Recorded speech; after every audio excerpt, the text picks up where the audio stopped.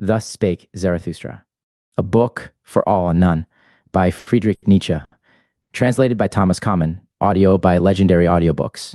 Introduction by Mrs. Forster Nietzsche. How Zarathustra Came into Being. Zarathustra is my brother's most personal work. It is the history of his most individual experiences, of his friendships, ideals, raptures, bitterest disappointments and sorrows. Above it all, however, there soars, transfiguring it, the image of his greatest hopes and remotest aims. My brother had the figure of Zarathustra in his mind from his very earliest youth. He once told me that even as a child he had dreamt of him. At different periods in his life, he would call this haunter of his dreams by different names, but in the end, he declares in a note on the subject, I had to do a Persian the honor of identifying him with this creature of my fancy. Persians were the first to take a broad and comprehensive view of history. Every series of evolutions, according to them, was presided over by a prophet, and every prophet had his Hazar, his dynasty of 1,000 years. All Zarathustra's views, as also his personality, were early conceptions of my brother's mind. Whoever reads his posthumously published writings for the years 1869, 82 with care, will constantly meet with passages suggestive of Zarathustra's thoughts and doctrines. For instance, the ideal of the Superman is put forth quite clearly in all his writings during the years 1873-75, and we philologists, the following remarkable observations occur. How can one praise and glorify a nation as a whole? Even among the Greeks, it was the individuals that counted. The Greeks are interesting and extremely important because they reared such a vast number of great individuals. How was this possible? The question is one which ought to be studied. I'm interested only in the relations of a people to the rearing of the individual man, and among the Greeks the conditions were unusually favorable for the development of the individual, not by any means owing to the goodness of the people, but because of the struggles of their evil instincts. With the help of favorable measures, great individuals might be reared, who would be both different from and higher than those who heretofore have owed their existence to mere chance. Here, we may still be hopeful, in the rearing of exceptional men. The notion of rearing the Superman is only a new form of an ideal Nietzsche already had in his youth. That the object of mankind should lie in its highest individuals, or, as he writes in Schopenhauer as educator, mankind ought constantly to be striving to produce great men, this and nothing else is its duty. But the ideals he most revered in those days are no longer held to be the highest types of men. No, around this future ideal of a coming humanity, the Superman, the poet, spread the veil of becoming. Who can tell to what glorious heights man can still ascend? That is why, after having tested the worth of our noblest ideal, that of the Savior, in the light of the new valuations, the poet cries with passionate emphasis in Zarathustra, never yet hath there been a Superman. Naked have I seen both of them, the greatest and the smallest man. All too similar are they still to each other. Verily, even the greatest found I all too human. The phrase, the rearing of the Superman, has very often been misunderstood. By the word rearing, in this case, is meant the act of modifying by means of new and higher values, values which, as laws and guides of conduct and opinion, are now to rule over mankind. In general, the doctrine of the Superman can only be understood correctly in conjunction with other ideas of the authors, such as the order of rank, the will to power, and the transvaluation of all values. He assumes that Christianity, as a product of the resentment of the botched and the weak, has put in ban all that is beautiful, strong, proud, and powerful, in fact, all the qualities resulting from strength, and that, in consequence, all forces which tend to promote or elevate life have been seriously undermined. Now, however, a new table of valuations must be placed over mankind, namely, that of the strong, mighty, and magnificent men, overflowing with life and elevated to a zenith. The Superman, who is now put before us with overpowering passion as the aim of our life, hope, and will. And just as the old system of valuing, which only extolled the qualities favorable to the weak, the suffering, and the oppressed, has succeeded in producing a weak, suffering, and modern race, so this new and reversed system of valuing ought to rear a healthy, strong, lively, and courageous type, which would be a glory to life itself. Stated briefly, the leading principle of this new system of valuing would be, all that proceeds from power is good, all that springs from weakness is bad. This type must not be regarded as a fanciful figure. It is not a nebulous hope, which is to be realized at some indefinitely remote period, thousands of years hence, nor is it a new species in the Darwinian sense, of which we can know nothing, and which it would therefore be somewhat absurd to strive after. But it is meant to be a possibility which men of the present could realize with all their spiritual and physical energies, provided they adopted the new values. The author of Zarathustra never lost sight of that egregious example of a transvaluation of all values through Christianity, whereby the whole of the deified mode of life and thought of the Greeks as well as strong Romedom was almost annihilated or transvalued in a comparatively short time. Could not a rejuvenated Greco-Roman system of valuing, once it had been refined and made more profound by the schooling which, 2000 years of Christianity had provided in effect another such revolution within a calculable period of time, until that glorious type of manhood shall finally appear, which is to be our new faith and hope. And in the creation of which Zarathustra exhorts us to participate.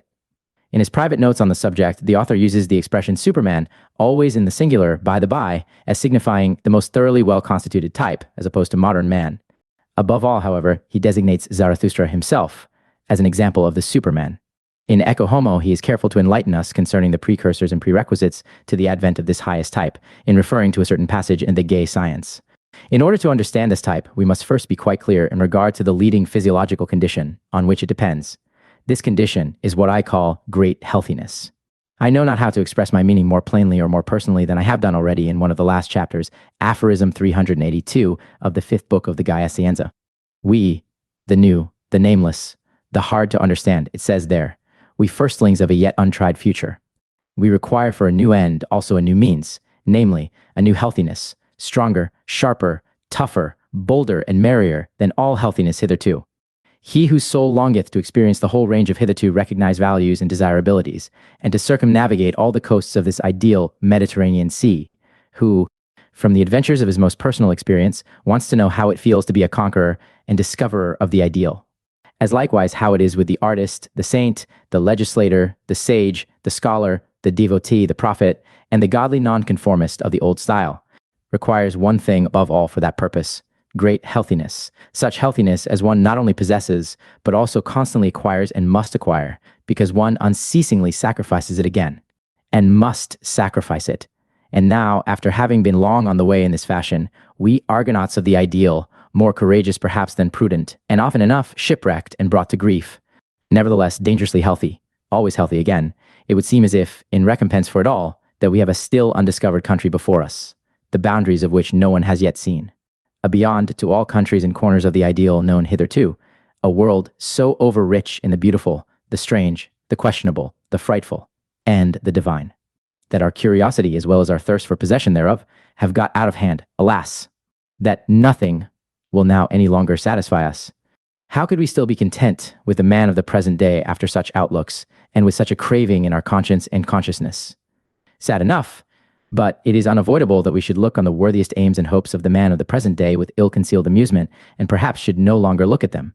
Another ideal runs on before us, a strange, tempting ideal full of danger, to which we should not like to persuade anyone, because we do not so readily acknowledge anyone's right thereto, the ideal of a spirit who plays naively, that is to say, involuntarily and from, overflowing abundance and power with everything that has hitherto been called holy, good, intangible, or divine, to whom the loftiest conception which the people have reasonably made their measure of value would already practically imply danger, ruin, abasement, or at least relaxation, blindness, or temporary self-forgetfulness, the ideal of a humanly superhuman welfare and benevolence, which will often enough appear inhuman, for example, when put alongside of all past seriousness on earth, and alongside of all past solemnities in bearing, word, tone, look, morality, and pursuit as their truest involuntary parody, and with which, nevertheless, perhaps the great seriousness only commences when the proper interrogative mark is set up, the fate of the soul changes, the hour hand moves, and tragedy begins. Although the figure of Zarathustra and a large number of the leading thoughts in this work had appeared much earlier in the dreams and writings of the author, Thus Spake Zarathustra did not actually come into being until the month of August 1881 in Sils Maria. And it was the idea of the eternal recurrence of all things which finally induced my brother to set forth his new views in poetic language. In regard to his first conception of this idea, his autobiographical sketch, Ecce Homo, written in the autumn of 1888, contains the following passage. The fundamental idea of my work, namely the eternal recurrence of all things, this highest of all possible formulae of a yea-saying philosophy, first occurred to me in August 1881. I made a note of the thought on a sheet of paper, with the postscript, 6,000 feet beyond men and time. That day I happened to be wandering through the woods alongside of the lake of Silvaplana, and I halted beside a huge pyramidal and towering rock not far from Surle. It was then that the thought struck me. Looking back now, I find that exactly 2 months previous to this inspiration, I had had an omen of its coming in the form of a sudden and decisive alteration in my tastes, more particularly in music. It would even be possible to consider all Zarathustra as a musical composition. At all events, a very necessary condition in its production was a renaissance in myself of the art of hearing. In a small mountain resort, Recoaro, near Vicenza, where I spent the spring of 1881, I and my friend and maestro, Peter Gast, also one who had been born again, discovered that the phoenix music that hovered over us wore lighter and brighter plumes than it had done theretofore. During the month of August 1881, my brother resolved to reveal the teaching of the eternal recurrence in dithyrambic and psalmodic form through the mouth of Zarathustra, Among the notes of this period, we found a page on which is written the first definite plan of Thus Spake Zarathustra, midday and eternity. Post to a new way of living. Beneath this is written, Zarathustra, born on Lake Urmi, left his home in his 30th year, went to the province of Arya, and during 10 years of solitude in the mountains, composed the Zen Devesta. The sun of knowledge stands once more at midday, and the serpent of eternity lies coiled in its light. It is your time, ye midday brethren. In that summer of 1881, my brother, after many years of steadily declining health, began at last to rally. And it is to this first gush of the recovery of his once splendid bodily condition that we owe not only the gay science, which in its mood may be regarded as a prelude to Zarathustra, but also Zarathustra itself. Just as he was beginning to recuperate his health, however, an unkind destiny brought him a number of most painful personal experiences. His friends caused him many disappointments, which were the more bitter to him, inasmuch as he regarded friendship as such a sacred institution. And for the first time in his life, he realized the whole horror of that loneliness to which, perhaps, all greatness is condemned. But to be forsaken is something very different from deliberately choosing blessed loneliness. How he longed in those days for the ideal friend who would thoroughly understand him, to whom he would be able to say all, and whom he imagined he had found at various periods in his life, from his earliest youth onwards. Now, however, that the way he had chosen grew ever more perilous and steep, he found nobody who could follow him. He therefore created a perfect friend for himself in the ideal form of a majestic philosopher, and made this creation the preacher of his gospel to the world. Whether my brother would ever have written Thus Spake Zarathustra, according to the first plan sketched in the summer of 1881, if he had not had the disappointments already referred to, is now an idle question, but perhaps where Zarathustra is concerned, we may also say with Master Eckhart, the fleetest beast to bear you to perfection is suffering. My brother writes as follows about the origin of the first part of Zarathustra. In the winter of 1882-83, I was living on the charming little Gulf of Rapallo, not far from Genoa, and between Chiavari and Cape Portofino. My health was not very good. The winter was cold and exceptionally rainy, and the small inn in which I lived was so close to the water that at night my sleep would be disturbed if the sea were high. These circumstances were surely the very reverse of favorable, and yet, in spite of it all, and as if in demonstration of my belief that everything decisive comes to life in spite of every obstacle, it was precisely during this winter and in the midst of these unfavorable circumstances that my Zarathustra originated. In the morning, I used to start out in a southerly direction up the glorious road to Zoagli, which rises aloft through a forest of pines and gives one a view far out into the sea. In the afternoon, as often as my health permitted, I walked round the whole bay from Santa Margherita to beyond Portofino. This spot was all the more interesting to me, inasmuch as it was so dearly loved by the Emperor Friedrich III. In the autumn of 1886, I chanced to be there again, when he was revisiting this small, forgotten world of happiness for the last time. It was on these two roads that all Zarathustra came to me. Above all, Zarathustra himself as a type. I ought rather to say that it was on these walks that these ideas waylaid me. The first part of Zarathustra was written in about 10 days, that is to say, from the beginning to about the middle of February 1883. The last lines were written precisely in the hallowed hour when Richard Wagner gave up the ghost in Venice. With the exception of the 10 days occupied in composing the first part of this book, my brother often referred to this winter as the hardest and sickliest he had ever experienced. He did not, however, mean thereby that his former disorders were troubling him, but that he was suffering from a severe attack of influenza, which he had caught in Santa Margherita, and which tormented him for several weeks after his arrival in Genoa. As a matter of fact, however, what he complained of most was his spiritual condition, that indescribable forsakenness, to which he gives such heart-rending expression in Zarathustra. Even the reception which the first part met with at the hands of friends and acquaintances was extremely disheartening, for almost all those to whom he presented copies of the work misunderstood it. I found no one ripe for many of my thoughts. The case of Zarathustra proves that one can speak with the utmost clearness, and yet not be heard by anyone. My brother was very much discouraged by the feebleness of the response he was given, and as he was striving just then to give up the practice of taking hydrate of chloral, a drug he had begun to take while ill with influenza. The following spring, spent in Rome, was a somewhat gloomy one for him. He writes about it as follows: I spent a melancholy spring in Rome, where I only just managed to live, and this was no easy matter. This city, which is absolutely unsuited to the poet-author of Zarathustra, and for the choice of which I was not responsible, made me inordinately miserable. I tried to leave it. I wanted to go to Aquila, the opposite of Rome in every respect, and actually found it in a spirit of enmity towards that city, just as I also shall found a city someday. As a memento of an atheist and genuine enemy of the church, a person very closely related to me, the great Hohenstaufen, the Emperor Friedrich II. But fate lay behind it all. I had to return again to Rome. In the end, I was obliged to be satisfied with the Piazza Barberini, after I had exerted myself in vain to find an anti-Christian quarter. I fear that on one occasion, to avoid bad smells as much as possible, I actually inquired at the Palazzo del Quirinale whether they could not provide a quiet room for a philosopher. In a chamber high above the piazza just mentioned, from which one obtained a general view of Rome and could hear the fountains plashing far below, the loneliest of all songs was composed, the Night Song. About this time, I was obsessed by an unspeakably sad melody, the refrain of which I recognized in the words, "Dead through immortality." We remained somewhat too long in Rome that spring, and what with the effect of the increasing heat and the discouraging circumstances already described, my brother resolved not to write any more, or, in any case, not to proceed with Zarathustra, although I offered to relieve him of all trouble in connection with the proofs and the publisher. When, however, we returned to Switzerland towards the end of June, and he found himself once more in the familiar and exhilarating air of the mountains, all his joyous creative powers revived. And in a note to me announcing the dispatch of some manuscript, he wrote as follows, "I have engaged a place here for 3 months. Forsooth, I am the greatest fool to allow my courage to be sapped from me by the climate of Italy.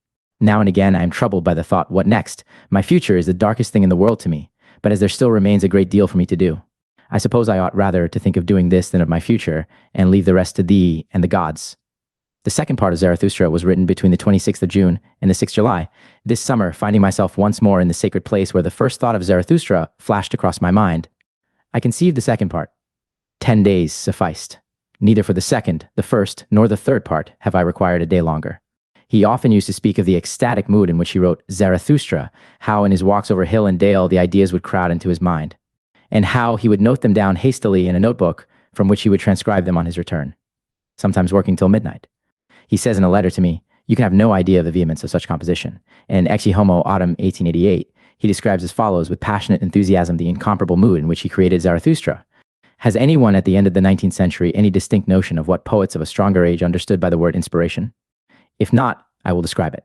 If one had the smallest vestige of superstition in one, it would hardly be possible to set aside completely the idea that one is the mere incarnation, mouthpiece, or medium of an almighty power. The idea of revelation, in the sense that something becomes suddenly visible and audible with indescribable certainty and accuracy, which profoundly convulses and upsets one, describes simply the matter of fact. One hears, one does not seek, one takes, one does not ask who gives. A thought suddenly flashes up like lightning. It comes with necessity, unhesitatingly. I have never had any choice in the matter. There is an ecstasy such that the immense strain of it is sometimes relaxed by a flood of tears, along with which one's steps either rush or involuntarily lag alternately. There is the feeling that one is completely out of hand, with the very distinct consciousness of an endless number of fine thrills and quiverings to the very toes. There is a depth of happiness in which the painfulest and gloomiest do not operate as antitheses, but as conditioned, as demanded in the sense of necessary shades of color in such an overflow of light. There is an instinct for rhythmic relations which embraces wide areas of forms.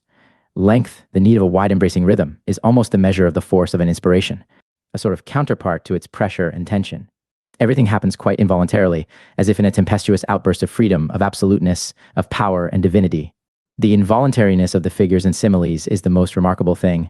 One loses all perception of what constitutes the figure and what constitutes the simile. Everything seems to present itself as the readiest, the correctest, and the simplest means of expression. It actually seems, to use one of Zarathustra's own phrases, as if all things came unto one and would fain be similes. Here do all things come caressingly to thy talk and flatter thee, for they want to ride upon thy back.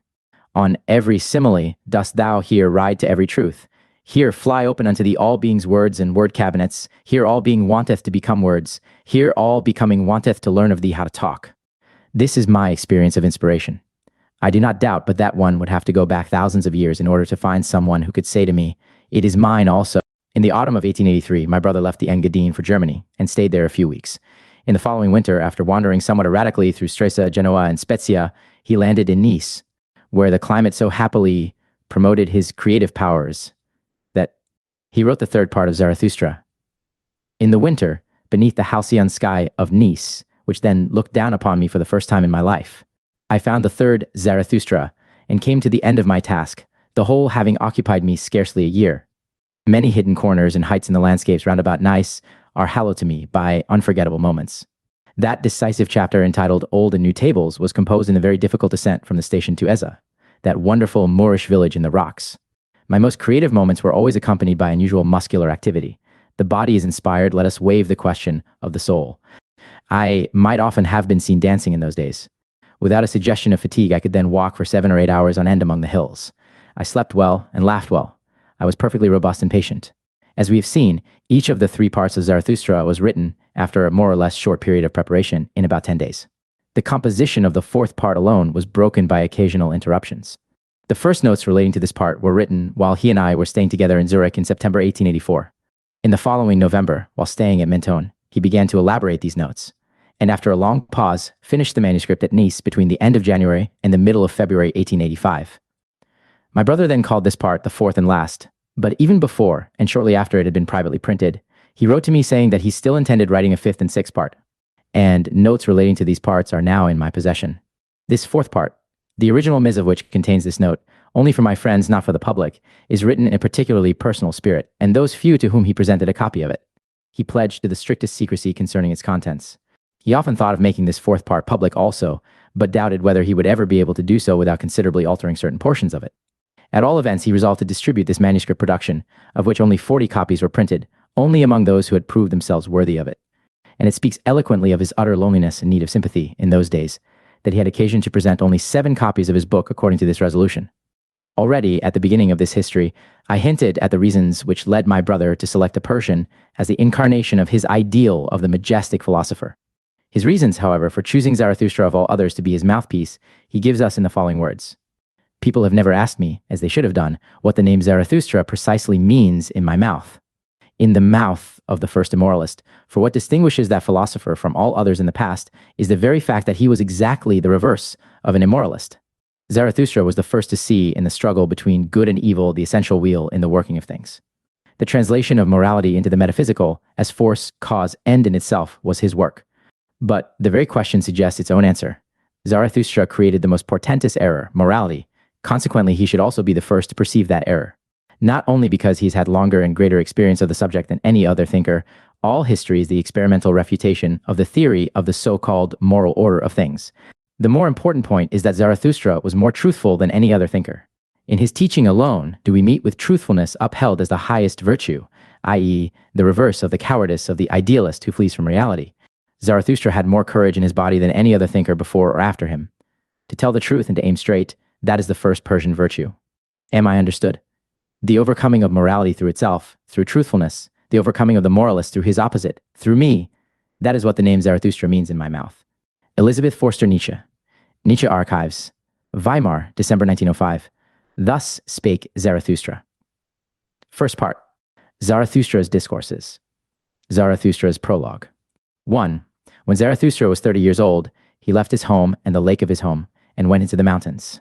There he enjoyed his spirit in solitude, and for 10 years did not weary of it. But at last his heart changed, and rising one morning with the rosy dawn, he went before the sun, and spake thus unto it.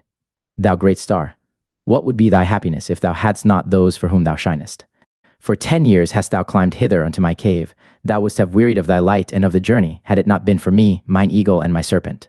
But we awaited thee every morning, took from thee thine overflow, and blessed thee for it. Lo, I am weary of my wisdom, like the bee that hath gathered too much honey.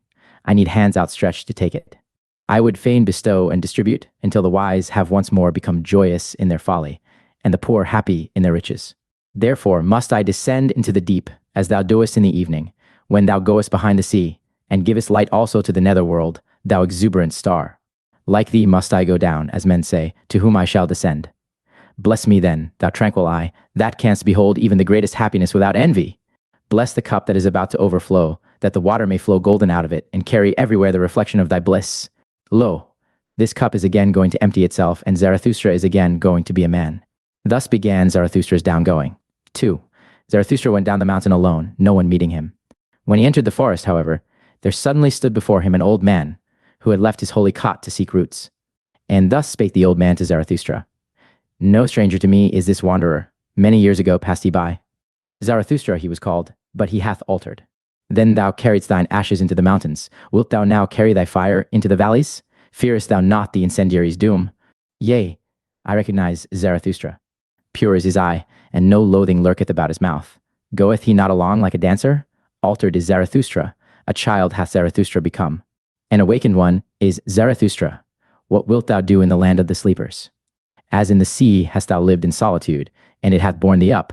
Alas, wilt thou now go ashore? Alas, wilt thou again drag thy body thyself? Zarathustra answered, I love mankind. Why, said the saint, did I go into the forest and the desert?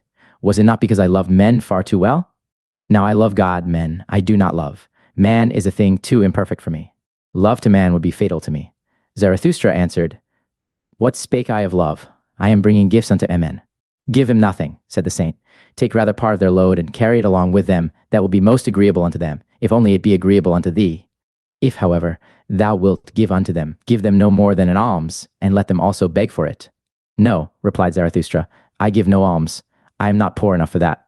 The saint laughed at Zarathustra and spake thus, Then see to it that they accept thy treasures. They are distrustful of anchorites, and do not believe that we come with gifts. The fall of our footsteps ringeth too hollow through their streets. And just as at night, when they are in bed and hear a man abroad long before sunrise, so they ask themselves concerning us, Where goeth the thief? Go not to men, but stay in the forest. Go rather to the animals. Why not be like me, a bear amongst bears, a bird amongst birds? And what doeth the saint in the forest? Asked Zarathustra. The saint answered, I make hymns and sing them, and in making hymns I laugh and weep and mumble. Thus do I praise God. With singing, weeping, laughing, and mumbling, do I praise the God who is my God. But what dost thou bring us as a gift? When Zarathustra had heard these words, he bowed to the saint and said, What should I have to give thee? Let me rather hurry hence, lest I take aught away from thee. And thus they parted from one another, the old man and Zarathustra, laughing like schoolboys.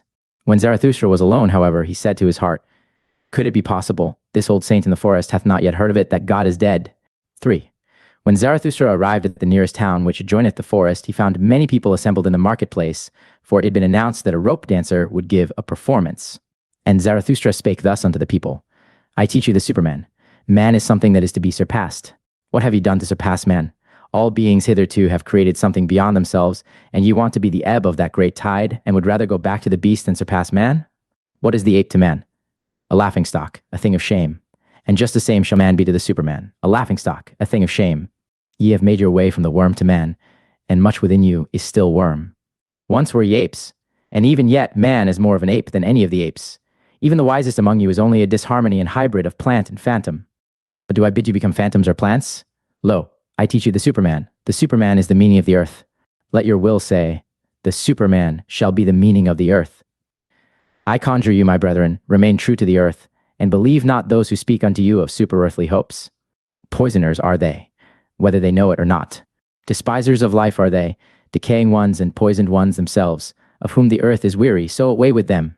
Once blasphemy against God was the greatest blasphemy, but God died, and therewith also those blasphemers. To blaspheme the earth is now the dreadfulest sin, and to rate the heart of the unknowable higher than the meaning of the earth. Once the soul looked contemptuously on the body, and then that contempt was the supreme thing, the soul wished the body meager, ghastly, and famished. Thus it thought to escape from the body and the earth. Oh, that soul was itself meager, ghastly, and famished, and cruelty was the delight of that soul.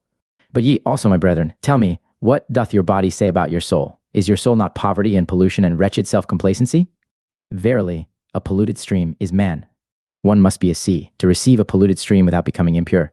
Lo, I teach you the Superman. He is that sea. In him can your great contempt be submerged. What is the greatest thing ye can experience? It is the hour of great contempt, the hour in which even your happiness becometh loathsome unto you, and so also your reason and virtue. The hour when ye say, What good is my happiness? It is poverty and pollution and wretched self-complacency. But my happiness should justify existence itself.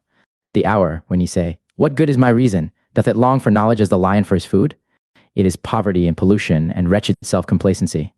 The hour when ye say, What good is my virtue? As yet it hath not made me passionate. How weary I am of my good and my bad.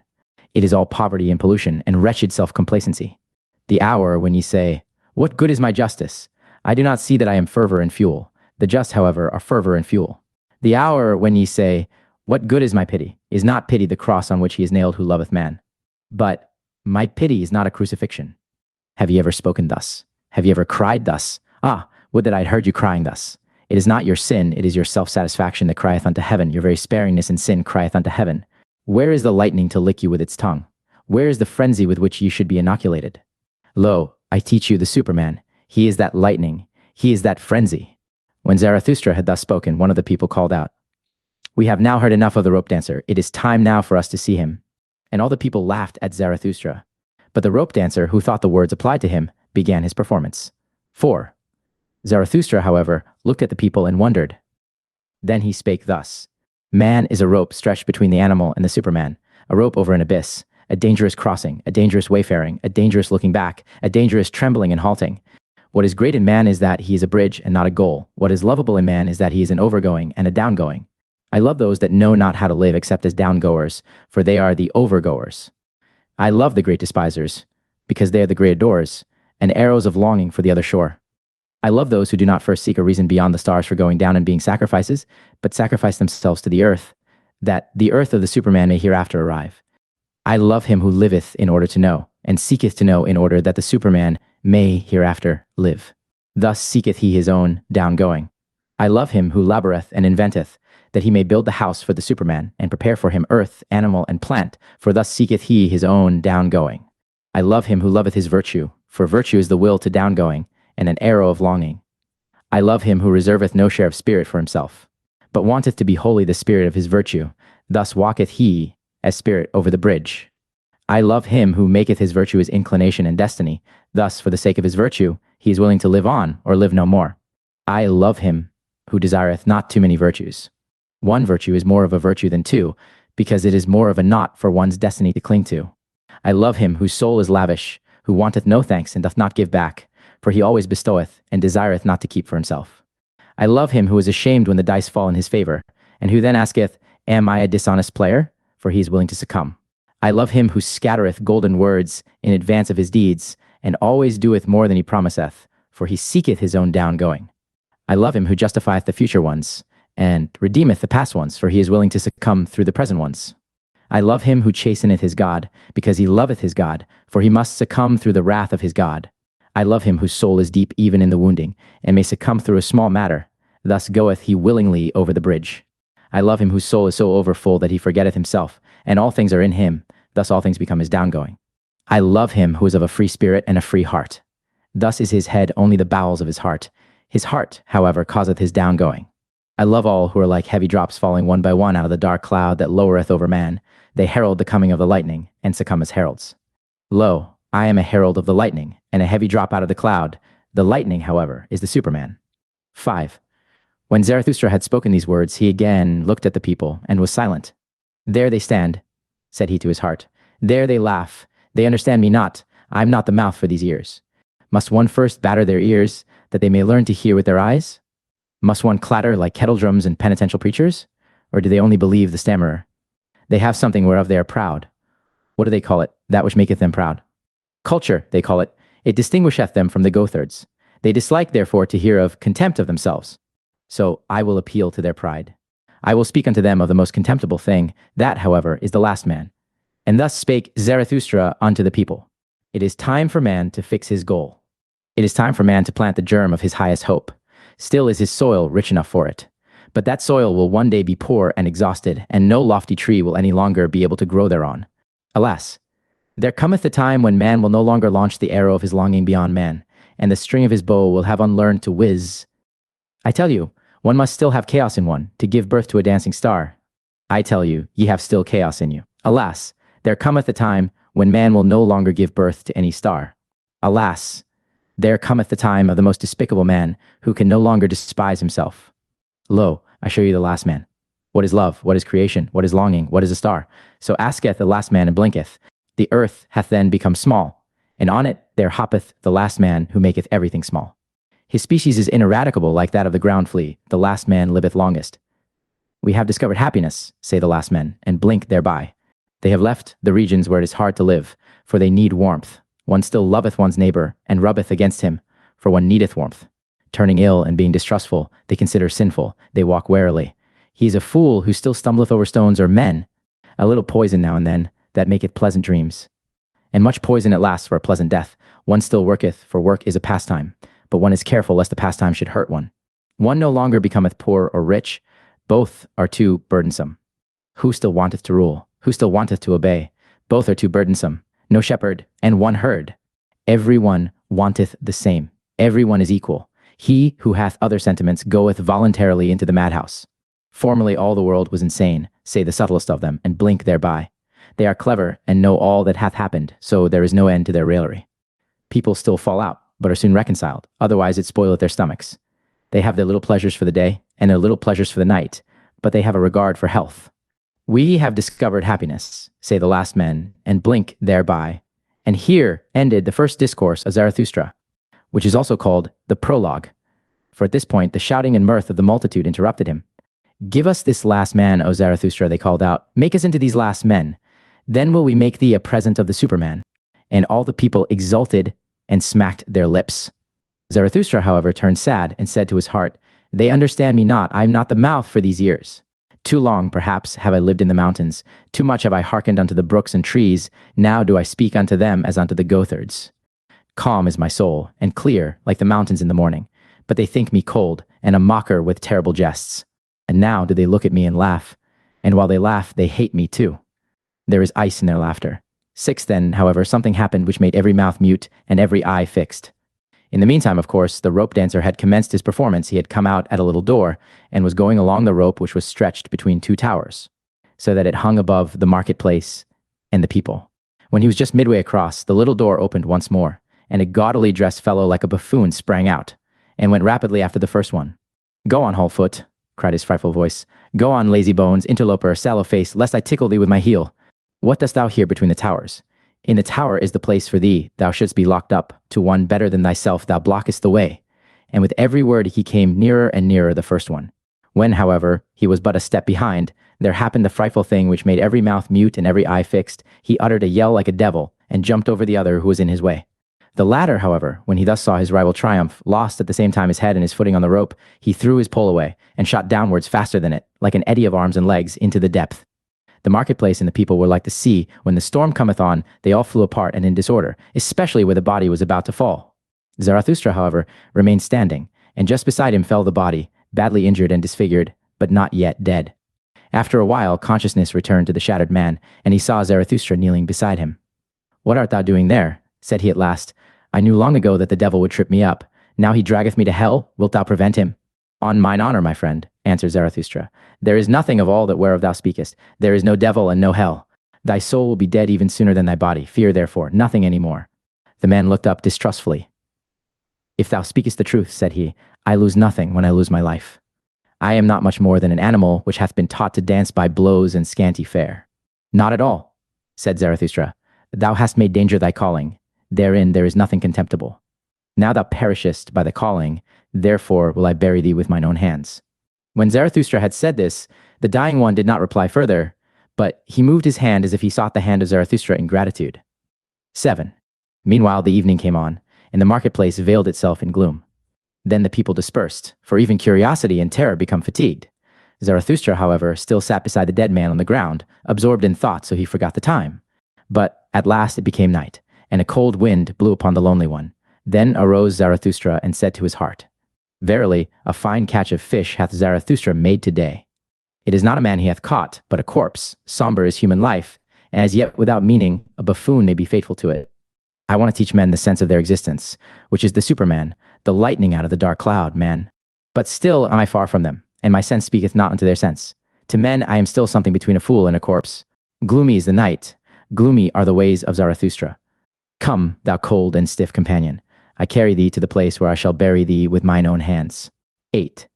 When Zarathustra had said this to his heart, he put the corpse upon his shoulders and set out on his way. Yet had he not gone 100 steps, when there stole a man up to him and whispered in his ear, and lo! He that spake was the buffoon from the tower. Leave this town, O Zarathustra, said he. There are too many here who hate thee.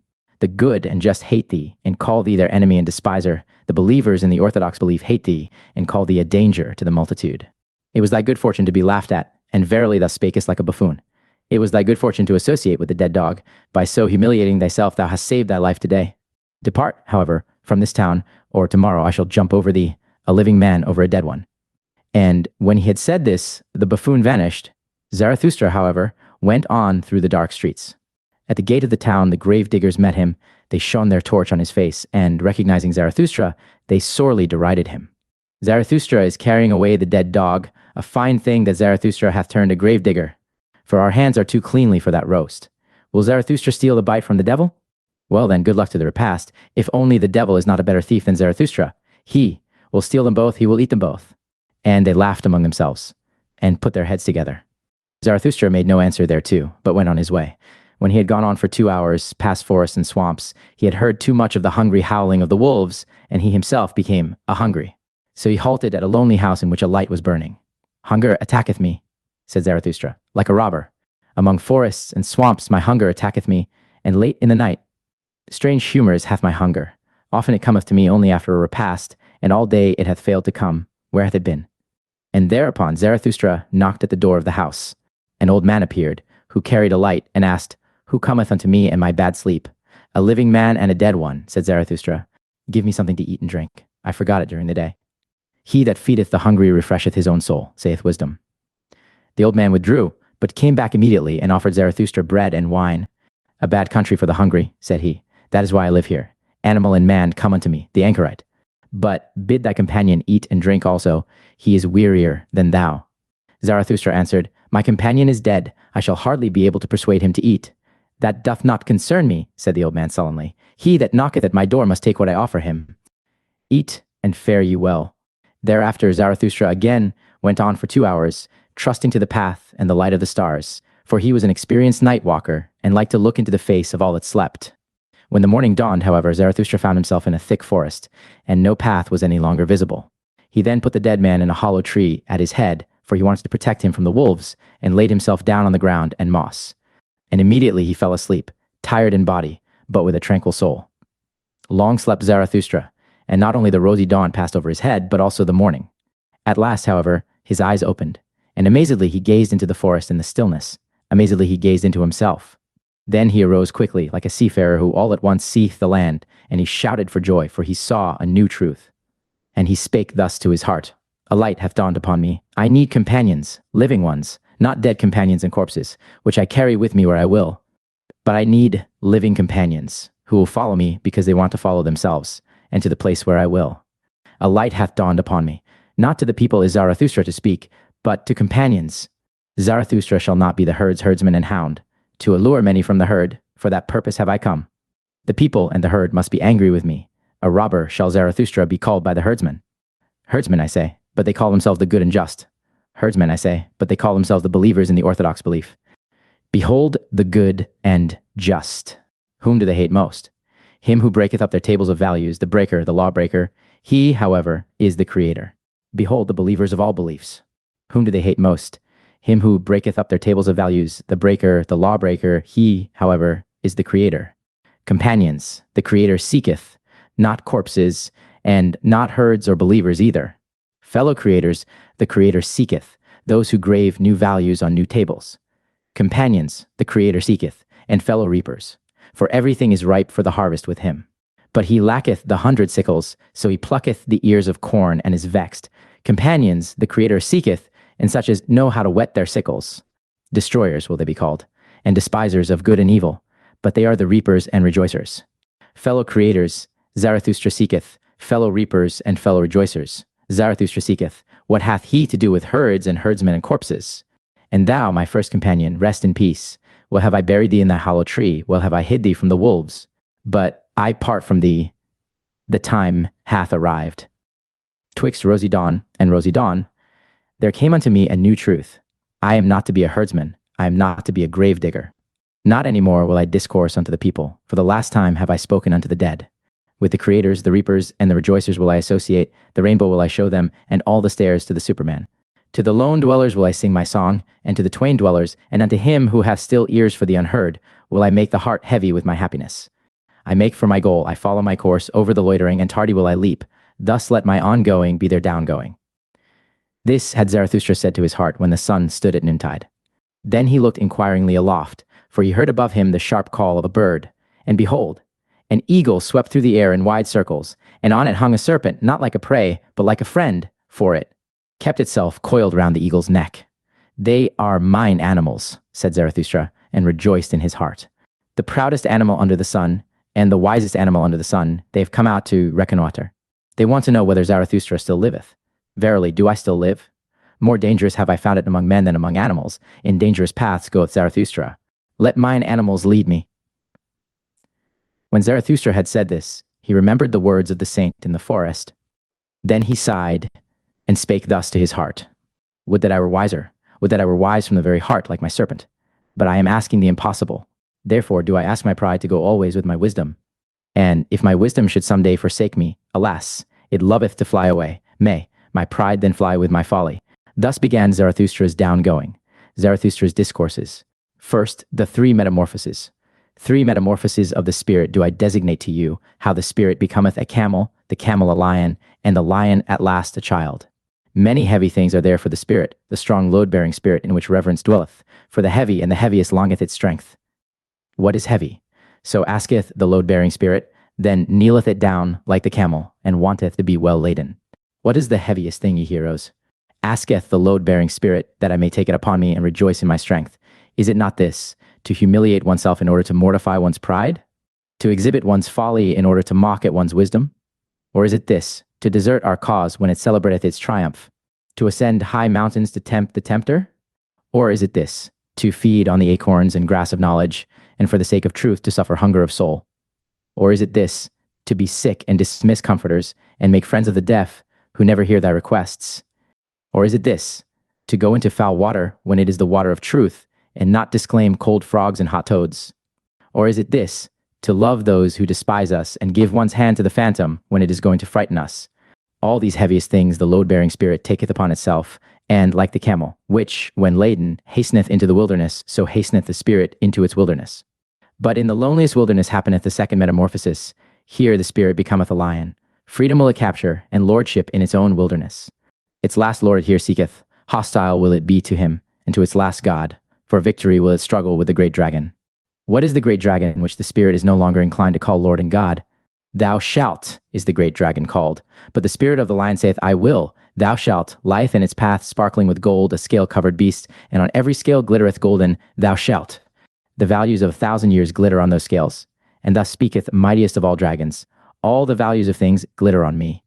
All values have already been created, and all created values do I represent.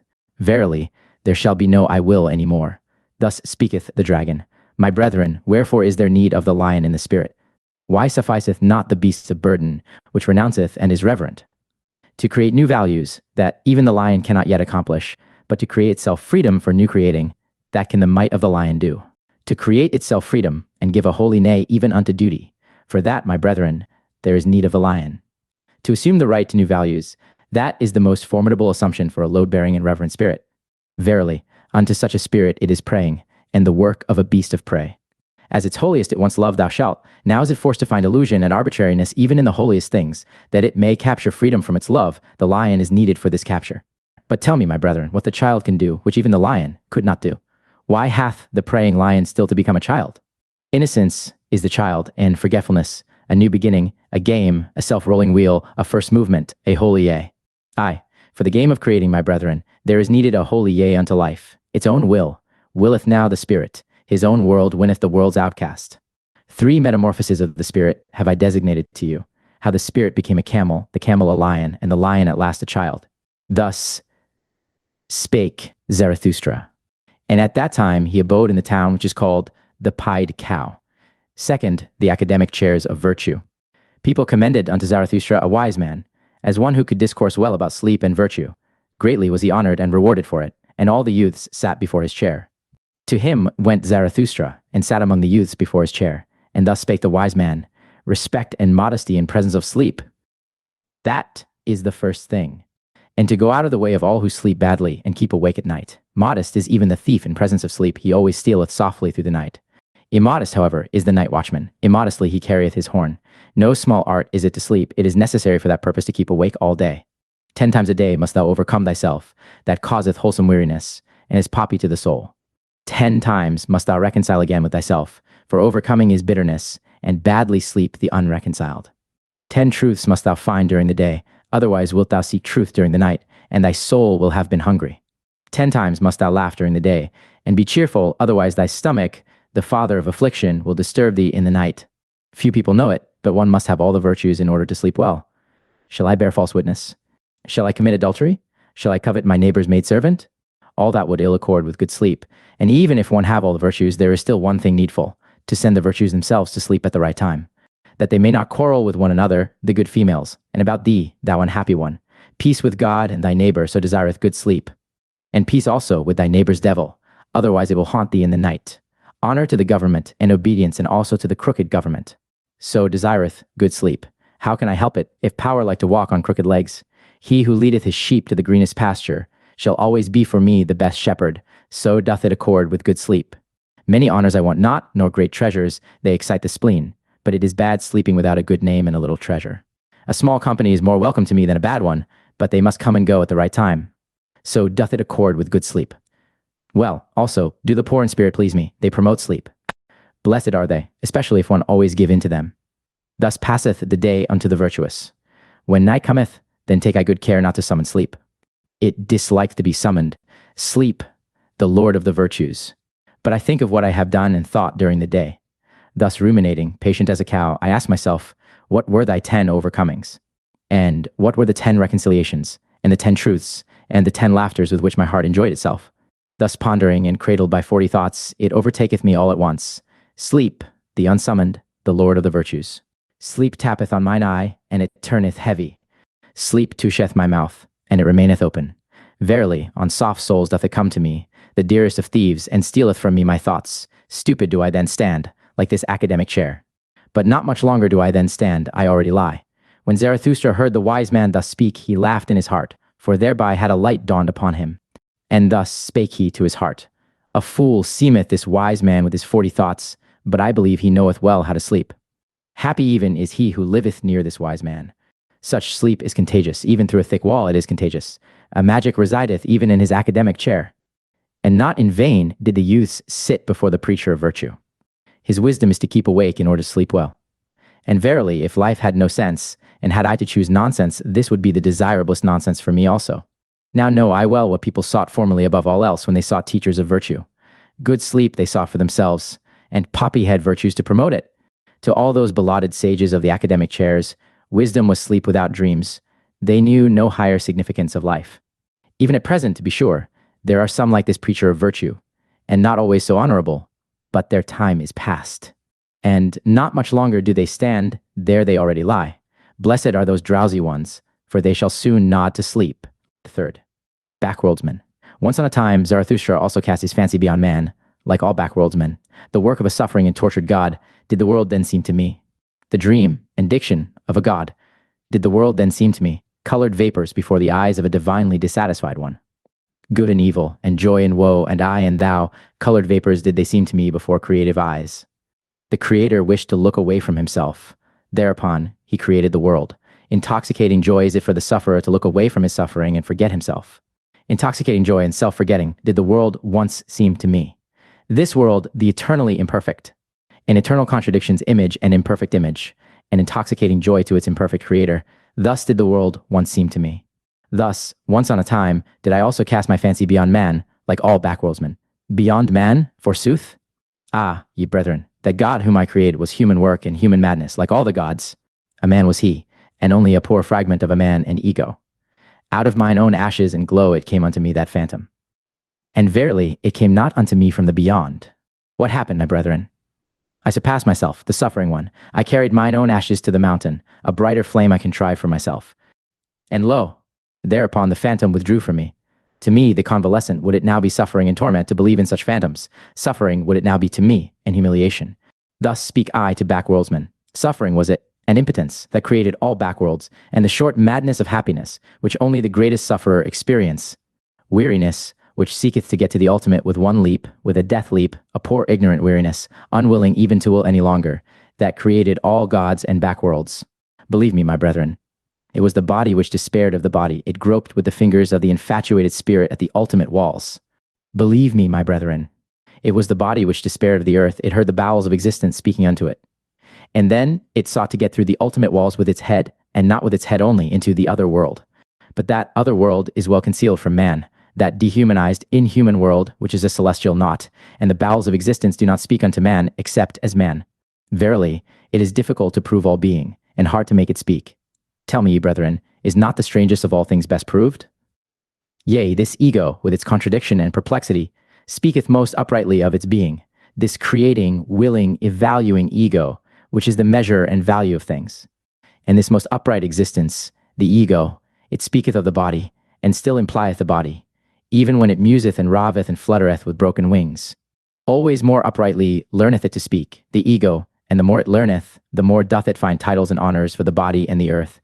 A new pride taught me mine ego, and that teach I unto men, no longer thrust one's head into the sand of celestial things, but to carry it freely, a terrestrial head which giveth meaning to the earth. Anew will teach I unto men, to choose that path which men have followed blindly, and to approve of it, and no longer to slink aside from it, like the sick and perishing.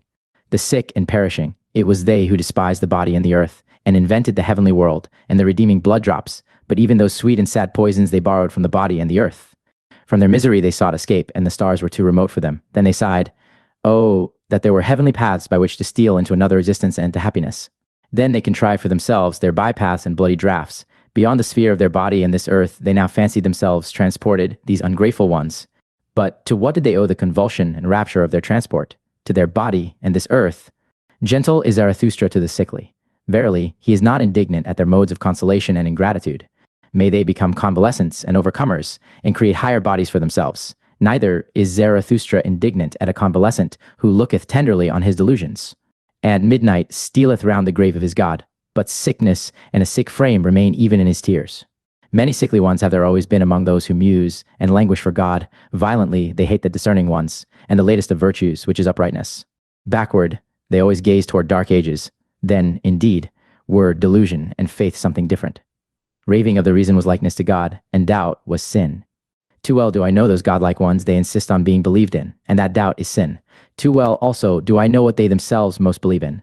Verily, not in backworlds and redeeming blood drops, but in the body do they also believe most, and their own body is for them the thing in itself.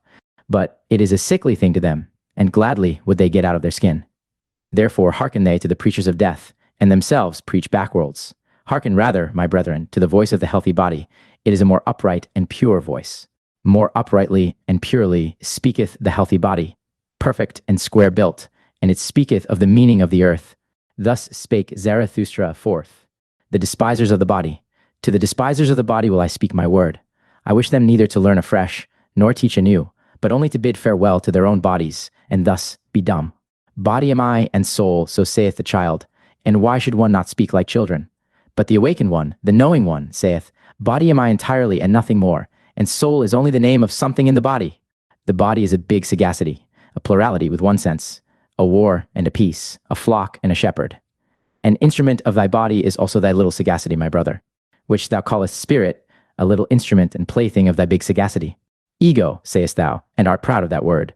But the greater thing in which thou art unwilling to believe is thy body with its big sagacity. It saith not ego, but doeth it.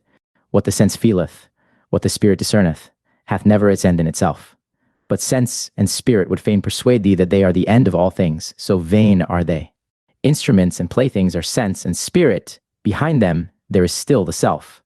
The self seeketh with the eyes of the senses, it hearkeneth also with the ears of the spirit. Ever hearkeneth the self, and seeketh, it compareth, mastereth, conquereth, and destroyeth. It ruleth, and is also the ego's ruler. Behind thy thoughts and feelings, my brother, there is a mighty Lord, an unknown sage. It is called self. It dwelleth in thy body. It is thy body. There is more sagacity in thy body than in thy best wisdom. And who then knoweth why thy body requireth just thy best wisdom? Thyself loggeth at thine ego and its proud prancings. What are these prancings and flights of thought unto me? It saith to itself, a byway to my purpose. I am the leading string of the ego and the prompter of its notions. The self saith unto the ego, feel pain, and thereupon it suffereth, and thinketh how it may put an end thereto, and for that very purpose it is meant to think. The self saith unto the ego, feel pleasure, thereupon it rejoiceth, and thinketh how it may ofttimes rejoice, and for that very purpose it is meant to think. To the despisers of the body will I speak a word. That they despise is caused by their esteem. What is it that created esteeming and despising and worth and will? The creating self created for itself esteeming and despising. It created for itself joy and woe. The creating body created for itself spirit as a hand to its will. Even in your folly and despising ye each serve yourself, ye despisers of the body. I tell you, your very self wanteth to die, and turneth away from life. No longer can your self do that which it desireth most, create beyond itself. That is what it desireth most, that is all its fervor. But it is now too late to do so. So yourself wisheth to succumb, ye despisers of the body. To succumb, so wisheth yourself, and therefore have ye become despisers of the body. For ye can no longer create beyond yourselves. And therefore are ye now angry with life and with the earth. And unconscious envy is in the sidelong look of your contempt. I go not your way, ye despisers of the body. Ye are no bridges for me, the Superman. Thus spake Zarathustra. Fifth, joys and passions. My brother, when thou hast a virtue, and it is thine own virtue, thou hast it in common with no one. To be sure, thou wouldst call it by name and caress it, thou wouldst pull its ears and amuse thyself with it. And lo, then hast thou its name in common with the people, and hast become one of the people and the herd with thy virtue. Better for thee to say, ineffable is it, and nameless, that which is pain and sweetness to my soul, and also the hunger of my bowels. Let thy virtue be too high for the familiarity of names, and if thou must speak of it, be not ashamed to stammer about it. Thus speak and stammer, that is my good, that do I love, thus doth it please me entirely, thus only do I desire the good. Not as the law of a god do I desire it, not as a human law or a human need do I desire it. It is not to be a guidepost for me to super earths and paradises. An earthly virtue is it which I love, little prudence is therein, and the least everyday wisdom. But that bird built its nest beside me, therefore I love and cherish it, now sitteth it beside me on its golden eggs. Thus shouldst thou stammer, and praise thy virtue. Once hadst thou passions, and calledst them evil. But now hast thou only thy virtues, they grew out of thy passions. Thou implantedst thy highest aim into the heart of those passions, then became they thy virtues and joys. And though thou wert of the race of the hot-tempered, or of the voluptuous, or of the fanatical, or the vindictive, all thy passions in the end became virtues, and all thy devils angels. Once hadst thou wild dogs in thy cellar, but they changed at last into birds and charming songstresses. Out of thy poisons brewedst thou balsam for thyself, thy cow, affliction, milkest thou, now drinketh thou the sweet milk of her udder. And nothing evil groweth in thee any longer, unless it be the evil that groweth out of the conflict of thy virtues. My brother, if thou be fortunate, then wilt thou have one virtue and no more, thus goest thou easier over the bridge. Illustrious is it to have many virtues, but a hard lot, and many a one hath gone into the wilderness and killed himself, because he was weary of being the battle and battlefield of virtues. My brother, are war and battle evil? Necessary, however, is the evil, necessary are the envy and the distrust and the backbiting among the virtues. Lo, how each of thy virtues is covetous of the highest place. It wanteth thy whole spirit to be its herald. It wanteth thy whole power, in wrath, hatred, and love. Jealous is every virtue of the others, and a dreadful thing is jealousy. Even virtues may succumb by jealousy. He whom the flame of jealousy encompasseth, turneth at last, like the scorpion, the poisoned sting against himself. Ah, my brother, hast thou never seen a virtue backbite and stab itself? Man is something that hath to be surpassed, and therefore shalt thou love thy virtues, for thou wilt succumb by them. Thus spake Zarathustra. Sixth, the pale criminal. You do not mean to slay, ye judges and sacrificers, until the animal hath bowed its head? Lo, the pale criminal hath bowed his head, out of his eye speaketh the great contempt. Mine ego is something which is to be surpassed. Mine ego is to me the great contempt of man, so speaketh it out of that eye. When he judged himself, that was his supreme moment. Let not the exalted one relapse again into his low estate. There is no salvation for him who thus suffereth from himself, unless it be speedy death. Your slaying, ye judges, shall be pity, and not revenge. And in that ye slay, see to it that ye yourselves justify life. It is not enough that ye should reconcile with him whom ye slay. Let your sorrow be love to the Superman. Thus will ye justify your own survival. Enemy shall ye say, but not villain. Invalid shall ye say, but not wretch. Fool shall ye say, but not sinner. And thou, red judge, if thou would say audibly all thou hast done in thought, then would everyone cry, away with the nastiness and the virulent reptile. But one thing is the thought, another thing is the deed, and another thing is the idea of the deed. The wheel of causality doth not roll between them. An idea made this pale man pale. Adequate was he for his deed when he did it, but the idea of it he could not endure when it was done. Evermore did he now see himself as the doer of one deed. Madness, I call this. The exception reversed itself to the rule in him. The streak of chalk bewitcheth the hen, the stroke he struck bewitched his weak reason. Madness after the deed, I call this. Hearken, ye judges, there is another madness besides, and it is before the deed. Ah, ye have not gone deep enough into this soul. Thus speaketh the red judge. Why did this criminal commit murder? He meant to rob. I tell you, however, that his soul wanted blood, not booty. He thirsted for the happiness of the knife. But his weak reason understood not this madness, and persuaded him. What matter about blood? It said, wishest thou not at least to make booty thereby? Or take revenge? And he hearkened unto his weak reason. Like lead lay its words upon him. Thereupon he robbed when he murdered. He did not mean to be ashamed of his madness. And now once more lieth the lead of his guilt upon him, and once more is his weak reason so benumbed, so paralyzed and so dull. Could he only shake his head? Then would his burden roll off. But who shaketh that head? What is this man? A mass of diseases that reach out into the world through the spirit. There they want to get their prey. What is this man? A coil of wild serpents that are seldom at peace among. themselves, so they go forth apart and seek prey in the world. Look at that poor body. What it suffered and craved, the poor soul interpreted to itself. It interpreted it as murderous desire, and eagerness for the happiness of the knife. Him who now turneth sick, the evil overtaketh which is now the evil. He seeketh to cause pain with that which causeth him pain. But there have been other ages, and another evil and good. Once was doubt evil, and the will to self. Then the invalid became a heretic or sorcerer. As heretic or sorcerer he suffered, and sought to cause suffering. But this will not enter your ears, it hurteth your good people, ye tell me. But what doth it matter to me about your good people? Many things in your good people cause me disgust, and verily, not their evil. I would that they had a madness by which they succumbed, like this pale criminal. Verily, I would that their madness were called truth, or fidelity, or justice. But they have their virtue in order to live long, and in wretched self-complacency. I am a railing alongside the torrent. Whoever is able to grasp me may grasp me. Your crutch, however, I am not. Thus spake Zarathustra. 7th, reading and writing. Of all that is written, I love only what a person hath written with his blood. Write with blood, and thou wilt find that blood is spirit. It is no easy task to understand unfamiliar blood. I hate the reading idlers. He who knoweth the reader doeth nothing more for the reader. Another century of readers, and spirit itself will stink. Everyone being allowed to learn to read ruineth in the long run not only writing, but also thinking. Once spirit was God, then it became man, and now even becometh populace. He that writeth in blood and proverbs doth not want to be read, but learnt by heart. In the mountains the shortest way is from peak to peak. But for that route thou must have long legs.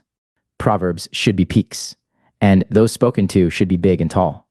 The atmosphere rare and pure, danger near, and the spirit full of a joyful wickedness. Thus are things well matched. I want to have goblins about me, for I am courageous. The courage which scareth away ghosts createth for itself goblins. It wanteth to laugh. I no longer feel in common with you the very cloud which I see beneath me. The blackness and heaviness at which I laugh, that is your thundercloud. Ye look aloft when ye long for exaltation, and I look downward because I am exalted. Who among you can at the same time laugh and be exalted? He who climbeth on the highest mountains loggeth at all tragic plays and tragic realities.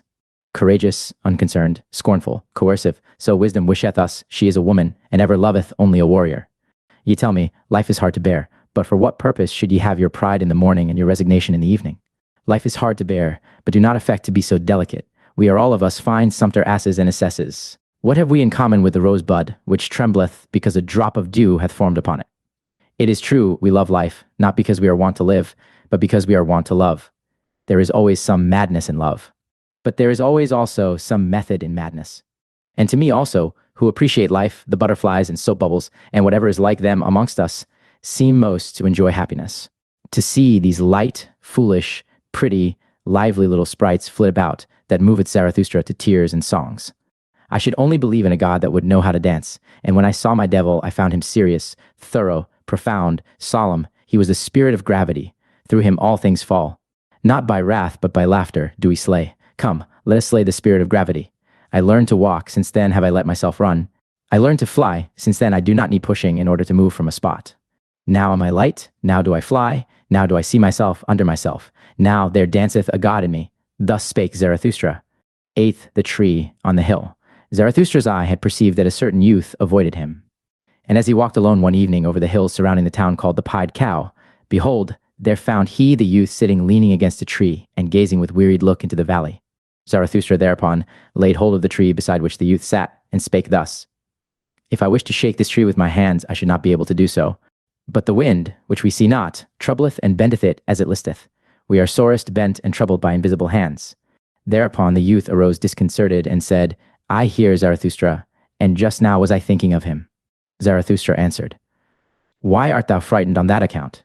But it is the same with man as with the tree. The more he seeketh to rise into the height and light, the more vigorously do his roots struggle earthward, downward, into the dark and deep, into the evil. Yea, into the evil, cried the youth. How is it possible that thou hast discovered my soul? Zarathustra smiled and said, Many a soul one will never discover, unless one first invent it. Yea, into the evil, cried the youth once more. Thou saidst the truth, Zarathustra. I trust myself no longer since I sought to rise into the height, and nobody trusteth me any longer. How did that happen? I change too quickly. My today refuteth my yesterday. I often overleap the steps when I clamber. For so doing, none of the steps pardons me. When aloft, I find myself always alone. No one speaketh unto me. The frost of solitude maketh me tremble. What do I seek on the height? My contempt and my longing increase together. The higher I clamber, the more do I despise him who clambereth. What doth he seek on the height? How ashamed I am of my clambering and stumbling, how I mock at my violent panting, how I hate him who flieth. How tired I am on the height. Here the youth was silent, and Zarathustra contemplated the tree beside, which they stood, and spake thus. This tree standeth lonely here on the hills, it hath grown up high above man and beast. And if it wanted to speak, it would have none who could understand it, so high hath it grown. Now it waiteth and waiteth, for what doth it wait? It dwelleth too close to the seat of the clouds, it waiteth perhaps for the first lightning? When Zarathustra had said this, the youth called out with violent gestures, Yea, Zarathustra, thou speakest the truth. My destruction I long for, when I desired to be on the height, and thou art the lightning for which I waited. Lo, what have I been since thou hast appeared amongst us? It is mine envy of thee that hath destroyed me. Thus spake the youth, and wept bitterly. Zarathustra, however, put his arm about him, and led the youth away with him. And when they had walked a while together, Zarathustra began to speak thus. It rendeth my heart. Better than thy words express it, thine eyes tell me all thy danger. As yet thou art not free, thou still seekest freedom. Too unslept hath thy seeking made thee, and too wakeful. On the open height wouldst thou be, for the stars thirsteth thy soul, but thy bad impulses also thirst for freedom. Thy wild dogs want liberty. They bark for joy in their cellar, when thy spirit endeavoureth to open all prison doors. Still art thou a prisoner, it seemeth to me, who deviseth liberty for himself. Ah, sharp becometh the soul of such prisoners, but also deceitful and wicked. To purify himself is still necessary for the freedman of the spirit. Much of the prison and the mould still remaineth in him, pure hath his eye still to become. Yea, I know thy danger. But by my love and hope I conjure thee, cast not thy love and hope away. Noble thou feelest thyself still, and noble others also feel thee still, though they bear thee a grudge and cast evil looks. Know this, that to everybody a noble one standeth in the way. Also to the good, a noble one standeth in the way, and even when they call him a good man, they want thereby to put him aside. The new would the noble man create, and a new virtue. The old wanteth the good man, and that the old should be conserved. But it is not the danger of the noble man to turn a good man, but lest he should become a blusterer, a scoffer, or a destroyer. Ah, I have known noble ones who lost their highest hope, and then they disparaged all high hopes. Then lived they shamelessly in temporary pleasures, and beyond the day had hardly an aim. Spirit is also voluptuousness, said they. Then broke the wings of their spirit, and now it creepeth about, and defileth where it kneweth. Once they thought of becoming heroes, but sensualists are they now. A trouble and a terror is the hero to them. But by my love and hope I conjure thee, cast not away the hero in thy soul. Maintain wholly thy highest hope. Thus spake Zarathustra. Ninth, the preachers of death. They are preachers of death, and the earth is full of those to whom desistance from life must be preached. Full is the earth of the superfluous, marred is life by the many too many. May they be decoyed out of this life by the life eternal. The yellow ones, so are called the preachers of death, or the black ones. But I will show them unto you in other colors besides. They are the terrible ones who carry about in themselves the beast of prey, and have no choice except lusts or self-laceration. And even their lusts are self-laceration. They have not yet become men, those terrible ones. May they preach desistance from life, and pass away themselves. There are the spiritually consumptive ones. Hardly are they born when they begin to die, and long for doctrines of lassitude and renunciation. They would fain be dead, and we should approve of their wish. Let us beware of awakening those dead ones, and of damaging those living coffins. They meet an invalid, or an old man, or a corpse, and immediately they say life is refuted. But they only are refuted, and their eye, which seeth only one aspect of existence, shrouded in thick melancholy, and eager for the little casualties that bring death, thus do they wait, and clench their teeth. Or else, they grasp at sweetmeats, and mock at their childishness thereby. They cling to their straw of life, and mock at their still clinging to it. Their wisdom speaketh thus, a fool, he who remaineth alive, but so far are we fools. And that is the foolishest thing in life. Life is only suffering, so say others, and lie not. Then see to it that ye cease. See to it that the life ceaseth which is only suffering. And let this be the teaching of your virtue. Thou shalt slay thyself. Thou shalt steal away from thyself. Lust is sin, so say some who preach death. Let us go apart and beget no children. Giving birth is troublesome, say others. Why still give birth? One beareth only the unfortunate. And they also are preachers of death. Pity is necessary, so saith a third party. Take what I have. Take what I am. So much less doth life bind me. Were they consistently pitiful, then would they make their neighbors sick of life. To be wicked, that would be their true goodness. But they want to be rid of life. What care they if they bind others still faster with their chains and gifts? And ye also, to whom life is rough labor and disquiet, are ye not very tired of life? Are ye not very ripe for the sermon of death? All ye to whom rough labor is dear, and the rapid new and strange, ye put up with yourselves badly, your diligence is flight, and the will to self-forgetfulness. If ye believed more in life, then would ye devote yourselves less to the momentary. But for waiting, ye have not enough of capacity in you, nor even for idling. Everywhere resoundeth the voices of those who preach death, and the earth is full of those to whom death hath to be preached. Or, life eternal is all the same to me, if only they pass away quickly. Thus spake Zarathustra. 10th War and Warriors. By our best enemies we do not want to be spared, nor by those either whom we love from the very heart. So let me tell you the truth. My brethren in war, I love you from the very heart. I am and was ever your counterpart, and I am also your best enemy. So let me tell you the truth. I know the hatred and envy of your hearts. Ye are not great enough not to know of hatred and envy. Then be great enough not to be ashamed of them. And if ye cannot be saints of knowledge, then, I pray you, be at least its warriors. They are the companions and forerunners of such saintship. I see many soldiers, could I but see many warriors. Uniform, one calleth what they wear. May it not be uniform what they therewith hide. Ye shall be those whose eyes ever seek for an enemy, for your enemy. And with some of you there is hatred at first sight. Your enemy shall ye seek, your war shall ye wage, and for the sake of your thoughts. And if your thoughts succumb, your uprightness shall still shout triumph thereby. Ye shall love peace as a means to new wars, and the short peace more than the long. You I advise not to work, but to fight. You I advise not to peace, but to victory. Let your work be a fight, let your peace be a victory. One can only be silent and sit peacefully when one hath arrow and bow, otherwise one prateth and quarreleth. Let your peace be a victory. Ye say, it is the good cause which halloweth even war. I say unto you, it is the good war which halloweth every cause. War and courage have done more great things than charity. Not your sympathy, but your bravery hath hitherto saved the victims. What is good, ye ask? To be brave is good. Let the little girls say, to be good is what is pretty, and at the same time touching. They call you heartless, but your heart is true, and I love the bashfulness of your goodwill. Ye are ashamed of your flow, and others are ashamed of their ebb. Ye are ugly? Well then, my brethren, take the sublime about you, the mantle of the ugly, and when your soul becometh great, then doth it become haughty, and in your sublimity there is wickedness. I know you. In wickedness the haughty man and the weakling meet.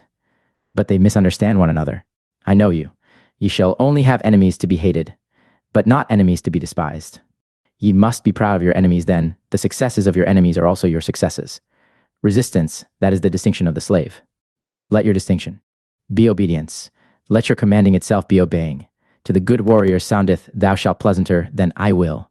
And all that is dear unto you, ye shall first have it commanded unto you.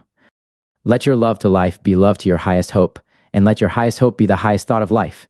Your highest thought, however, ye shall have it commanded unto you by me, and it is this: man is something that is to be surpassed. So live your life of obedience and of war. What matter about long life? What warrior wisheth to be spared? I spare you not. I love you from my very heart, my brethren in war. Thus spake Zarathustra.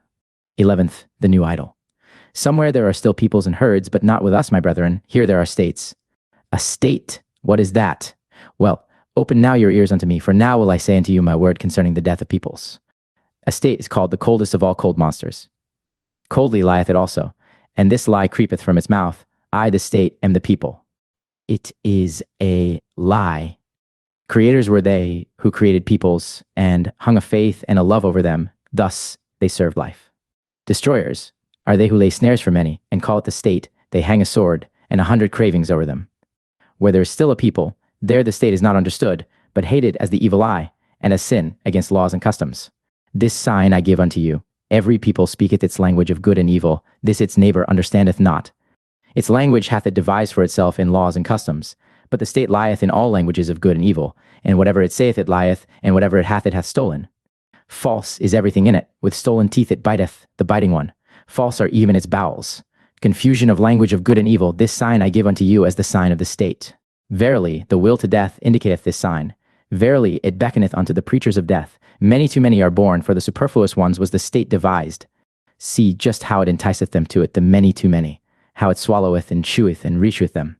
On earth there is nothing greater than I. It is I who am the regulating finger of God.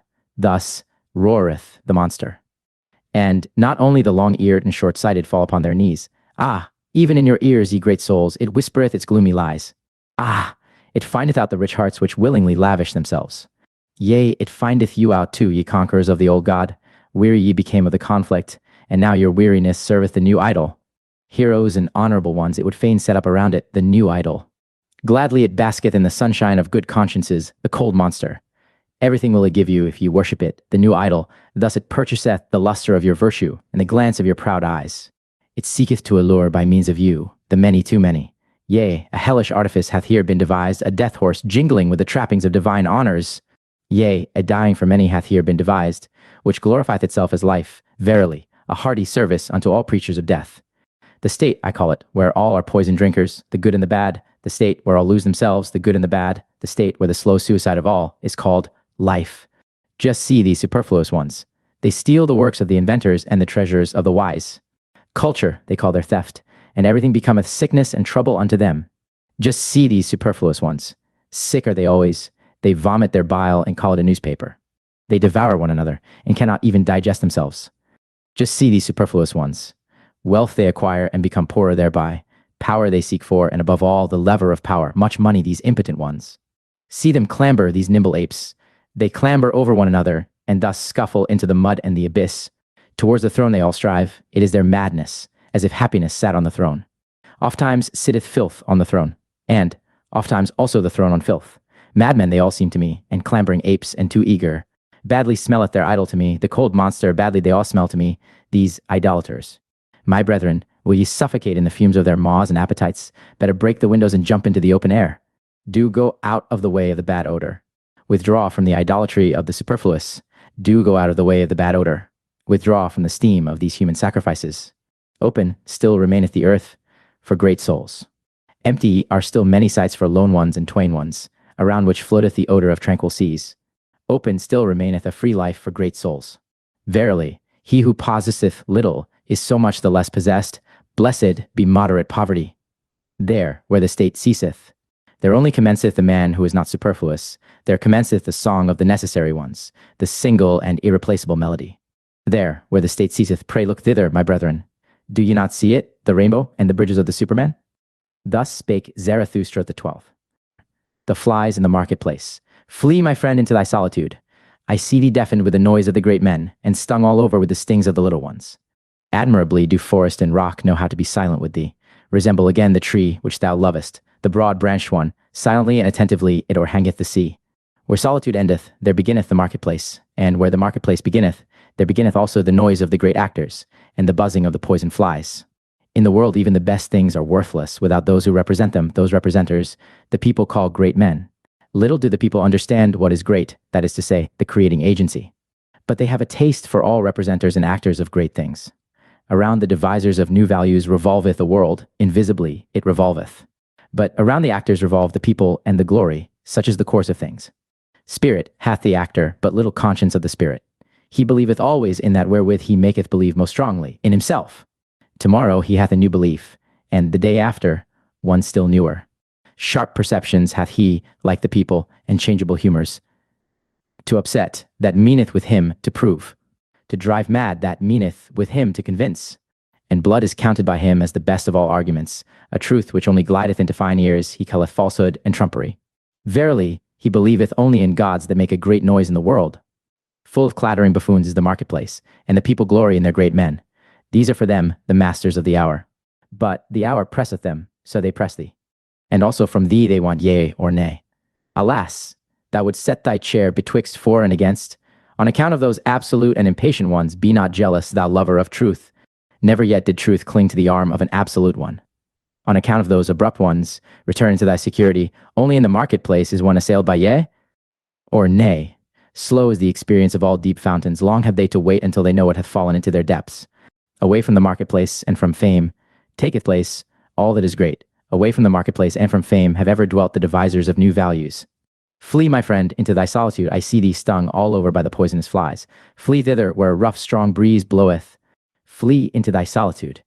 Thou hast lived too closely to the small and the pitiable. Flee from their invisible vengeance. Towards thee they have nothing but vengeance. Raise no longer an arm against them. Innumerable are they, and it is not thy lot to be a fly-flap. Innumerable are the small and pitiable ones, and of many a proud structure. Raindrops and weeds have been the ruin. Thou art not stone, but already hast thou become hollow by the numerous drops. Thou wilt yet break and burst by the numerous drops. Exhausted I see thee, by poisonous flies, bleeding I see thee, and torn at 100 spots, and thy pride will not even upbraid. Blood they would have from thee in all innocence, blood their bloodless souls crave for, and they sting, therefore, in all innocence. But thou, profound one, thou sufferest too profoundly even from small wounds, and ere thou hadst recovered, the same poison worm crawled over thy hand. Too proud art thou to kill these sweet tooths, but take care lest it be thy fate to suffer all their poisonous injustice. They buzz around thee also with their praise. Obtrusiveness is their praise. They want to be close to thy skin and thy blood. They flatter thee, as one flattereth a god or devil. They whimper before thee, as before a god or devil. What doth it come to? Flatterers are they, and whimperers, and nothing more. Often, also, do they show themselves to thee as amiable ones. But that hath ever been the prudence of the cowardly. Yea, the cowardly are wise. They think much about thee with their circumscribed souls. Thou art always suspected by them. Whatever is much thought about is at last thought suspicious. They punish thee for all thy virtues. They pardon thee in their inmost hearts only, for thine errors. Because thou art gentle and of upright character, thou sayest, blameless are they for their small existence. But their circumscribed souls think, blamable is all great existence. Even when thou art gentle towards them, they still feel themselves despised by thee, and they repay thy beneficence with secret maleficence. Thy silent pride is always counter to their taste. They rejoice if once thou be humble enough to be frivolous. What we recognize in a man, we also irritate in him. Therefore be on your guard against the small ones. In thy presence they feel themselves small, and their baseness gleameth and gloweth against thee in invisible vengeance. Sawest thou not how often they became dumb when thou approachedst them, and how their energy left them like the smoke of an extinguishing fire? Yea, my friend, the bad conscience art thou of thy neighbors, for they are unworthy of thee. Therefore they hate thee, and would fain suck thy blood. Thy neighbors will always be poisonous flies. What is great in thee, that itself must make them more poisonous, and always more fly-like. Flee, my friend, into thy solitude, and thither, where a rough, strong breeze bloweth. It is not thy lot to be a fly-flap. Thus spake Zarathustra. 13th, chastity. I love the forest. It is bad to live in cities. There are too many of the lustful. Is it not better to fall into the hands of a murderer than into the dreams of a lustful woman? And just look at these men, their eye saith it. They know nothing better on earth than to lie with a woman. Filth is at the bottom of their souls, and alas, if their filth hath still spirit in it, would that ye were perfect at least as animals, but to animals belongeth innocence. Do I counsel you to slay your instincts? I counsel you to innocence in your instincts. Do I counsel you to chastity? Chastity is a virtue with some, but with many almost a vice. These are continent, to be sure, but doggish lust looketh enviously out of all that they do. Even into the heights of their virtue and into their cold spirit doth this creature follow them with its discord. And how nicely can doggish lust beg for a piece of spirit when a piece of flesh is denied it? Ye love tragedies and all that breaketh the heart, but I am distrustful of your doggish lust. Ye have two cruel eyes, and ye look wantonly towards the sufferers. Hath not your lust just disguised itself and taken the name of fellow suffering? And also this parable give I unto you, not a few who meant to cast out their devil, went thereby into the swine themselves. To whom chastity is difficult, it is to be dissuaded, lest it become the road to hell, to filth and lust of soul. Do I speak of filthy things?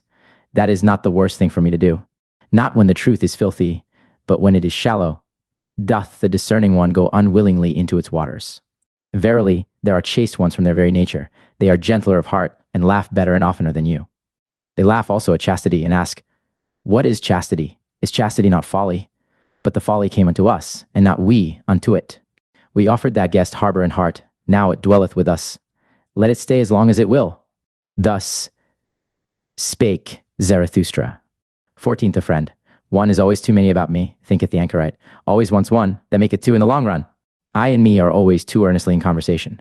How could it be endured, if there were not a friend? The friend of the anchorite is always the third one. The third one is the cork which preventeth the conversation of the two sinking into the depth. Ah, there are too many depths for all anchorites. Therefore do they long so much for a friend, and for his elevation. Our faith in others betrayeth, wherein we would fain have faith in ourselves. Our longing for a friend is our betrayer, and often with our love we want merely to overleap envy, and often we attack and make ourselves enemies, to conceal that we are vulnerable. Be at least mine enemy. Thus speaketh the true reverence, which doth not venture to solicit friendship. If one would have a friend, then must one also be willing to wage war for him, and in order to wage war, one must be capable of being an enemy. One ought still to honor the enemy in one's friend. Canst thou go nigh unto thy friend, and not go over to him? In one's friend, one shall have one's best enemy. Thou shalt be closest unto him with thy heart when thou withstandest him. Thou wouldst wear no raiment before thy friend?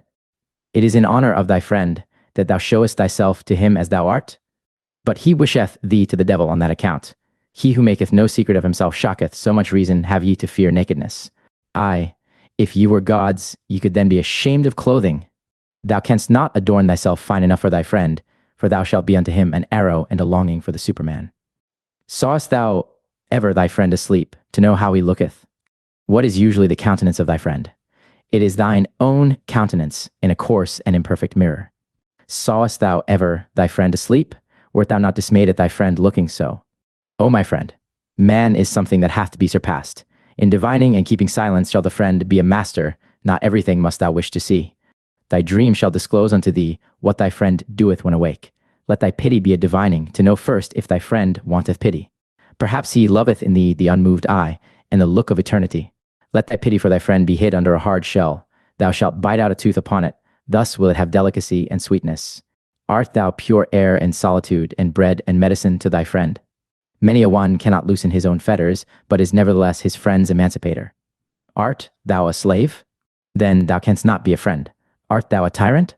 Then thou canst not have friends. Far too long hath there been a slave and a tyrant concealed in woman. On that account woman is not yet capable of friendship. She knoweth only love. In woman's love there is injustice and blindness to all she doth not love. And even in woman's conscious love, there is still always surprise and lightning and night, along with the light.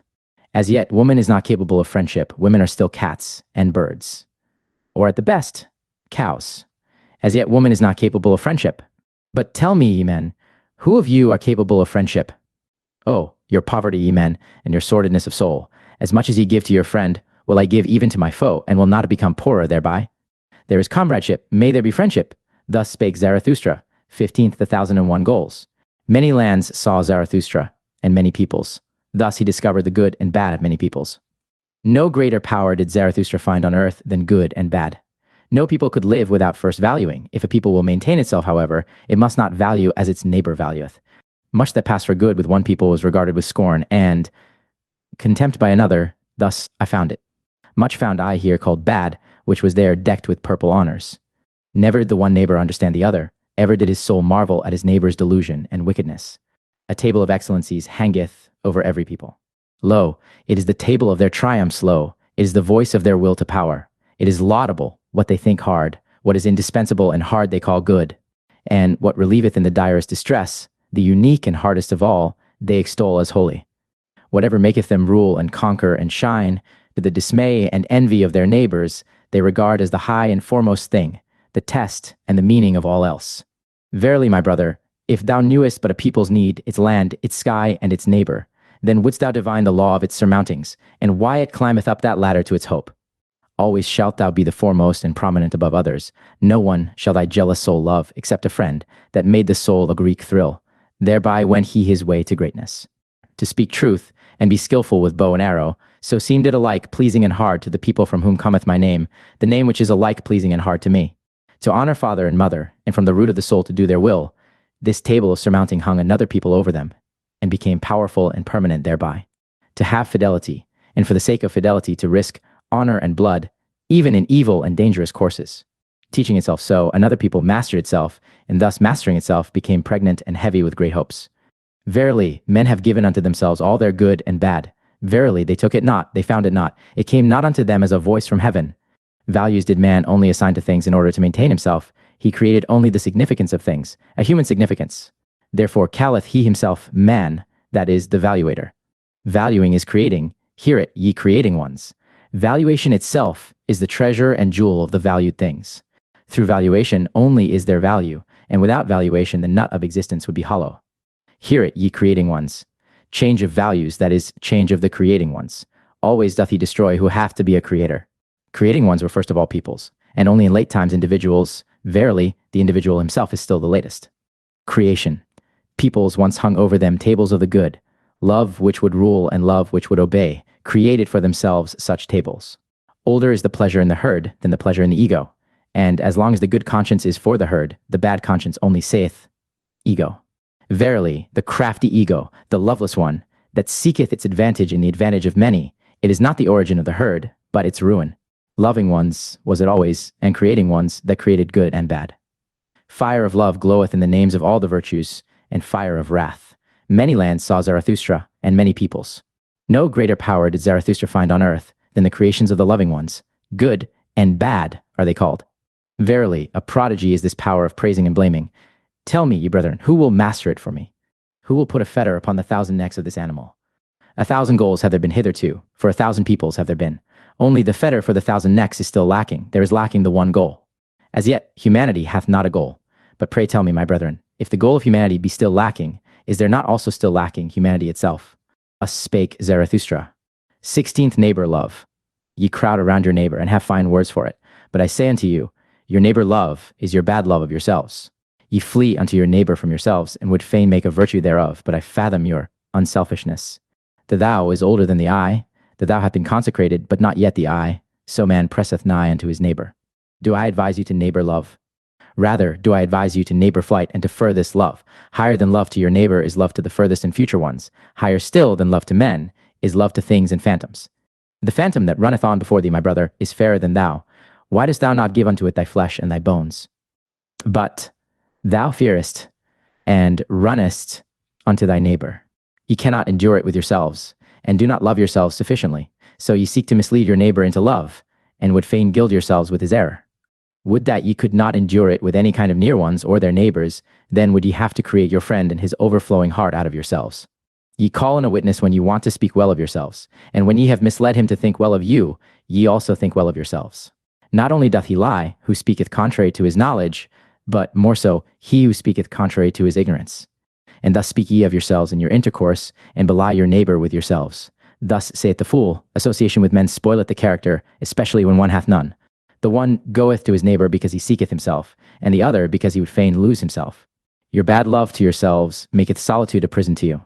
The furthest ones are they who pay for your love to the near ones, and when there are but 5 of you together, a 6th must always die. I love not your festivals either. Too many actors found I there, and even the spectators often behave like actors. Not the neighbor do I teach you, but the friend. Let the friend be the festival of the earth to you, and a foretaste of the Superman. I teach you the friend and his overflowing heart. But one must know how to be a sponge, if one would be loved by overflowing hearts. I teach you the friend in whom the world standeth complete, a capsule of the good. The creating friend, who hath always a complete world to bestow.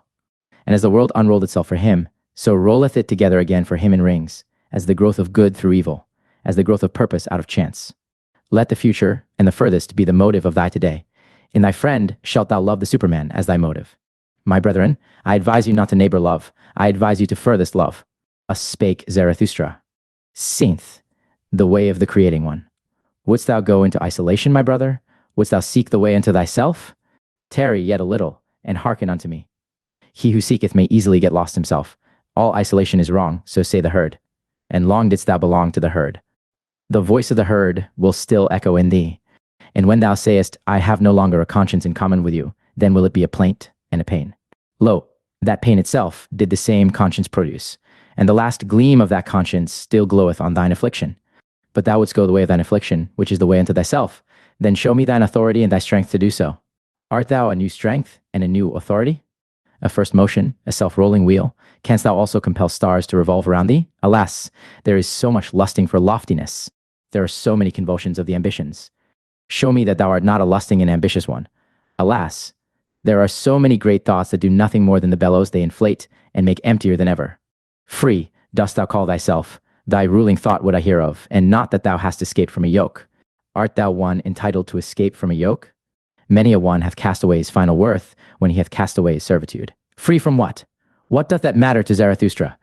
Clearly, however, shall thine eye show unto me free for what?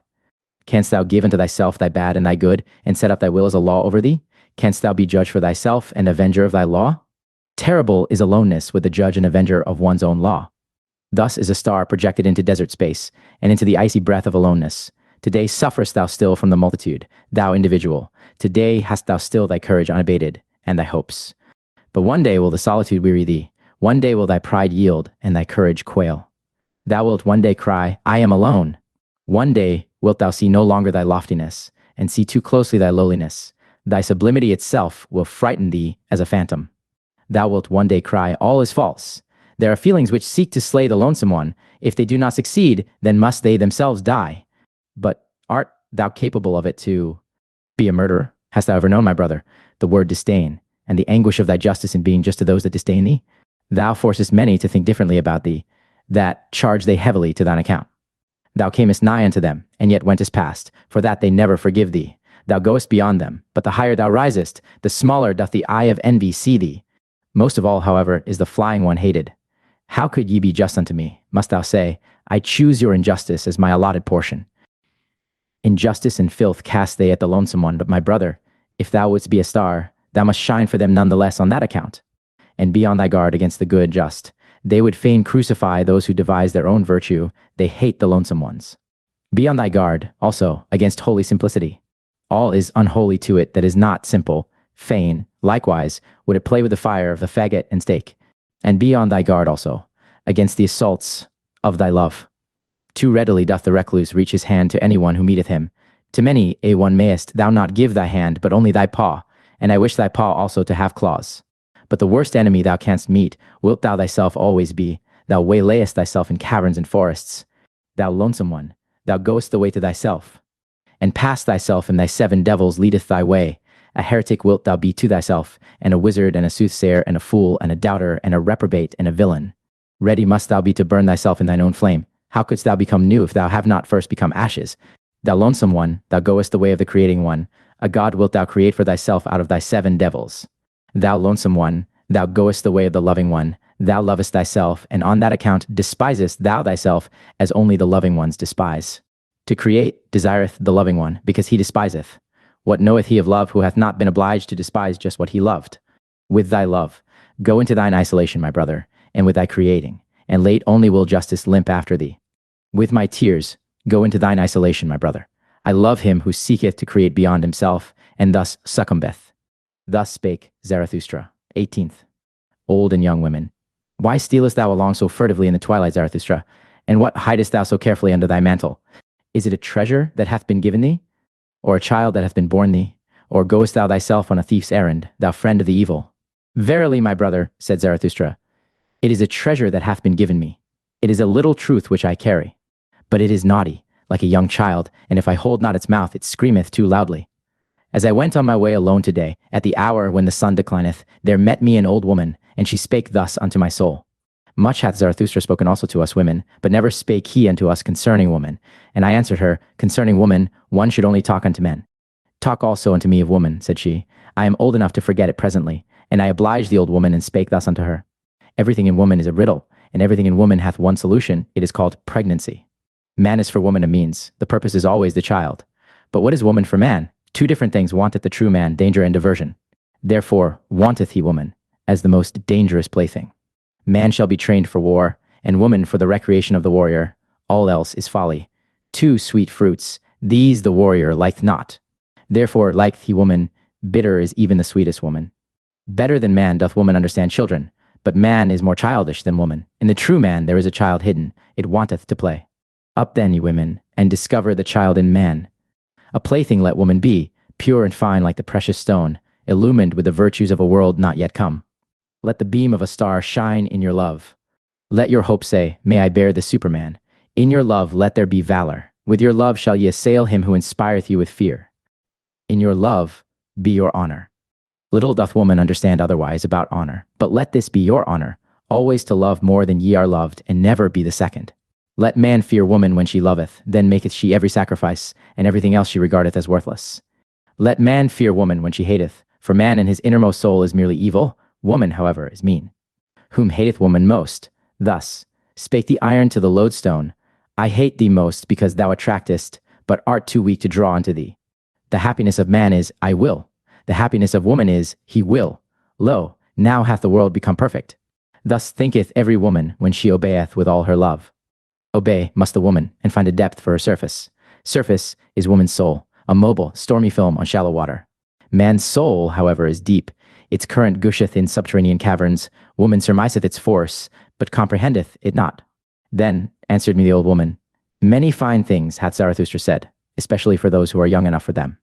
Strange, Zarathustra knoweth little about woman, and yet he is right about them. Doth this happen? because with women nothing is impossible, and now accept a little truth by way of thanks. I am old enough for it. Swaddle it up and hold its mouth, otherwise it will scream too loudly, the little truth. Give me, woman, thy little truth, said I, and thus spake the old woman. Thou goest to women, do not forget thy whip. Thus spake Zarathustra. 6. The bite of the adder. One day had Zarathustra fallen asleep under a fig tree, owing to the heat, with his arms over his face. And there came an adder and bit him in the neck, so that Zarathustra screamed with pain. When he had taken his arm from his face, he looked at the serpent, and then did it recognize the eyes of Zarathustra, wriggled awkwardly, and tried to get away. Not at all, said Zarathustra. As yet hast thou not received my thanks. Thou hast awakened me in time. My journey is yet long. Thy journey is short, said the adder sadly. My poison is fatal. Zarathustra smiled. When did ever a dragon die of a serpent's poison, said he. But take thy poison back. Thou art not rich enough to present it to me. Then fell the adder again on his neck and licked his wound. When Zarathustra once told this to his disciples, they asked him, And what, O Zarathustra, is the moral of thy story? And Zarathustra answered them thus, The destroyer of morality, the good, and just call me, my story is immoral. When, however, ye have an enemy, then return him not good for evil, for that would abash him. But prove that he hath done something good to you, and rather be angry than abash anyone. And when ye are cursed, it pleaseth me not that ye should then desire to bless. Rather curse a little also, and should a great injustice befall you, then do quickly 5 small ones besides. Hideous to behold is he on whom injustice presseth alone. Did you ever know this? Shared injustice is half justice, and he who can bear it shall take the injustice upon himself. A small revenge is humaner than no revenge at all. And if the punishment be not also a right and an honor to the transgressor, I do not like your punishing. Nobler is it to own oneself in the wrong than to establish one's right, especially if one be in the right. Only one must be rich enough to do. So, I do not like your cold justice. Out of the eye of your judges there always glanceth the executioner and his cold steel. Tell me, where find we justice, which is love with seeing eyes? Devise me, then, the love which not only beareth all punishment, but also all guilt. Devise me, then, the justice which acquitteth every one except the judge. And would ye hear this likewise? To him who seeketh to be just from the heart, even the lie becometh philanthropy. But how could I be just from the heart? How can I give everyone his own? Let this be enough for me. I give unto everyone mine own. Finally, my brethren, guard against doing wrong to any anchorite. How could an anchorite forget? How could he requite? Like a deep well is an anchorite.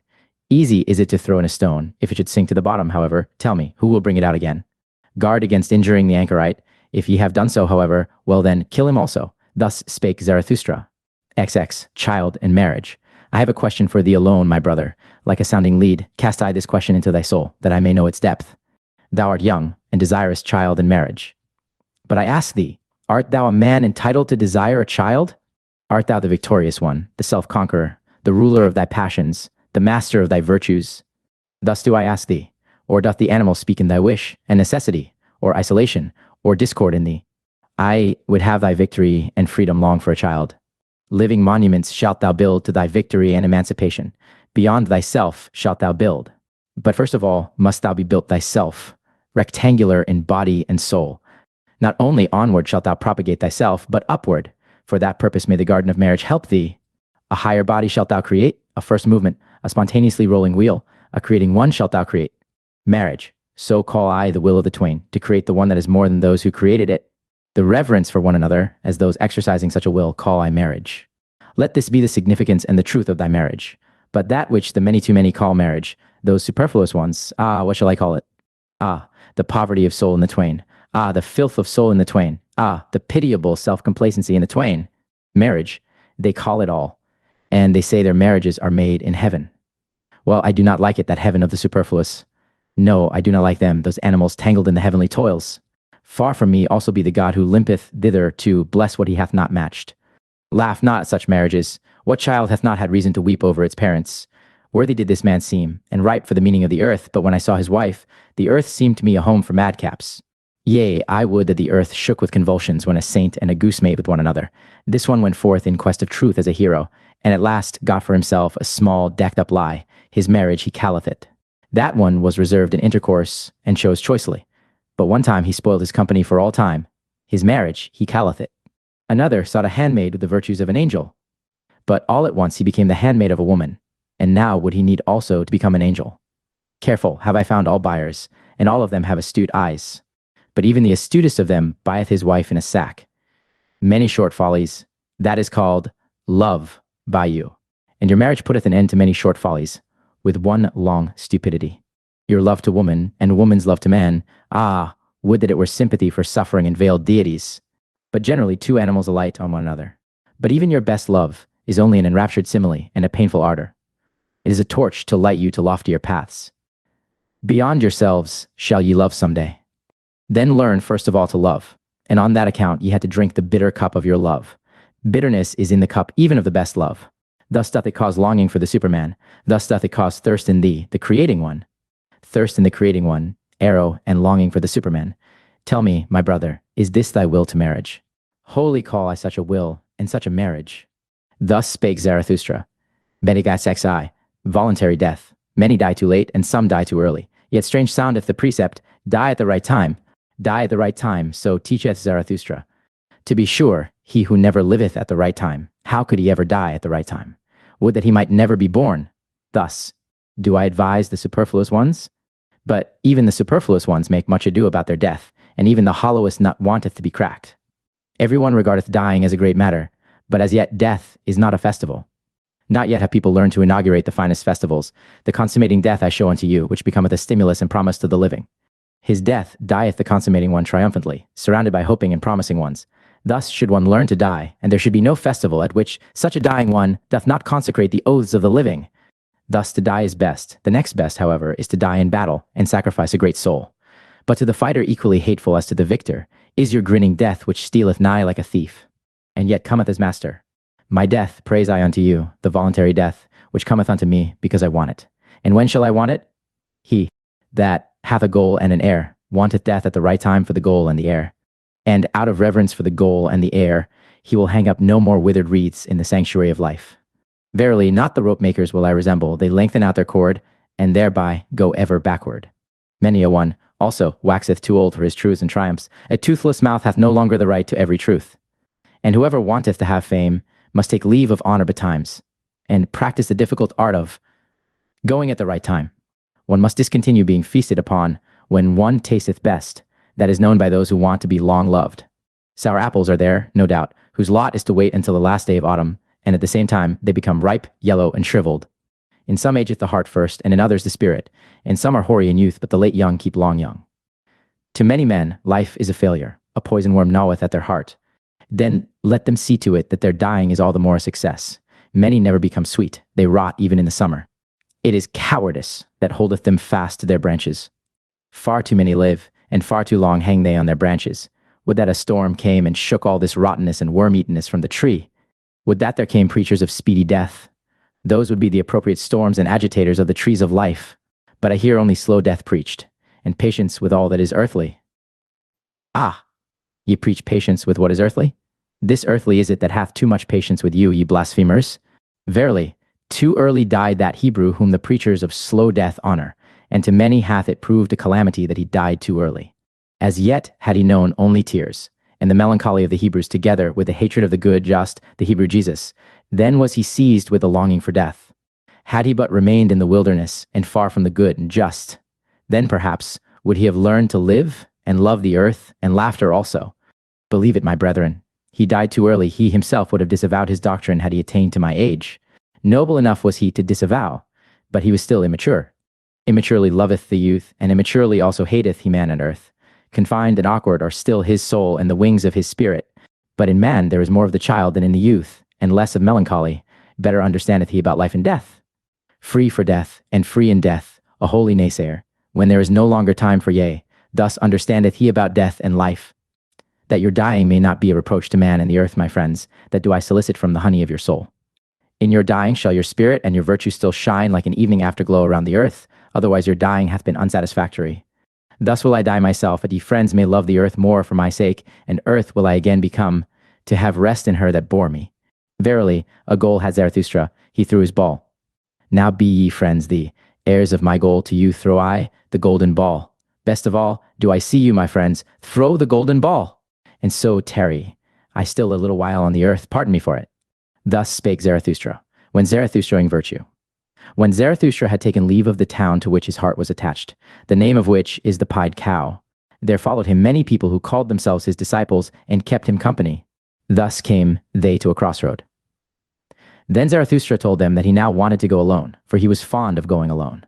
His disciples, however, presented him at his departure with a staff, on the golden handle of which a serpent twined round the sun. Zarathustra rejoiced on account of the staff, and supported himself thereon. Then spake he thus to his disciples: Tell me, pray, how came gold to the highest value? Because it is uncommon, and unprofiting, and beaming, and soft in luster, it always bestoweth itself. Only as image of the highest virtue came gold to the highest value. Gold-like beameth the glance of the bestower. Gold luster maketh peace between moon and sun. Uncommon is the highest virtue, and unprofiting, beaming is it, and soft of luster. A bestowing virtue is the highest virtue. Verily, I divine you well, my disciples, ye strive like me for the bestowing virtue. What should ye have in common with cats and wolves? It is your thirst to become sacrifices and gifts yourselves, and therefore have ye the thirst to accumulate all riches in your soul. Insatiably striveth your soul for treasures and jewels, because your virtue is insatiable in desiring to bestow. Ye constrain all things to flow towards you and into you, so that they shall flow back again out of your fountain as the gifts of your love. Verily, an appropriator of all values must such bestowing love become, but healthy and holy call I this selfishness. Another selfishness is there, an all too poor and hungry kind, which would always steal, the selfishness of the sick, the sickly selfishness. With the eye of the thief it looketh upon all that is lustrous, with the craving of hunger it measureth him who hath abundance, and ever doth it prowl round the tables of bestowers. Sickness speaketh in such craving, and invisible degeneration of a sickly body speaketh the larcenous craving of this selfishness. Tell me, my brother, what do we think bad and worst of all? Is it not degeneration? And we always suspect degeneration when the bestowing soul is lacking. Upward goeth our course from genera onto supergenera. But a horror to us is the degenerating sense, which saith, all for myself. Upward soareth our sense. Thus is it a simile of our body, a simile of an elevation. Such similes of elevations are the names of the virtues. Thus goeth the body through history, a becomer and fighter. And the spirit, what is it to the body? Its fights and victories herald, its companion and echo. Similes are all names of good and evil. They do not speak out, they only hint. A fool who seeketh knowledge from them. Give heed, my brethren, to every hour when your spirit would speak in similes, there is the origin of your virtue. Elevated is then your body, and raised up, with its delight enraptureth it the spirit, so that it becometh creator and valuer and lover and everything's benefactor. When your heart overfloweth broad and full like the river, a blessing and a danger to the lowlanders, there is the origin of your virtue. When ye are exalted above praise and blame, and your will would command all things, as a loving one's will, there is the origin of your virtue. When ye despise pleasant things, and the effeminate couch, and cannot couch far enough from the effeminate, there is the origin of your virtue. When ye are willers of one will, and when that change of every need is needful to you, there is the origin of your virtue. Verily, a new good and evil is it. Verily, a new deep murmuring, and the voice of a new fountain. Power is it, this new virtue. A ruling thought is it, and around it a subtle soul, a golden sun, with the serpent of knowledge around it. Here paused Zarathustra a while, and looked lovingly on his disciples. Then he continued to speak thus, and his voice had changed. Remain true to the earth, my brethren, with the power of your virtue. Let your bestowing love and your knowledge be devoted to be the meaning of the earth. Thus do I pray and conjure you. Let it not fly away from the earthly and beat against eternal walls with its wings. Ah, there hath always been so much flown away virtue, led, like me, the flown away virtue back to the earth, yea, back to body and life, that it may give to the earth its meaning, a human meaning. 100 times hitherto hath spirit as well as virtue flown away and blundered. Alas, in our body dwelleth still all this delusion and blundering, body, and will hath it there become. 100 times hitherto hath spirit as well as virtue attempted and erred. Yea, an attempt hath man been. Alas, much ignorance and error hath become embodied in us. Not only the rationality of millenniums, also their madness breaketh out in us. Dangerous is it to be in error. Still fight we step by step with the giant chance, and over all mankind hath hitherto ruled nonsense, the lack of sense. Let your spirit and your virtue be devoted to the sense of the earth, my brethren. Let the value of everything be determined anew by you. Therefore shall ye be fighters. Therefore shall ye be creators. Intelligently doth the body purify itself, attempting with intelligence, it exalteth itself. To the discerners all impulses sanctify themselves. To the exalted the soul becometh joyful. Physician, heal thyself. Then wilt thou also heal thy patient. Let it be his best cure to see with his eyes him who maketh himself whole. 1,000 paths are there which have never yet been trodden, 1,000 celebrities and hidden islands of life. Unexhausted and undiscovered is still man and man's world. Awake and hearken, ye lonesome ones. From the future come winds with stealthy pinions, and to fine ears good tidings are proclaimed. Ye lonesome ones of today, ye seceding ones, ye shall one day be a people. Out of you who have chosen yourselves shall a chosen people arise, and out of it the Superman. Verily, a place of healing shall the earth become, and already is a new odor diffused around it, a salvation-bringing odor, and a new hope.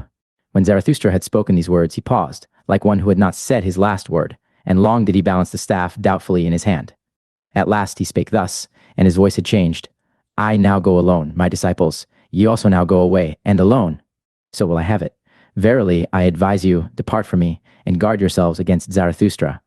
And better still, be ashamed of him. Perhaps he hath deceived you. The man of knowledge must be able not only to love his enemies, but also to hate his friends. One requiteth a teacher badly if one remain merely a scholar. And why will ye not pluck at my wreath? Ye venerate me, but what if your veneration should someday collapse? Take heed lest a statue crush you. Ye say ye believe in Zarathustra, but of what account is Zarathustra? Ye are my believers, but of what account are all believers? Ye had not yet sought yourselves, then did ye find me. So do all believers, therefore all belief is of so little account. Now do I bid you lose me and find yourselves, and only when ye have all denied me will I return unto you. Verily, with other eyes, my brethren, shall I then seek my lost ones, with another love shall I then love you. And once again shall ye have become friends unto me, and children of one hope. Then will I be with you for the third time, to celebrate the great noontide with you. And it is the great noontide, when man is in the middle of his course between animal and Superman, and celebrateth his advance to the evening as his highest hope, for it is the advance to a new morning. At such time will the downgoer bless himself, that he should be an overgoer, and the sun of his knowledge will be at noontide. Dead are all the gods. Now do we desire the Superman to live. Let this be our final will at the great noontide. Thus spake Zarathustra. Thus spake Zarathustra. Second part. And only when ye have all denied me, will I return unto you. Verily, with other eyes, my brethren, shall I then seek my lost ones. With another love shall I then love you. Zarathustra. First, the bestowing virtue. 23rd, the child with the mirror. After this, Zarathustra returned again into the mountains to the solitude of his cave, and withdrew himself from men, waiting like a sower who hath scattered his seed. His soul, however, became impatient and full of longing for those whom he loved, because he had still much to give them. For this is hardest of all, to close the open hand out of love and keep modest as a giver. Thus passed with the lonesome 1 month and years. His wisdom meanwhile increased, and caused him pain by its abundance. One morning, however, he awoke ere the rosy dawn, and having meditated long on his couch, at last spake thus to his heart. Why did I startle in my dream, so that I awoke? Did not a child come to me, carrying a mirror? O Zarathustra, said the child unto me, look at thyself in the mirror. But when I looked into the mirror, I shrieked, and my heart throbbed, for not myself did I see therein, but a devil's grimace and derision. Verily, all too well do I understand the dream's portent and monition. My doctrine is in danger. Tares want to be called wheat. Mine enemies have grown powerful, and have disfigured the likeness of my doctrine, so that my dearest ones have to blush for the gifts that I gave them. Lost are my friends. The hour hath come for me to seek my lost ones. With these words, Zarathustra started up, not, however, like a person in anguish seeking relief, but rather like a seer and a singer, whom the Spirit inspireth. With amazement did his eagle and serpent gaze upon him, for a coming bliss overspread his countenance like the rosy dawn. What hath happened unto me, mine animals? Said Zarathustra. Am I not transformed? Hath not bliss come unto me like a whirlwind?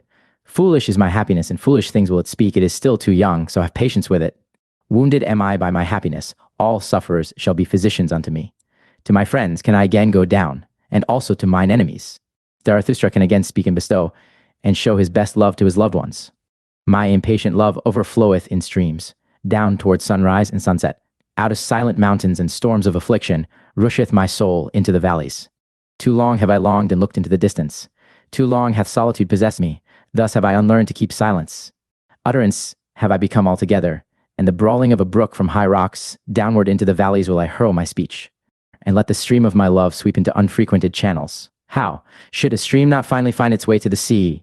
Forsooth, there is a lake in me, sequestered and self-sufficing, but the stream of my love beareth this along with it down to the sea. New paths do I tread, and new speech cometh unto me. Tired have I become, like all creators, of the old tongues. No longer will my spirit walk on worn-out souls.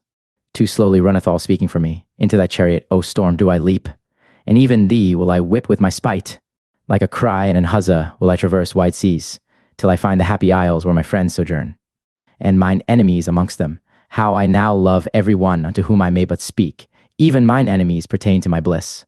And when I want to mount my wildest horse, then doth my spear always help me up best. It is my foot's ever-ready servant.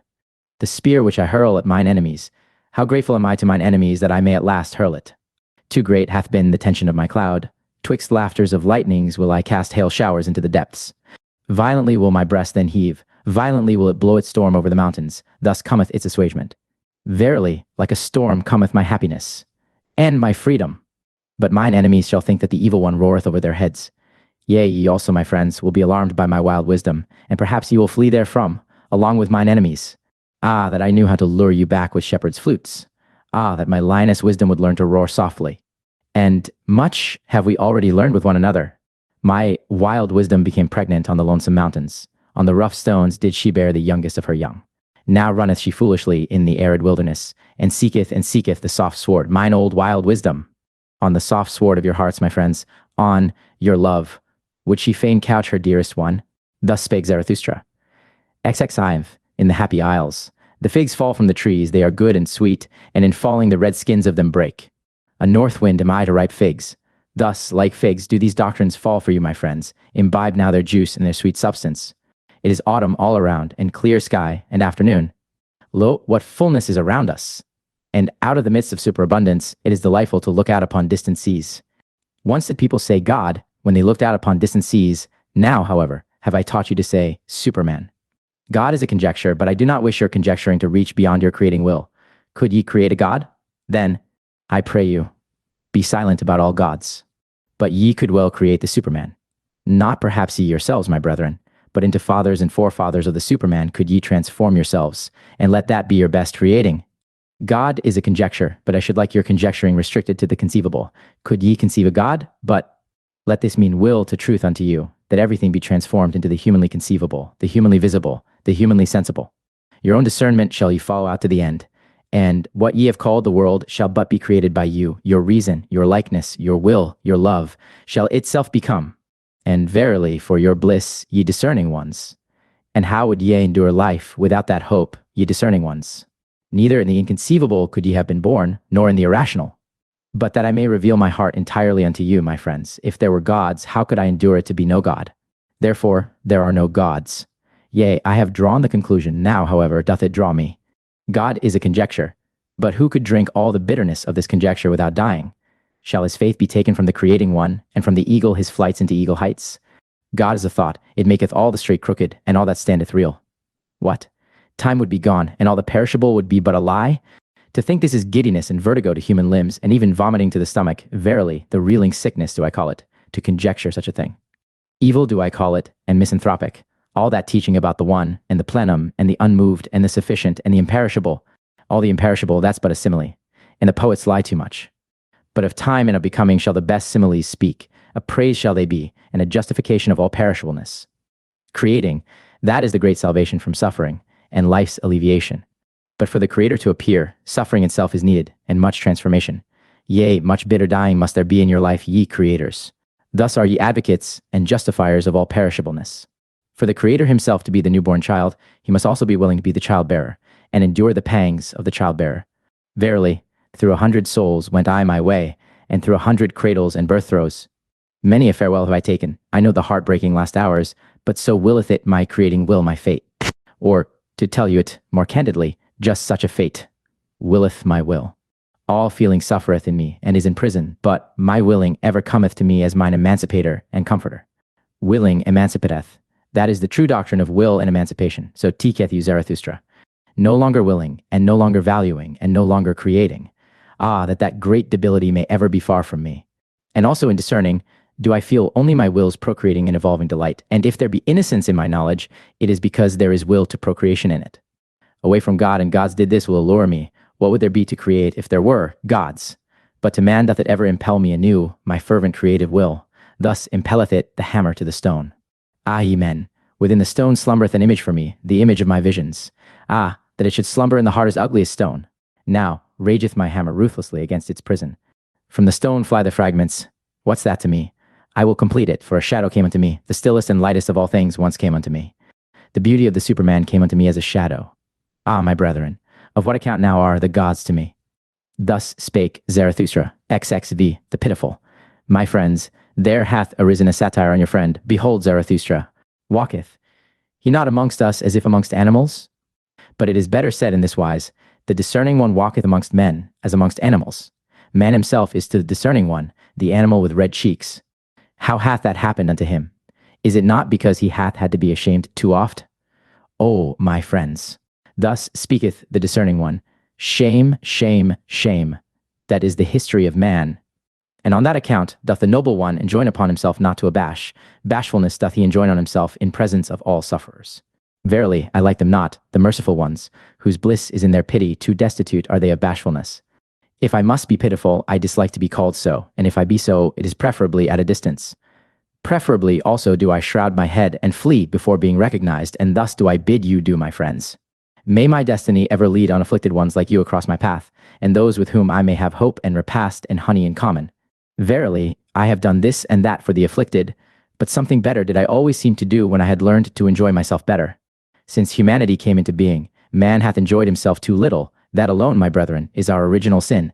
And when we learn better to enjoy ourselves, then do we unlearn best to give pain unto others and to contrive pain. Therefore do I wash the hand that hath helped the sufferer. Therefore do I wipe also my soul. For in seeing the sufferer suffering, thereof was I ashamed on account of his shame. And in helping him, sorely did I wound his pride. Great obligations do not make grateful, but revengeful. And when a small kindness is not forgotten, it becometh a gnawing worm. Be shy in accepting. Distinguish by accepting. Thus do I advise those who have naught to bestow. I, however, am a bestower. Willingly do I bestow as friend to friends. Strangers, however, and the poor, may pluck for themselves the fruit from my tree. Thus doth it cause less shame. Beggars, however, one should entirely do away with. Verily, it annoyeth one to give unto them, and it annoyeth one not to give unto them. And likewise sinners and bad consciences. Believe me, my friends, the sting of conscience teacheth one to sting. The worst things, however, are the petty thoughts. Verily, better to have done evilly than to have thought pettily. To be sure, ye say, the delight in petty evils spareth one many a great evil deed. But here one should not wish to be sparing. Like a boil is the evil deed. It itcheth and irritateth and breaketh forth. It speaketh honorably. Behold, I am disease, saith the evil deed. That is its honorableness. But like infection is the petty thought. It creepeth and hideth, and wanteth to be nowhere, until the whole body is decayed and withered by the petty infection. To him, however, who is possessed of a devil, I would whisper this word in the ear, better for thee to rear up thy devil. Even for thee there is still a path to greatness.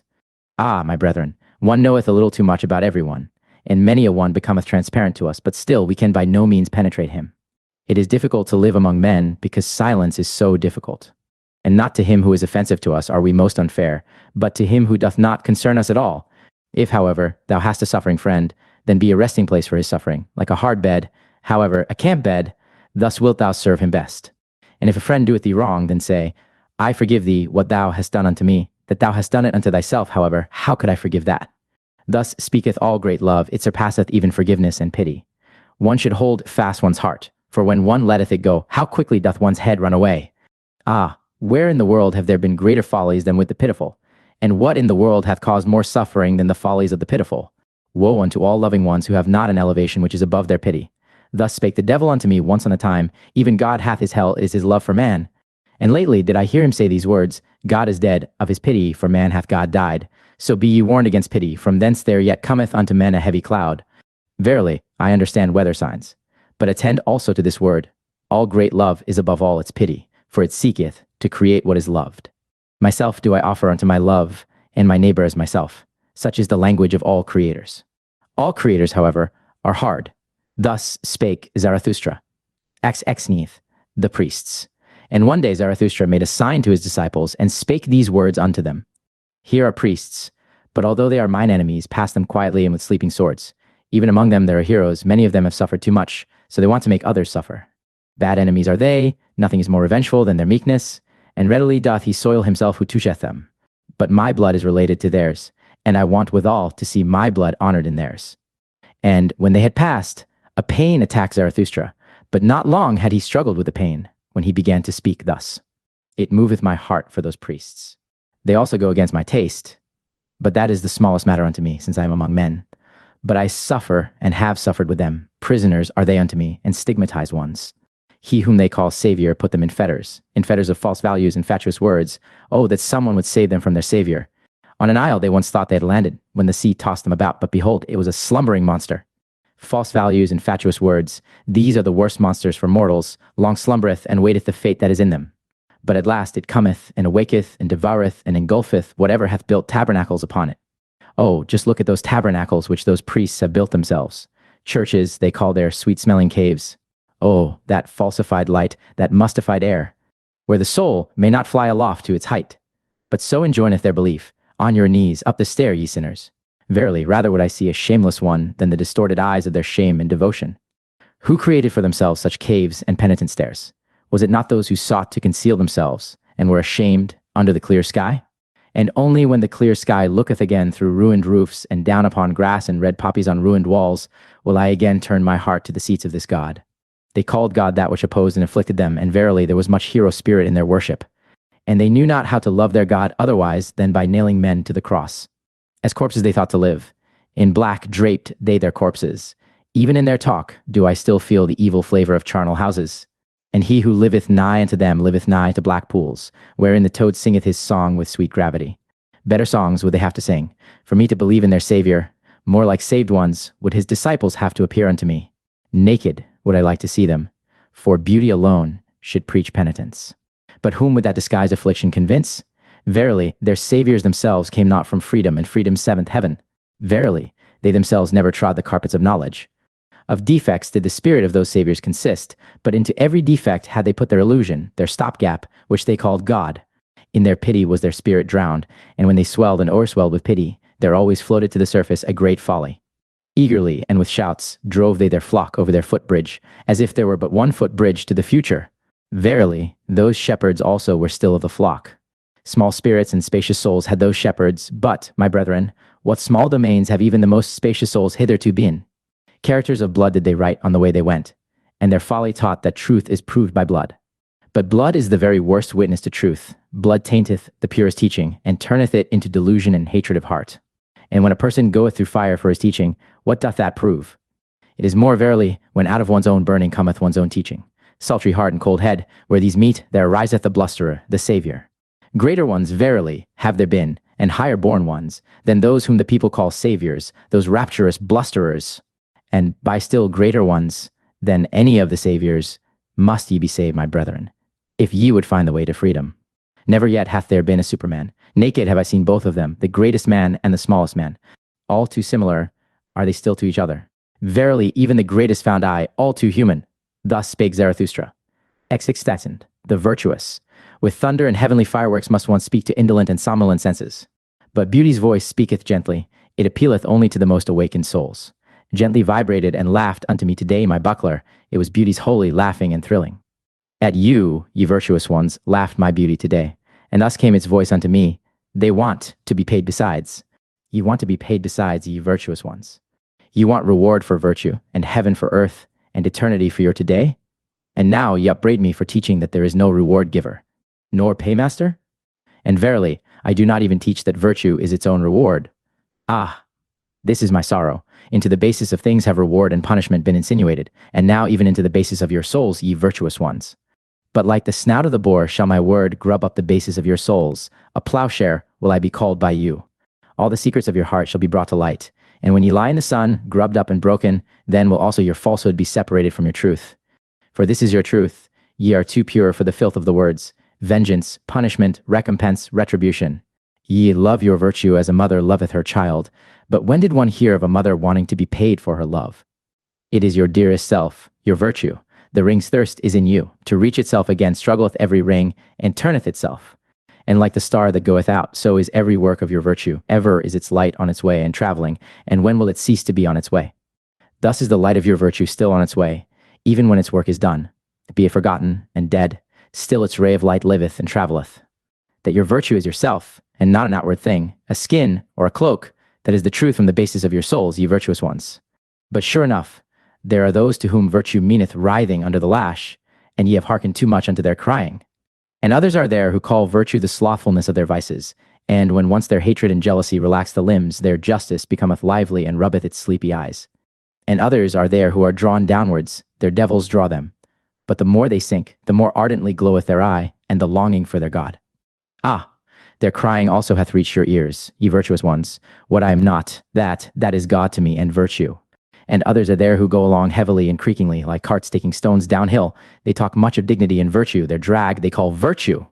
And others are there who are like 8-day clocks when wound up. They tick and want people to call ticking virtue. Verily, in those have I mine amusement. Wherever I find such clocks, I shall wind them up with my mockery, and they shall even whir thereby. And others are proud of their modicum of righteousness, and for the sake of it do violence to all things, so that the world is drowned in their unrighteousness. Ah, how ineptly cometh the word virtue out of their mouth. And when they say, I am just, it always soundeth like, I am just revenged. With their virtues they want to scratch out the eyes of their enemies, and they elevate themselves only that they may lower others. And again there are those who sit in their swamp, and speak thus from among the bulrushes, virtue, that is to sit quietly in the swamp. We bite no one, and go out of the way of him who would bite, and in all matters we have the opinion that is given us. And again there are those who love attitudes, and think that virtue is a sort of attitude. Their knees continually adore, and their hands are eulogies of virtue, but their heart knoweth not thereof.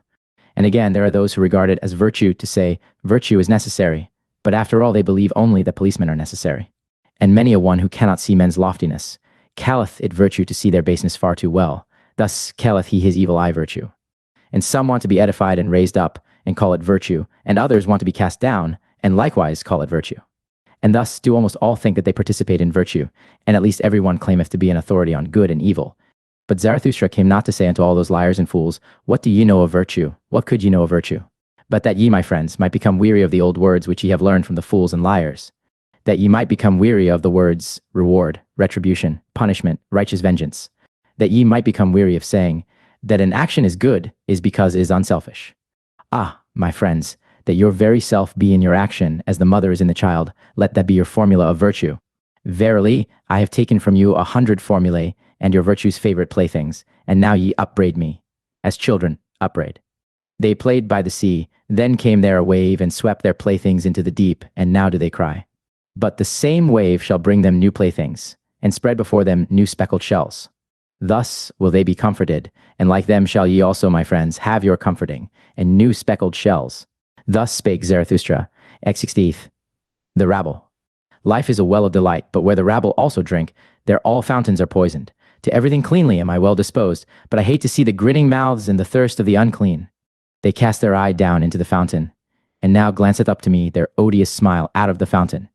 The holy water have they poisoned with their lustfulness, and when they called their filthy dreams delight, then poisoned they also the words. Indignant becometh the flame when they put their damp hearts to the fire. The spirit itself bubbleth and smoketh when the rabble approach the fire. Mawkish and overmellow becometh the fruit in their hands, unsteady, and withered at the top, doth their look make the fruit tree. And many a one who hath turned away from life, hath only turned away from the rabble. He hated to share with them fountain, flame, and fruit. And many a one who hath gone into the wilderness and suffered thirst with beasts of prey, disliked only to sit at the cistern with filthy camel drivers. And many a one who hath come along as a destroyer, and as a hailstorm to all cornfields, wanted merely to put his foot into the jaws of the rabble, and thus stop their throat. And it is not the mouthful which hath most choked me, to know that life itself requireth enmity and death and torture crosses. But I asked once, and suffocated, almost with my question, what? Is the rabble also necessary for life? Are poisoned fountains necessary, and stinking fires, and filthy dreams, and maggots in the bread of life? Not my hatred, but my loathing, gnawed hungrily at my life. Ah, ofttimes became I weary of spirit, when I found even the rabble spiritual, and on the rulers turned I my back, when I saw what they now call ruling, to traffic and bargain for power, with the rabble. Amongst peoples of a strange language did I dwell, with stopped ears, so that the language of their trafficking might remain strange unto me, and their bargaining for power. And, holding my nose, I went morosely through all yesterdays and todays, verily badly smell all yesterdays and todays of the scribbling rabble. Like a cripple become deaf and blind and dumb, thus have I lived long, that I might not live with the power rabble, the scribe rabble, and the pleasure rabble. Toilsomely did my spirit mount stairs, and cautiously, alms of delight were its refreshment. On the staff did life creep along with the blind. 1. What hath happened unto me? How have I freed myself from loathing? Who hath rejuvenated mine eye? How have I flown to the height where no rabble any longer sit at the wells? Did my loathing itself create for me wings and fountain divining powers? Verily, to the loftiest height had I to fly, to find again the well of delight. Oh, I have found it, my brethren. Here on the loftiest height bubbleth up for me the well of delight. And there is a life at whose waters none of the rabble drink with me. Almost too violently dost thou flow for me, thou fountain of delight. and often emptiest thou the goblet again, in wanting to fill it. And yet must I learn to approach thee more modestly. Far too violently doth my heart still flow towards thee. My heart, on which my summer burneth, my short, hot, melancholy, over-happy summer, how my summer heart longeth for thy coolness. Past the lingering distress of my spring, past the wickedness of my snowflakes in June. Summer have I become entirely, and summer noontide, a summer on the loftiest height, with cold fountains and blissful stillness. O come, my friends, that the stillness may become more blissful. For this is our height and our home, too high and steep do we here dwell for all uncleanly ones and their thirst. Cast but your pure eyes into the well of my delight, my friends. How could it become turbid thereby? It shall laugh back to you with its purity. On the tree of the future build we our nest. Eagles shall bring us lone ones food in their beaks. Verily, no food of which the impure could be fellow partakers. Fire would they think they devoured, and burn their mouths. Verily, no abodes do we here keep ready for the impure. An ice cave to their bodies would our happiness be, and to their spirits. And as strong winds will we live above them, neighbors to the eagles, neighbors to the snow, neighbors to the sun. Thus live the strong winds. And like a wind will I one day blow amongst them, and with my spirit take the breath from their spirit. Thus willeth my future. Verily, a strong wind is Zarathustra to all low places, and this counsel counselleth he to his enemies, and to whatever spitteth and speweth. Take care not to spit against the wind. Thus spake Zarathustra, specs the tarantulas. Lo, this is the tarantula's den. Wouldst thou see the tarantula itself? Here hangeth its web. Touch this, so that it may tremble. There cometh the tarantula willingly. Welcome, tarantula. Black on thy back is thy triangle and symbol, and I know also what is in thy soul. Revenge is in thy soul. Wherever thou bitest, there ariseth black scab. With revenge, thy poison maketh the soul giddy. Thus do I speak unto you in parable, ye who make the soul giddy, ye preachers of equality. Tarantulas are ye unto me, and secretly revengeful ones. But I will soon bring your hiding places to the light. Therefore do I laugh in your face my laughter of the height. Therefore do I tear at your web, that your rage may lure you out of your den of lies, and that your revenge may leap forth from behind your word justice.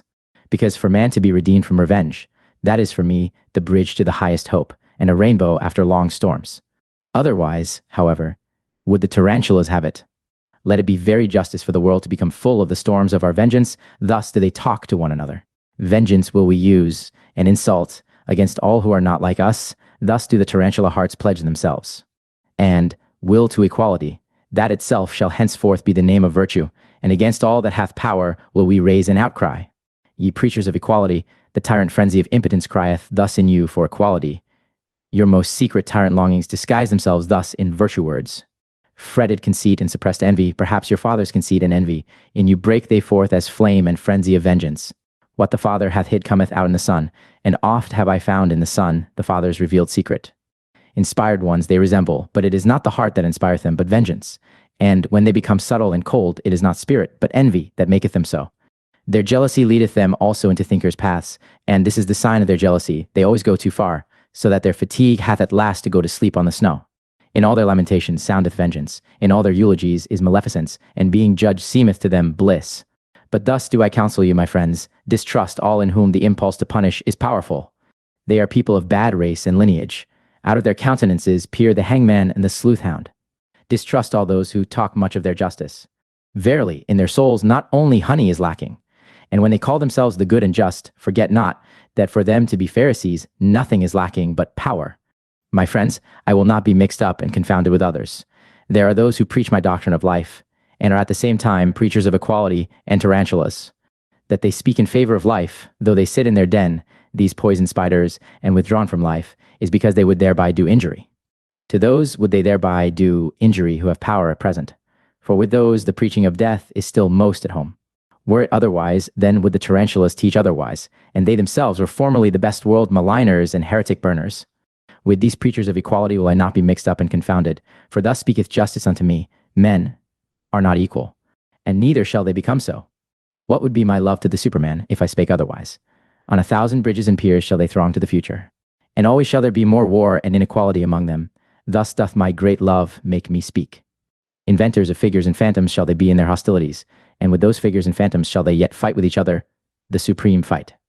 Good and evil, and rich and poor, and high and low, and all names of values, weapons shall they be, and sounding signs that life must again and again surpass itself. Aloft will it build itself with columns and stairs, life itself, into remote distances would it gaze, and out towards blissful beauties, therefore doth it require elevation. And because it requireth elevation, therefore doth it require steps, and variance of steps and climbers. To rise striveth life, and in rising to surpass itself. And just behold, my friends, here where the tarantula's den is, riseth aloft an ancient temple's ruins, just behold it with enlightened eyes. Verily, he who here towered aloft his thoughts in stone, knew, as well as the wisest ones, about the secret of life, that there is struggle and inequality even in beauty, and war for power and supremacy, that doth he here teach us in the plainest parable. How divinely do vault and arch here contrast in the struggle, how with light and shade they strive against each other, the divinely striving. Ones, thus, steadfast and beautiful, let us also be enemies, my friends. Divinely will we strive against one another. Alas, there hath the tarantula bit me myself, mine old enemy. Divinely steadfast and beautiful, it hath bit me on the finger. Punishment must there be, and justice, so thinketh it. Not gratuitously shall he here sing songs in honor of enmity. Yea, it hath revenged itself. And alas, now will it make my soul also dizzy with revenge. That I may not turn dizzy, however, bind me fast, my friends, to this pillar. Rather will I be a pillar saint than a whirl of vengeance. Verily, no cyclone or whirlwind is Zarathustra, and if he be a dancer, he is not at all a tarantula dancer. Thus spake Zarathustra. 30th. The famous wise ones. The people have ye served, and the people's superstition, not the truth, all, ye famous wise ones, and just on that account did they pay you reverence. And on that account also did they tolerate your unbelief, because it was a pleasantry and a bypath for the people. Thus doth the master give free scope to his slaves, and even enjoyeth their presumptuousness. But he who is hated by the people, as the wolf by the dogs, is the free spirit, the enemy of fetters, the non-adorer, the dweller in the woods. To hunt him out of his lair, that was always called sense of right by the people, on him do they still hound their sharpest-toothed dogs. For there the truth is, where the people are, woe, woe to the seeking ones. Thus hath it echoed through all time. Your people would ye justify in their reverence, that called ye will to truth, ye famous wise ones. And your heart hath always said to itself, from the people have I come, from thence came to me also the voice of God. Stiff-necked and artful, like the ass, have ye always been, as the advocates of the people. And many a powerful one, who wanted to run well with the people, hath harnessed in front of his horses a donkey, a famous wise man. And now, ye famous wise ones, I would have you finally throw off entirely the skin of the lion, the skin of the beast of prey, the speckled skin, and the disheveled locks of the investigator, the searcher, and the conqueror. Ah, for me to learn to believe in your conscientiousness, you would first have to break your venerating will. Conscientious, so call I him who goeth into God-forsaken wildernesses, and hath broken his venerating heart. In the yellow sands and burnt by the sun, he doubtless peereth thirstily at the isles rich in fountains, where life reposeth under shady trees. But his thirst doth not persuade him to become like those comfortable ones, for where there are oases, there are also idols. Hungry, fierce, lonesome, God-forsaken, so doth the lion will wish itself. Free from the happiness of slaves, redeemed from deities and adorations, fearless and fear-inspiring, grand and lonesome, so is the will of the conscientious. In the wilderness have ever dwelt the conscientious, the free spirits, as lords of the wilderness, but in the cities dwell the well-foddered, famous wise ones, the draft beasts. For always do they draw, as asses, the people's carts. Not that I on that account upbraid them, but serving ones do they remain, and harnessed ones, even though they glitter in golden harness. And often have they been good servants and worthy of their hire. For thus saith virtue, if thou must be a servant, seek him unto whom thy service is most useful. The spirit and virtue of thy master shall advance by thou being his servant. Thus wilt thou thyself advance with his spirit and virtue. And verily, ye famous wise ones, ye servants of the people, ye yourselves have advanced with the people's spirit and virtue, and the people by you. To your honor do I say it. But the people ye remain for me, even with your virtues, the people with purblind eyes, the people who know not what spirit is. Spirit is life which itself cutteth into life. By its own torture doth it increase its own knowledge. Did you know that before? And the spirit's happiness is this, to be anointed and consecrated with tears as a sacrificial victim. Did you know that before? And the blindness of the blind one, and his seeking and groping, shall yet testify to the power of the sun into which he hath gazed. Did ye know that before? And with mountains shall the discerning one learn to build. It is a small thing for the spirit to remove mountains. Did ye know that before? Ye know only the sparks of the spirit, but ye do not see the anvil which it is, and the cruelty of its hammer. Verily, ye know not the spirit's pride, but still less could ye endure the spirit's humility, should it ever want to speak. And never yet could ye cast your spirit into a pit of snow.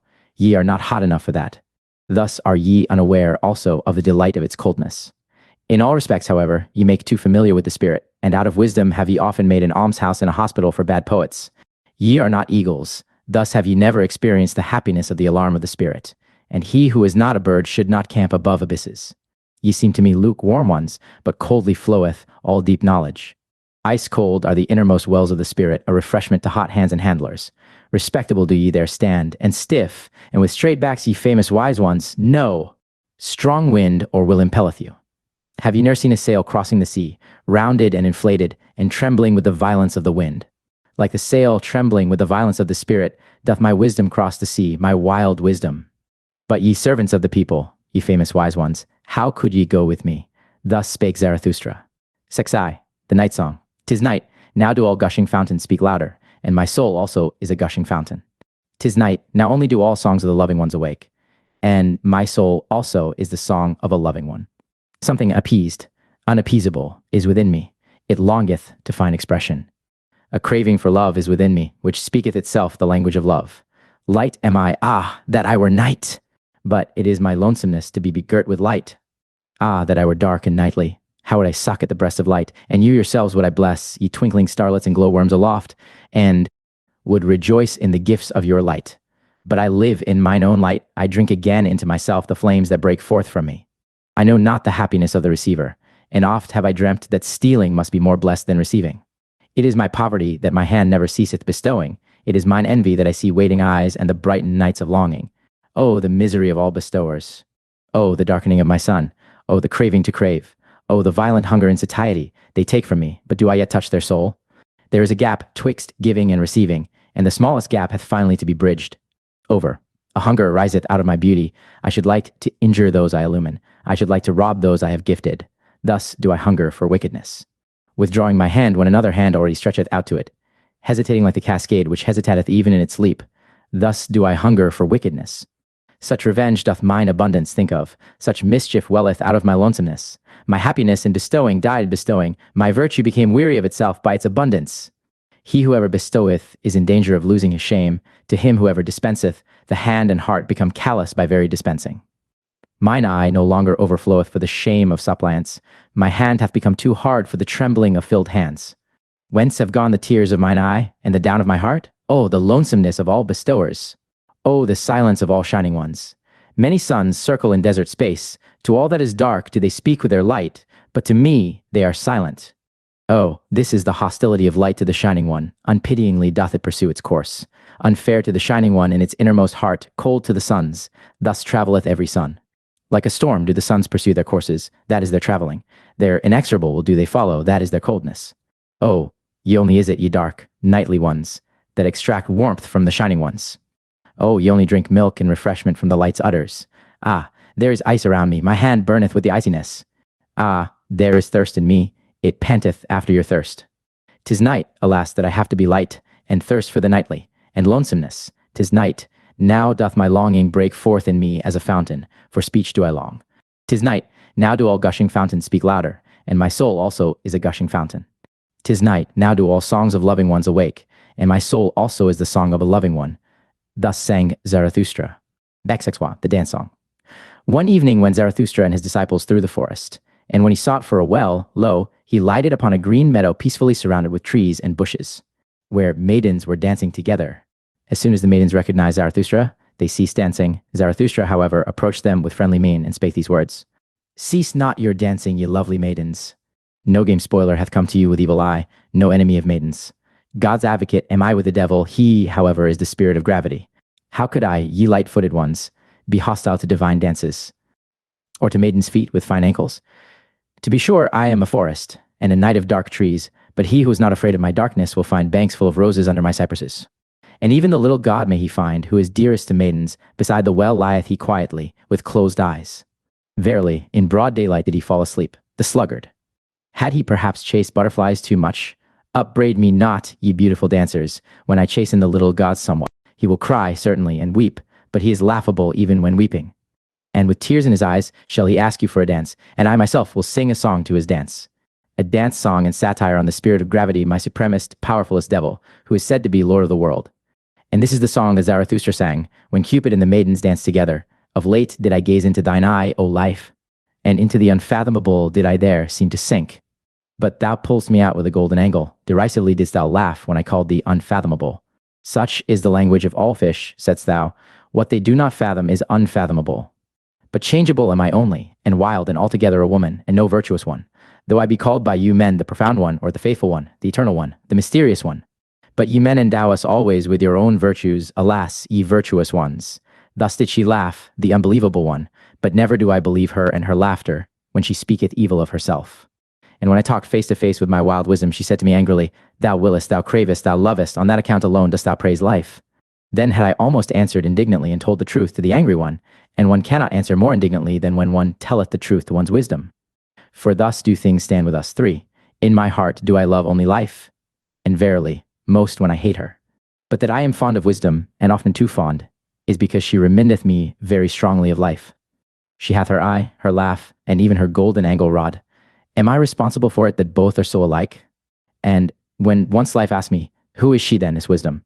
Then said I eagerly, Ah, yes, wisdom! One thirsteth for her and is not satisfied. One looketh through veils, one graspeth through nets. Is she beautiful? What do I know? But the oldest carps are still lured by her. Changeable is she, and wayward. Often have I seen her bite her lip, and pass the comb against the grain of her hair. Perhaps she is wicked and false, and altogether a woman, but when she speaketh ill of herself, just then doth she seduce most. When I had said this unto life, then laughed she maliciously, and shut her eyes. Of whom dost thou speak? Said she. Perhaps of me? And if thou wert right, is it proper to say that in such wise to my face? But now, pray, speak also of thy wisdom. Ah, and now hast thou again opened thine eyes, O beloved life, and into the unfathomable have I again seemed to sink. Thus sang Zarathustra. But when the dance was over and the maidens had departed, he became sad. The sun hath been long set, said he at last. The meadow is damp, and from the forest cometh coolness. An unknown presence is about me, and gazeth thoughtfully.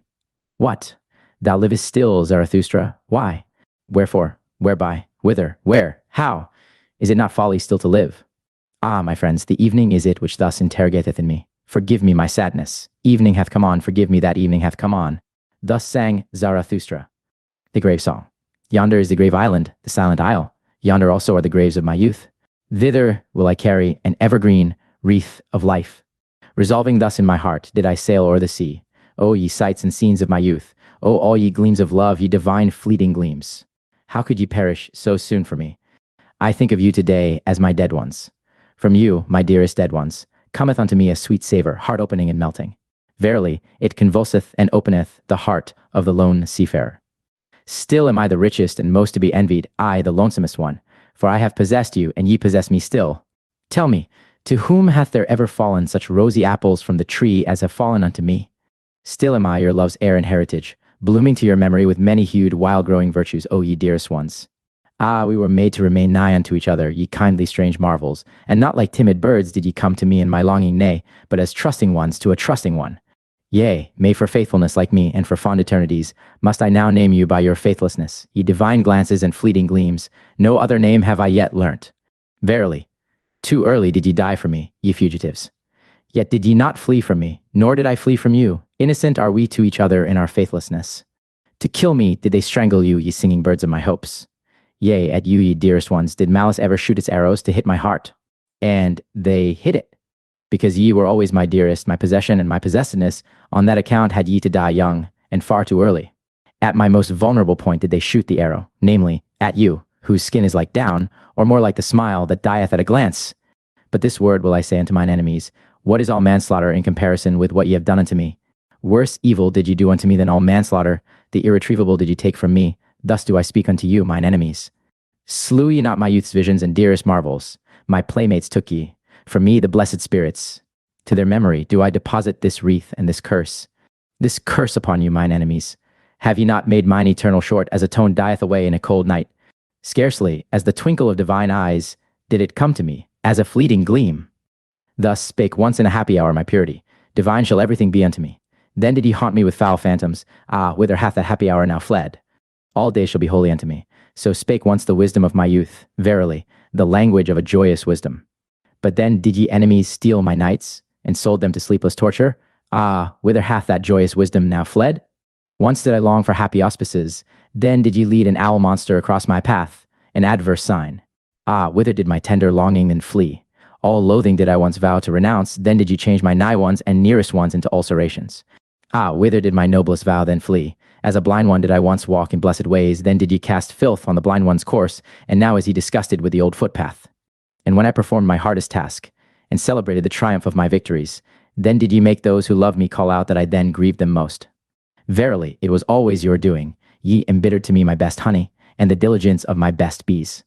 To my charity have ye ever sent the most impudent beggars, around my sympathy have ye ever crowded the incurably shameless.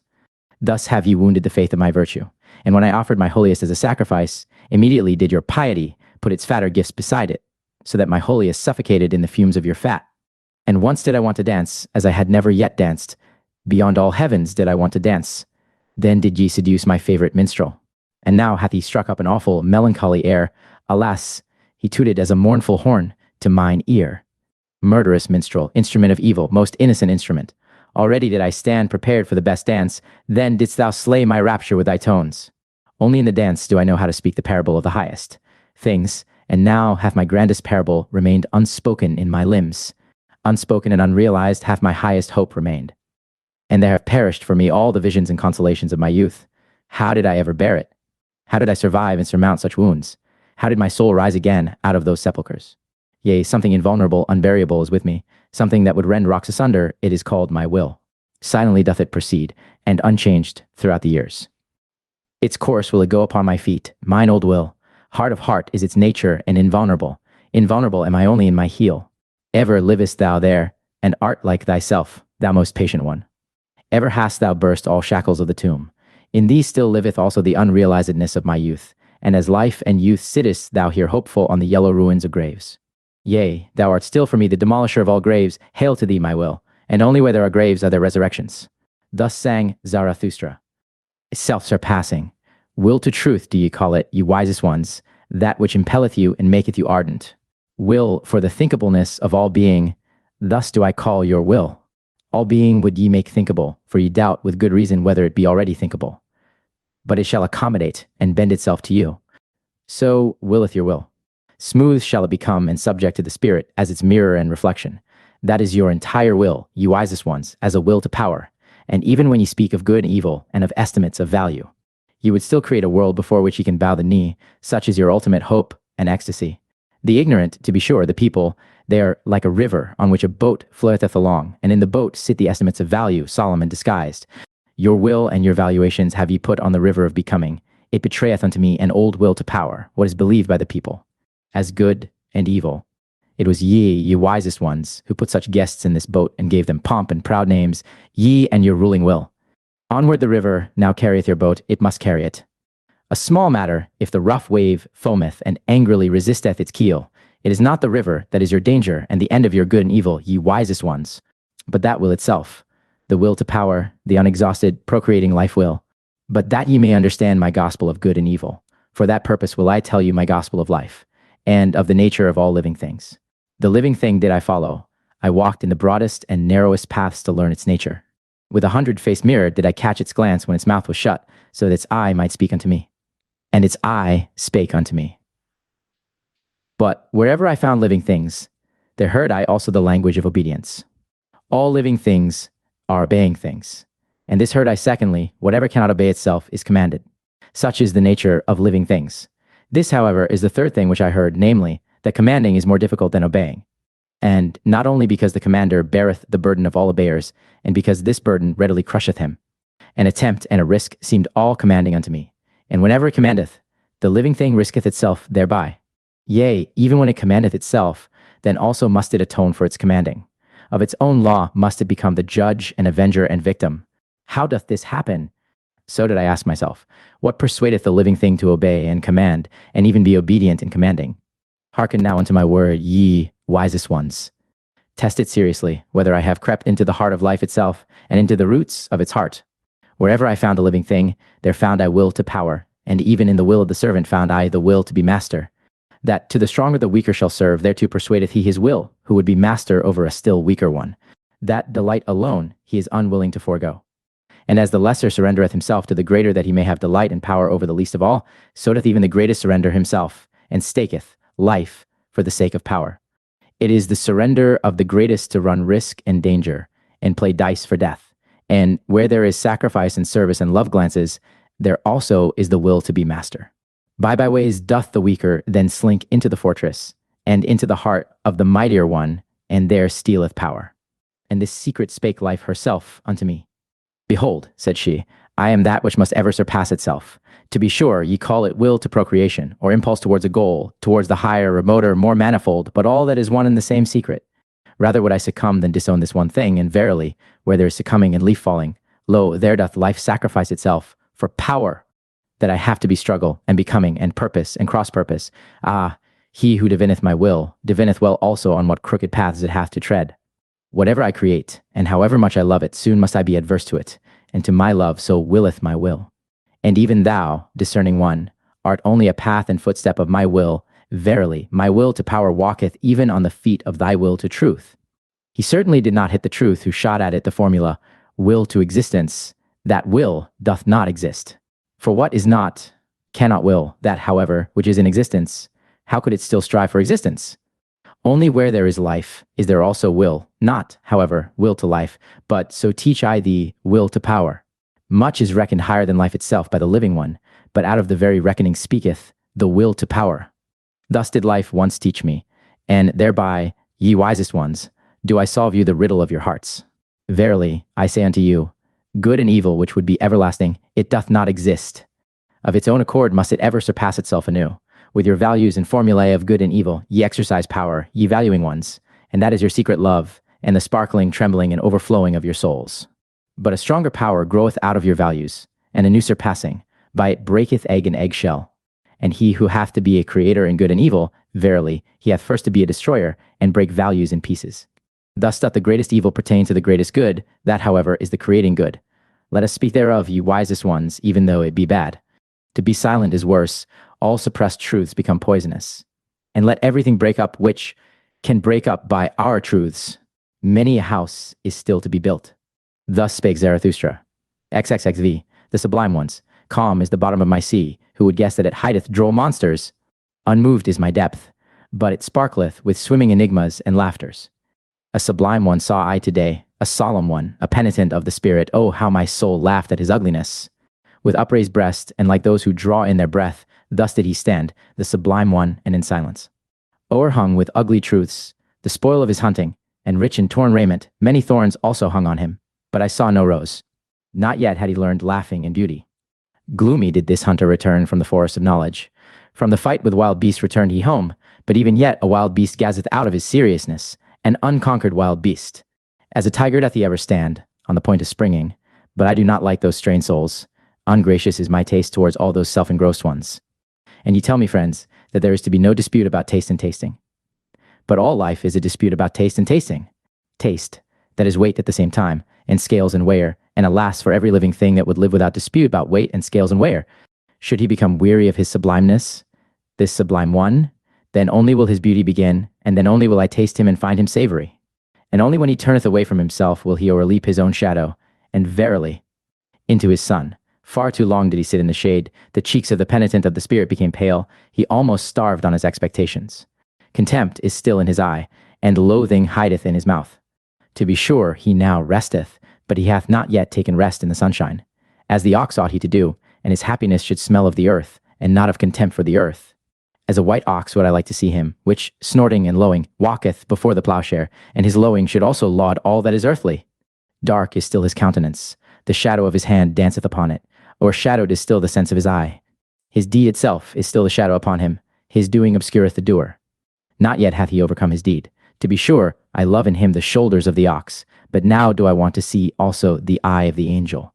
Also his hero will hath he still to unlearn, an exalted one shall he be, and not only a sublime one, the ether itself should raise him, the willless one. He hath subdued monsters, he hath solved enigmas, but he should also redeem his monsters and enigmas, into heavenly children should he transform them. As yet hath his knowledge not learned to smile, and to be without jealousy, as yet hath his gushing passion not become calm in beauty. Verily, not in satiety shall his longing cease and disappear, but in beauty. Gracefulness belongeth to the munificence of the magnanimous. His arm across his head, thus should the hero repose, thus should he also surmount his repose. But precisely to the hero is beauty the hardest thing of all. Unattainable is beauty by all ardent wills. A little more, a little less. Precisely this is much here, it is the most here. to stand with relaxed muscles and with unharnessed will, that is the hardest for all of you, ye sublime ones. When power becometh gracious and descendeth into the visible, I call such condescension beauty. And from no one do I want beauty so much as from thee, thou powerful one. Let thy goodness be thy last self-conquest. All evil do I accredit to thee, therefore do I desire of thee the good. Verily, I have often laughed at the weaklings who think themselves good, because they have crippled paws. The virtue of the pillar shalt thou strive after. More beautiful doth it ever become, and more graceful, but internally harder and more sustaining, the higher it riseth. Yea, thou sublime one day shalt thou also be beautiful, and hold up the mirror to thine own beauty. Then will thy soul thrill with divine desires, and there will be adoration even in thy vanity. For this is the secret of the soul. When the hero hath abandoned it, then only approacheth it in dreams, the superhero. Thus spake Zarathustra. X6 the land of culture. Too far did I fly into the future, a horror seized upon me. And when I looked around me, lo, their time was my sole contemporary. Then did I fly backwards, homewards, and always faster. Thus did I come unto you, ye present-day men, and into the land of culture. For the first time brought I an eye to see you, and good desire, verily, with longing in my heart did I come. But how did it turn out with me? Although so alarmed, I had yet to laugh. Never did mine eye see anything so motley colored. I laughed and laughed, while my foot still trembled, and my heart as well.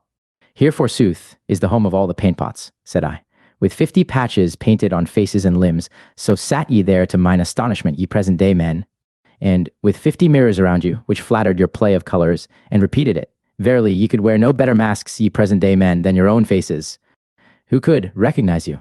Written all over with the characters of the past, and these characters also penciled over with new characters. Thus have ye concealed yourselves well from all decipherers. And though one be a trier of the reins, who still believeth that ye have reins, out of colors ye seem to be baked, and out of glued scraps. All times and peoples gaze divers colored out of your veils, all customs and beliefs speak divers colored out of your gestures. He who would strip you of veils and wrappers and paints and gestures would just have enough left to scare the crows. Verily, I myself am the scared crow that once saw you naked and without paint, and I flew away when the skeleton ogled at me. Rather would I be a day laborer in the netherworld, and among the shades of the bygone, fatter and fuller than ye are forsooth the netherworldlings.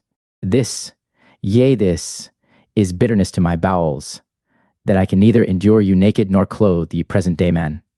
All that is unhomelike in the future, and whatever maketh strayed birds shiver, is verily more homelike and familiar than your reality. For thus speak ye, real are we wholly, and without faith and superstition. Thus do ye plume yourselves, alas, even without plumes.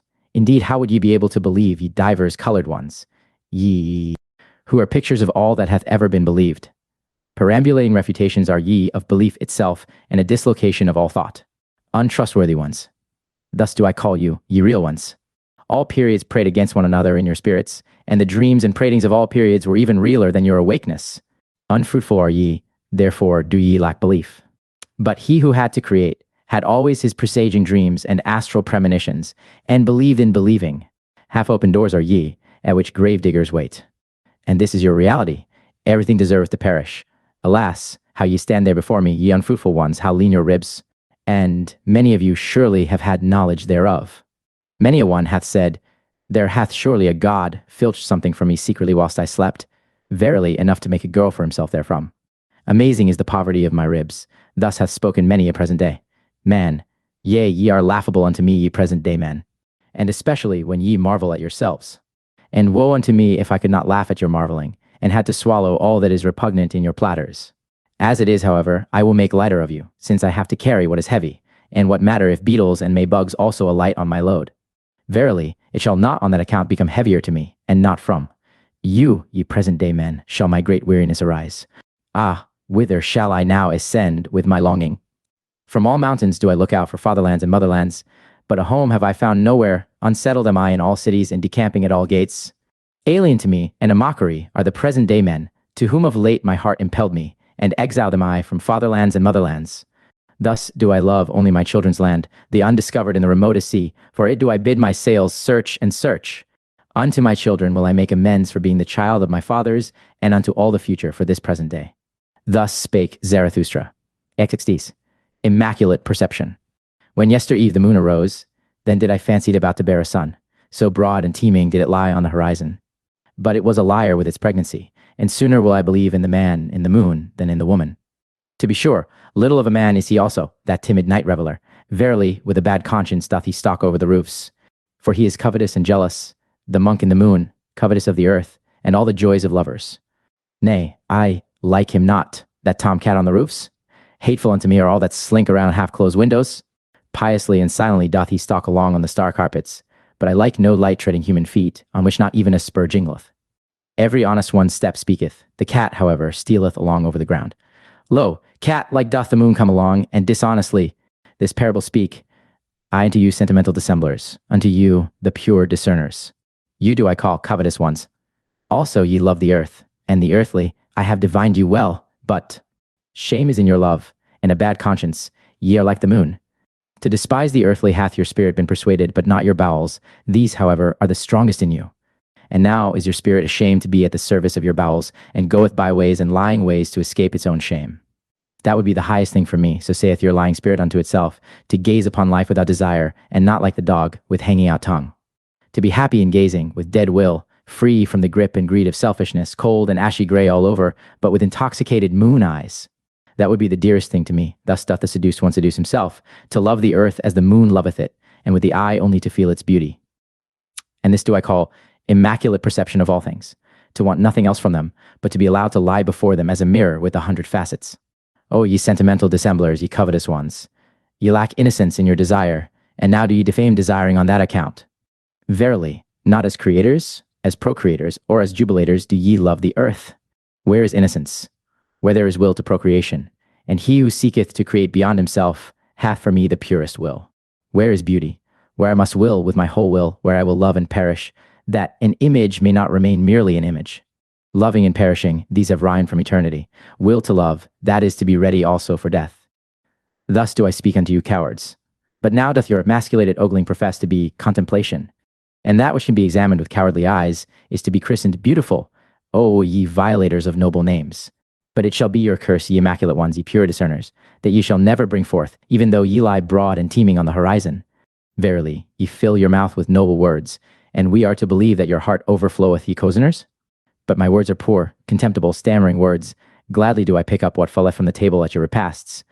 Yet still can I say therewith the truth, to dissemblers, yea, my fish bones, shells, and prickly leaves shall tickle the noses of dissemblers.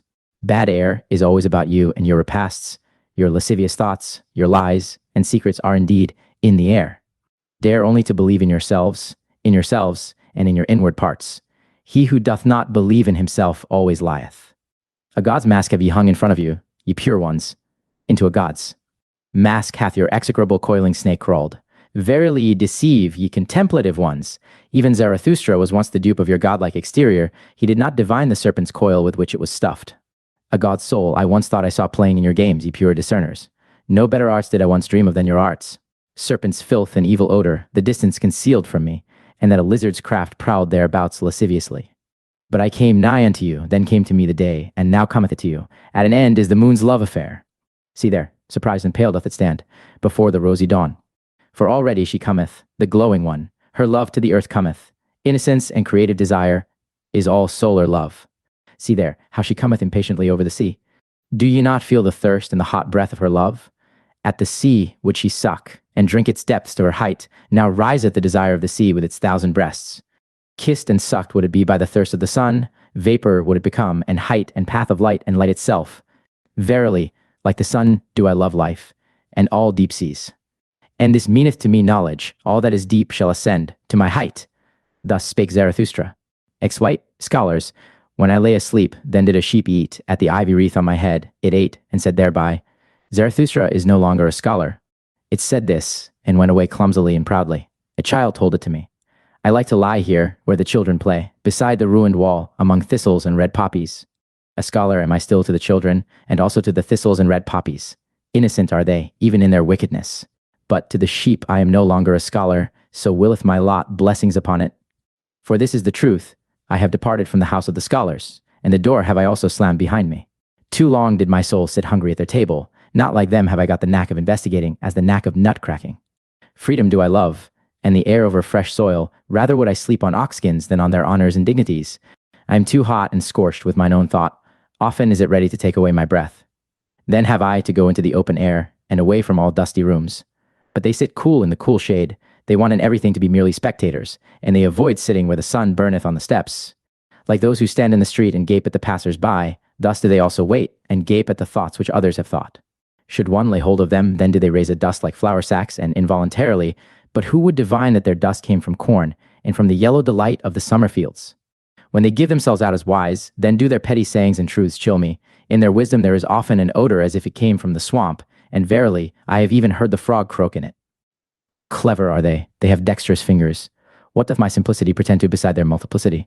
All threading and knitting and weaving do their fingers understand. Thus do they make the hose of the spirit. Good clockworks are they, only be careful to wind them up properly. Then do they indicate the hour without mistake, and make a modest noise thereby. Like millstones do they work, and like pestles, throw only seed corn to them. They know well how to grind corn small, and make white dust out of it. They keep a sharp eye on one another, and do not trust each other the best. Ingenious in little artifices, they wait for those whose knowledge walketh on lame feet, like spiders do they wait.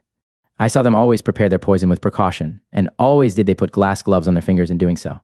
They also know how to play with false dice, and so eagerly did I find them playing that they perspired thereby.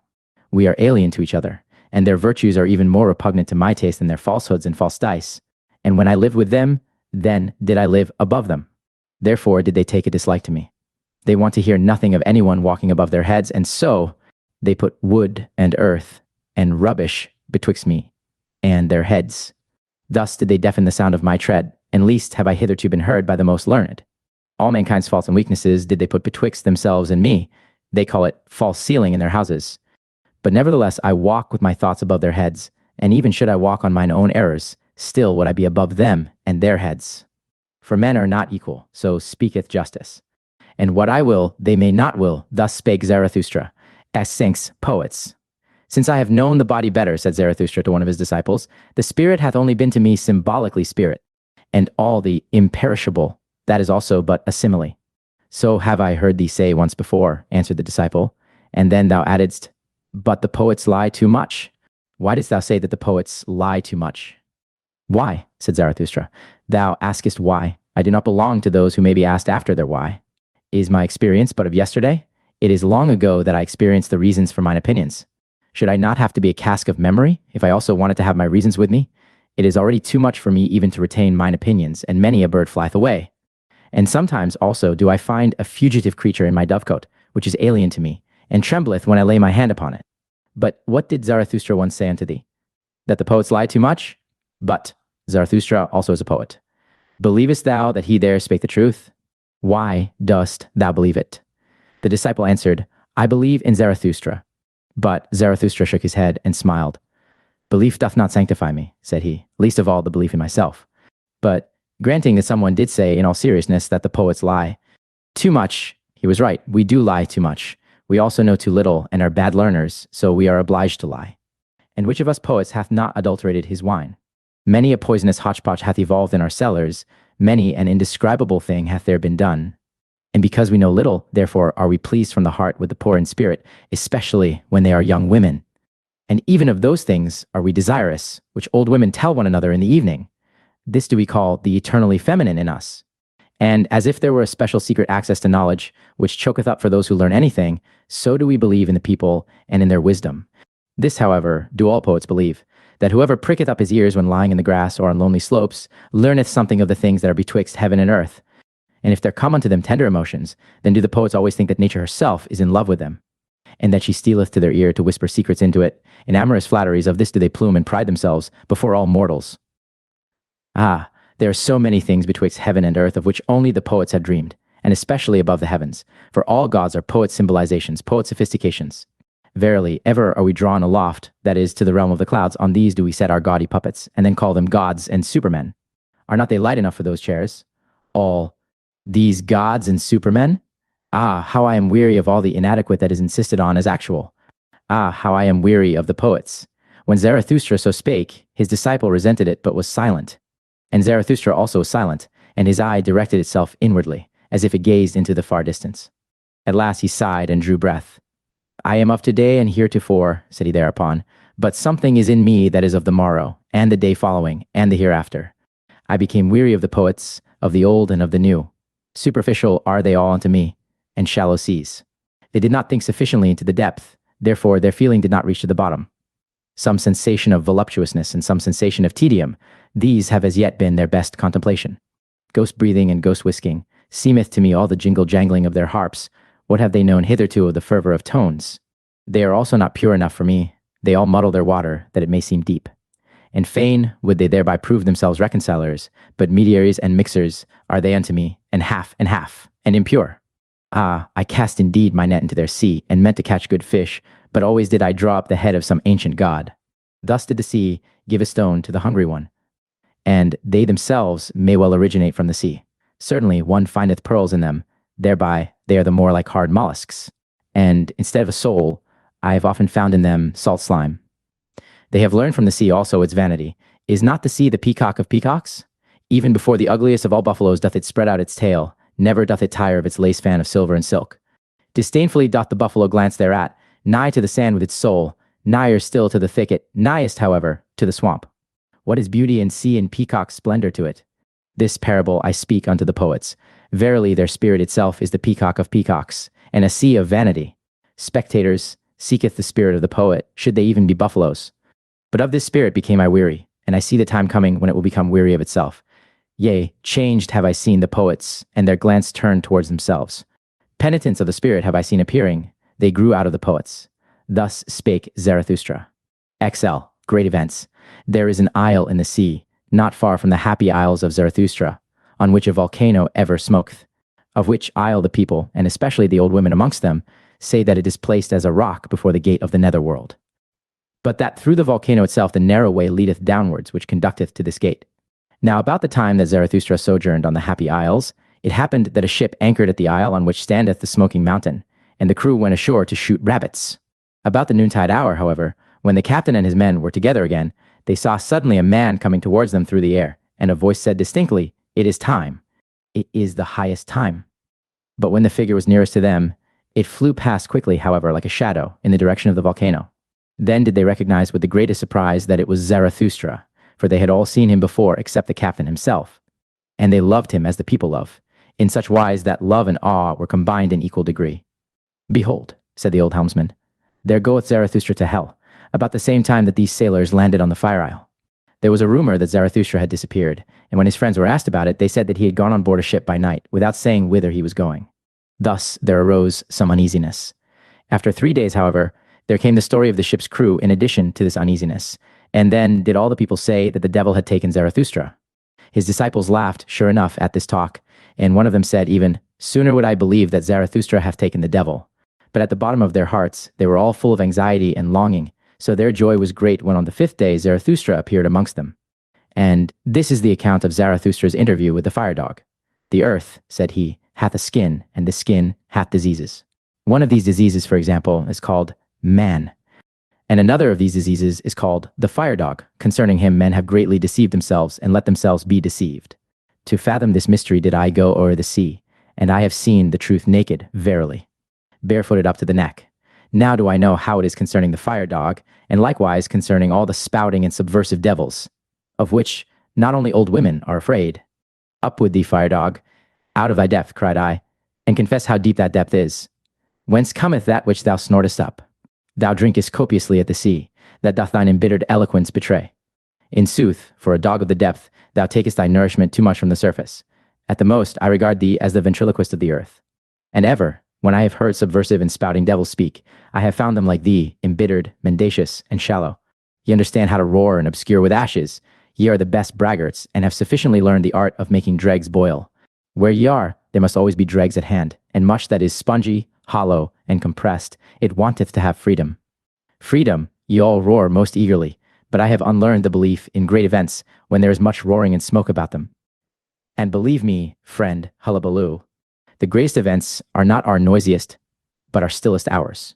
Not around the inventors of new noise, but around the inventors of new values, doth the world revolve, inaudibly it revolveth.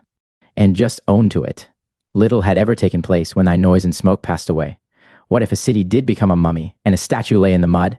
And this do I say also to the overthrowers of statues. It is certainly the greatest folly to throw salt into the sea, and statues into the mud. In the mud of your contempt lay the statue, but it is just its law, that out of contempt, its life and living beauty grow again. With diviner features doth it now arise, seducing by its suffering, and verily, it will yet thank you for o'erthrowing it, ye subverters. This counsel, however, do I counsel to kings and churches, and to all that is weak with age or virtue, let yourselves be o'erthrown, that ye may again come to life, and that virtue may come to you. Thus spake I before the fire dog. Then did he interrupt me sullenly, and asked, Church? What is that? Church, answered I, that is a kind of state, and indeed the most mendacious. But remain quiet, thou dissembling dog. Thou surely knowest thine own species best. Like thyself, the state is a dissembling dog. Like thee, doth it like to speak with smoke and roaring, to make believe, like thee, that it speaketh out of the heart of things. For it seeketh by all means to be the most important creature on earth, the state and people think it so. When I had said this, the fire dog acted as if mad with envy. What, cried he, the most important creature on earth, and people think it so?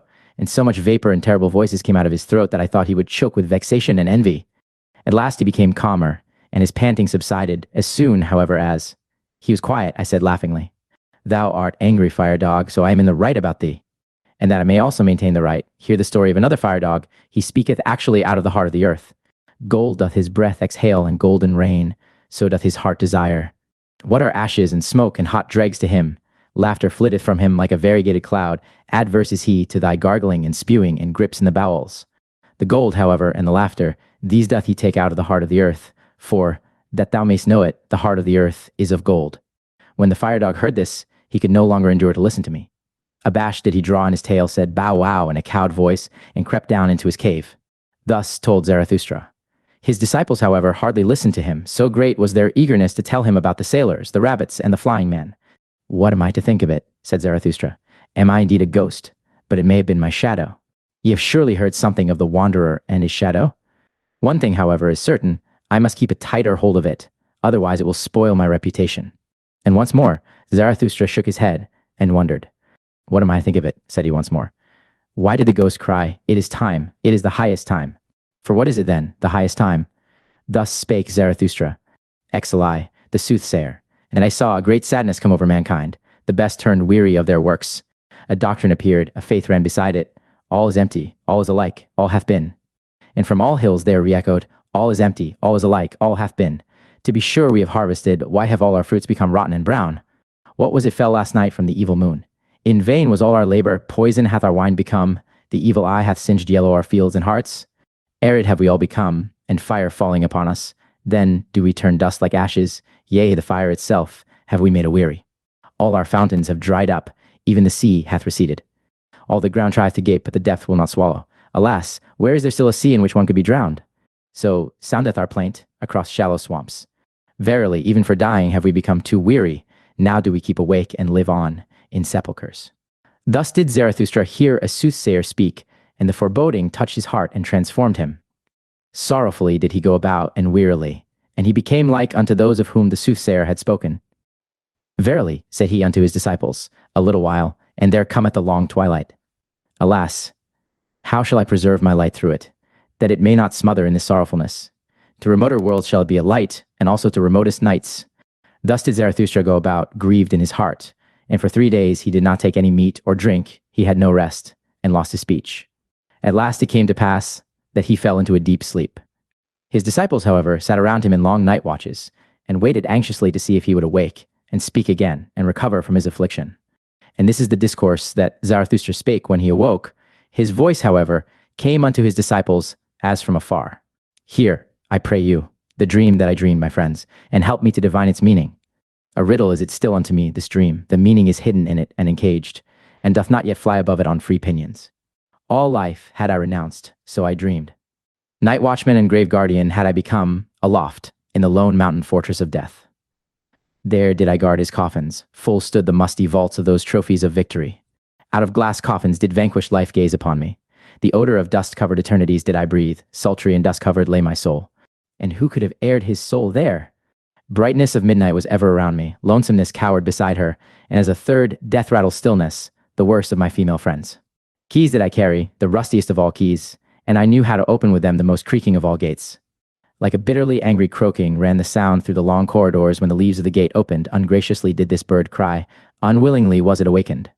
But more frightful even, and more heart-strangling was it, when it again became silent and still all around, and I alone sat in that malignant silence. Thus did time pass with me, and slip by, if time there still was, what do I know thereof? But at last there happened that which awoke me. Thrice did their peals at the gate like thunders, thrice did the vaults resound and howl again, then did I go to the gate. Alpa, cried I, who carrieth his ashes unto the mountain? Alpa, Alpa, who carrieth his ashes unto the mountain? And I pressed the key, and pulled at the gate, and exerted myself. But not a finger's breadth was it yet open. Then did a roaring wind tear the folds apart, whistling, whizzing, and piercing. It threw unto me a black coffin. And in the roaring and whistling and whizzing the coffin burst up, and spouted out 1,000 peals of laughter. And 1,000 caricatures of children, angels, owls, fools, and child-sized butterflies laughed and mocked and roared at me. Fearfully was I terrified thereby, it prostrated me. And I cried with horror as I ne'er cried before. But mine own crying awoke me, and I came to myself. Thus did Zarathustra relate his dream, and then was silent, for as yet he knew not the interpretation thereof. But the disciple whom he loved most arose quickly, seized Zarathustra's hand, and said, Thy life itself interpreteth unto us this dream, O Zarathustra. Art thou not thyself the wind with shrill whistling, which bursteth open the gates of the fortress of death? Art thou not thyself the coffin full of many-hued malices and angel caricatures of life? Verily, like 1,000 peals of children's laughter cometh Zarathustra into all sepulchres, laughing at those night watchmen and grave guardians, and whoever else rattleth with sinister keys. With thy laughter wilt thou frighten and prostrate them, fainting and recovering will demonstrate thy power over them. And when the long twilight cometh and the mortal weariness, even then wilt thou not disappear from our firmament, thou advocate of life. New stars hast thou made us see, and new nocturnal glories, verily, laughter itself hast thou spread out over us like a many-hued canopy. Now will children's laughter ever from coffins flow, now will a strong wind ever come victoriously unto all mortal weariness. Of this thou art thyself the pledge and the prophet. Verily, they themselves didst thou dream, thine enemies, that was thy sorest dream.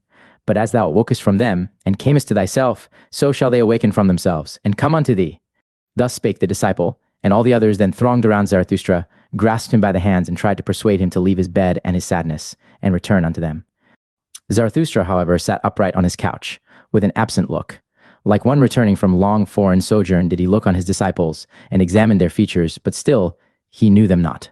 When, however, they raised him, and set him upon his feet, behold, all on a sudden his eye changed. He understood everything that had happened, stroked his beard, and said with a strong voice, Well, this hath just its time, but see to it, my disciples, that we have a good repast and without delay. Thus do I mean to make amends for bad dreams. The soothsayer, however, shall eat and drink at my side, and verily, I will yet show him a sea in which he can drown himself. Thus spake Zarathustra. Then did he gaze long into the face of the disciple, who had been the dream interpreter, and shook his head. Exlai, redemption. When Zarathustra went one day over the great bridge, then did the cripples and beggars surround him, and a hunchback spake thus unto him, Behold, Zarathustra, even the people learn from thee, and acquire faith in thy teaching. But for them to believe fully in thee, one thing is still needful. Thou must first of all convince us cripples. Here hast thou now a fine selection, and verily, an opportunity with more than one forelock. The blind canst thou heal and make the lame run, and from him who hath too much behind couldst thou well also. Take away a little. That, I think, would be the right method to make the cripples believe in Zarathustra. Zarathustra, however, answered thus unto him who so spake, When one taketh his hump from the hunchback, then doth one take from him his spirit, so do the people teach. And when one giveth the blind man eyes, then doth he see too many bad things on the earth, so that he curseth him who healed him. He, however, who maketh the lame man run, inflicteth upon him the greatest injury, for hardly can he run, when his vices run away with him, so do the people teach concerning cripples. And why should not Zarathustra also learn from the people, when the people learn from Zarathustra? It is, however, the smallest thing unto me, since I have been amongst men, to see one person lacking an eye, another an ear, and a third a leg, and that others have lost the tongue, or the nose, or the head. I see and have seen worse things, and divers things so hideous, that I should neither like to speak of all matters, nor even keep silent about some of them. Namely, men who lack everything, except that they have too much of one thing. Men who are nothing more than a big eye, or a big mouth, or a big belly, or something else big. Reversed cripples. I call such men. And when I came out of my solitude, and for the first time passed over this bridge, then I could not trust mine eyes, but looked again and again, and said at last, That is an ear as big as a man. I looked still more attentively, and actually there did move under the ear something that was pitiably small and poor and slim. And in truth, this immense ear was perched on a small thin stalk. The stalk, however, was a man. A person putting a glass to his eyes could even recognize further a small envious countenance, and also that a bloated solet dangled at the stalk. The people told me, however, that the big ear was not only a man, but a great man, a genius. But I never believe in the people when they spake of great men, and I hold to my belief that it was a reversed cripple, who had too little of everything, and too much of one thing. When Zarathustra had spoken thus unto the hunchback, and unto those of whom the hunchback was the mouthpiece and advocate, then did he turn to his disciples in profound dejection, and said, Verily, my friends, I walk amongst men as amongst the fragments and limbs of human beings. This is the terrible thing to mine eye, that I find man broken up and scattered about, as on a battle and butcher ground. And when mine eye fleeth from the present to the bygone, it findeth ever the same fragments and limbs and fearful chances, but no men. The present and the bygone upon earth, ah, my friends, that is my most unbearable trouble, and I should not know how to live, if I were not a seer of what is to come. A seer, a purposer, a creator, a future itself, and a bridge to the future, and alas, also as it were a cripple on this bridge, all that is Zarathustra. And ye also asked yourselves often, who is Zarathustra to us? What shall he be called by us? And like me, did ye give yourselves questions for answers? Is he a promiser, or a fulfiller, a conqueror, or an inheritor, harvest, or a plowshare, a physician, or a healed one? Is he a poet, or a genuine one, an emancipator, or a subjugator, a good one, or an evil one? I walk amongst men as the fragments of the future, that future which I contemplate. And it is all my poetization and aspiration to compose and collect into unity what is fragment and riddle and fearful chance. And how could I endure to be a man if man were not also the composer and riddle reader and redeemer of chance? To redeem what is past, and to transform every it was into, thus would I have it, that only do I call redemption. Will, so is the emancipator and joy-bringer called. Thus have I taught you, my friends. But now learn this likewise, the will itself is still a prisoner. Willing emancipateth, but what is that called which still putteth the emancipator in chains? It was, thus is the will's teeth gnashing and lonesomest tribulation called. Impotent towards what hath been done, it is a malicious spectator of all that is past. Not backward can the will, that it cannot break time and time's desire, that is the will's lonesomest tribulation. Willing emancipateth, what doth willing itself devise in order to get free from its tribulation and mock at its prison? Ah, a fool becometh every prisoner, foolishly delivereth itself also the imprisoned will. That time doth not run backward, that is its animosity, that which was, so is the stone which it cannot roll called. And thus doth it roll stones out of animosity and ill humor, and taketh revenge on whatever doth not, like it, feel rage and ill humor. Thus did the will, the emancipator, become a torturer, and on all that is capable of suffering it taketh revenge, because it cannot go backward. This, yea, this alone is revenge itself, the will's antipathy to time, and its it was. Verily, a great folly dwelleth in our will, and it became a curse unto all humanity that this folly acquired spirit. The spirit of revenge, my friends, that hath hitherto been man's best contemplation, and where there was suffering, it was claimed there was always penalty. Penalty, so calleth itself revenge. With a lying word it feigneth a good conscience. And because in the willer himself there is suffering, because he cannot will backwards, thus was willing itself, and all life. Claimed to be penalty. And then did cloud after cloud roll over the spirit, until at last madness preached, everything perisheth, therefore everything deserveth to perish. And this itself is justice, the law of time, that he must devour his children. Thus did madness preach. Morally are things ordered according to justice and penalty. Oh, where is there deliverance from the flux of things, and from the existence of penalty? Thus did madness preach. Can there be deliverance when there is eternal justice? Alas, unrollable is the stone, it was, eternal must also be all penalties. Thus did madness preach. No deed can be annihilated, how could it be undone by the penalty? This is what is eternal in the existence of penalty. That existence also must be eternally recurring deed and guilt. Unless the will should at last deliver itself and willing become non-willing. But ye know, my brethren, this fabulous song of madness. Away from those fabulous songs did I lead you when I taught you. The will is a creator. All it was is a fragment, a riddle, a fearful chance, until the creating will say it thereto, but thus would I have it. Until the creating will say it thereto, but thus do I will it, thus shall I will it. But did it ever speak thus? And when doth this take place? Hath the will been unharnessed from its own folly? Hath the will become its own deliverer and joy-bringer? Hath it unlearned the spirit of revenge and all teeth-gnashing? And who hath taught it reconciliation with time, and something higher than all reconciliation? Something higher than all reconciliation must the will, which is the will to power. But how doth that take place? Who hath taught it also to will backwards? But at this point, in his discourse, it chanced that Zarathustra suddenly paused, and looked like a person in the greatest alarm. With terror in his eyes did he gaze on his disciples, his glances pierced as with arrows their thoughts and arrear thoughts. But after a brief space he again laughed, and said soothingly, "It is difficult to live amongst men, because silence is so difficult, especially for a babbler. Thus spake Zarathustra. The hunchback, however, had listened to the conversation and had covered his face during the time, but when he heard Zarathustra laugh, he looked up with curiosity, and said slowly, "But why doth Zarathustra speak otherwise unto us than unto his disciples?" Zarathustra answered, "What is there to be wondered at? With hunchbacks one may well speak in a hunchbacked way." "Very good," said the hunchback, "and with pupils one may well tell tales out of school. But why doth Zarathustra speak otherwise unto his pupils than unto himself?" "Sly, manly prudence, not the height, it is the declivity that is terrible. The declivity, where the gaze shooteth downwards, and the hand graspeth upwards. There doth the heart become giddy through its double will. Ah, friends, do ye divine also my heart's double will? This is my declivity and my danger, that my gaze shooteth towards the summit, and my hand would fain clutch and lean on the depth. To man clingeth my will, with chains do I bind myself to man, because I am pulled upwards to the Superman, for thither doth mine other will tend. And therefore do I live blindly among men, as if I knew them not, that my hand may not entirely lose belief in firmness. I know not you men, this gloom and consolation is often spread around me. I sit at the gateway for every rogue, and ask, who wisheth to deceive me? This is my first manly prudence, that I allow myself to be deceived, so as not to be on my guard against deceivers. Ah, if I were on my guard against man, how could man be an anchor to my ball? Too easily would I be pulled upwards and away. This providence is over my fate, that I have to be without foresight.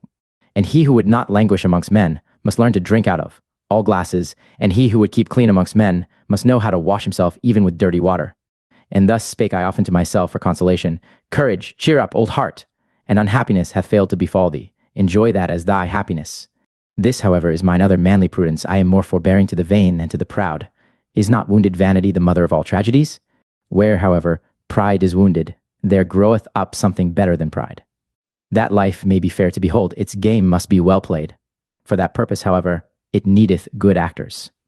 Good actors have I found all the vain ones. They play, and wish people to be fond of beholding them. All their spirit is in this wish. They represent themselves. They invent themselves. In their neighborhood, I like to look upon life. It cureth of melancholy. Therefore am I forbearing to the vain, because they are the physicians of my melancholy, and keep me attached to man as to a drama. And further, who conceiveth the full depth of the modesty of the vain man, I am favorable to him, and sympathetic on account of his modesty. From you would he learn his belief in himself. He feedeth upon your glances, he eateth praise out of your hands. Your lies doth he even believe when you lie favorably about him, for in its depths sick hath his heart, what am? And if that be the true virtue which is unconscious of itself, well, the vain man is unconscious of his modesty. This is, however, my third manly prudence. I am not put out of conceit with the wicked by your timorousness. I am happy to see the marvels the warm sun hatcheth, tigers and palms and rattlesnakes. Also amongst men there is a beautiful brood of the warm sun, and much that is marvelous in the wicked. In truth, as your wisest did not seem to me so very wise, so found I also human wickedness below the fame of it. And oft did I ask with a shake of the head, why still rattle, ye rattlesnakes? Verily, there is still a future even for evil. And the warmest south is still undiscovered by man. How many things are now called the worst wickedness, which are only 12 feet broad and 3 months long. Some day, however, will greater dragons come into the world. For that the Superman may not lack his dragon, the super dragon that is worthy of him, there must still much warm sun glow on moist virgin forests. Out of your wildcats must tigers have evolved, and out of your poison toads, crocodiles. For the good hunter shall have a good hunt, and verily good and just. In you there is much to be laughed at, and especially your fear of what hath hitherto been called the devil. So alien are ye in your souls to what is great, that to you the Superman would be frightful in his goodness. And ye wise and knowing ones, you would flee from the solar glow of the wisdom in which the Superman joyfully batheth his nakedness. Ye highest men who have come within my ken, this is my doubt of you, and my secret laughter. I suspect you would call my Superman a devil. Ah, I became tired of those highest and best ones. From their height did I long to be up, out, and away to the Superman. A horror came over me when I saw those best ones naked. Then there grew for me the pinions to soar away into distant futures. Into more distant futures, into more southern souths than ever artist dreamed of, thither, where gods are ashamed of all clothes. But disguised do I want to see you, ye neighbors and fellowmen, and well attired and vain and estimable, as a good and just. And disguised will I myself sit amongst you, that I may mistake you and myself, for that is my last manly prudence. Thus spake Zarathustra. Exlive, the stillest hour. What hath happened unto me, my friends? Ye see me troubled, driven forth, unwillingly obedient, ready to go, alas, to go away from you. Yea, once more must Zarathustra retire to his solitude, but unjoyously this time doth the bear go back to his cave. What hath happened unto me? Who ordereth this? Ah, mine angry mistress wisheth it so, she spake unto me. Have I ever named her name to you? Yesterday towards evening there spake unto me my stillest hour, that is the name of my terrible mistress. And thus did it happen, for everything must I tell you, that your heart may not harden against the suddenly departing one. Do you know the terror of him who falleth asleep? To the very toes he is terrified, because the ground giveth way under him, and the dream beginneth. This do I speak unto you in parable. Yesterday at the stillest hour did the ground give way under me, the dream began. The hour hand moved on, the timepiece of my life drew breath. Never did I hear such stillness around me, so that my heart was terrified. Then was there spoken unto me without voice, Thou knowest it, Zarathustra. And I cried in terror at this whispering, and the blood left my face, but I was silent. Then was there once more spoken unto me without voice, Thou knowest it, Zarathustra, but thou dost not speak it. And at last I answered like one defiant, Yea, I know it, but I will not speak it. Then was there again spoken unto me without voice, Thou wilt not, Zarathustra. Is this true? Conceal thyself not behind thy defiance. And I wept and trembled like a child, and said, Ah, I would indeed, but how can I do it? Exempt me only from this. It is beyond my power. Then was there again spoken unto me without voice, What matter about thyself, Zarathustra? Speak thy word, and succumb. And I answered, Ah, is it my word? Who am I? I await the worthier one. I am not worthy even to succumb by it. Then was there again spoken unto me without voice, What matter about thyself? Thou art not yet humble enough for me. Humility hath the hardest skin. And I answered, What hath not the skin of my humility endured? At the foot of my height do I dwell. How high are my summits no one hath yet told me. But well do I know my valleys. Then was there again spoken unto me without voice, O Zarathustra, he who hath to remove mountains removeth also valleys and plains. And I answered, As yet hath my word not removed mountains, and what I have spoken hath not reached man. I went indeed unto men, but not yet have I attained unto them. Then was there again spoken unto me without voice, What knowest thou thereof? The dew falleth on the grass when the night is most silent. And I answered, They mocked me when I found and walked in mine own path, and certainly did my feet then tremble. And thus did they speak unto me, Thou forgottest the path before, now dost thou also forget how to walk. Then was there again spoken unto me without voice, What matter about their mockery? Thou art one who hast unlearned to obey, now shalt thou command. Knowest thou not who is most needed by all? He who commandeth great things. To execute great things is difficult, but the more difficult task is to command great things. This is thy most unpardonable obstinacy, thou hast the power, and thou wilt not rule. And I answered, I lack the lion's voice for all commanding. Then was there again spoken unto me as a whispering, It is the stillest words which bring the storm. Thoughts that come with dove's footsteps guide the world. O Zarathustra, thou shalt go as a shadow of that which is to come. Thus wilt thou command, and in commanding go foremost. And I answered, I am ashamed. Then was there again spoken unto me without voice, Thou must yet become a child and be without shame. The pride of youth is still upon thee. Late hast thou become young. But he who would become a child must surmount even his youth. And I considered a long while, and trembled. At last, however, did I say what I had said first. I will not. Then did a laughing take place all around me. Alas, how that laughing lacerated my bowels and cut into my heart. And there was spoken unto me for the last time, O Zarathustra, thy fruits are ripe, but thou art not ripe for thy fruits. So must thou go again into solitude, for thou shalt yet become mellow. And again was there a laughing, and it fled. Then did it become still around me, as with a double stillness. I lay, however, on the ground, and the sweat flowed from my limbs.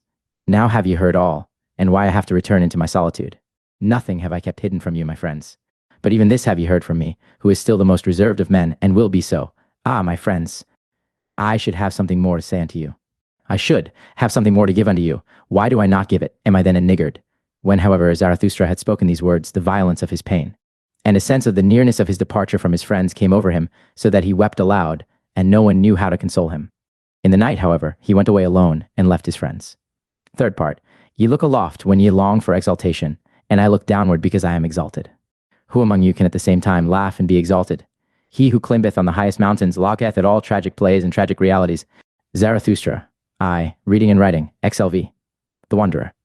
Then, when it was about midnight, Zarathustra went his way over the ridge of the isle, that he might arrive early in the morning at the other coast, because there he meant to embark. For there was a good roadstead there, in which foreign ships also liked to anchor. Those ships took many people with them, who wished to cross over from the Happy Isles. So when Zarathustra thus ascended the mountain, he thought on the way of his many solitary wanderings from youth onwards, and how many mountains and ridges and summits he had already climbed. I am a wanderer and mountain climber, said he to his heart. I love not the plains, and it seemeth I cannot long sit still. And whatever may still overtake me as fate and experience, a wandering will be therein, and a mountain climbing. In the end, one experienceth only oneself. The time is now past when accidents could befall me, and what could now fall to my lot which would not already be mine own? It returneth only, it cometh home to me at last, mine own self, and such of it as hath been long abroad, and scattered among things and accidents. And one thing more do I know, I stand now before my last summit, and before that which hath been longest reserved for me. Ah, my hardest path must I ascend. Ah, I have begun my lonesomest wandering. He, however, who is of my nature, doth not avoid such an hour, the hour, that saith unto him, now only dost thou go the way to thy greatness. Summit and abyss, these are now comprised together. Thou goest the way to thy greatness, now hath it become thy last refuge, what was hitherto thy last danger. Thou goest the way to thy greatness, it must now be thy best courage that there is no longer any path behind thee. Thou goest the way to thy greatness, here shall no one steal after thee. Thy foot itself hath effaced the path behind thee, and over it standeth written, impossibility. And if all ladders henceforth fail thee, then must thou learn to mount upon thine own head. How couldst thou mount upward otherwise? Upon thine own head, and beyond thine own heart. Now must the gentlest in thee become the hardest. He who hath always much indulged himself, sickeneth at last by his much indulgence. Praises on what maketh hardy. I do not praise the land where butter and honey flow. To learn to look away from oneself is necessary in order to see many things. This hardiness is needed by every mountain climber. He, however, who is obtrusive with his eyes, as a discerner, how can he ever see more of anything than its foreground? But thou, O Zarathustra, wouldst view the ground of everything, and its background. Thus must thou mount even above thyself, upwards, until thou hast even thy stars under thee. Yea, to look down upon myself, and even upon my stars, that only would I call my summit, that hath remained for me as my last summit. Thus spake Zarathustra to himself while ascending, comforting his heart with harsh maxims, for he was sore at heart, as he had never been before. And when he had reached the top of the mountain ridge, behold, there lay the other sea spread out before him, and he stood still and was long silent. The night, however, was cold at this height, and clear and starry. I recognize my destiny, said he at last sadly. Well, I am ready. Now hath my last lonesomeness begun. Ah, this somber, sad sea below me. Ah, this somber, nocturnal vexation. Ah, fate and sea, to you must I now go down. Before my highest mountain do I stand, before my longest wandering, therefore must I first go deeper down than I ever ascended. Deeper down into pain than I ever ascended, even into its darkest flood. So willeth my fate. Well, I am ready. Whence come the highest mountains? So did I once ask. Then did I learn that they come out of the sea. That testimony is inscribed on their stones, and on the walls of their summits. Out of the deepest must the highest come to its height. Thus spake Zarathustra on the ridge of the mountain where it was cold, when, however, he came into the vicinity of the sea, and at last stood alone amongst the cliffs. Then had he become weary on his way, and eagerer than ever before. Everything as yet sleepeth, said he, even the sea sleepeth. Drowsily and strangely doth its eye gaze upon me. But it breathe warmly, I feel it. And I feel also that it dreameth. It tosseth about dreamily on hard pillows. Hark, hark, how it groaneth with evil recollections, or evil expectations. Ah, I am sad along with thee, thou dusky monster, and angry with myself even for thy sake. Ah, that my hand hath not strength enough. Gladly indeed would I free thee from evil dreams. And while Zarathustra thus spake, he laughed at himself with melancholy and bitterness. What? Zarathustra, said he, wilt thou even sing consolation to the sea? Ah, thou amiable fool, Zarathustra, thou too blindly confiding one. But thus hast thou ever been. Ever hast thou approached confidently all that is terrible. Every monster wouldst thou caress. A whiff of warm breath, a little soft tuft on its paw, and immediately wert thou ready to love and lure it. Love is the danger of the lonesomest one. Love to anything, if it only live. Laughable, verily, is my folly and my modesty in love. Thus spake Zarathustra, and laughed thereby a second time. Then, however, he thought his abandoned friends, and as if he had done them a wrong with his thoughts, he upbraided himself because of his thoughts. And forthwith it came to pass that the laugher wept. With anger and longing wept Zarathustra bitterly. Excelvi, the vision and the enigma. When it got abroad among the sailors that Zarathustra was on board the ship, for a man who came from the Happy Isles had gone on board along with him, there was great curiosity and expectation. But Zarathustra kept silent for 2 days, and was cold and deaf with sadness, so that he neither answered looks nor questions.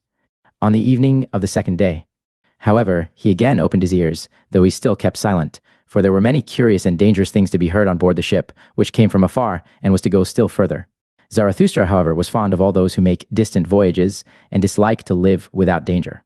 And behold, when listening, his own tongue was at last loosened, and the ice of his heart broke. Then did he begin to speak thus: To you, the daring venturers and adventurers, and whoever hath embarked with cunning sails upon frightful seas.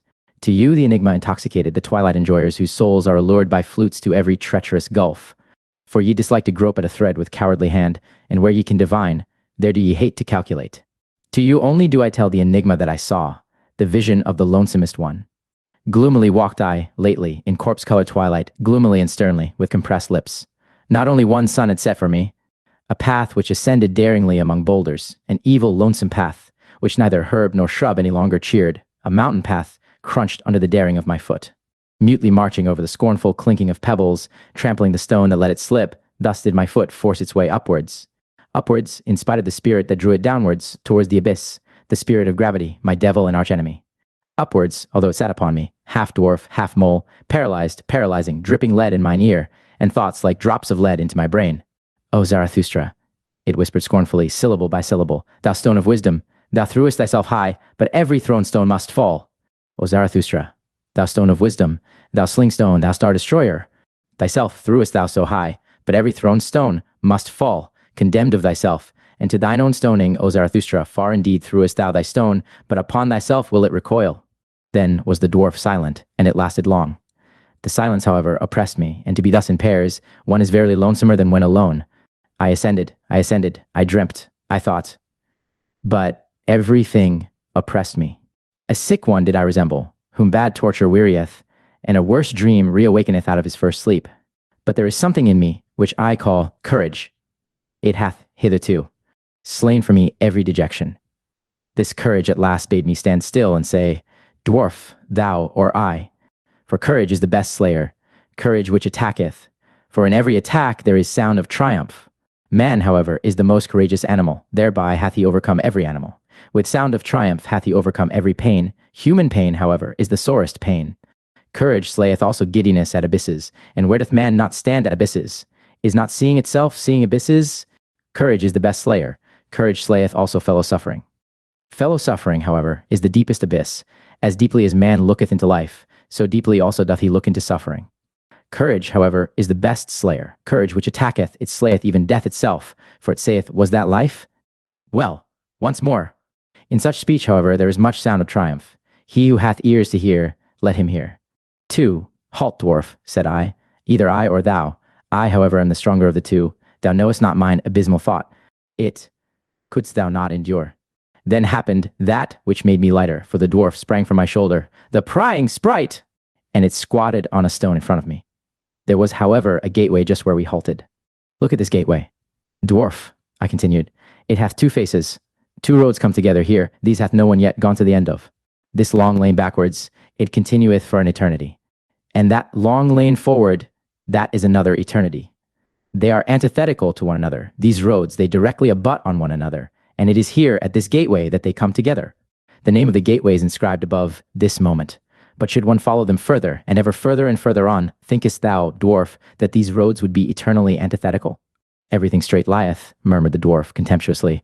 All truth is crooked, time itself is a circle. Thou spirit of gravity, said I wrathfully, do not take it too lightly, or I shall let thee squat where thou squattest, halt foot, and I carried thee high. Observe, continued I, this moment, from the gateway, this moment, there runneth a long eternal lane backwards, behind us lieth an eternity. Must not whatever can run its course of all things have already run along that lane? Must not whatever can happen of all things have already happened, resulted, and gone by? And if everything have already existed, what thinkest thou, dwarf, of this moment? Must not this gateway also have already existed? And are not all things closely bound together in such wise that this moment draweth all coming things after it? Consequently, itself also? For whatever can run its course of all things also in this long lane outward, must it once more run. And this slow spider which creepeth in the moonlight, and this moonlight itself, and thou and I in this gateway whispering together, whispering of eternal things, must we not all have already existed? And must we not return and run in that other lane out before us, that long weird lane, must we not eternally return? Thus did I speak, and always more softly, for I was afraid of mine own thoughts and arrear thoughts. Then, suddenly did I hear a dog howl near me. Had I ever heard a dog howl thus? My thoughts ran back. Yes, when I was a child, in my most distant childhood, then did I hear a dog howl thus. and saw it also, with hair bristling, its head upwards, trembling in the stillest midnight when even dogs believe in ghosts, so that it excited my commiseration. For just then went the full moon, silent as death, over the house. Just then did it stand still, a glowing globe, at rest on the flat roof, as if on someone's property. Thereby had the dog been terrified, for dogs believe in thieves and ghosts. And when I again heard such howling, then did it excite my commiseration once more. Where was now the dwarf, and the gateway, and the spider, and all the whispering? Had I dreamt? Had I awakened? Twixt rugged rocks did I suddenly stand alone, dreary in the dreariest moonlight. But there lay a man, and there, the dog leaping, bristling, whining. Now did it see me coming, then did it howl again, then did it cry. Had I ever heard a dog cry so for help? And verily, what I saw, the like had I never seen. A young shepherd did I see, writhing, choking, quivering, with distorted countenance and with a heavy black serpent hanging out of his mouth. Had I ever seen so much loathing and pale horror on one countenance? He had perhaps gone to sleep? Then had the serpent crawled into his throat, there had it bitten itself fast. My hand pulled at the serpent and pulled, in vain. I failed to pull the serpent out of his throat. Then there cried out of me, "Bite, bite, its head off!" Bite. So, cried it out of me, my horror, my hatred, my loathing, my pity, all my good and my bad cried with one voice out of me. Ye daring ones around me, ye venturers and adventurers, and whoever of you have embarked with cunning sails on unexplored seas, ye enigma enjoyers, solve unto me the enigma that I then beheld, interpret unto me the vision of the lonesomest one. For it was a vision and a foresight. What did I then behold in parable? And who is it that must come someday? Who is the shepherd into whose throat the serpent thus crawled? Who is the man into whose throat all the heaviest and blackest will thus crawl? The shepherd, however bit as my cry had admonished him, he bit with a strong bite. Far away did he spit the head of the serpent, and sprang up. No longer shepherd, no longer man, a transfigured being, a light-surrounded being that laughed. Never on earth laughed a man as he laughed. O my brethren, I heard a laughter which was no human laughter, and now gnaweth a thirst at me, a longing that is never allayed. My longing for that laughter gnaweth at me. Oh, how can I still endure to live? And how could I endure to die at present? Thus spake Zarathustra, XLVA. Involuntary bliss. With such enigmas and bitterness in his heart did Zarathustra sail o'er the sea. When, however, he was 4-day journeys from the happy isles and from his friends, then had he surmounted all his pain. Triumphantly and with firm foot did he again accept his fate. And then talked Zarathustra in this wise to his exulting conscience. Alone am I again, and like to be so, alone with the pure heaven and the open sea, and again is the afternoon around me. On an afternoon did I find my friends for the first time. On an afternoon also did I find them a second time, at the hour when all light becometh stiller. For whatever happiness is still on its way twixt heaven and earth, now seeketh for lodging a luminous soul, with happiness hath all light now become stiller. O afternoon of my life! Once did my happiness also descend to the valley that it might seek a lodging, then did it find those open hospitable souls. O afternoon of my life! What did I not surrender that I might have one thing, this living plantation of my thoughts, and this dawn of my highest hope? Companions did the creating one once seek, and children of his hope, and lo, it turned out that he could not find them, except he himself should first create them. Thus am I in the midst of my work, to my children going, and from them returning. For the sake of his children must Zarathustra perfect himself. For in one's heart one loveth only one's child and one's work, and where there is great love to oneself, then is it the sign of pregnancy, so have I found it. Still are my children verdant in their first spring, standing nigh one another, and shaken in common by the winds, the trees of my garden and of my best soil. And verily, where such trees stand beside one another, there are happy isles, but one day will I take them up, and put each by itself alone, that it may learn lonesomeness and defiance and prudence. Gnarled and crooked and with flexible hardness shall it then stand by the sea, a living lighthouse of unconquerable life. Yonder where the storms rush down into the sea, and the snout of the mountain drinketh water, shall each on a time have his day and night watches, for his testing and recognition.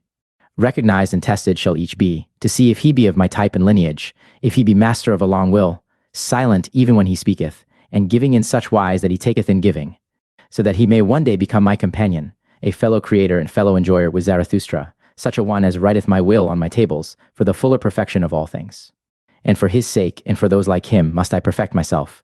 Therefore do I now avoid my happiness, and present myself to every misfortune, for my final testing and recognition.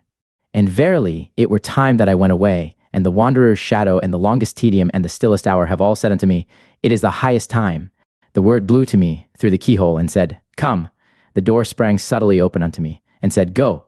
But I lay enchained to my love for my children. Desire spread this snare for me, the desire for love, that I should become the prey of my children, and lose myself in them. desiring, that is now for me to have lost myself. I possess you, my children. In this possessing shall everything be assurance and nothing desire. But brooding lay the son of my love upon me. In his own juice stewed Zarathustra. Then did shadows and doubts fly past me. For frost and winter I now longed. Oh, that frost and winter would again make me crack and crunch.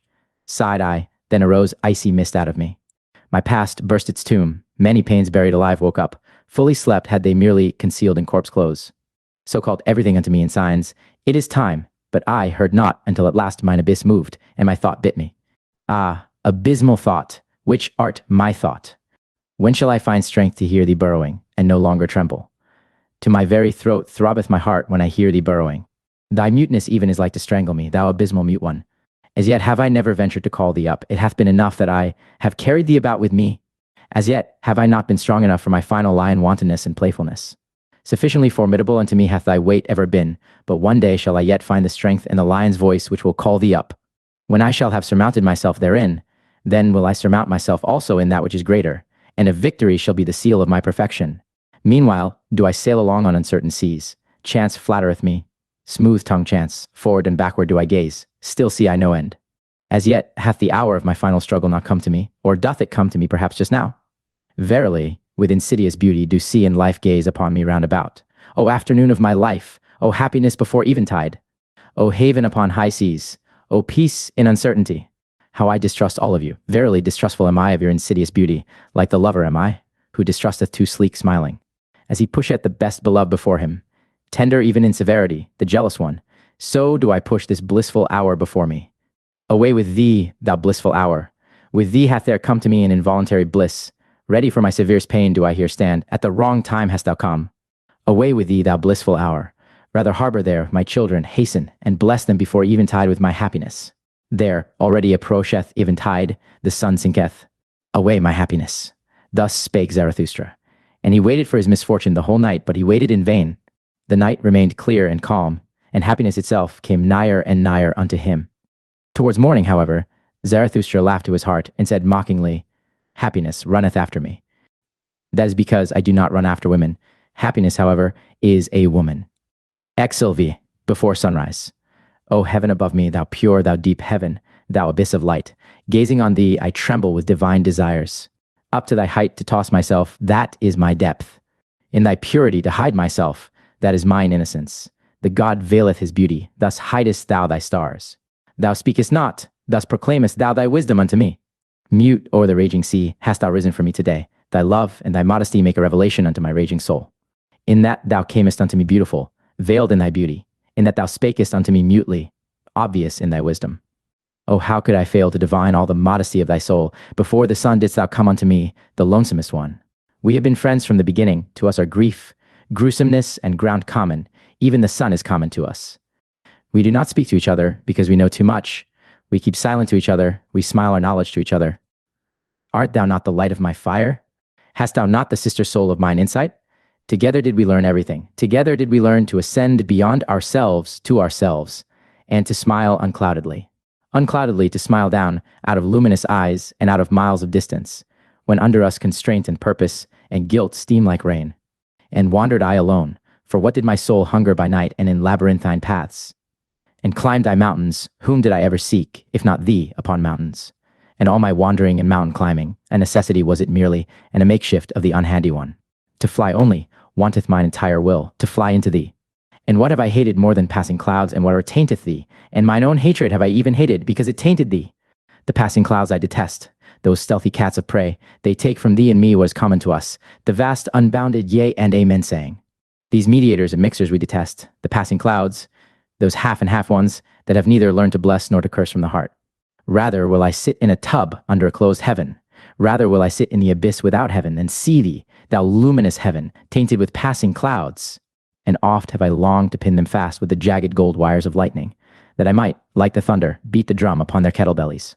An angry drummer, because they rob me of thy yea and amen, thou, heaven above me, thou pure, thou luminous heaven, thou abyss of light, because they rob thee of my yea and amen. For rather will I have noise and thunders and tempest blasts than this discreet doubting cat repose. And also amongst men do I hate most of all the soft treaders and half ones, and the doubting, hesitating, passing clouds. And he who cannot bless shall learn to curse. This clear teaching dropped unto me from the clear heaven. This star standeth in my heaven, even in dark nights. I, however, am a blesser and a yea-sayer. If thou be but around me, thou pure, thou luminous heaven, thou abyss of light, into all abysses do I then carry my beneficent yea-saying. A blesser have I become, and a yea-sayer, and therefore strove I long and was a striver, that I might one day get my hands free for blessing. This, however, is my blessing, to stand above everything as its own heaven, its round roof, its azure bell, and eternal security, and blessed is he who thus blesseth. For all things are baptized at the font of eternity, and beyond good and evil themselves, however, are but fugitive shadows, and damp afflictions, and passing clouds. Verily, it is a blessing and not a blasphemy, when I teach that above all things there standeth the heaven of chance, the heaven of innocence, the heaven of hazard, the heaven of wantonness. Of hazard, that is the oldest nobility in the world, that gave I back to all things, I emancipated them from bondage under purpose. This freedom and celestial serenity did I put like an azure bell above all things, when I taught that over them and through them no eternal will willeth.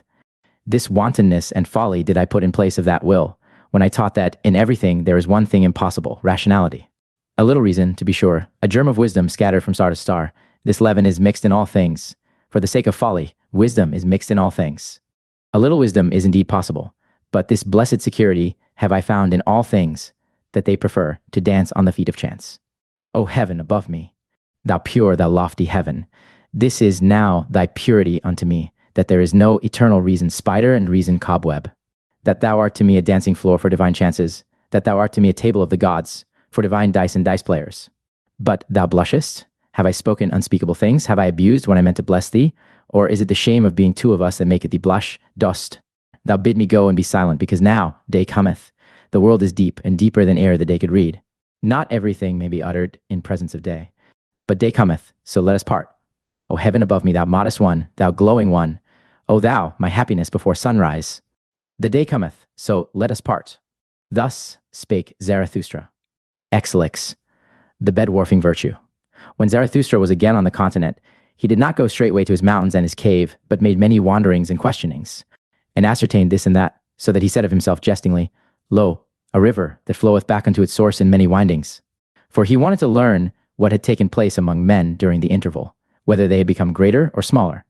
And once, when he saw a row of new houses, he marveled and said, What do these houses mean? Verily, no great soul put them up as its. Simile. Did perhaps a silly child take them out of his toy box? Would that another child put them again into the box? And these rooms and chambers, can men go out and in there? They seem to be made for silk dolls, or for dainty eaters, who perhaps let others eat with them. And Zarathustra stood still and meditated. At last he said sorrowfully, There hath everything become smaller. Everywhere do I see lower doorways. He who is of my type can still go there through, but he must stoop. Oh, when shall I arrive again at my home, where I shall no longer have to stoop before the small ones? And Zarathustra sighed and gazed into the distance. The same day, however, he gave his discourse on the bed-warfing virtue. 2. I pass through this people and keep mine eyes open. They do not forgive me for not envying their virtues. They bite at me, because I say unto them that for small people, small virtues are necessary, and because it is hard for me to understand that small people are necessary. Here am I still like a cock in a strange farmyard, at which even the hens peck. But on that account, I am not unfriendly to the hens. I am courteous towards them as towards all small annoyances. To be prickly towards what is small seemeth to me wisdom for hedgehogs. They all speak of me when they sit around their fire in the evening.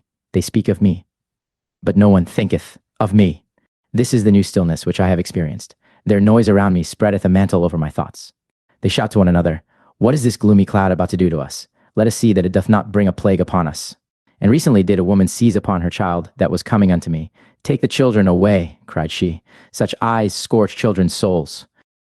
They cough when I speak. They think coughing an objection to strong winds. They divine nothing of the boisterousness of my happiness. We've not yet time for Zarathustra, so they object. But what matter about a time that hath no time for Zarathustra? And if they should altogether praise me, how could I go to sleep on their praise?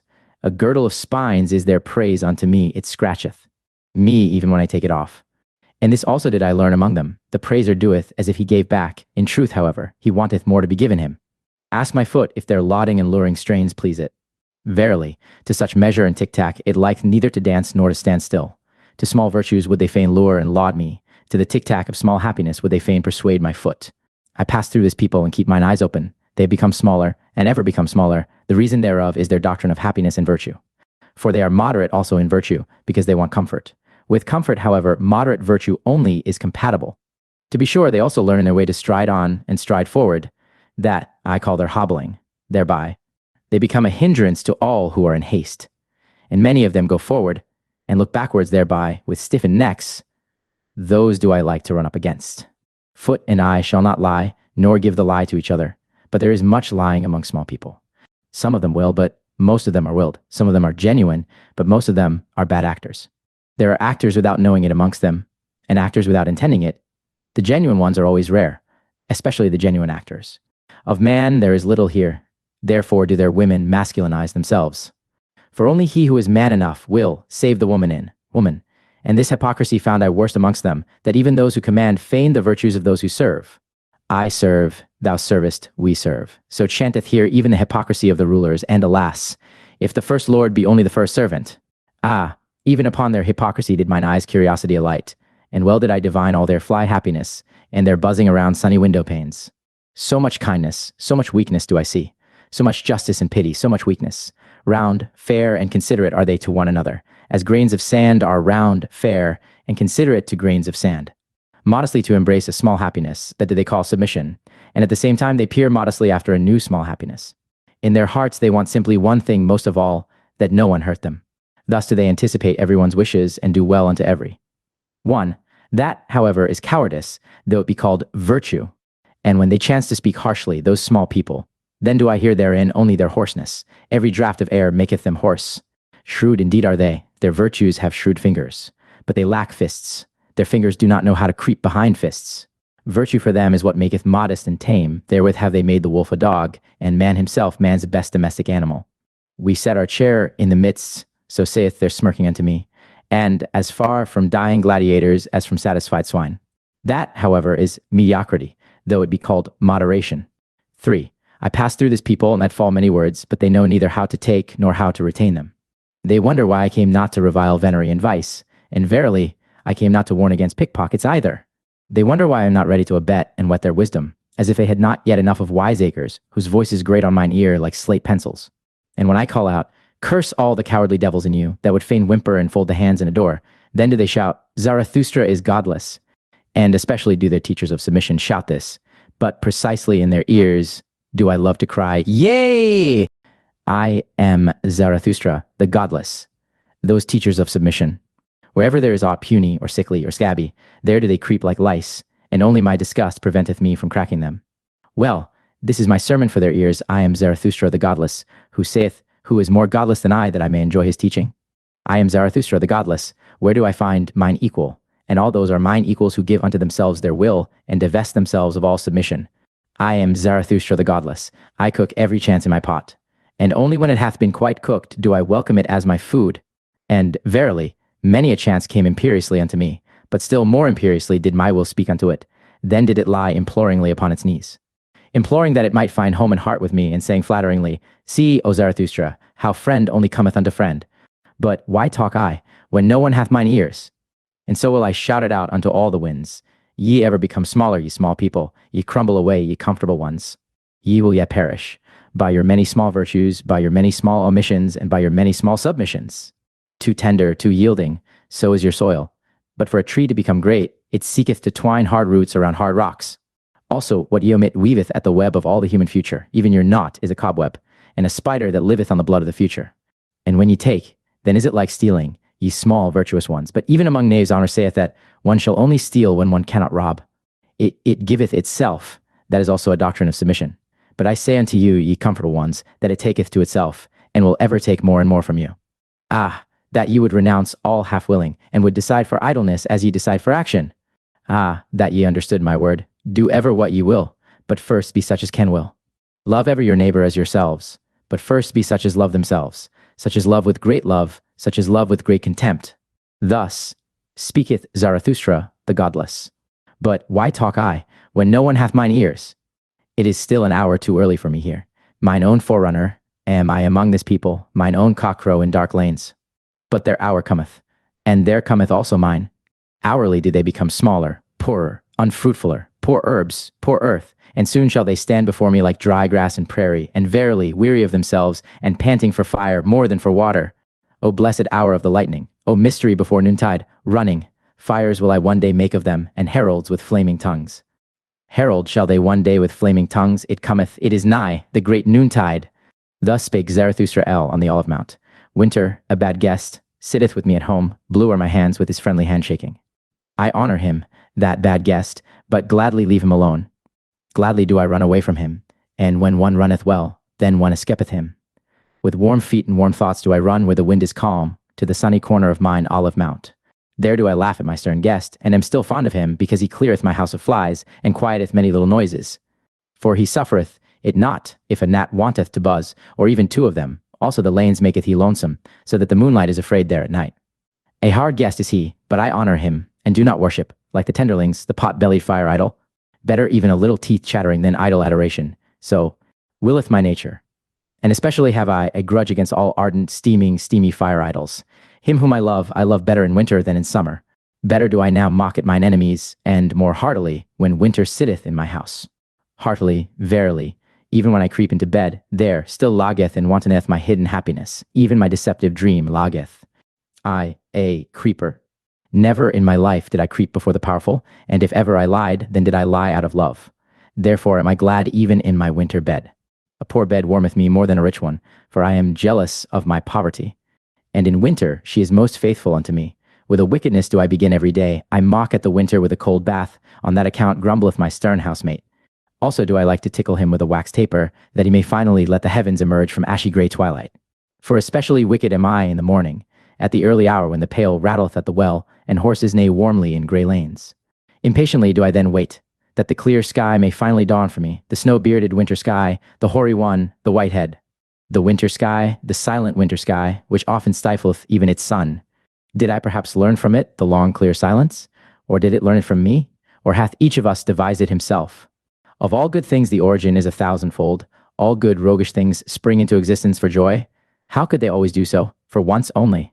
A good roguish thing is also the long silence, and to look, like the winter sky, out of a clear, round-eyed countenance. Like it to stifle one's sun, and one's inflexible solar will verily, this art and this winter roguishness have I learnt well. My best loved wickedness in art is it, that my silence hath learned not to betray itself by silence. Clattering with diction and dice, I outwit the solemn assistants. All those stern watchers shall my will and purpose elude, that no one might see down into my depth and into mine ultimate will. For that purpose did I devise the long, clear silence. Many a shrewd one did I find. He veiled his countenance and made his water muddy, that no one might see therethrough and thereunder. But precisely unto him came the shrewder distrusters and nutcrackers. Precisely from him did they fish his best concealed fish. But the clear, the honest, the transparent, these are for me the wisest silent ones. In them, so profound is the depth that even the clearest water doth not betray it. Thou snow-bearded, silent, winter sky, thou round-eyed whitehead above me, O thou heavenly simile of my soul and its wantonness. And must I not conceal myself like one who hath swallowed gold, lest my soul should be ripped up?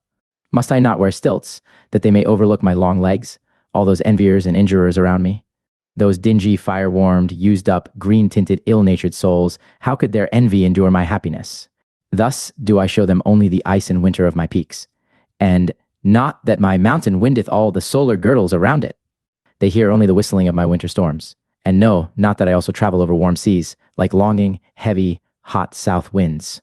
They commiserate also my accidents and chances, but my word saith, suffer the chance to come unto me. Innocent is it as a little child.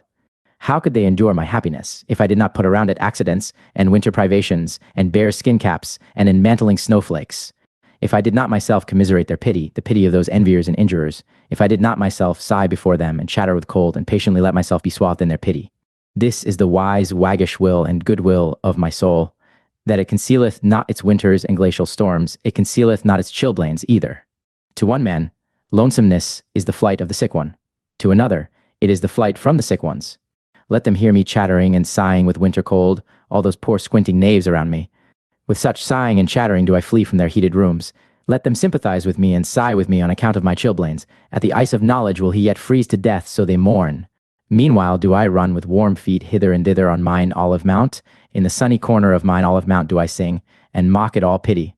Thus sang Zarathustra. Lee, on passing by.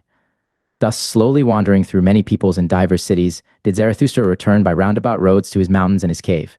And behold, thereby came he unawares also to the gate of the great city, Here, however, a foaming fool with extended hands sprang forward to him and stood in his way. It was the same fool whom the people called the ape of Zarathustra, for he had learned from him something of the expression and modulation of language, and perhaps liked also to borrow from the store of his wisdom. And the fool talked thus to Zarathustra: O Zarathustra, here is the great city. Here hast thou nothing to seek and everything to lose. Why wouldst thou wade through this mire? Have pity upon thy foot, spit rather on the gate of the city, and turn back. Here is the hell for anchorites' thoughts. Here are great thoughts seethed alive and boiled small. Here do all great sentiments decay. Here may only rattle-bone sensations rattle. Smellest thou not already the shambles and cookshops of the spirit?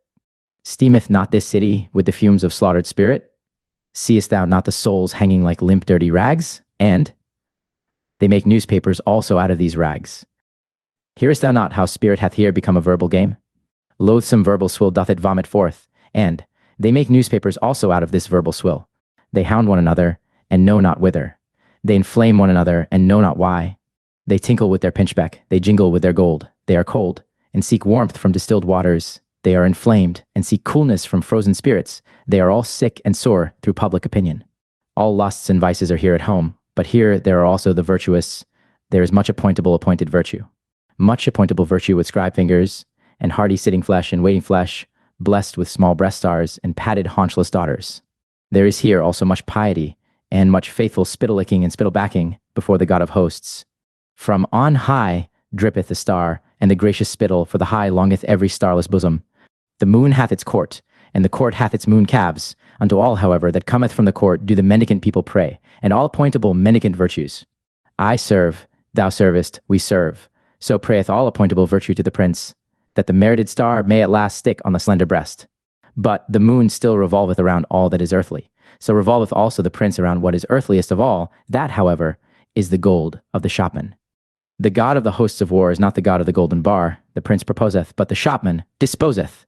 By all that is luminous and strong and good in thee, O Zarathustra, spit on this city of shopmen and return back. Here floweth all blood, putridly and tepidly and frothily through all veins. Spit on the great city, which is the great slum where all the scum frotheth together.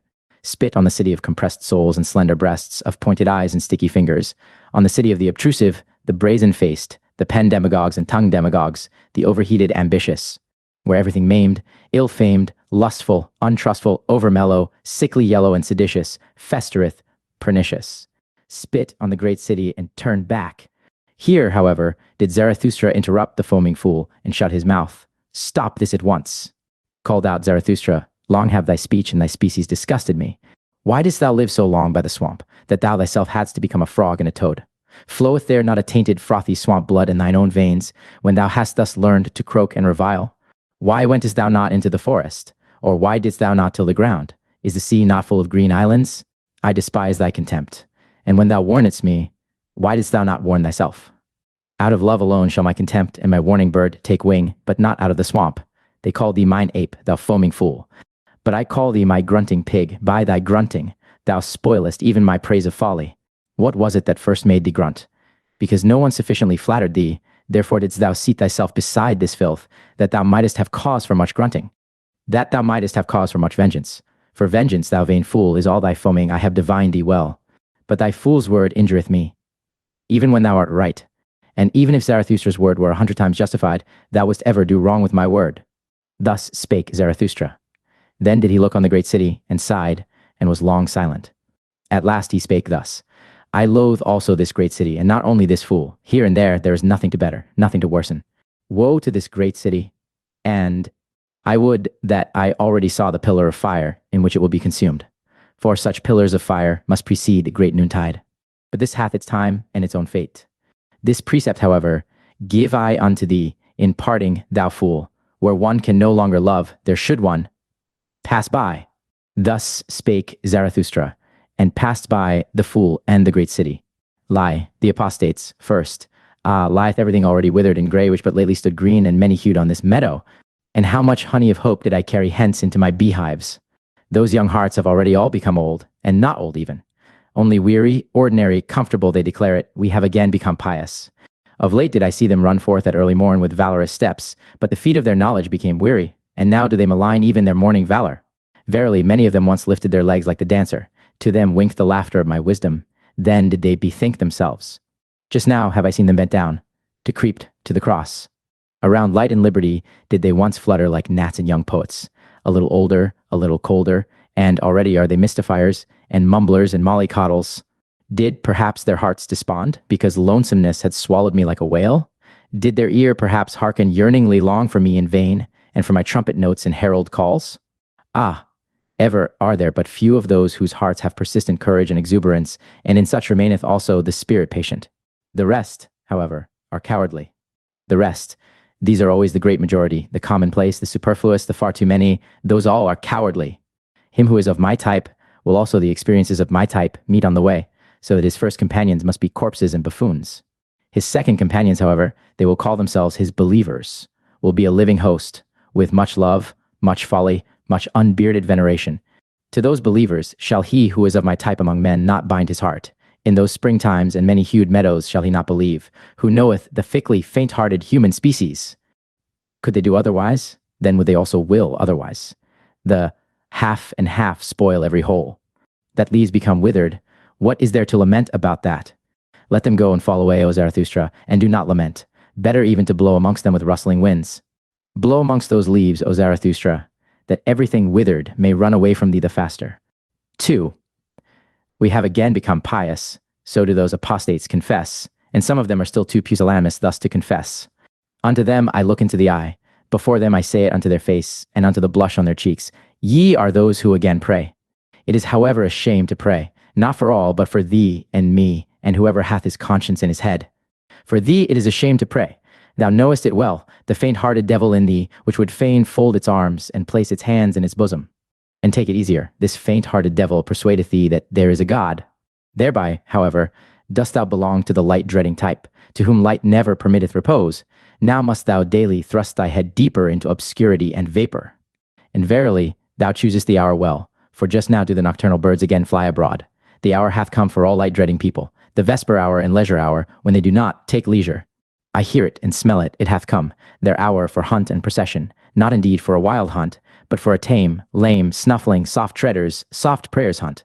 For a hunt after susceptible simpletons, all mousetraps for the heart have again been set, and whenever I lift a curtain, a night moth rusheth out of it. Did it perhaps squat there along with another night moth? For everywhere do I smell small concealed communities, and wherever there are closets there are new devotees therein, and the atmosphere of devotees. They sit for long evenings beside one another and say, let us again become like little children and say, good God, ruined, in mouths and stomachs by the pious confectioners.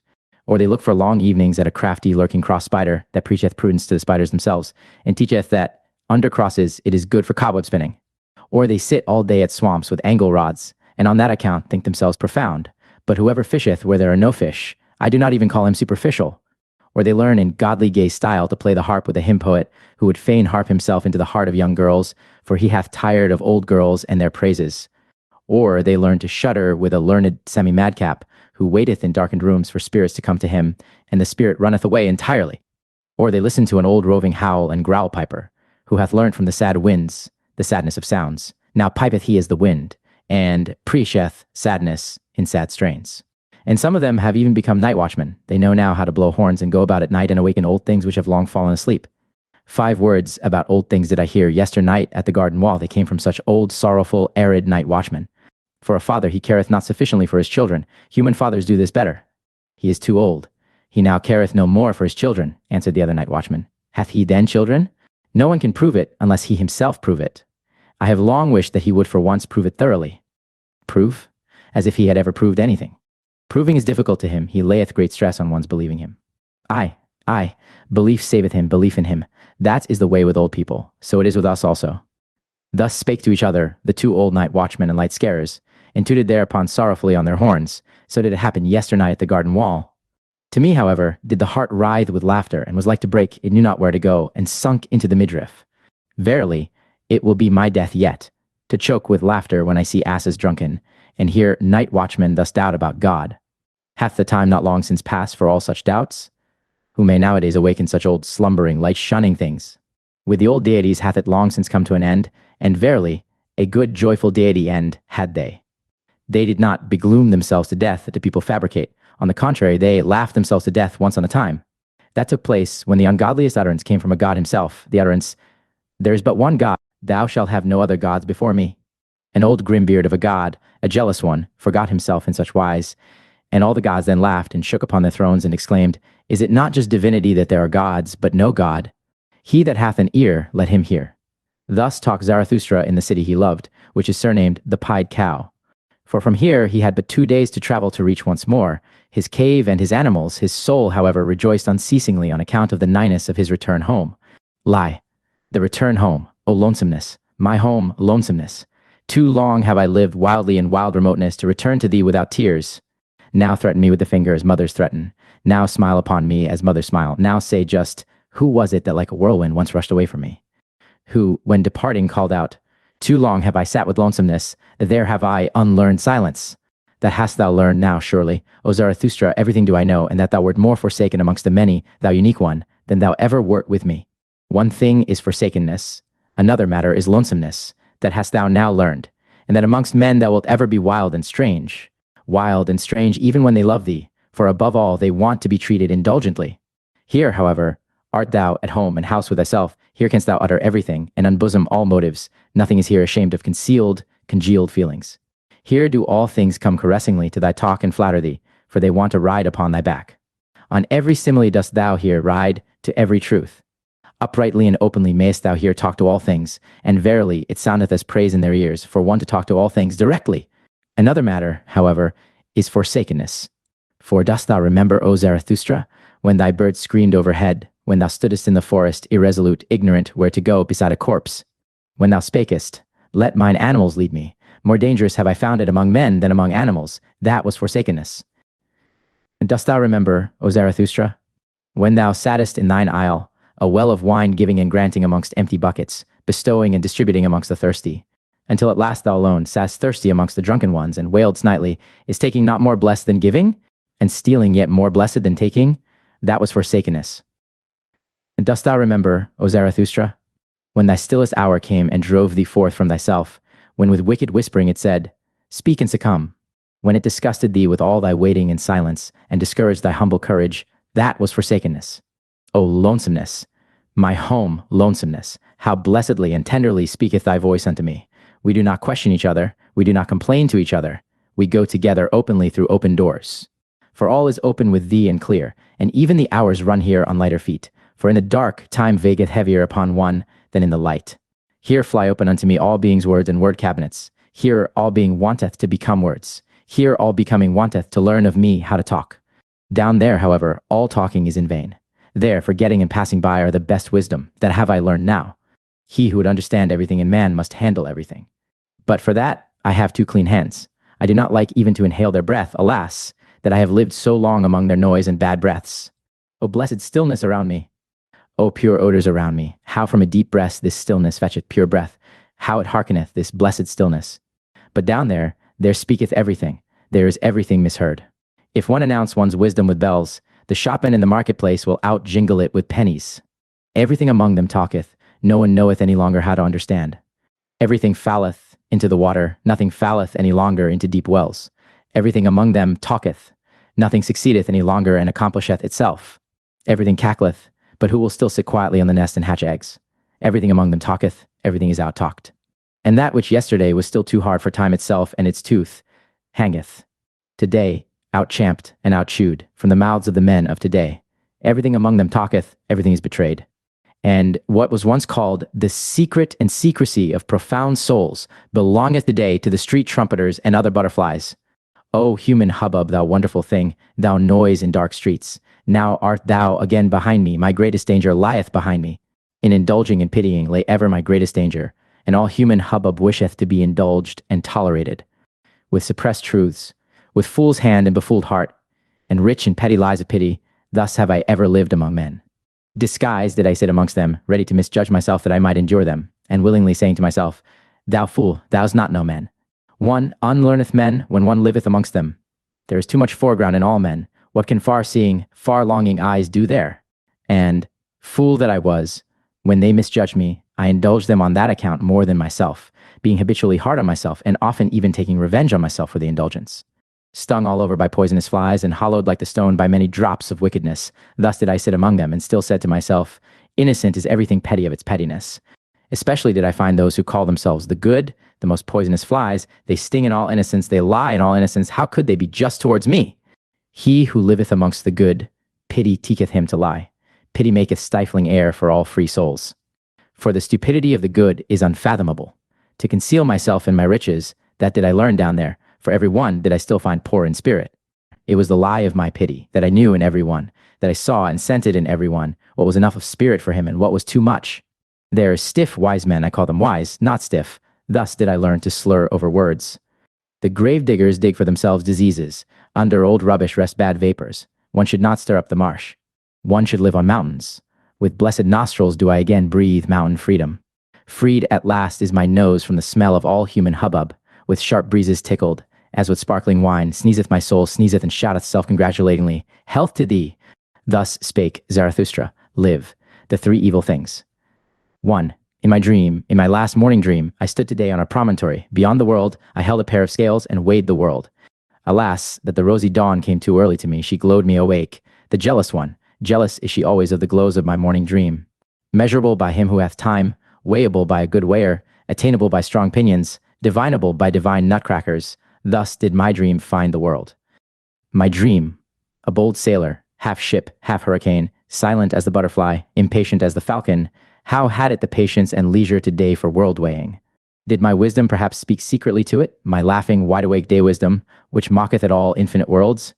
For it saith, where force is, there becometh number the master, it hath more force. How confidently did my dream contemplate this finite world, not newfangledly, not old-fangledly, not timidly, not entreatingly. As if a big round apple presented itself to my hand, a ripe golden apple, with a coolly soft velvety skin, thus did the world present itself unto me. As if a tree nodded unto me, a broad-branched, strong-willed tree, curved as a recline, and a footstool for weary travelers, thus did the world stand on my promontory. As if delicate hands carried a casket towards me, a casket open for the delectation of modest adoring eyes, thus did the world present itself before me today. Not riddle enough to scare human love from it, not solution enough to put to sleep human wisdom, a humanly good thing was the world to me today, of which such bad things are said. How I thank my morning dream that I thus at today's dawn weighed the world.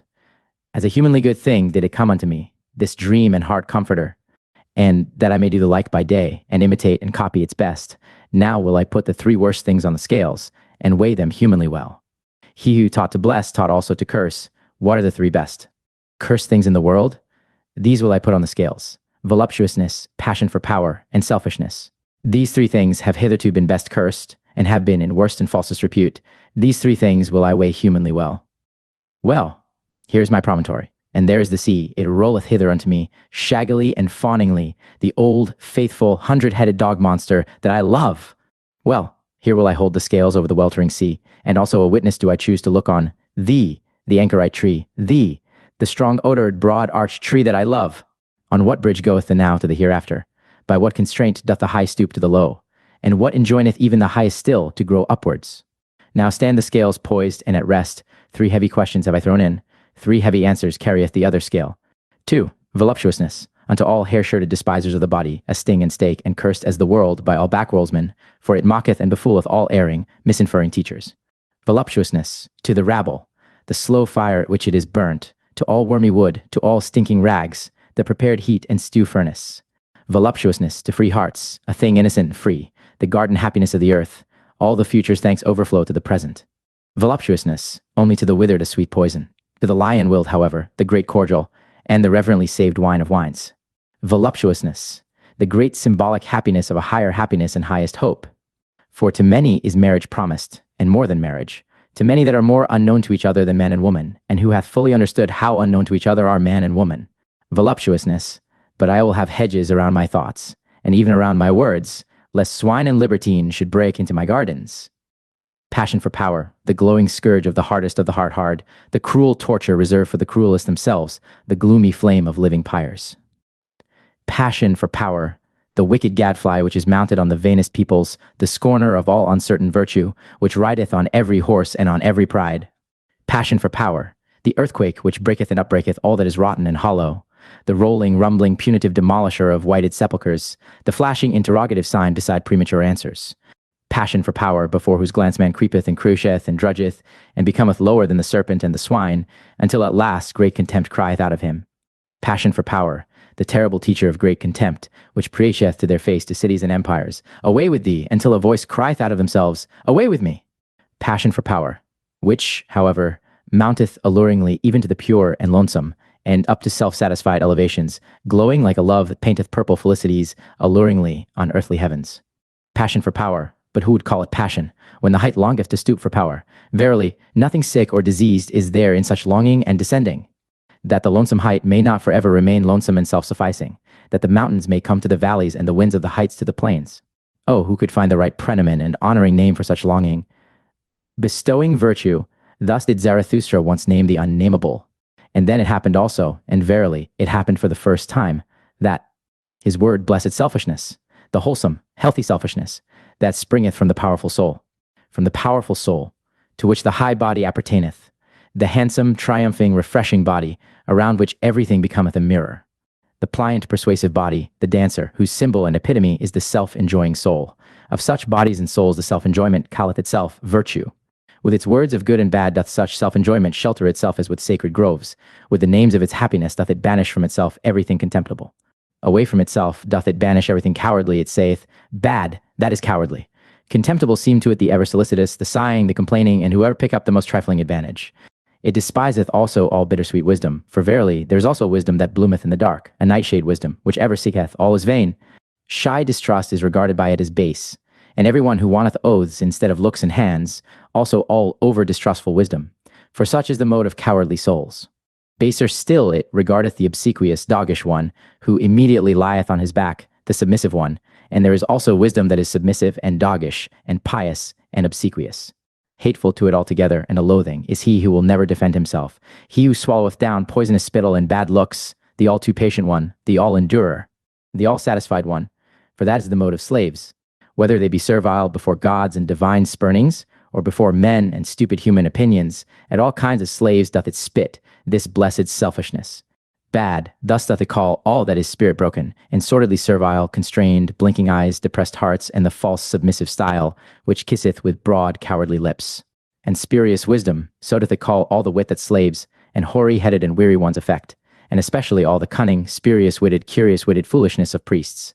The spurious wise, however, all the priests, the world-weary, and those whose souls are of feminine and servile nature. Oh, how hath their game all along abused selfishness! And precisely that was to be virtue, and was to be called virtue, to abuse selfishness. And selfless, so did they wish themselves with good reason, all those world-weary cowards and cross spiders. But to all those cometh now the day, the change, the sword of judgment, the great noontide. Then shall many things be revealed. And he who proclaimeth the ego wholesome and holy, and selfishness blessed, verily, he, the prognosticator, speaketh also what he knoweth. Behold, it cometh, it is nigh, the great noontide. Thus spake Zarathustra, LV, the spirit of gravity. My mouthpiece is of the people. Too coarsely and cordially do I talk for Angora rabbits. And still stranger soundeth my word unto all ink-fish and pen-foxes. My hand is a fool's hand, woe unto all tables and walls, and whatever hath room for fool sketching, fool scrawling. My foot is a horse-foot. Therewith do I trample and trot over stick and stone, in the fields up and down, and am bedevilled with delight in all fast racing. My stomach is surely an eagle's stomach, for it prefereth lamb's flesh. Certainly it is a bird's stomach, nourished with innocent things, and with few ready and patient to fly away. That is now my nature. Why should there not be something of bird nature therein? And especially that I am hostile to the spirit of gravity, that is bird nature, verily, deadly hostile, supremely hostile, originally hostile. Oh, whither hath my hostility not flown and misflown? Thereof could I sing a song, and will sing it, though I be alone in an empty house, and must sing it to mine own ears. Other singers are there, to be sure, to whom only the full house maketh the voice soft, the hand eloquent, the eye expressive, the heart wakeful. Those do I not resemble. 2. He who one day teacheth men to fly will have shifted all landmarks. To him will all landmarks themselves fly into the air. The earth will he christen anew as the light body. The ostrich runneth faster than the fastest horse, but it also thrusteth its head heavily into the heavy earth. Thus is it with the man who cannot yet fly. Heavy unto him are earth and life, and so willeth the spirit of gravity. But he who would become light and be a bird must love himself. Thus do I teach. Not, to be sure, with the love of the sick and infected, for with them stinketh even self-love. One must learn to love oneself. Thus do I teach. With a wholesome and healthy love, that one may endure to be with oneself, and not go roving about. Such roving christeneth itself brotherly love. With these words hath there hitherto been the best lying and dissembling, and especially by those who have been burdensome to every one. And verily, it is no commandment for today and tomorrow to learn to love oneself. Rather is it of all arts the finest, subtlest, last, and patientest. For to its possessor is all possession well concealed, and of all treasure pits one's own is last excavated. So causeth the spirit of gravity. Almost in the cradle are we apportioned with heavy words and worths, good and evil. So calleth itself his dowry. For the sake of it we are forgiven for living, and therefore suffereth one little children to come unto one to forbid. Them betimes to love themselves, so causeth the spirit of gravity. And we bear loyally what is apportioned unto us, on hard shoulders, over rugged mountains. And when we sweat, then do people say to us, Yea, life is hard to bear. But man himself only is hard to bear. The reason thereof is that he carrieth too many extraneous things on his shoulders. Like the camel kneeleth he down, and letteth himself be well laden. Especially the strong load-bearing man in whom reverence resideth. Too many extraneous heavy words and worths loadeth he upon himself, then seemeth life to him a desert. And verily, many a thing also that is our own is hard to bear. And many internal things in man are like the oyster, repulsive and slippery and hard to grasp. So that an elegant shell with elegant adornment must plead for them. But this art also must one learn, to have a shell and a fine appearance and sagacious blindness. Again, it deceiveth about many things in man, that many a shell is poor and pitiable, and too much of a shell. Much concealed goodness and power is never dreamt of. The choicest dainties find no tasters. Women know that, the choicest of them, a little fatter, a little leaner. Oh, how much fate is in so little. Man is difficult to discover, and unto himself most difficult of all, often lieth the spirit concerning the soul. So causeth the spirit of gravity. He, however, hath discovered himself who saith, This is my good and evil. Therewith hath he silenced the mole and the dwarf, who say, Good for all, evil for all. Verily, neither do I like those who call everything good, and this world the best of all. Those do I call the all-satisfied. All-satisfiedness, which knoweth how to taste everything, that is not the best taste. I honor the refractory, fastidious tongues and stomachs, which have learned to say aye and yea and nay. To chew and digest everything, however, that is the genuine swine nature. Ever to say ye a, that hath only the ass learnt, and those like it. Deep yellow and hot red, so wanteth my taste, it mixeth blood with all colours. He, however, who whitewasheth his house, betrayeth unto me a whitewashed soul. With mummies some fall in love, others with phantoms, both alike hostile to all flesh and blood. Oh, how repugnant are both to my taste! For I love blood. And there will I not reside and abide where every one spitteth and speweth, that is now my taste. Rather would I live amongst thieves and perjurers. Nobody carrieth gold in his mouth. Still more repugnant unto me, however, are all lickspittles. And the most repugnant animal of man that I found, did I christen parasite, it would not love, and would yet live by love. Unhappy do I call all those who have only one choice, either to become evil beasts or evil beast tamers. Amongst such would I not build my tabernacle. Unhappy do I also call those who have ever to wait. They are repugnant to my taste, all the toll gatherers and traders and kings and other landkeepers and shopkeepers. Verily, I learned waiting also, and thoroughly so, but only waiting for myself. And above all did I learn standing and walking and running and leaping and climbing and dancing. This, however, is my teaching. He who wisheth one day to fly must first learn standing and walking and running and climbing and dancing. One doth not fly into flying. With rope ladders learned I to reach many a window. With nimble legs did I climb high masts. To sit on high masts of perception seemed to me no small bliss. To flicker like small flames on high masts, a small light certainly, but a great comfort to castaway sailors and shipwrecked ones. By divers ways and wendings did I arrive at my truth. Not by one ladder did I mount to the height where mine eye roveth into my remoteness. And unwillingly only did I ask my way, that was always counter to my taste. Rather did I question and test the ways themselves. A testing and a questioning hath been all my travelling, and verily, one must also learn to answer such questioning. That, however, is my taste, neither a good nor a bad taste, but my taste, of which I have no longer either shame or secrecy. This is now my way. Where is yours? Thus did I answer those who asked me, the way. For the way, it doth not exist. Thus spake Zarathustra. LVI, old and new tables. Here do I sit and wait, old broken tables around me, and also new. Half-written tables. When cometh mine hour? The hour of my descent, of my downgoing, for once more will I go unto men. For that hour do I now wait. For first must the signs come unto me that it is mine hour, namely, the laughing lion with the flock of doves. Meanwhile, do I talk to myself as one who hath time. No one telleth me anything new, so I tell myself mine own story. 2. When I came unto men, then found I them resting on an old infatuation. All of them thought they had long known what was good and bad for men.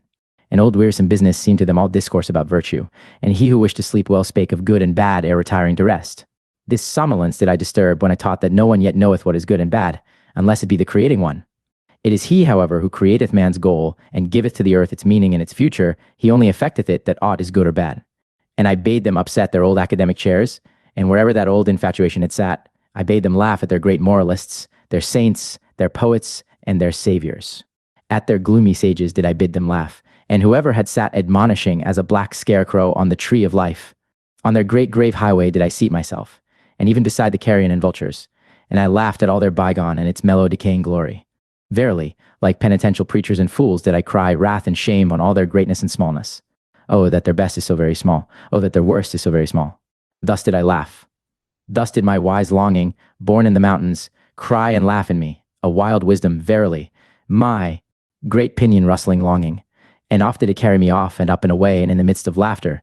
Then flew I quivering like an arrow with sun-intoxicated rapture, out into distant futures, which no dream hath yet seen, into warmer souths than ever sculptor conceived, where gods in their dancing are ashamed of all clothes, that I may speak in parables and halt and stammer like the poets, and verily, I am ashamed that I have still to be a poet, where all becoming seemed to me dancing of gods and wantoning of gods, and the world unloosed and unbridled and fleeing back to itself, as an eternal self-fleeing and reseeking of one another of many gods, as the blessed self-contradicting, recommuning, and refraternizing with one another of many gods, where all time seemed to me a blessed mockery of moments, where necessity was freedom itself, which played happily with the goad of freedom, where I also found again mine old devil and arch-enemy, the spirit of gravity, and all that it created, constraint, law, necessity, and consequence, and purpose, and will, and good, and evil.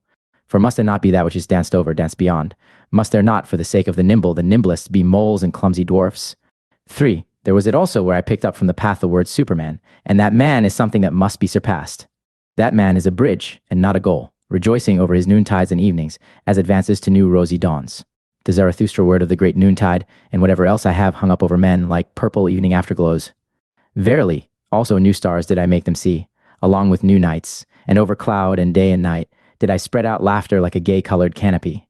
I taught them all my poetization and aspiration, to compose and collect into unity what is fragment in man, and riddle and fearful chance. As composer, riddle reader, and redeemer of chance, did I teach them to create the future, and all that hath been, to redeem by creating. The past of man to redeem, and every it was to transform, until the will saith, but so did I will it. So shall I will it. This did I call redemption. This alone taught I them to call redemption.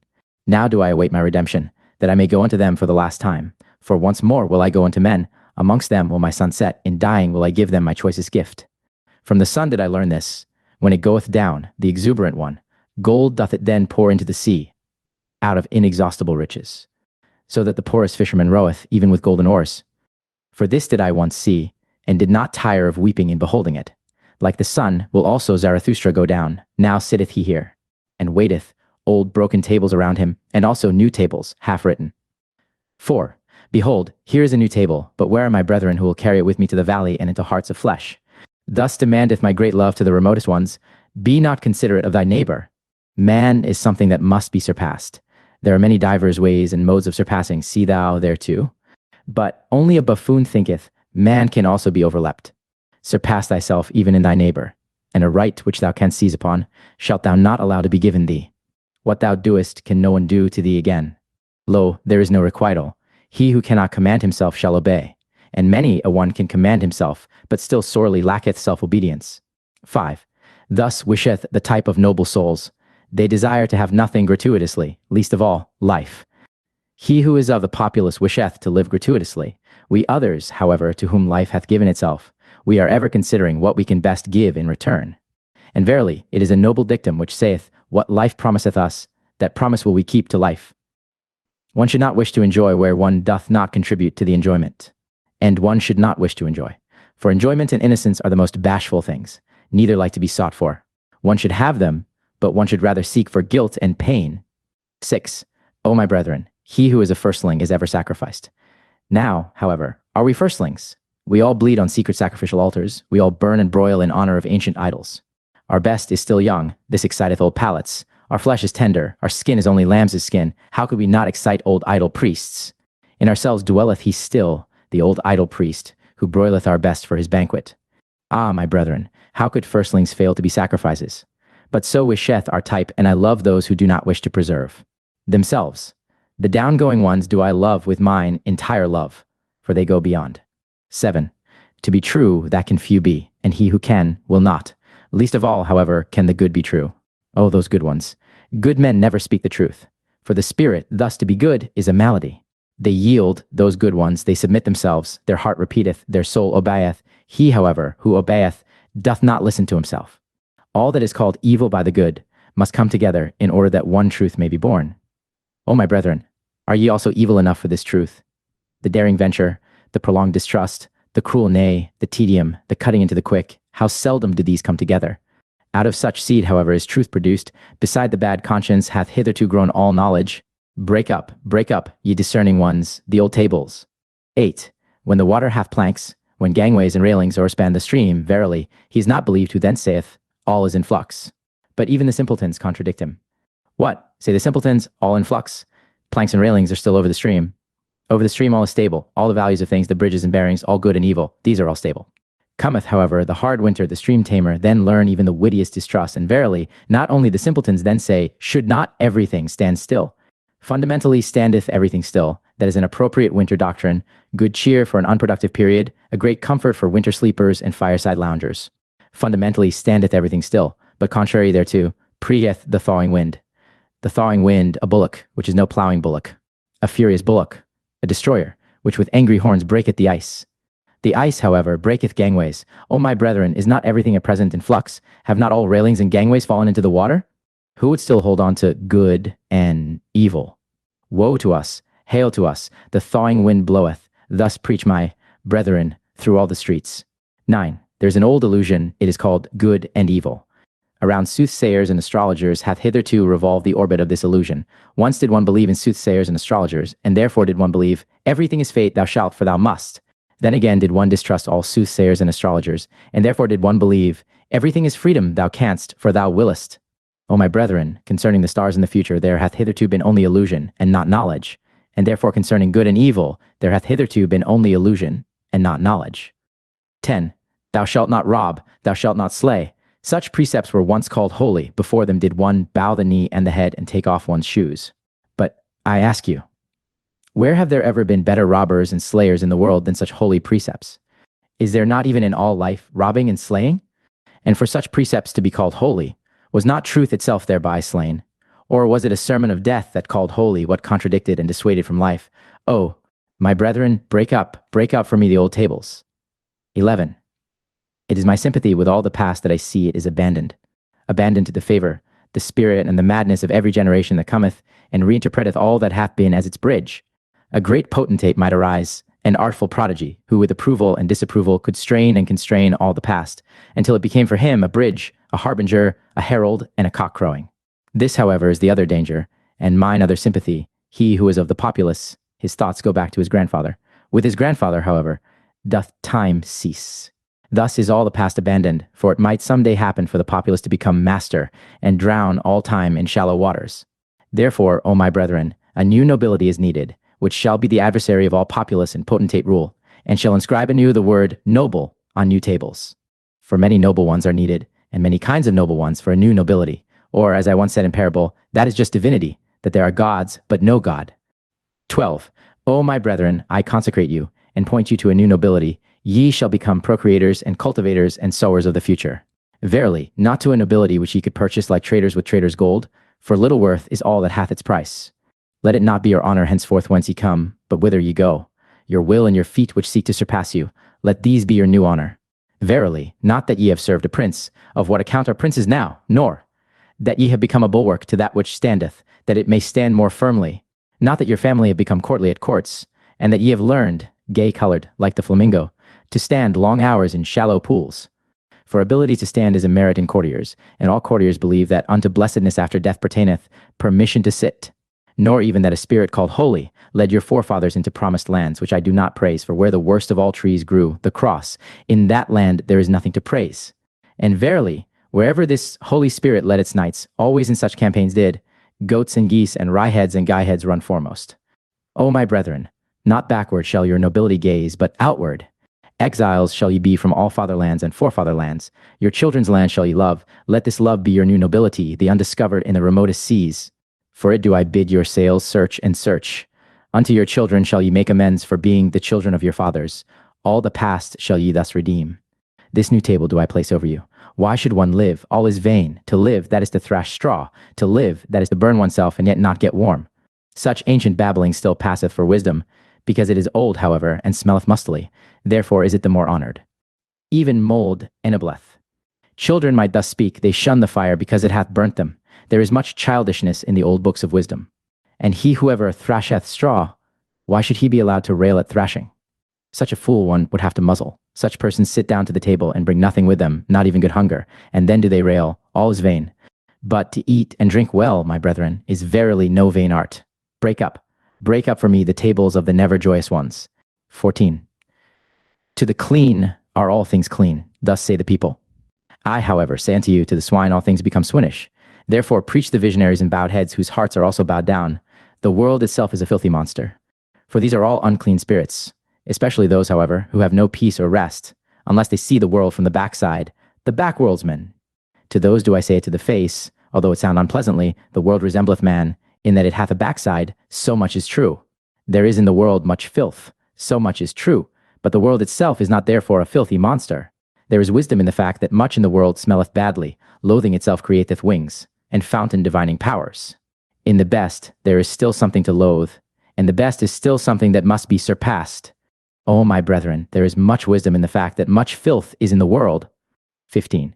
Such sayings did I hear pious backworldsmen speak to their consciences, and verily without wickedness or guile, although there is nothing more guileful in the world or more wicked. Let the world be as it is. Raise not a finger against it. Let whoever will choke and stab and skin and scrape the people. Raise not a finger against it. Thereby will they learn to renounce the world. And thine own reason, this shalt thou thyself stifle and choke. For it is a reason of this world. Thereby wilt thou learn thyself to renounce the world. Shatter, shatter, O my brethren, those old tables of the pious. Tatter the maxims of the world maligners. 16. He who learneth much unlearneth all violent cravings, that do people now whisper to one another in all the dark lanes. Wisdom wearieth, nothing is worthwhile, thou shalt not crave. This new table found I hanging even in the public markets. Break up for me, O my brethren. Break up also that new table. The weary of the world put it up, and the preachers of death and the jailer, for lo, it is also a sermon for slavery. Because they learned badly, and not the best, and everything too early, and everything too fast, because they ate badly. From thence hath resulted their ruined stomach. For a ruined stomach is their spirit, it persuadeth to death. For verily, my brethren, the spirit is a stomach. Life is a well of delight, but to him in whom the ruined stomach speaketh, the father of affliction, all fountains are poisoned. To discern, that is delight to the lion willed, but he who hath become weary is himself merely willed, with him play all the waves. And such is always the nature of weak men, they lose themselves on their way. And at last asketh their weariness, why did we ever go on the way? All is indifferent. To them soundeth it pleasant to have preached in their ears, nothing is worthwhile. Ye shall not will. That, however, is a sermon for slavery. O my brethren, a fresh blustering wind cometh Zarathustra unto all way weary ones, many noses will he yet make sneeze. Even through walls bloweth my free breath, and into prisons, and imprisoned spirits. Willing emancipateth, for willing is creating, so do I teach. And only for creating shall ye learn. And also the learning shall ye learn only from me, the learning well. He who hath ears, let him hear. There standeth the boat, thither goeth it over, perhaps into vast nothingness, but who willeth to enter into this perhaps? None of you want to enter into the death boat. How should ye then be world-weary ones, and have not even withdrawn from the earth? Eager did I ever find you for the earth, amorous still of your own earth-weariness. Not in vain doth your lip hang down, a small worldly wish still sitteth thereon, and in your eye floateth there not a cloudlet of unforgotten earthly bliss? There are on the earth many good inventions, some useful, some pleasant. For their sake is the earth to be loved. And many such good inventions are there, that they are like woman's breasts, useful at the same time, and pleasant. Ye world-weary ones, however, ye earth-idlers, you shall one beat with stripes. With stripes shall one again make you sprightly limbs. For if ye be not invalids or decrepit creatures of whom the earth is weary, then are ye sly sloths, or dainty sneaking pleasure cats. And if ye will not again run gaily, then shall ye pass away. To the incurable shall one not seek to be a physician. Thus teacheth Zarathustra, so shall ye pass away. But more courage is needed to make an end than to make a new verse, that do all physicians and poets know well. 18th. O my brethren, there are tables which weariness framed, and tables which slothfulness framed, corrupt slothfulness. Although they speak similarly, they want to be heard differently. See this languishing one. Only a span breadth is he from his goal, but from weariness hath he lain down obstinately in the dust, this brave one.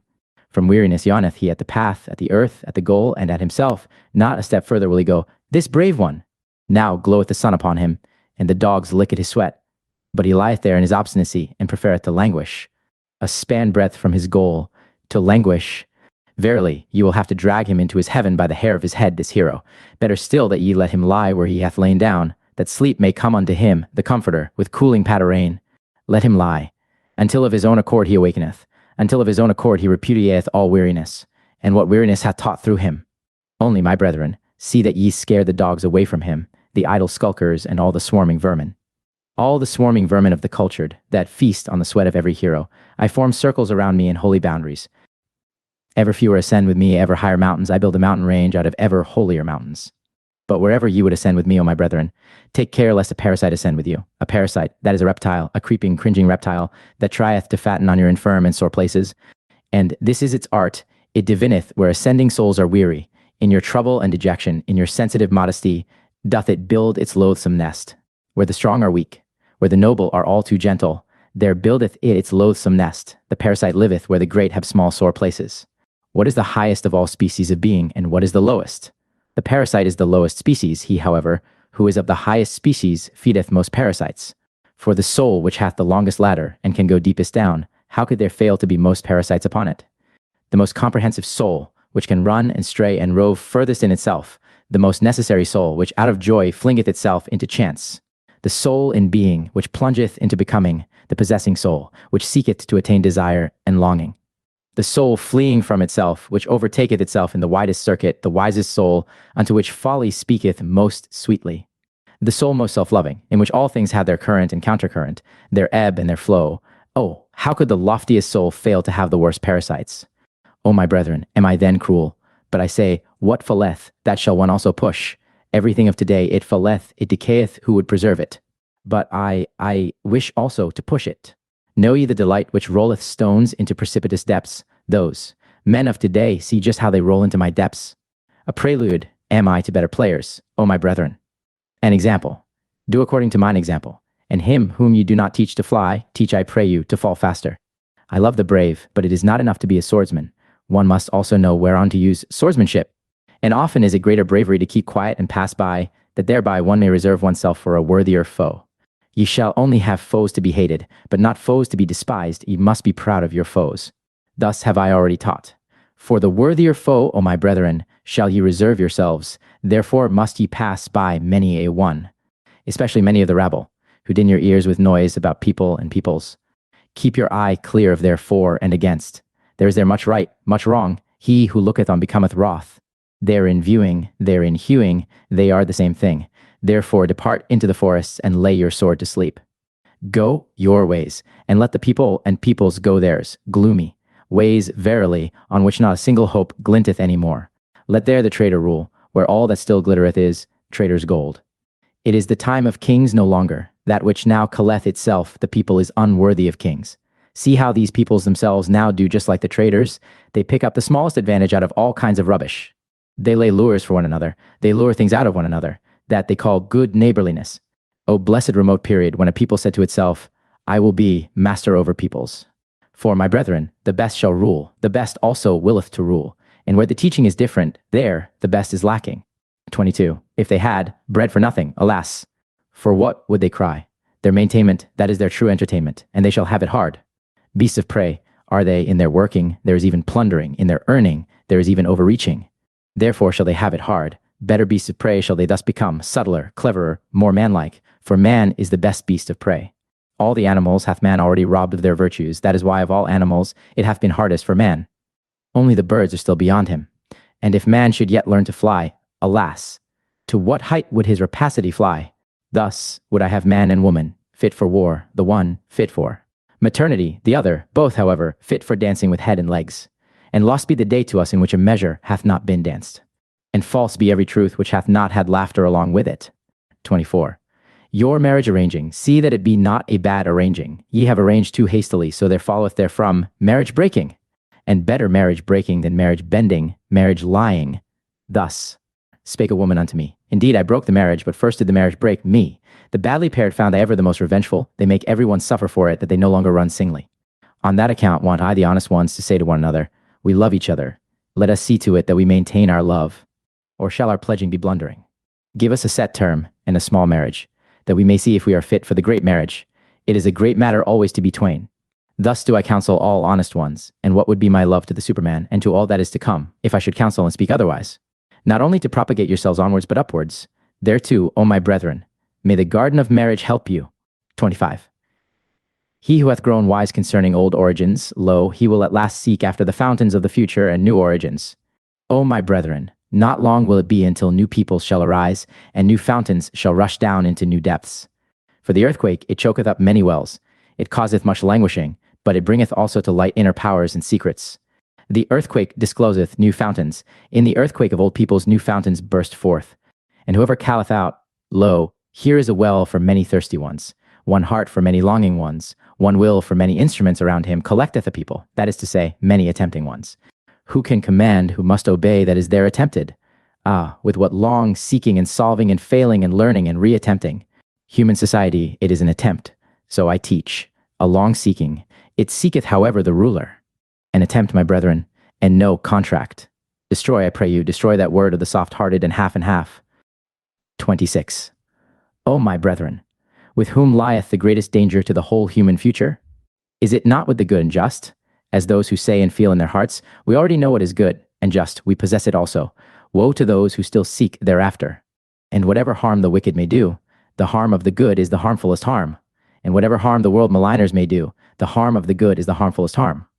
O my brethren, into the hearts of the good, and just look someone once on a time who said, they are the Pharisees. But people did not understand him. The good and just themselves were not free to understand him. Their spirit was imprisoned in their good conscience. The stupidity of the good is unfathomably wise. It is the truth, however, that the good must be Pharisees. They have no choice. The good must crucify him who deviseth his own virtue. That is the truth. The second one, however, who discovered their country, the country, heart, and soil of the good and just, it was he who asked, whom do they hate most? The Creator hate they most, him who breaketh the tables and old values, the breaker, him they call the lawbreaker. For the good, they cannot create, they are always the beginning of the end. They crucify him who writeth new values on new tables. They sacrifice unto themselves the future. They crucify the whole human future. The good, they have always been the beginning of the end. O my brethren, have ye also understood this word? And what I once said of the last man, with whom lieth the greatest danger to the whole human future? Is it not with the good and just? Break up, I pray you, the good and just. Oh, my brethren, have ye understood also this word? Ye flee from me. Ye are frightened. Ye tremble at this word. O my brethren, when I enjoined you to break up the good and the tables of the good, then only did I embark man on his high seas. And now only cometh unto him the great terror, the great outlook, the great sickness, the great nausea, the great seasickness. False shores and false securities did the good teach you. In the lies of the good were ye born and bred. Everything hath been radically contorted and distorted by the good. But he who discovered the country of man, discovered also the country of man's future. Now shall ye be sailors for me, brave, patient. Keep yourselves up betimes, my brethren. Learn to keep yourselves up. The sea stormeth, many seek to raise themselves again by you. The sea stormeth, all is in the sea. Well, cheer up, ye old seamen hearts. What a fatherland! Thither striveth our helm where our children's land is. Thitherwards, stormier than the sea, stormeth our great longing. 29. Why so hard? Said to the diamond one day the charcoal, are we then not near relatives? Why so soft? O my brethren, thus do I ask you, are ye then not my brethren? Why so soft, so submissive and yielding? Why is there so much negation and abnegation in your hearts? Why is there so little fate in your looks? And if ye will not be fates and inexorable ones, how can ye one day conquer with me? And if your hardness will not glance and cut and chip to pieces, how can you one day create with me? For the creators are hard, and blessedness must it seem to you to press your hand upon millenniums as upon wax. Blessedness to write upon the will of millenniums as upon brass, harder than brass, nobler than brass. Entirely hard is only the noblest. This new table, O my brethren, put I up over you, become hard. O thou, my will, thou change of every need, my needfulness, preserve me from all small victories, thou fatedness of my soul, which I call fate, thou, in me, over me, preserve and spare me for one great fate, and thy last greatness, my will, spare it for thy last, that thou mayest be inexorable in thy victory. Ah, who hath not succumbed to his victory? Ah, whose eye hath not bedimmed in this intoxicated twilight? Ah, whose foot hath not faltered and forgotten in victory how to stand, that I may one day be ready and ripe in the great noontide, ready and ripe like the glowing ore, the lightning-bearing cloud, and the swelling milk udder, ready for myself and for my most hidden will, a bow eager for its arrow, an arrow eager for its star, a star ready and ripe in its noontide, glowing, pierced, blessed by annihilating sun arrows. A sun itself, and an inexorable sun will, ready for annihilation in victory. O will, thou change of every need my needfulness, spare me for one great victory. Thus spake Zarathustra, Levi the convalescent. 1. One morning, not long after his return to his cave, Zarathustra sprang up from his couch like a madman, crying with a frightful voice, and acting as if someone still lay on the couch who did not wish to rise. Zarathustra's voice also resounded in such a manner that his animals came to him frightened, and out of all the neighboring caves and lurking places, all the creatures slipped away, flying, fluttering, creeping, or leaping, according to their variety of foot or wing. Zarathustra, however, spake these words, Up, abysmal thought, out of my depth. I am thy cock in morning dawn, thou overslept reptile. Up, up. My voice shall soon crow thee awake. Unbind the fetters of thine ears, listen, for I wish to hear thee. Up, up. There is thunder enough to make the very graves listen. And rub the sleep and all the dimness and blindness out of thine eyes. Hear me also with thine eyes. My voice is a medicine even for those born blind. And once thou art awake, then shalt thou ever remain awake. It is not my custom to awake great-grandmothers out of their sleep, that I may bid them sleep on.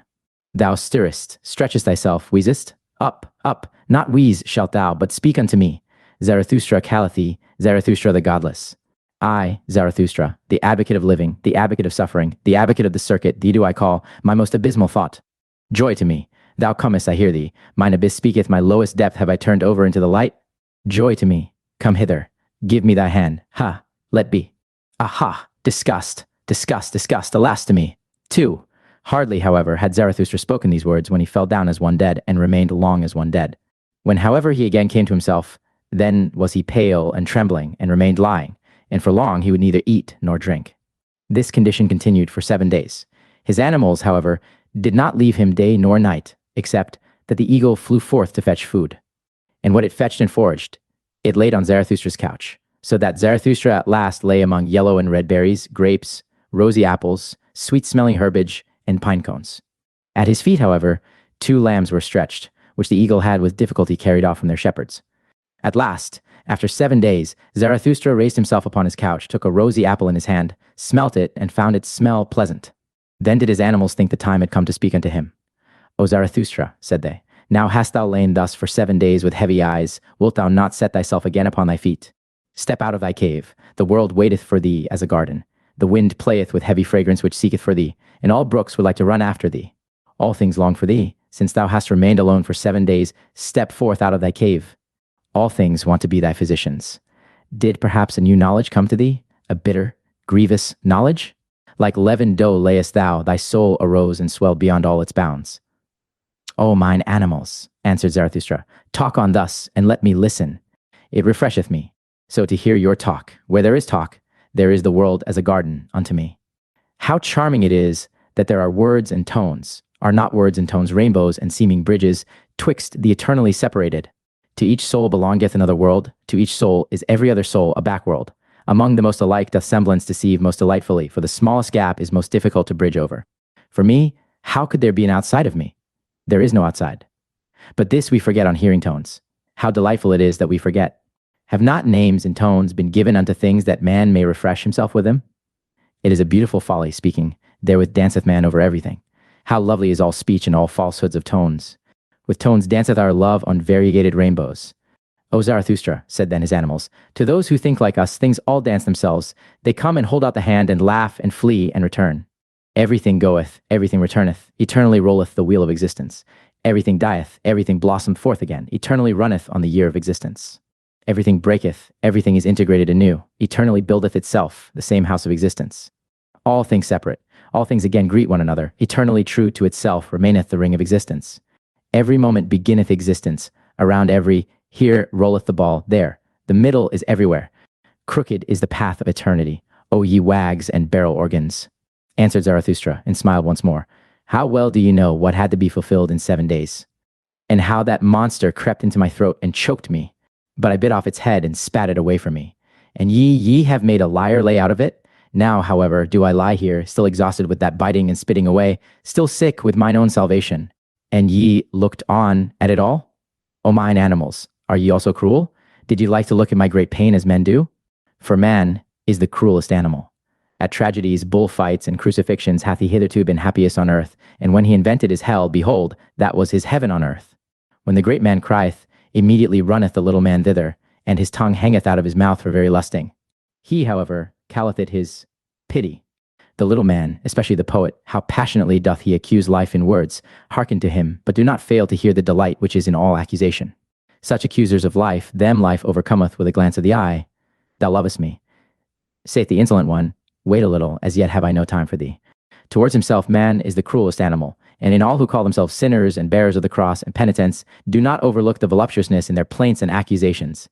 And I myself, do I thereby want to be man's accuser? Ah, mine animals, this only have I learned hitherto, that for man his baddest is necessary for his best, that all that is baddest is the best power, and the hardest stone for the highest creator, and that man must become better and badder. Not to this torture stake was I tied, that I know man is bad, but I cried, as no one hath yet cried. Ah, that his baddest is so very small. Ah, that his best is so very small. The great disgust at man. It strangled me and had crept into my throat, and what the soothsayer had presaged.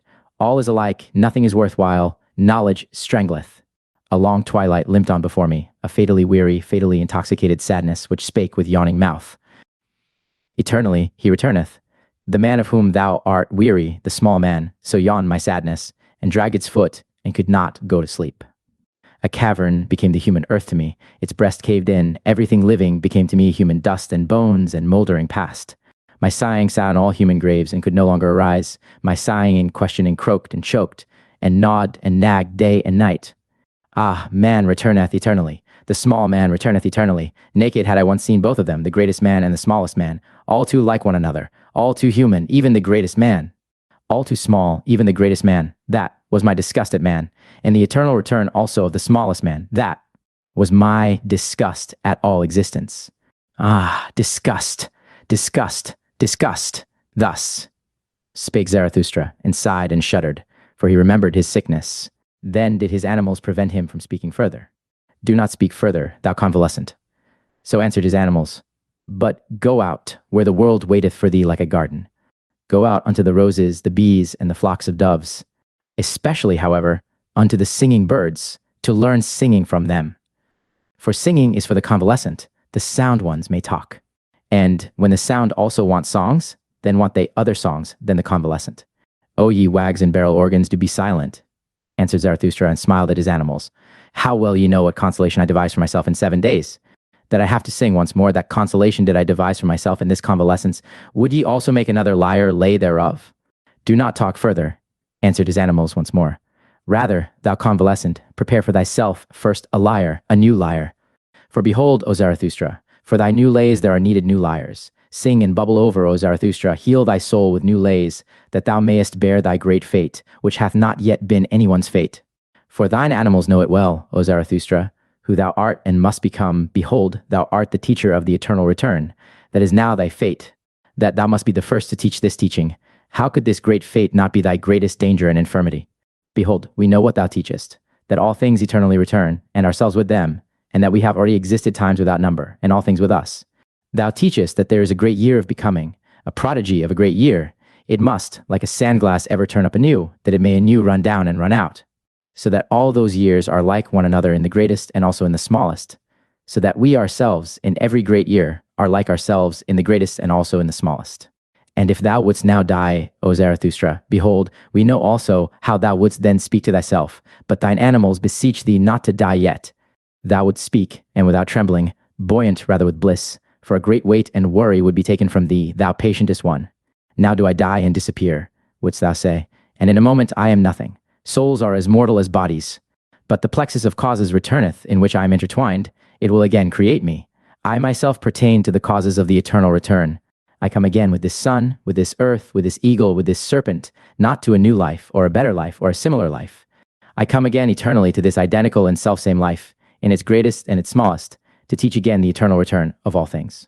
To speak again the word of the great noontide of earth and man, to Announce again to man the Superman.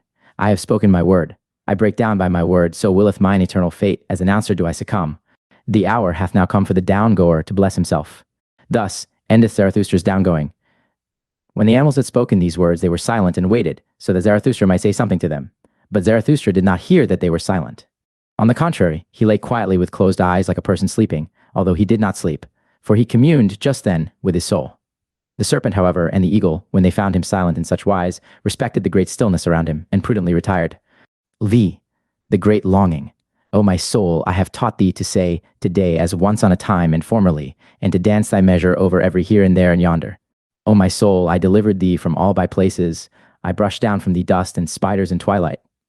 O my soul, I washed the petty shame and the by-place virtue from thee, and persuaded thee to stand naked before the eyes of the sun. With the storm that is called spirit did I blow over thy surging sea, all clouds did I blow away from it. I strangled even the strangler called sin. O my soul, I gave thee the right to say nay like the storm, and to say yea as the open heaven saith yea. Calm as the light remainest thou, and now walkest through denying storms. O my soul, I restored to thee liberty over the created and the uncreated, and who knoweth, as thou knowest, the voluptuousness of the future. O my soul, I taught thee the contempt, which doth not come like worm-eating, the great, the loving contempt, which loveth most where it contemneth most. O my soul, I taught thee so to persuade that thou persuadest even the grounds themselves to thee, like the sun, which persuadeth even the sea to its height. O my soul, I have taken from thee all obeying and knee-bending and homage paying. I have myself given thee the names, change of need, and fate. O my soul, I have given thee new names and gay-colored playthings. I have called thee fate, and the circuit of circuits, and the navel string of time, and the azure bell. O my soul, to thy domain gave I all wisdom to drink, all new wines, and also all immemorially old strong wines of wisdom. O my soul, every sun shed I upon thee, and every night, and every silence, and every longing. Then grewest thou up for me as a vine. O my soul, exuberant and heavy dost thou now stand forth, a vine with swelling udders and full clusters of brown golden grapes, filled and weighted by thy happiness, waiting from superabundance, and yet ashamed of thy waiting. O my soul, there is nowhere a soul which could be more loving and more comprehensive and more extensive. Where could future and past be closer together than with thee? O my soul, I have given thee everything, and all my hands have become empty by thee. And now sayest thou to me, smiling and full of melancholy, which of us oweth thanks? Doth the giver not owe thanks because the receiver received? Is bestowing not a necessity? Is receiving not pitying? O my soul, I understand the smiling of thy melancholy. Thine overabundance itself now stretcheth out longing hands. Thy fullness looketh forth over raging seas, and seeketh and waiteth. The longing of overfullness looketh forth from the smiling heaven of thine eyes. And verily, O my soul, who could see thy smiling and not melt into tears? The angels themselves melt into tears through the over-graciousness of thy smiling. Thy graciousness and over-graciousness is it which will not complain and weep, and yet, O my soul, longeth thy smiling for tears, and thy trembling mouth for sobs. Is not all weeping complaining? And all complaining accusing? Thus speakest thou to thyself, and therefore, O my soul, wilt thou rather smile than pour forth thy grief? Then in gushing tears pour forth all thy grief concerning thy fullness, and concerning the craving of the vine for the vintager and vintage knife. But wilt thou not weep? Wilt thou not weep forth thy purple melancholy? Then wilt thou have to sing, O my soul, behold, I smile myself, who foretell thee this. Thou wilt have to sing with passionate song, until all seas turn calm to hearken unto thy longing. Until over calm, longing seas the bark glideth, the golden marvel. Around the gold of which all good, bad, and marvelous things frisk, also many large and small animals, and everything that hath light marvelous feet, so that it can run on violet blue paths. Towards the golden marvel, the spontaneous bark and its master, he, however, is the vintager who waiteth with the diamond vintage knife.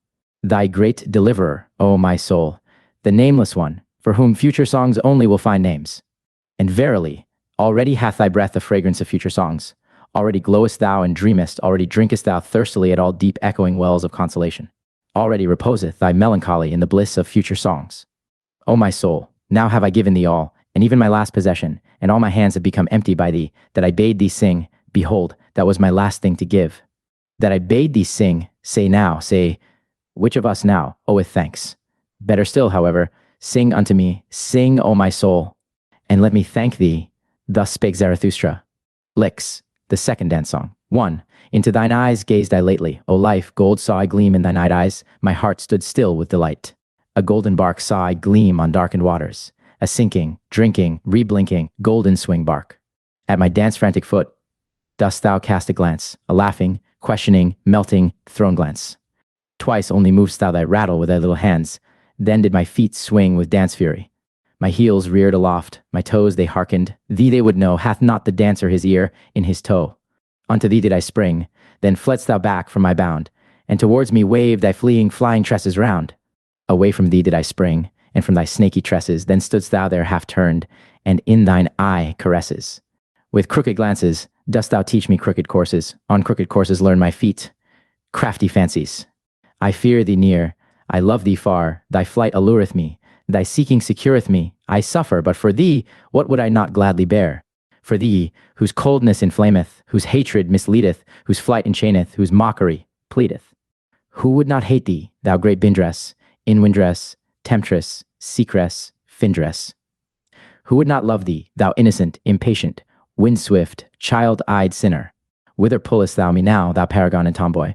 And now foolest thou me fleeing, thou sweet romp dost annoy. I dance after thee, I follow even faint traces lonely. Where art thou? Give me thy hand, or thy finger only. Here are caves and thickets, we shall go astray. Halt! Stand still. Seest thou not owls and bats in fluttering fray? Thou bat, thou owl, thou wouldst play me foul. Where are we? From the dogs hast thou learned thus to bark and howl. Thou gnashest on me sweetly with little white teeth. Thine evil eyes shoot out upon me, thy curly little mane from underneath. This is a dance over stock and stone. I am the hunter. Wilt thou be my hound or my shamanon? Now beside me. And quickly, wickedly springing. Now up. And over. Alas, I have fallen myself over swinging. Oh, see me lying, thou arrogant one, and imploring grace. Gladly would I walk with thee in some lovelier place, in the paths of love, through bushes variegated, quiet, trim, or there along the lake, where goldfishes dance and swim. Thou art now aweary? There above are sheep and sunset stripes. Is it not sweet to sleep? The shepherd pipes. Thou art so very weary? I carry thee thither, let just thine arm sink. And art thou thirsty? I should have something, but thy mouth would not like it to drink. Oh, that cursed, nimble, supple serpent and lurking witch! Where art thou gone? But in my face do I feel through thy hand 2 spots and red blotches itch? I am verily weary of it, ever thy sheepish shepherd to be. Thou witch, if I have hitherto sung unto thee, now shalt thou cry unto me. To the rhythm of my whip shalt thou dance and cry. I forget not my whip, not I. Then did life answer me thus, and kept thereby her fine ears closed. O Zarathustra, crack not so terribly with thy whip. Thou knowest surely that noise killeth thought, and just now there came to me such delicate thoughts. We are both of us genuine ne'er-do-wells and ne'er-do-wills. Beyond good and evil found we our island and our green meadow, we two alone. Therefore must we be friendly to each other. And even should we not love each other from the bottom of our hearts, must we then have a grudge against each other if we do not love each other perfectly? And that I am friendly to thee, and often too friendly, that knowest thou, and the reason is that I am envious of thy wisdom. Ah, this mad old fool, wisdom. If thy wisdom should one day run away from thee, then would also my love run away from thee quickly. Thereupon did life look thoughtfully behind and around, and said softly, O Zarathustra, thou art not faithful enough to me. Thou lovest me not nearly so much as thou sayest. I know thou thinkest of soon leaving me. There is an old, heavy booming clock. It boometh by night up to thy cave. When thou hearest this clock strike the hours at midnight, then thinkest thou between 1 and 12 thereon. Thou thinkest thereon, O Zarathustra, I know it, of soon leaving me. Yea, answered I, hesitatingly, but thou knowest it also. And I said something into her ear, in amongst her confused, yellow, foolish tresses. Thou knowest that, O Zarathustra? That knoweth no one. And we gazed at each other, and looked at the green meadow o'er which the cool evening was just passing, and we wept together. Then, however, was life dearer unto me than all my wisdom had ever been. Spake Zarathustra. 3. O man, take heed, what saith deep midnight's voice indeed? I slept my sleep. From deepest dream I've woke and plead. 5. The world is deep, and deeper than the day could read. Deep is its woe. Joy, deeper still than grief can be. Woe saith, hence, go. 10. But joys all want eternity, want deep profound eternity. LX. The 7 seals, where the ye and amen lay. If I be a diviner, and full of the divining spirit which wandereth on high mountain ridges twixt 2 seas, wandereth twixt the past and the future as a heavy cloud, hostile to sultry plains, and to all that is weary and can neither die nor live, ready for lightning in its dark bosom, and for the redeeming flash of light, charged with lightnings which say yea, which laugh yea, ready for divining flashes of lightning. Blessed, however, is he who is thus charged, and verily long must he hang like a heavy tempest on the mountain, who shall one day kindle the light of the future. Oh, how could I not be ardent for eternity, and for the marriage ring of rings, the ring of the return.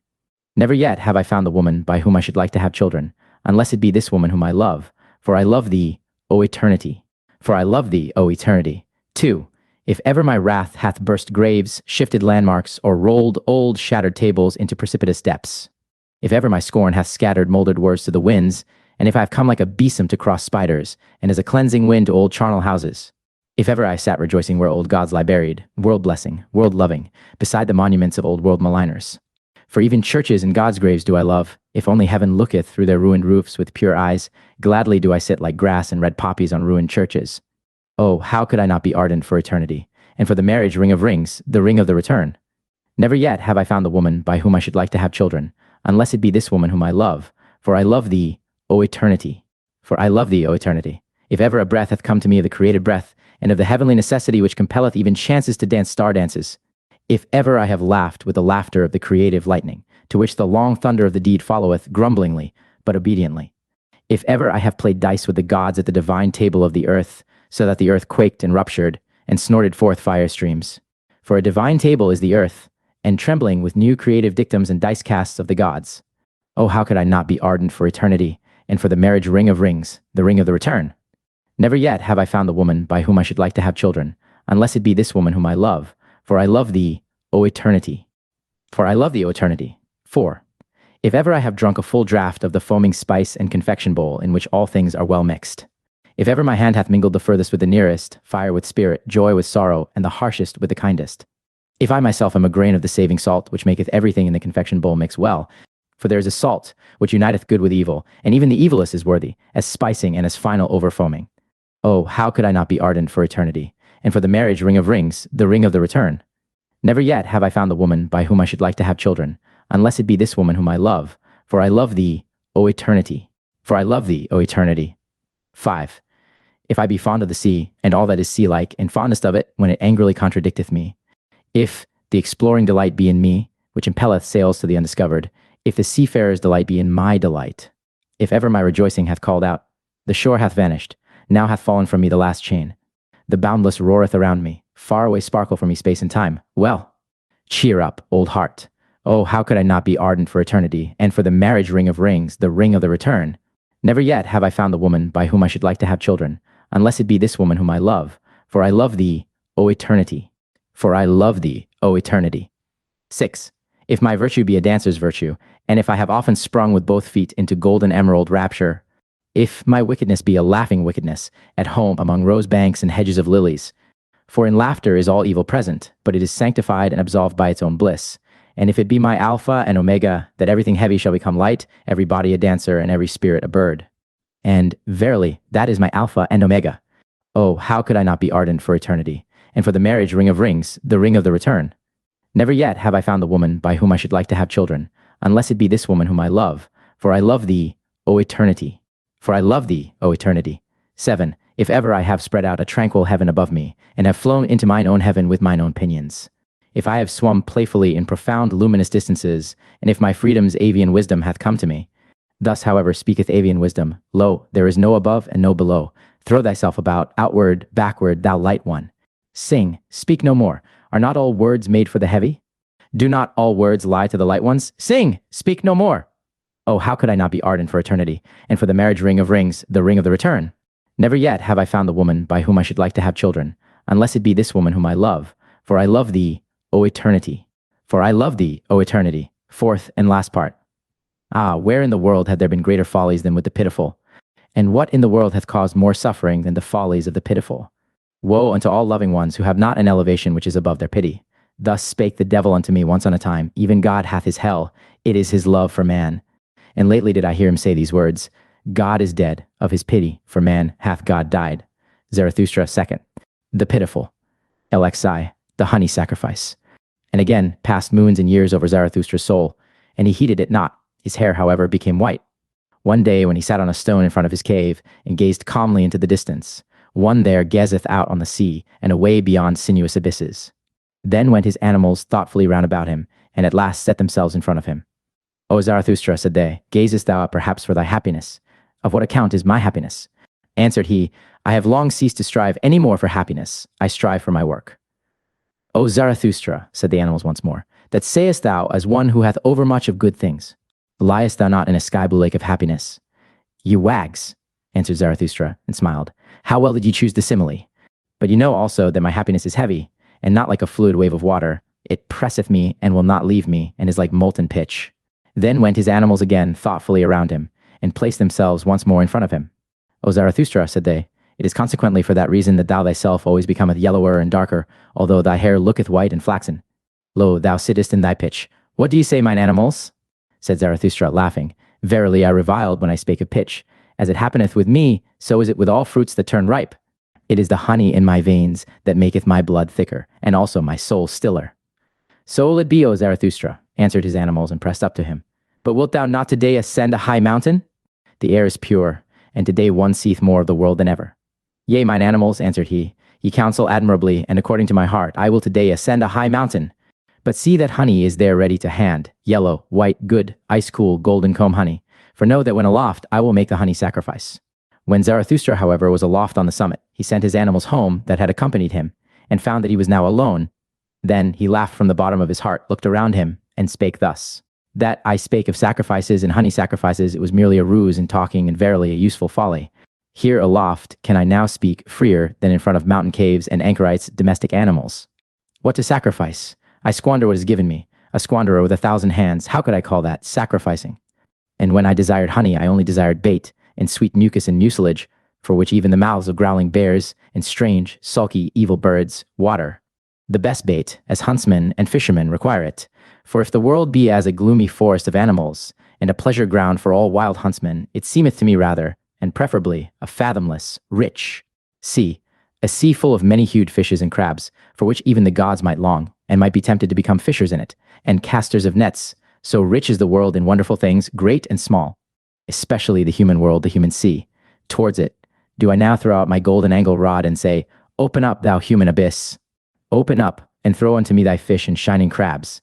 With my best bait shall I allure to myself today the strangest human fish. My happiness itself do I throw out into all places far and wide, twixt Orient, noontide, and Occident, to see if many human fish will not learn to hug and tug at my happiness.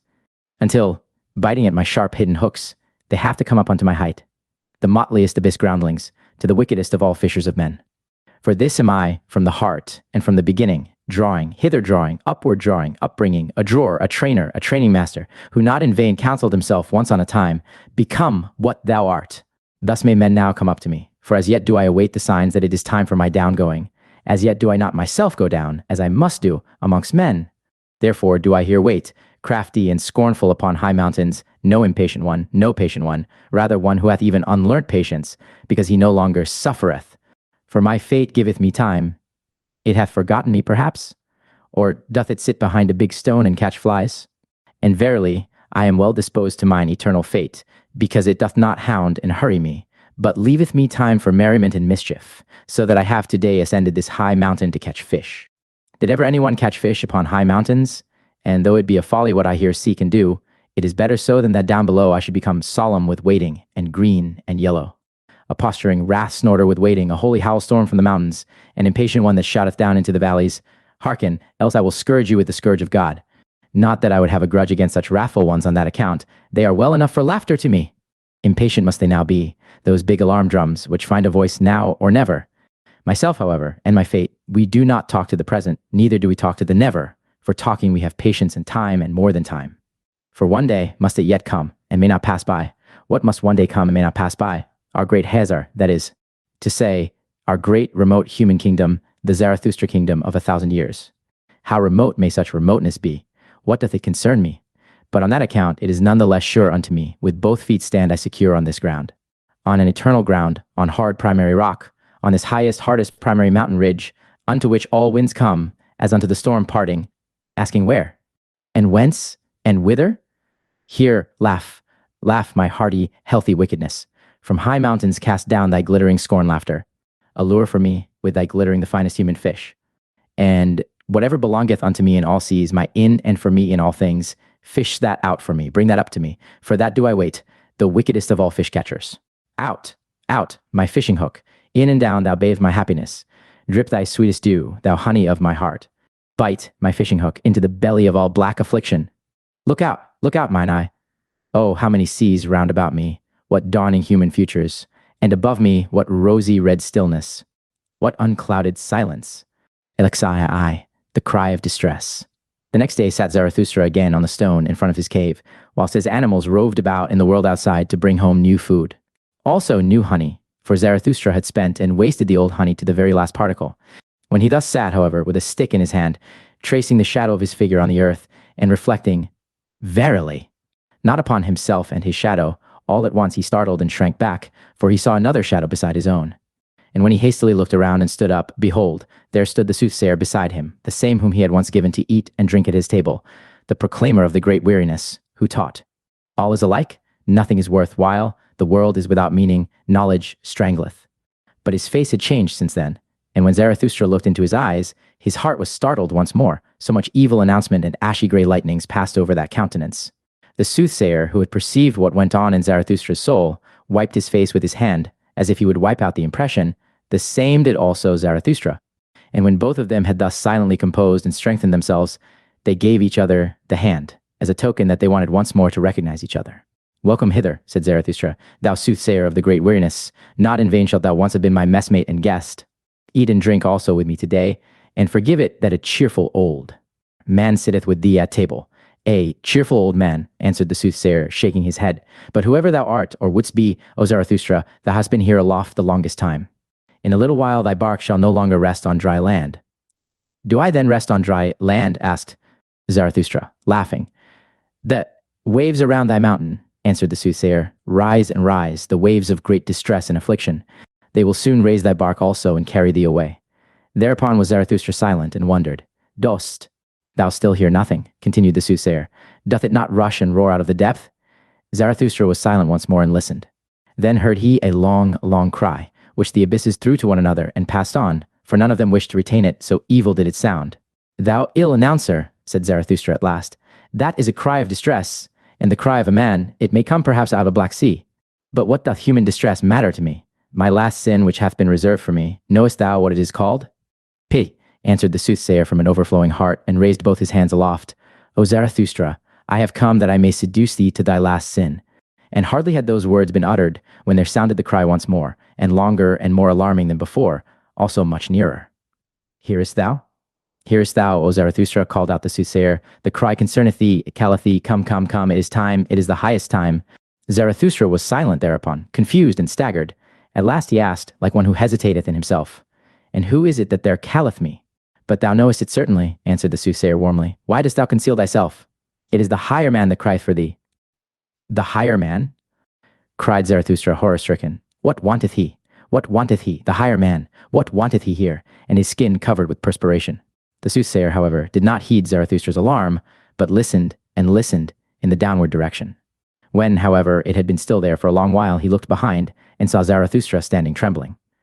O Zarathustra, he began with sorrowful voice, thou dost not stand there like one whose happiness maketh him giddy. Thou wilt have to dance lest thou tumble down. But although thou shouldst dance before me and leap all thy side leaps, no one may say unto me, Behold, here danced the last joyous man. In vain would anyone come to this height who sought him here. Caves would he find, indeed, and back caves, hiding places for hidden ones, but not lucky mines, nor treasure chambers, nor new gold veins of happiness. Happiness. How indeed could one find happiness among such buried alive and solitary ones? Must I yet seek the last happiness on the happy isles, and far away among forgotten seas? But all is alike. Nothing is worthwhile. No seeking is of service. There are no longer any happy isles.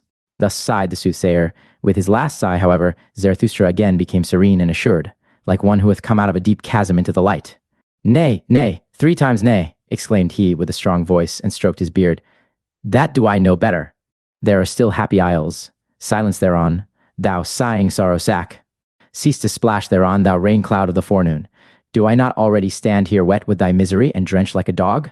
Now do I shake myself and run away from thee, that I may again become dry. Thereat mayest thou not wonder. Do I seem to thee discourteous? Here, however, is my court. But as regards the higher man, well, I shall seek him at once in those forests. From thence came his cry. Perhaps he is there hard beset by an evil beast. He is in my domain, therein shall he receive no scath. And verily, there are many evil beasts about me. With those words, Zarathustra turned around to depart.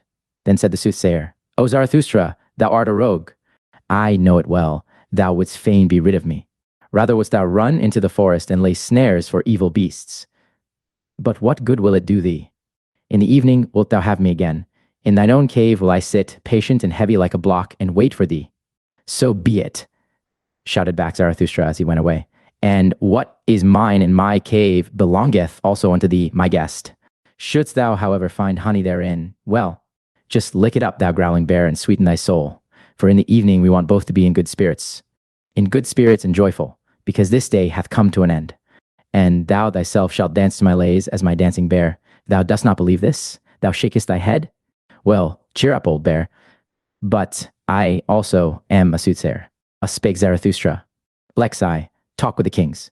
One ere Zarathustra had been an hour on his way in the mountains and forests, he saw all at once a strange procession. Right on the path which he was about to descend came two kings walking, bedecked with crowns and purple girdles, and variegated like flamingos. They drove before them a laden ass. What do these kings want in my domain? Said Zarathustra in astonishment to his heart, and hid himself hastily behind a thicket. When, however, the kings approached to him, he said half aloud, like one speaking only to himself, Strange, strange, how doth this harmonize? 2 kings do I see, and only one ass. Thereupon the 2 kings made a halt. They smiled and looked towards the spot whence the voice proceeded, and afterwards looked into each other's faces. Such things do we also think among ourselves, said the king on the right, but we do not utter them. The king on the left, however, shrugged his shoulders and answered, That may perhaps be a goatherd, or an anchorite who hath lived too long among rocks and trees. For no society at all spoileth also good manners. Good manners, replied angrily and bitterly the other king. What then do we run out of the way of? Is it not good manners, our good society? Better verily to live among anchorites and goatherds than with our gilded, false, over-rouged populace, though it call itself good society, though it call itself nobility. But there all is false and foul, above all the blood, thanks to old evil diseases and worse cures. The best and dearest to me at present is still a sound peasant, coarse, artful, obstinate, and enduring. That is at present the noblest type. The peasant is at present the best, and the peasant type should be master. But is the kingdom of the populace, I no longer allow anything to be imposed upon me. The populace, however, that meaneth hodgepodge. Populace hodgepodge. Therein is everything mixed with everything, saint and swindler, gentleman and Jew, and every beast out of Noah's ark. Good manners. Everything is false and foul with us. No one knoweth any longer how to reverence. It is that precisely that we run away from. They are fulsome, obtrusive dogs. They gild palm leaves. This loathing choketh me, that we kings ourselves have become false, draped and disguised with the old faded pomp of our ancestors, showpieces for the stupidest, the craftiest, and whosoever at present trafficketh for power. We are not the first men, and have nevertheless to stand for them. Of this imposture have we at last become weary and disgusted. From the rabble have we gone out of the way, from all those bawlers and scribe blowflies, from the traitor stench, the ambition fidgeting, the bad breath. Fie, to live among the rabble. Fie, to stand for the first men among the rabble. Ah, loathing, loathing, loathing. What doth it now matter about us kings? Thine old sickness seizeth thee, said here the king on the left. Thy loathing seizeth thee, my poor brother. Thou knowest, however, that someone heareth us. Immediately thereupon, Zarathustra, who had opened ears and eyes to this talk, rose from his hiding place, advanced towards the kings, and thus began. He who hearkeneth unto you, he who gladly hearkeneth unto you, is called Zarathustra. I am Zarathustra, who once said, What doth it now matter about kings? Forgive me, I rejoiced when ye said to each other, What doth it matter about us kings? Here, however, is my domain and jurisdiction. What may ye be seeking in my domain? Perhaps, however, ye have found on your way what I seek, namely, the higher man. When the kings heard this, they beat upon their breasts and said with one voice, We are recognized. With the sword of thine utterance severest thou the thickest darkness of our hearts. Thou hast discovered our distress, for lo, we are on our way to find the higher man, the man that is higher than we, although we are kings. To him do we convey this ass, for the highest man shall also be the highest lord on earth. There is no sorer misfortune in all human destiny than when the mighty of the earth are not also the first men. Then everything becometh false and distorted and monstrous. And when they are even the last men, and more beast than man, then riseth the populace in honor, and at last saith even the populace virtue. Lo, I alone am virtue. What have I just heard? Answered Zarathustra. What wisdom in kings! I am enchanted, and verily, I have already promptings to make a rhyme thereon, even if it should happen to be a rhyme not suited for everyone's ears. I unlearned long ago to have consideration for long ears. Well then, well now. Here, however, it happened that the ass also found utterance. It said distinctly and with malevolence, Yea. 'Twas once, methinks year one of our blessed Lord, drunk without wine. The Sibyl thus deplored, How ill things go! Decline, decline, ne'er sank the world so low. Rome now hath turned harlot and harlot stew. Rome Caesar a beast, and God hath turned Jew. 2. With those rhymes of Zarathustra the kings were delighted. The king on the right, however, said, O Zarathustra, how well it was that we set out to see thee. For thine enemies showed us thy likeness in their mirror. There look'st thou with the grimace of a devil, and sneeringly, so that we were afraid of thee. But what good did it do? Always didst thou prick us anew in heart and ear with thy sayings. Then did we say at last, What doth it matter how he look? We must hear him who teacheth, Ye shall love peace as a means to new wars, and the short peace more than the long. No one ever spake such warlike words. What is good? To be brave is good. It is the good war that halloweth every cause. O Zarathustra, our father's blood stirred in our veins at such words. It was like the voice of spring to old wine casks. When the swords ran among one another like red-spotted serpents, then did our fathers become fond of life. The sun of every peace seemed to them languid and lukewarm. The long peace, however, made them ashamed. How they sighed, our fathers, when they saw on the wall brightly furbished dried-up swords, like those they thirsted for war. For a sword thirsteth to drink blood, and sparkleth with desire. When the kings thus discoursed and talked eagerly of the happiness of their fathers, there came upon Zarathustra no little desire to mock at their eagerness. For evidently they were very peaceable kings whom he saw before him, kings with old and refined features. But he restrained himself. Well, said he, thither leadeth the way, there lieth the cave of Zarathustra, and this day is to have a long evening. At present, however, a cry of distress calleth me hastily away from you. It will honor my cave, kings want to sit and wait in it, but, to be sure, you will have to wait long. Well, what of that? Where doth one at present learn better to wait than at courts? And the whole virtue of kings that hath remained unto them, is it not called today ability to wait? Thus spake Zarathustra, Elexive, the leech. And Zarathustra went thoughtfully on, further and lower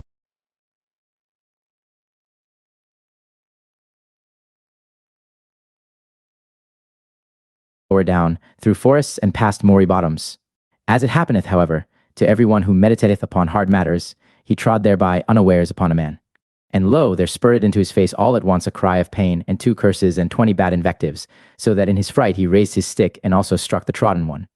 Immediately afterwards, however, he regained his composure, and his heart laughed at the folly he had just committed. Pardon me, said he to the trodden one, who had got up enraged, and had seated himself. Pardon me, and hear first of all a parable. As a wanderer, who dreameth of remote things on a lonesome highway, runneth unawares against a sleeping dog, a dog which lieth in the sun. As both of them then start up and snap at each other, like deadly enemies, those 2 beings mortally frightened, so did it happen unto us. And yet, how little was lacking for them to caress each other. That dog and that lonesome one, are they not both lonesome ones? Whoever thou art, said the trodden one, still enraged, thou treadest also too nigh me with thy parable, and not only with thy foot. Lo, am I then a dog? And thereupon the sitting one got up and pulled his naked arm out of the swamp. For at first he had lain outstretched on the ground, hidden and indiscernible, like those who lie in wait for swamp game. But whatever art thou about? Called out Zarathustra in alarm, for he saw a deal of blood streaming over the naked arm. What hath hurt thee? Hath an evil beast bit thee, thou unfortunate one? The bleeding one laughed, still angry. What matter is it to thee? Said he, and was about to go on. Here am I at home and in my province. Let him question me whoever will. To a dolt, however, I shall hardly answer. Thou art mistaken, said Zarathustra sympathetically, and held him fast. Thou art mistaken. Here thou art not at home, but in my domain, and therein shall no one receive any hurt. Call me, however, what thou wilt. I am who I must be. I call myself Zarathustra. Well, up thither is the way to Zarathustra's cave. It is not far. Wilt thou not attend to thy wounds at my home? It hath gone badly with thee, thou unfortunate one, in this life. First a beast bit thee, and then a man trod upon thee. When, however, the trodden one had heard the name of Zarathustra, he was transformed. What happeneth unto me? He exclaimed. Who preoccupeth me so much in this life as this one man, namely Zarathustra, and that one animal that liveth on blood, the leech? For the sake of the leech did I lie here by this swamp, like a fisher, and already had mine outstretched arm been bitten 10 times, when there biteth a still finer leech in my blood, Zarathustra himself. O happiness! O miracle! Praised be this day, which enticed me into the swamp. Praised be the best, the livest cupping glass, that at present liveth. Praised be the great conscience leech Zarathustra. Thus spake the trodden one, and Zarathustra rejoiced at his words and their refined, reverential style. Who art thou? Asked he, and gave him his hand. There is much to clear up and elucidate between us, but already methinketh pure clear day is dawning. I am the spiritually conscientious one, answered he who was asked, and in matters of the spirit it is difficult for anyone to take it more rigorously, more restrictedly, and more severely than I, except him from whom I learnt it, Zarathustra himself. Better know nothing than half know many things. Better be a fool on one's own account than a sage on other people's approbation. I go to the basis. What matter if it be great or small? If it be called swamp or sky? A handbreadth of basis is enough for me. If it be actually basis and ground, a handbreadth of basis thereon can one stand. In the true knowing knowledge, there is nothing great and nothing small. Then thou art perhaps an expert on the leech? Asked Zarathustra, and thou investigatest the leech to its ultimate basis, thou conscientious one? O Zarathustra, answered the trodden one, that would be something immense. How could I presume to do so? That, however, of which I am master and knower, is the brain of the leech. That is my world. And it is also a world. Forgive it, however, that my pride here findeth expression. For here I have not mine equal. Therefore said I, here am I at home. How long have I investigated this one thing, the brain of the leech, so that here the slippery truth might no longer slip from me? Here is my domain. For the sake of this did I cast everything else aside. For the sake of this did everything else become indifferent to me, and close beside my knowledge lieth my black ignorance. My spiritual conscience requireth from me that it should be so, that I should know one thing, and not know all else. They are a loathing unto me, all the semi-spiritual, all the hazy, hovering, and visionary. Where mine honesty ceaseth, there am I blind, and want also to be blind. Where I want to know, however, there want I also to be honest, namely, severe, rigorous, restricted, cruel, and inexorable. Because thou once saidest, O Zarathustra, spirit is life which itself cutteth into life, that led and allured me to thy doctrine. And verily, with mine own blood have I increased mine own knowledge. As the evidence indicateth, broke in Zarathustra, for still was the blood flowing down the naked arm of the conscientious one. For there had 10 leeches bitten into it. O thou strange fellow, how much doth this very evidence teach me, namely, thou thyself, and not all, perhaps, might I pour into thy rigorous ear. Well then, we part here, but I would fain find thee again. Up thither is the way to my cave. Tonight shalt thou there be my welcome guest. Fain would I also make amends to thy body for Zarathustra, treading upon thee with his feet. I think about that. Just now, however, a cry of distress calleth me hastily away from thee. Thus spake Zarathustra, LXV, the magician. 1. When, however, Zarathustra had gone round a rock, then saw he on the same path, not far below him, a man who threw his limbs about like a maniac, and at last tumbled to the ground on his belly. Halt, said then Zarathustra to his heart. He there must surely be the higher man. From him came that dreadful cry of distress. I will see if I can help him. When, however, he ran to the spot where the man lay on the ground, he found a trembling old man with fixed eyes, and in spite of all Zarathustra's efforts to lift him and set him again on his feet, it was all in vain. The unfortunate one, also, did not seem to notice that someone was beside him. On the contrary, he continually looked around with moving gestures, like one forsaken and isolated from all the world. At last, however, after much trembling and convulsion and curling himself up, he began to lament thus: Who warmed me, who loved me still? Give ardent fingers, give heartening charcoal warmers, prone, outstretched, trembling like him, half dead and cold, whose feet won warmth and shaken, by unfamiliar fevers, shivering with sharpened, icy cold frost arrows, by thee pursued. My fancy, ineffable, recondite, sore frightening, thou huntsman hind the cloud banks, now lightning struck by thee, thou mocking eye that me in darkness watcheth. Thus do I lie, bend myself, twist myself, convulsed with all eternal torture, and smitten by thee, cruelest huntsman, thou unfamiliar god. Smite deeper, smite yet once more, pierce through and rend my heart. What meaneth this torture with dull indented arrows? Why look'st thou hither, of human pain not weary, with mischief-loving, godly flash glances? Not murder wilt thou, but torture, torture? For why me torture, thou mischief-loving, unfamiliar god? Ha, ha! Thou stealest nigh in midnight's gloomy hour? What wilt thou? Speak! Thou crowd'st me, pressest, ha! Now far too closely. Thou hearst me breathing, thou o'erhearst my heart, thou ever jealous one. Of what? Pray, ever jealous. Off, off! For why the latter? Wouldst thou get in, to heart and clamber, to mine own secretest conceptions and clamber? Shameless one, thou unknown one, thief! What seek'st thou by thy stealing? What seek'st thou by thy hearkening? What seek'st thou by thy torturing? Thou torturer, thou hangman god, or shall I, as the mastiffs do, roll me before thee? And cringing, enraptured, frantical, my tail friendly, waggle. In vain! Goad further, cruelest goader! No dog, thy game just to my cruelest huntsman, thy proudest of captives, thou robber, hind the cloud banks. Speak finally, thou lightning veiled one, thou unknown one, speak. What wilt thou, highway ambusher, from me? What wilt thou, unfamiliar god? What? Ransom gold? How much of ransom gold? Solicit much, that bidth my pride, and be concise, that bidth mine other pride. Ha, ha! Me, wantest thou? Me, entire? Ha, ha! And torturest me, fool that thou art, dead tortures quite my pride? Give love to me, Who warmed me still? Who loved me still? Give ardent fingers, give heartening charcoal warmers, give me the lonesomest the ice. Ah, sevenfold frozen ice, for very enemies, for foes, doth make one thirst. Give, yield to me, cruelest foe, thyself. Away.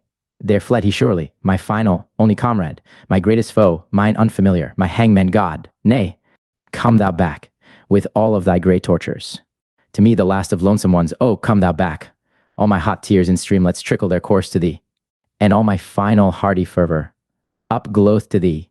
Oh, come thou back, mine unfamiliar god, my pain, my final bliss. Here, however, Zarathustra could no longer restrain himself. He took his staff and struck the wailer with all his might. Stop this, cried he to him with wrathful laughter. Stop this, thou stage player, thou false coiner, thou liar from the very heart. I know thee well. I will soon make warm legs to thee, thou evil magician. I know well how to make it hot for such as thou. Leave off, said the old man, and sprang up from the ground. Strike me no more, O Zarathustra. I did it only for amusement. That kind of thing belongeth to mine art. Thee, thyself, I wanted to put to the proof when I gave this performance. And verily, thou hast well detected me. But thou thyself hast given me no small proof of thyself. Thou art hard, thou wise Zarathustra. Hard strikest thou with thy truths. Thy cudgel forceth from me this truth.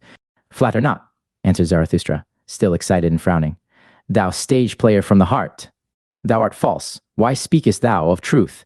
Thou peacock of peacocks, thou sea of vanity, what didst thou represent before me, thou evil magician? Whom was I meant to believe in when thou wailedst in such wise? The penitent in spirit, said the old man. It was him I represented. Thou thyself once devisedst this expression. The poet and magician who at last turneth his spirit against himself, the transformed one who freezeth to death by his bad science and conscience. And just acknowledge it, it was long, O Zarathustra, before thou discoveredst my trick and lie. Thou believest in my distress when thou heldest my head with both thy hands. I heard thee lament. We have loved him too little, because I so far deceived thee, my wickedness rejoiced in me. Thou mayest have deceived subtler ones than I, said Zarathustra sternly. I am not on my guard against deceivers. I have to be without precaution, so willeth my lot. Thou, however, must deceive, so far do I know thee. Thou must ever be equivocal, trivocal, quadrivocal, and quinquivocal. Even what thou hast now confessed is not nearly true enough nor false enough for me. Thou bad false coiner, how couldst thou do otherwise? Thy very malady wouldst thou whitewash, if thou showed thyself naked to thy physician. Thus didst thou whitewash thy lie before me when thou saidst, I did so only for amusement. There was also seriousness therein. Thou art something of a penitent in spirit. I divine thee well. Thou hast become the enchanter of all the world, but for thyself thou hast no lie or artifice left. Thou art disenchanted to thyself. Thou hast reaped disgust as thy one truth. No word in thee is any longer genuine, but thy mouth is so, that is to say, the disgust that cleaveth unto thy mouth. Who art thou at all? Cried here the old magician with defiant voice. Who dareth to speak thus unto me, the greatest man now living? And a green flash shot from his eye at Zarathustra. But immediately after he changed and said sadly, O Zarathustra, I am weary of it. I am disgusted with mine arts. I am not great. Why do I dissemble? But thou knowest it well. I sought for greatness. A great man I wanted to appear, and persuaded many. But the lie hath been beyond my power. On it do I collapse. O Zarathustra, everything is a lie in me, but that I collapse, this my collapsing is genuine. It honoreth thee, said Zarathustra gloomily, looking down with sidelong glance. It honoreth thee that thou soughtest for greatness, but it betrayeth thee also. Thou art not great. Thou bad old magician, that is the best and the honestest thing I honor in thee, that thou hast become weary of thyself and hast expressed it, I am not great. Therein do I honor thee as a penitent in spirit, and although only for the twinkling of an eye, in that one moment wast thou genuine. But tell me, what seekest thou here in my forests and rocks? And if thou hast put thyself in my way, what proof of me wouldst thou have? Wherein didst thou put me to the test? Thus spake Zarathustra, and his eyes sparkled. But the old magician kept silence for a while, then said he, Did I put thee to the test? I seek only. O Zarathustra, I seek a genuine one, a right one, a simple one, an unequivocal one, a man of perfect honesty, a vessel of wisdom, a saint of knowledge, a great man. Knowest thou not, O Zarathustra, I seek Zarathustra. And here there arose a long silence between them. Zarathustra, however, became profoundly absorbed in thought, so that he shut his eyes. But afterwards, coming back to the situation, he grasped the hand of the magician, and said, full of politeness and policy, Well, up thither leadeth the way. There's the cave of Zarathustra. In it mayest thou seek him whom thou wouldst fain find. And ask counsel of mine animals, mine eagle and my serpent. They shall help thee to seek. My cave, however, is large. I myself, to be sure, I have as yet seen no great man. That which is great, the acutest eye is at present insensible to it. It is the kingdom of the populace. Many a one have I found who stretched and inflated himself, and the people cried, Behold, a great man. But what good do all bellows do? The wind cometh out at last. At last bursteth the frog which hath inflated itself too long, then cometh out the wind. To prick a swollen one in the belly, I call good pastime. Hear that, ye boys. Our to-days of the populace, who still knoweth what is great and what is small. Who could there seek successfully for greatness? A fool only, it succeedeth with fools.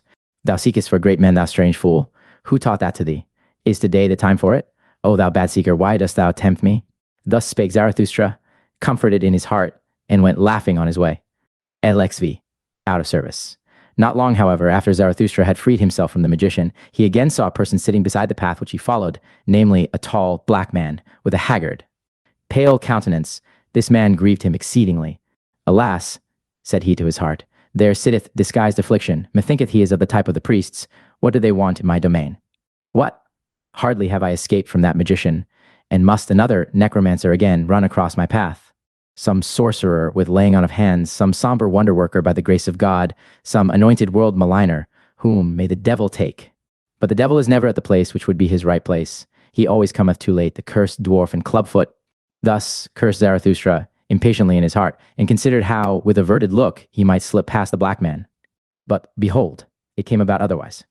For at the same moment had the sitting one already perceived him, and not unlike one whom an unexpected happiness overtaketh, he sprang to his feet and went straight towards Zarathustra. Whoever thou art, thou traveler, said he, help a strayed one, a seeker, an old man, who may here easily come to grief.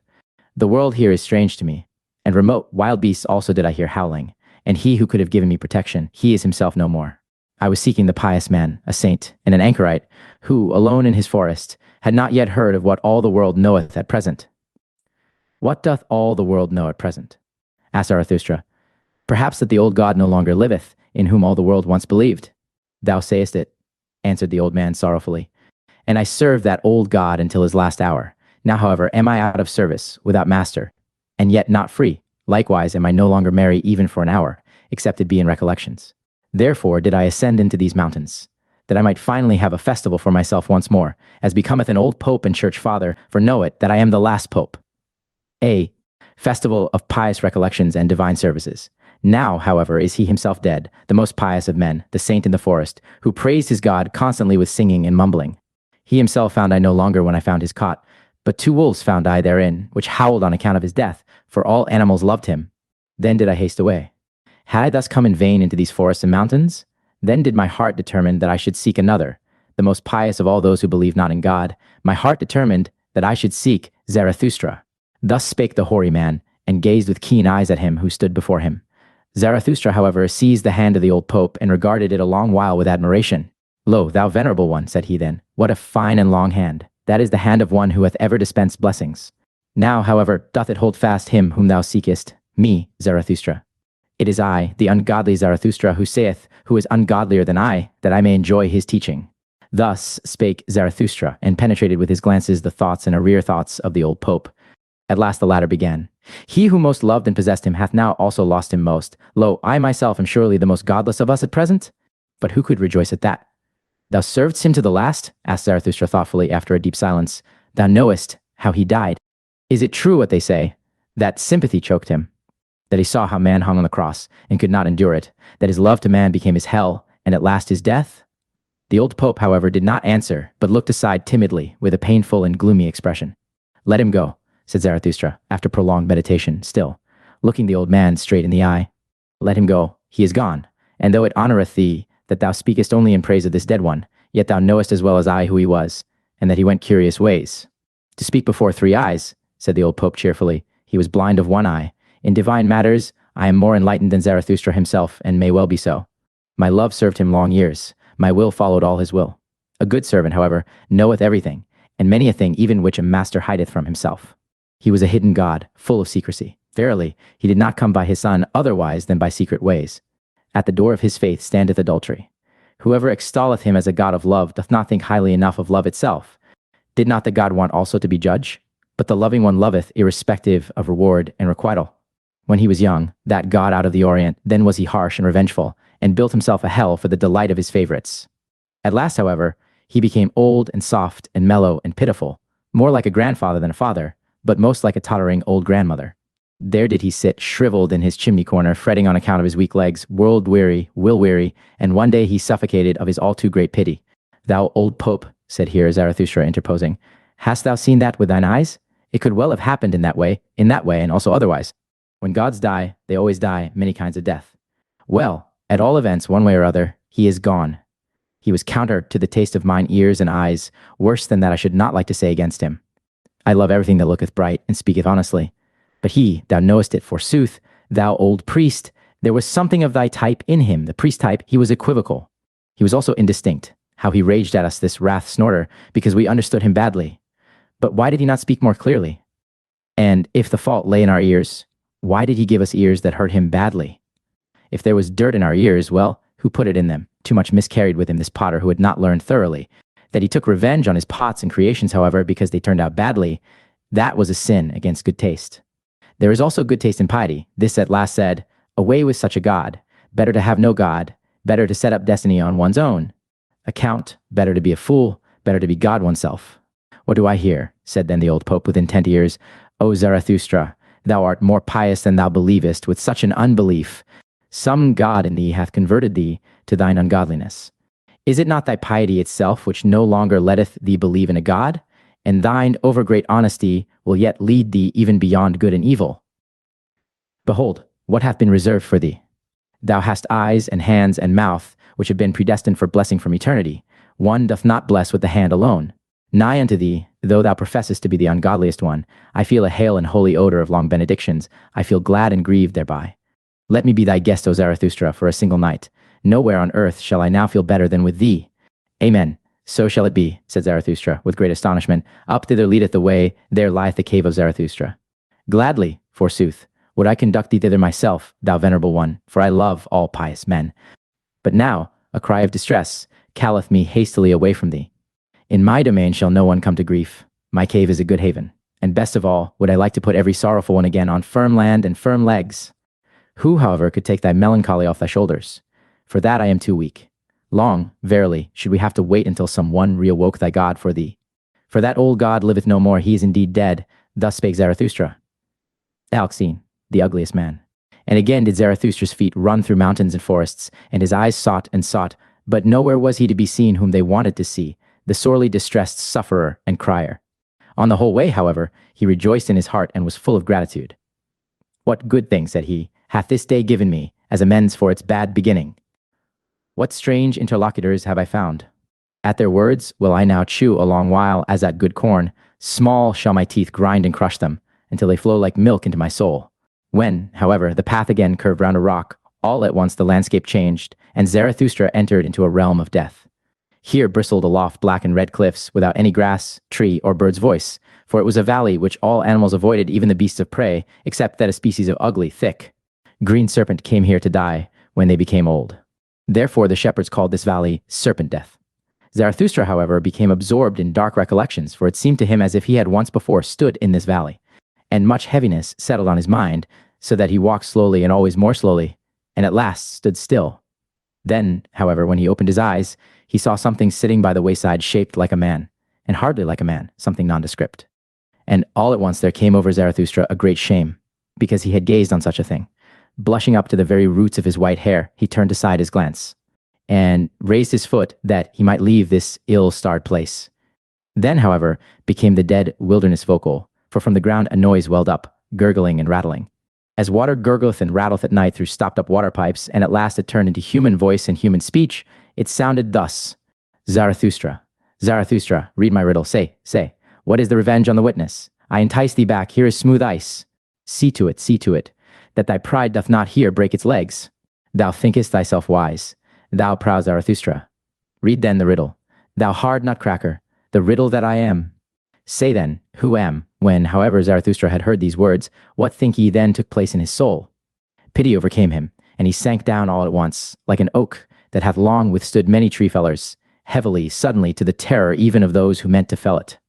But immediately he got up again from the ground, and his countenance became stern. I know thee well, said he with a brazen voice. Thou art the murderer of God. Let me go. Thou couldst not endure him who beheld thee, who ever beheld thee through and through, thou ugliest man. Thou tookest revenge on this witness.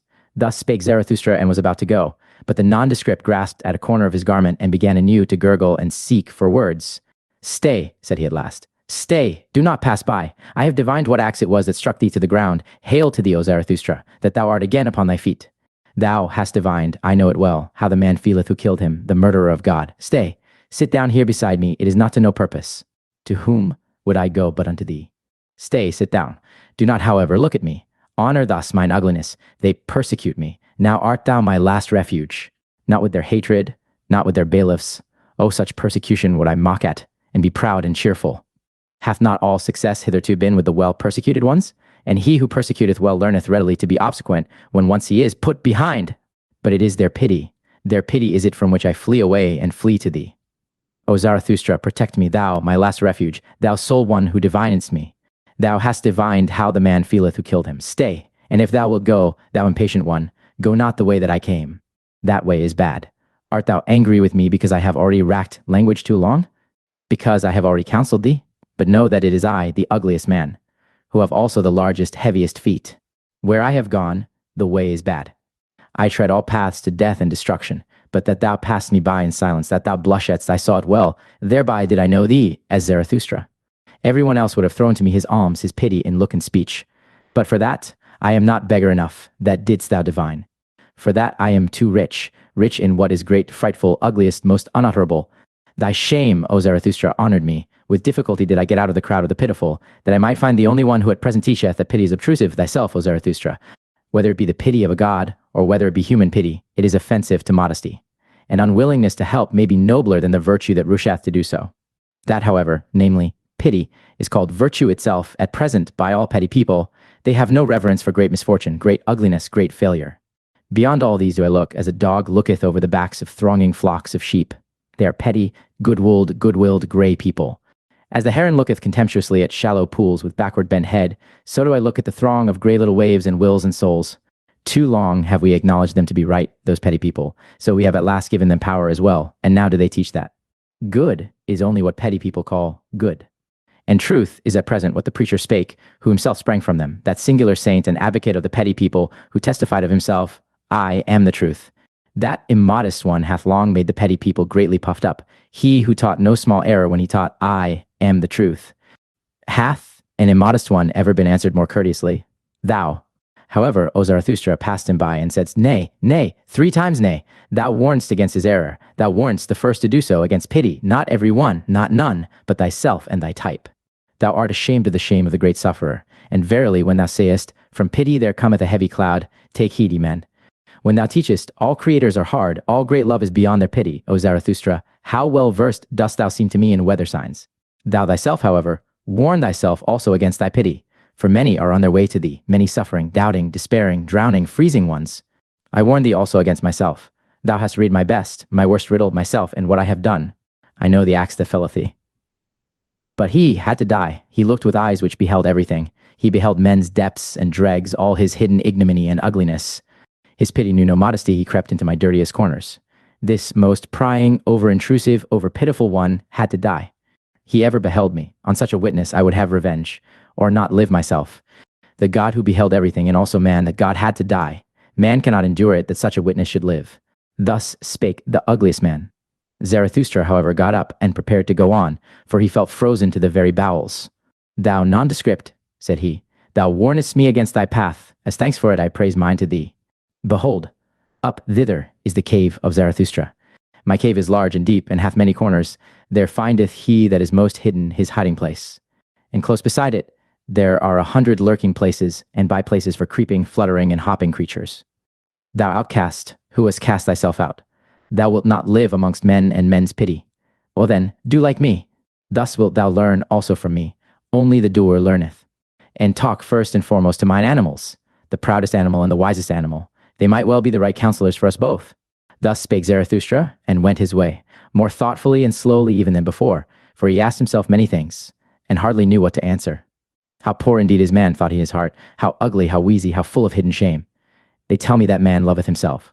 Ah, how great must that self-love be! How much contempt is opposed to it!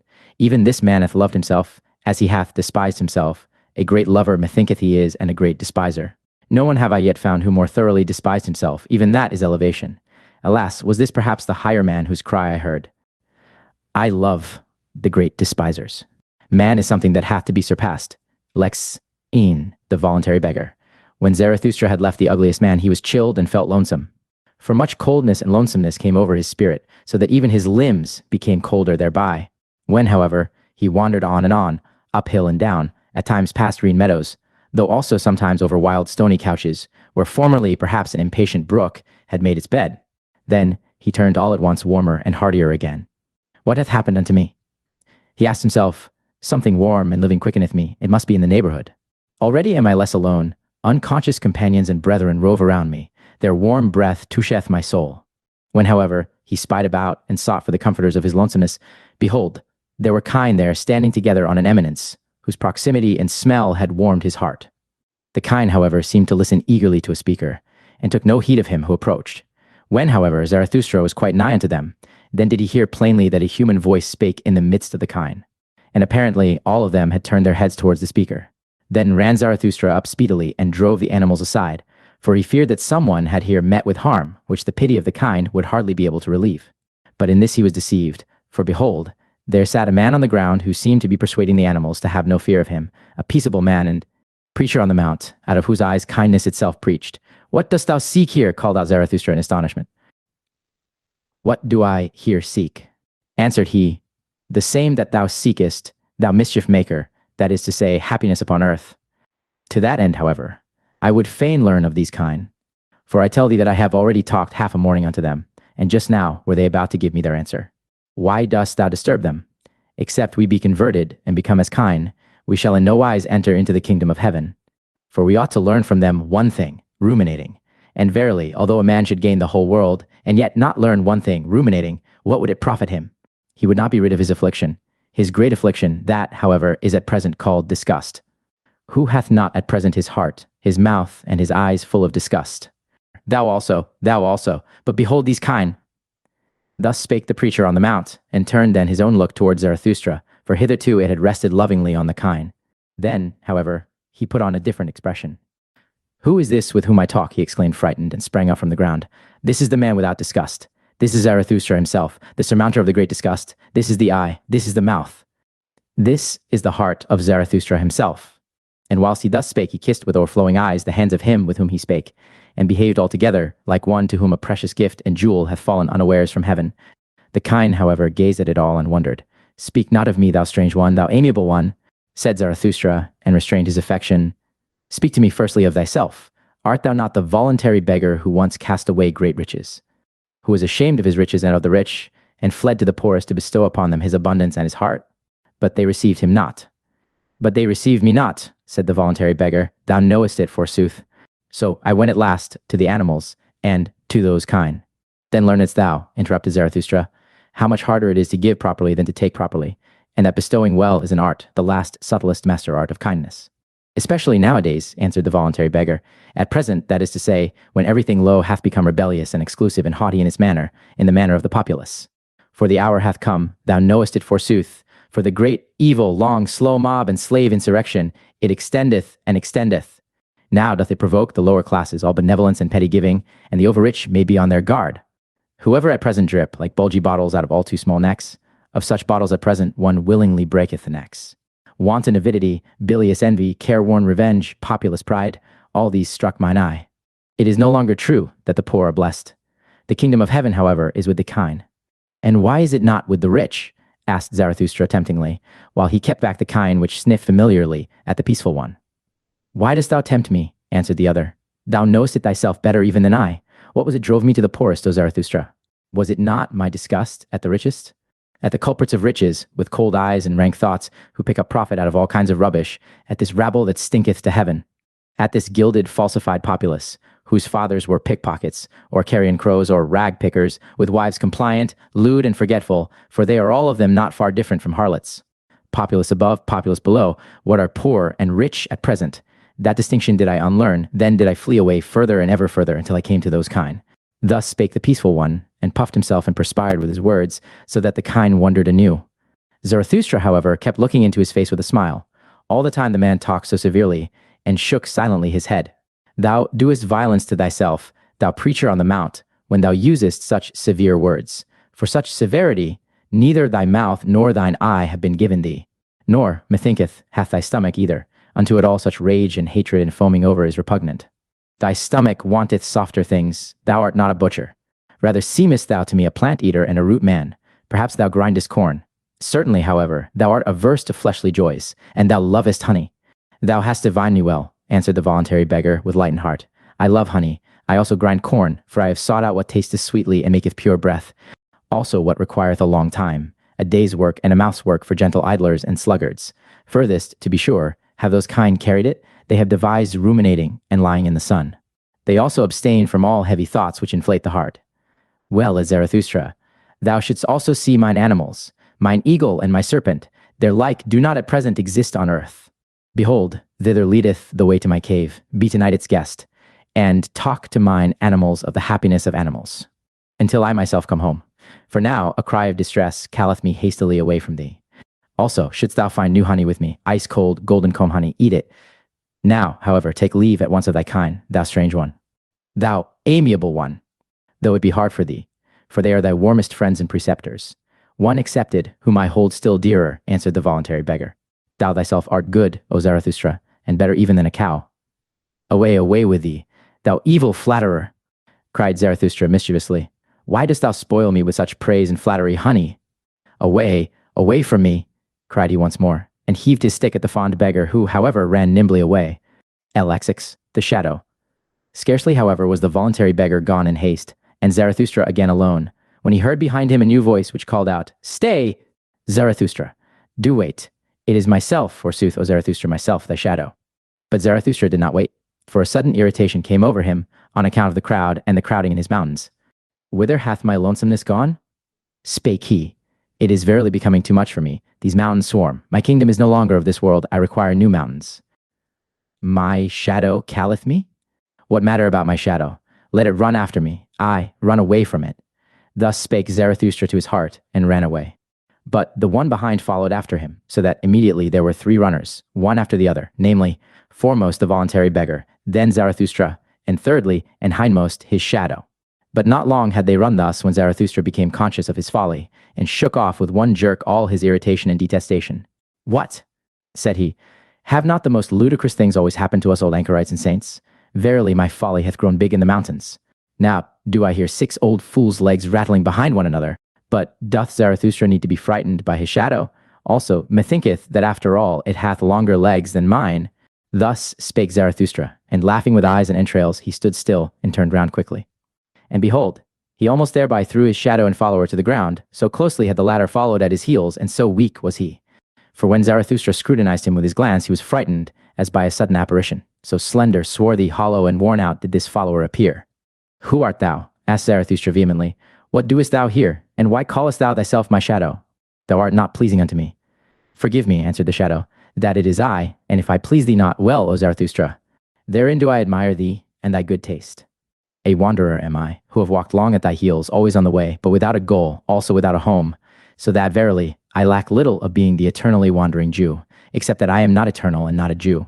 What? Must I ever be on the way, whirled by every wind, unsettled, driven about? O earth, thou hast become too round for me. On every surface have I already sat, like tired dust have I fallen asleep on mirrors and window panes. Everything taketh from me, nothing giveth.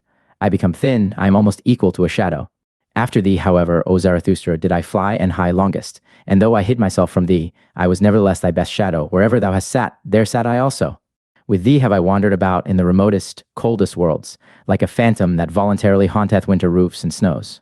With thee have I pushed into all the forbidden, all the worst and the furthest, and if there be anything of virtue in me, it is that I have had no fear of any prohibition. With thee have I broken up whatever my heart revered, all boundary stones and statues have I o'erthrown. The most dangerous wishes did I pursue, verily, beyond every crime did I once go. With thee did I unlearn the belief in words and worths and in great names. When the devil casteth his skin, doth not his name also fall away? Is also skin. The devil himself is perhaps skin. Nothing is true, all is permitted, so said I to myself. Into the coldest water did I plunge with head and heart. Ah, how oft did I stand there naked on that account like a red crab. Ah, where have gone all my goodness and all my shame and all my belief in the good? Ah, where is the lying innocence which I once possessed, the innocence of the good and of their noble lies? Too oft, verily, did I follow close to the heels of truth. then did it, kick me on the face. Sometimes I meant to lie, and behold, then only did I hit the truth. Too much hath become clear unto me, now it doth not concern me any more. Nothing liveth any longer that I love, how should I still love myself? To live as I incline, or not to live at all, so do I wish, so wisheth also the holiest. But, alas, how have I still inclination? Have I still a goal, a haven towards which my sail is set, a good wind? Ah, he only who knoweth whither he saileth, knoweth what wind is good, and a fair wind for him. What still remaineth to me? A heart weary and flippant, an unstable will, fluttering wings, a broken backbone. This seeking for my home, O Zarathustra, dost thou know that this seeking hath been my home sickening? It eateth me up. Where is my home? For it do I ask and seek, and have sought, but have not found it. O eternal everywhere, O eternal nowhere, O eternal in vain. Thus spake the shadow, and Zarathustra's countenance lengthened at his words. Thou art my shadow, said he at last sadly. Thy danger is not small, thou free spirit and wanderer. Thou hast had a bad day. See that a still worse evening doth not overtake thee. To such unsettled ones as thou, seemeth at last even a prisoner blessed. Didst thou ever see how captured criminals sleep? They sleep quietly, they enjoy their new security. Beware, lest in the end a narrow faith capture thee, a hard, rigorous delusion. For now everything that is narrow and fixed seduceth and tempteth thee. Thou hast lost thy goal. Alas, how wilt thou forego and forget that loss? Thereby hast thou also lost thy way, thou poor rover and rambler, thou tired butterfly. Wilt thou have a rest and a home this evening? Then go up to my cave. Thither leadeth the way to my cave, and now will I run quickly away from thee again. Already lieth, as it were, a shadow upon me. I will run alone, so that it may again become bright around me. Therefore must I still be a long time merrily upon my legs. In the evening, however, there will be dancing with me. Thus spake Zarathustra, LXX, noontide. And Zarathustra ran and ran, but he found no one else, and was alone and ever found himself again. He enjoyed and quaffed his solitude, and thought of good things, for hours. About the hour of noontide, however, when the sun stood exactly over Zarathustra's head, he passed an old, bent and gnarled tree, which was encircled round by the ardent love of a vine. And hidden from itself, from this there hung yellow grapes in abundance confronting the wanderer. Then he felt inclined to quench a little thirst, and to break off for himself a cluster of grapes. When, however, he had already his arm outstretched for that purpose, he felt still more inclined for something else, namely, to lie down beside the tree at the hour of perfect noontide and sleep. This Zarathustra did, and no sooner had he laid himself on the ground in the stillness and secrecy of the variegated grass, than he had forgotten his little thirst, and fell asleep.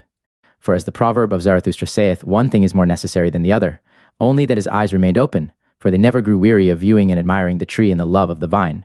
In falling asleep, however, Zarathustra spake thus to his heart, Hush, hush, hath not the world now become perfect?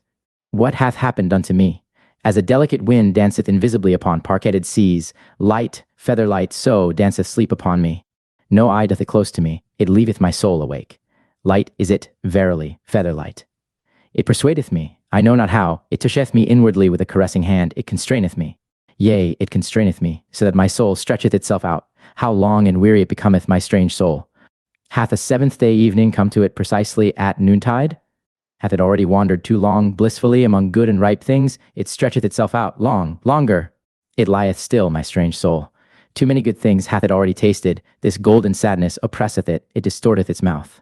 As a ship that putteth into the calmest cove, it now draweth up to the land, weary of long voyages and uncertain seas. Is not the land more faithful? As such a ship huggeth the shore, tuggeth the shore, then it sufficeth for a spider to spin its thread from the ship to the land. No stronger ropes are required there. As such a weary ship in the calmest cove, so do I also now repose, nigh to the earth, faithful, trusting, waiting, bound to it with the lightest threads. O happiness, wilt thou perhaps sing, O my soul, thou liest in the grass, but this is the secret solemn hour when no shepherd playeth his pipe. Take care, hot noontide sleepeth on the fields. Do not sing, hush. The world is perfect. Do not sing, thou prairie bird, my soul. Do not even whisper, lo, hush. The old noontide sleepeth, it moveth its mouth. Doth it not just now drink a drop of happiness, an old brown drop of golden happiness? Golden wine? Something whisketh over it. Its happiness loggeth. Thus loggeth a god, hush. For happiness, how little sufficeth for happiness. Thus spake I once and thought myself wise. But it was a blasphemy. That have I now learned. Wise fools speak better. The least thing precisely, the gentlest thing, the lightest thing, a lizard's rustling, a breath, a whisk, an eye glance, little maketh up the best happiness. Hush! What hath befallen me, hark? Hath time flown away? Do I not fall? Have I not fallen, hark, into the well of eternity? What happeneth to me? Hush! It stingeth me, alas, to the heart. To the heart. Oh, break up, my heart, after such happiness, after such a sting. What? Hath not the world just now become perfect? Round and ripe? Oh, for the golden round ring, whither doth it fly? Let me run after it, quick, hush! And here Zarathustra stretched himself and felt that he was asleep. Up, said he to himself. Thou sleeper, thou noontide sleeper, well then, up ye old legs. It is time and more than time, many a good stretch of road is still awaiting you. Now have ye slept your fill, for how long a time? A half eternity. Well then, up now, mine old heart. For how long after such a sleep mayest thou remain awake? But then did he fall asleep anew, and his soul spake against him and defended itself, and lay down again. Leave me alone. Hush. Hath not the world just now become perfect? Oh, for the golden round ball. Get up, said Zarathustra, thou little thief, thou sluggard. What? Still stretching thyself, yawning, sighing, falling into deep wells. Who art thou then, O my soul? And here he became frightened, for a sunbeam shot down from heaven upon his face. O heaven above me, said he sighing, and sat upright. Thou gazest at me, thou hearkenest unto my strange soul? When wilt thou drink this drop of dew that fell down upon all earthly things? When wilt thou drink this strange soul? When, thou well of eternity, thou joyous, awful, noontide abyss, when wilt thou drink my soul back into thee? Thus spake Zarathustra, and rose from his couch beside the tree, as if awakening from a strange drunkenness, and behold, there stood the sun, still exactly above his head. One might, however, rightly infer therefrom that Zarathustra had not then slept long. LXXI, the greeting. It was late in the afternoon, only when Zarathustra, after long useless searching and strolling about, again came home to his cave. When, however, he stood over against it, not more than 20 paces therefrom, the thing happened which he now least of all expected. He heard anew the great cry of distress. And extraordinary. This time the cry came out of his own cave. It was a long, manifold, peculiar cry, and Zarathustra plainly distinguished that it was composed of many voices. Although heard at a distance, it might sound like the cry out of a single mouth. Thereupon Zarathustra rushed forward to his cave, and behold, what a spectacle awaited him after that concert. For there did they all sit together whom he had passed during the day, the king on the right and the king on the left, the old magician, the pope, the voluntary beggar, the shadow, the intellectually conscientious one. The sorrowful soothsayer, and the ass, the ugliest man, however, had set a crown on his head, and had put round him 2 purple girdles, for he liked, like all ugly ones, to disguise himself and play the handsome person. In the midst, however, of that sorrowful company, stood Zarathustra's eagle, ruffled and disquieted, for it had been called upon to answer too much for which its pride had not any answer. The wise serpent, however, hung round its neck. All this did Zarathustra behold with great astonishment. Then, however, he scrutinized each individual guest with courteous curiosity, read their souls, and wondered anew. In the meantime, the assembled ones had risen from their seats, and waited with reverence for Zarathustra to speak. Zarathustra, however, spake thus, Ye despairing ones, ye strange ones, so it was your cry of distress that I heard? And now do I know also where he is to be sought, whom I have sought for in vain today, the higher man. In mine own cave sitteth he, the higher man. But why do I wonder? Have not I myself allured him to me by honey offerings and artful lure calls of my happiness? But it seemeth to me that ye are badly adapted for company. Ye make one another's hearts fretful, ye that cry for help. When ye sit here together, there is one that must first come, one who will make you laugh once more, a good jovial buffoon, a dancer, a wind, a wild romp, some old fool. What think ye? Forgive me, however, ye despairing ones, for speaking such trivial words before you, unworthy, verily, of such guests. But ye do not divine what maketh my heart wanton, ye yourselves do it, and your aspect, forgive it me. For every one becometh courageous who beholdeth a despairing one. To encourage a despairing one, every one thinketh himself strong enough to do so. To myself have ye given this power, a good gift, mine honorable guests. An excellent guest present. Well, do not then upbraid when I also offer you something of mine. This is mine empire and my dominion. That which is mine, however, shall this evening and tonight be yours. Mine animals shall serve you. Let my cave be your resting place. At house and home with me shall no one despair. In my purlieus do I protect every one from his wild beasts.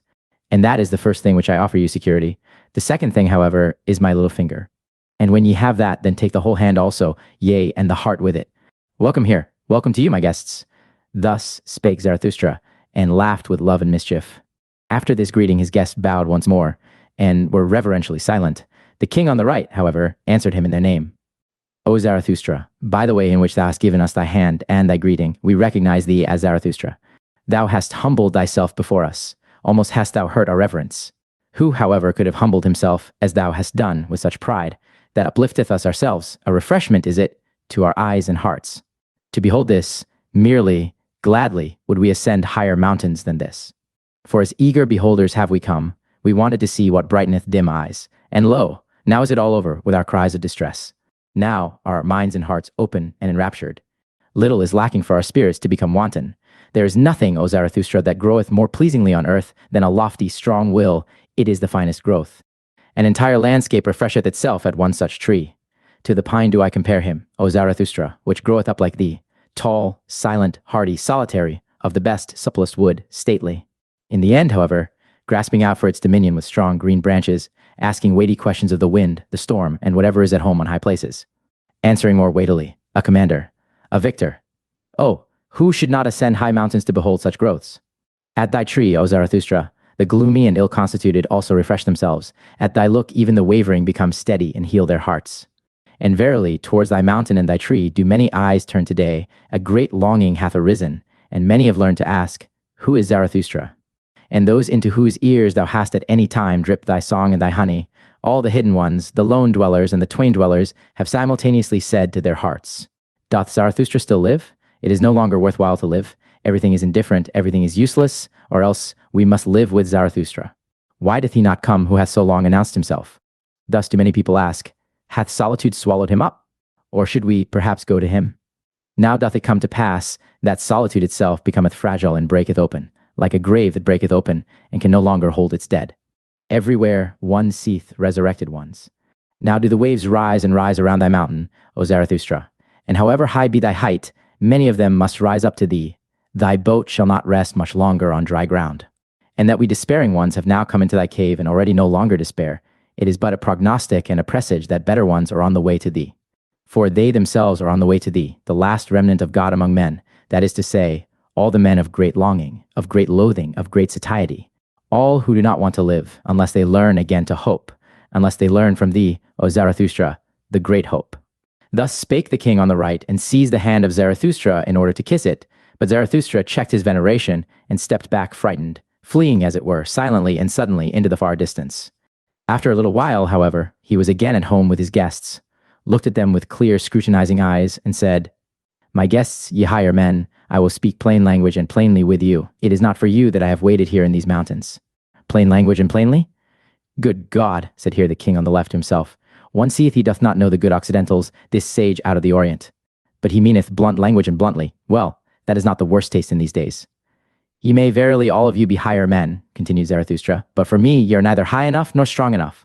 For me, that is to say, for the inexorable, which is now silent in me, but will not always be silent. And if ye appertain to me, still it is not as my right arm. For he who himself standeth like you on sickly and tender legs wisheth above all to be treated indulgently, whether he be conscious of it or hide it from himself. My arms and my legs, however, I do not treat indulgently, I do not treat my warriors indulgently. How then could ye be fit for my warfare? With you, I should spoil all my victories, and many of you would tumble over if ye but heard the loud beating of my drums. Moreover, ye are not sufficiently beautiful and well-born for me. I require pure, smooth mirrors for my doctrines. On your surface, even mine own likeness is distorted. On your shoulders presseth many a burden, many a recollection, many a mischievous dwarf squatteth in your corners. There is concealed populace also in you. And though ye be high, and of a higher type, much in you is crooked and misshapen. There is no smith in the world that could hammer you right and straight for me. Ye are only bridges, may higher ones pass over upon you. Ye signify steps, so do not upbraid him who ascendeth beyond you into his height. Out of your seed there may one day arise for me a genuine son and perfect heir, but that time is distant. Ye yourselves are not those unto whom my heritage and name belong. Not for you do I wait here in these mountains, not with you may I descend for the last time. Ye have come unto me only as a presage that higher ones are on the way to me, not the men of great longing, of great loathing, of great satiety, and that which ye call the remnant of God. Nay, nay, 3 times nay. For others do I wait here in these mountains, and will not lift my foot from thence without them. For higher ones, stronger ones, triumphanter ones, merrier ones, for such as are built squarely in body and soul, laughing lions must come. O my guests, ye strange ones, have ye yet heard nothing of my children, and that they are on the way to me? Do speak unto me of my gardens, of my happy isles, of my new beautiful race. Why do ye not speak unto me thereof? This guests present do I solicit of your love, that ye speak unto me of, my children. For them am I rich, for them I became poor. What have I not surrendered? What would I not surrender, that I might have one thing, these children, this living plantation, these life trees of my will and of my highest hope? Thus spake Zarathustra, and stopped suddenly in his discourse, for his longing came over him, and he closed his eyes and his mouth because of the agitation of his heart. And all his guests also were silent, and stood still and confounded, except only that the old soothsayer made signs with his hands and his gestures. Aya, the supper. For at this point the soothsayer interrupted the greeting of Zarathustra and his guests. He pressed forward as one who had no time to lose, seized Zarathustra's hand and exclaimed, "But Zarathustra! One thing is more necessary than the other, so sayest thou thyself, well, one thing is now more necessary unto me than all others. A word at the right time. Didst thou not invite me to table? And here are many who have made long journeys. Thou dost not mean to feed us merely with discourses. Besides, all of you have thought too much about freezing, drowning, suffocating, and other bodily dangers. None of you, however, have thought of my danger, namely perishing of hunger." Thus spake the soothsayer. When Zarathustra's animals, however, heard these words, they ran away in terror, for they saw that all they had brought home during the day would not be enough to fill the one soothsayer. "Likewise perishing of thirst," continued the soothsayer. "And although I hear water splashing here like words of wisdom, that is to say, plenteously and unweariedly, I want wine. Not every one is a born water drinker like Zarathustra. Neither doth water suit weary and withered ones. We deserve wine. It alone giveth immediate vigor and improvised health." On this occasion, when the soothsayer was longing for wine, it happened that the king on the left, the silent one, also found expression for once. "We took care," said he, "about wine. I, along with my brother, the king on the right, we have enough of wine, a whole assload of it. So there is nothing lacking but bread." "Bread," replied Zarathustra, laughing when he spake. "It is precisely bread that anchorites have not. But man doth not live by bread alone, but also by the flesh of good lambs, of which I have 2. These shall we slaughter quickly, and cook spicily with sage. It is so that I like them. And there is also no lack of roots and fruits, good enough even for the fastidious and dainty, nor of nuts and other riddles for cracking. Thus will we have a good repast in a little while. But whoever wish to eat with us must also give a hand to the work, even the kings. For with Zarathustra even a king may be a cook." This proposal appealed to the hearts of all of them, save that the voluntary beggar objected to the flesh and wine and spices. "Just hear this glutton Zarathustra," said he jokingly. "Doth one go into caves and high mountains to make such repasts? Now indeed do I understand what he once taught us, blessed be moderate poverty, and why he wisheth to do away with beggars." "Be of good cheer," replied Zarathustra, "as I am. Abide by thy customs, thou excellent one. Grind thy corn, drink thy water, praise thy cooking, if only it make thee glad. I am a law only for mine own. I am not a law for all. He, however, who belongeth unto me must be strong of bone and light of foot. Joyous in fight and feast, no sulker, no John of dreams, ready for the hardest task as for the feast, healthy and hale. The best belongeth unto mine and me, and if it be not given us, then do we take it. The best food, the purest sky, the strongest thoughts, the fairest women." Thus spake Zarathustra. The king on the right, however, answered and said, "Strange! Did one ever hear such sensible things out of the mouth of a wise man? And verily, it is the strangest thing in a wise man, if over and above he be still sensible, and not an ass." Thus spake the king on the right, and wondered. The ass, however, with ill will, said yea to his remark. This, however, was the beginning of that long repast which is called the supper in the history books. At this, there was nothing else spoken of but the higher man. Alexia, the higher man. "When I came unto men for the first time, then did I commit the anchorite folly, the great folly. I appeared on the marketplace. And when I spake unto all, I spake unto none. In the evening, however, rope dancers were my companions, and corpses, and I myself almost a corpse. With the new morning, however, there came unto me a new truth. Then did I learn to say, of what account to me are marketplace and populous noise and long populous ears? Ye higher men, learn this from me. On the marketplace no one believeth in higher men. But if ye will speak there, very well. The populace, however, blinketh, we are all equal. Ye higher men, so blinketh the populace. There are no higher men, we are all equal. Man is man, before God we are all equal. Before God, now, however, this God hath died. Before the populace, however, we will not be equal. Ye higher men, away from the marketplace. 2. Before God, now, however this God hath died. Ye higher men, this God was your greatest danger. Only since he lay in the grave have ye again arisen. Now only cometh the great noontide, now only doth the higher man become master. Have ye understood this word, O my brethren? Ye are frightened. Do your hearts turn giddy? Doth the abyss here yawn for you? Doth the hellhound here yelp at you? Well, take heart, ye higher men. Now only travaileth the mountain of the human future. God hath died, now do we desire the Superman to live. 3. The most careful ask today, how is man to be maintained? Zarathustra, however, asketh as the first and only one, how is man to be surpassed? The Superman I have at heart. That is the first and only thing to me, and not man, not the neighbor, not the poorest, not the sorriest, not the best. O my brethren, what I can love in man is that he is an overgoing and a downgoing. And also in you there is much that maketh me love and hope. In that ye have despised ye higher men, that maketh me hope. For the great despisers are the great reverers. In that ye have despaired, there is much to honor. For ye have not learned to submit yourselves, ye have not learned petty policy. For today have the petty people become master. They all preach submission and humility and policy and diligence and consideration and the long etc. of petty virtues. Whatever is of the effeminate type, whatever originateth from the servile type, and especially the populous mishmash, that wisheth now to be master of all human destiny, O disgust, disgust, disgust, that asketh and never tireth, how is man to maintain himself best, longest, most pleasantly? Thereby are they the masters of today. These masters of today, surpass them, O my brethren, these petty people, they are the superman's greatest danger. Surpass, ye higher men, the petty virtues, the petty policy, the sanguine considerateness, the anthill trumpery, the pitiable comfortableness, the happiness of the greatest number, and rather despair than submit yourselves. And verily, I love you, because ye know not today how to live, ye higher men. For thus do ye live best.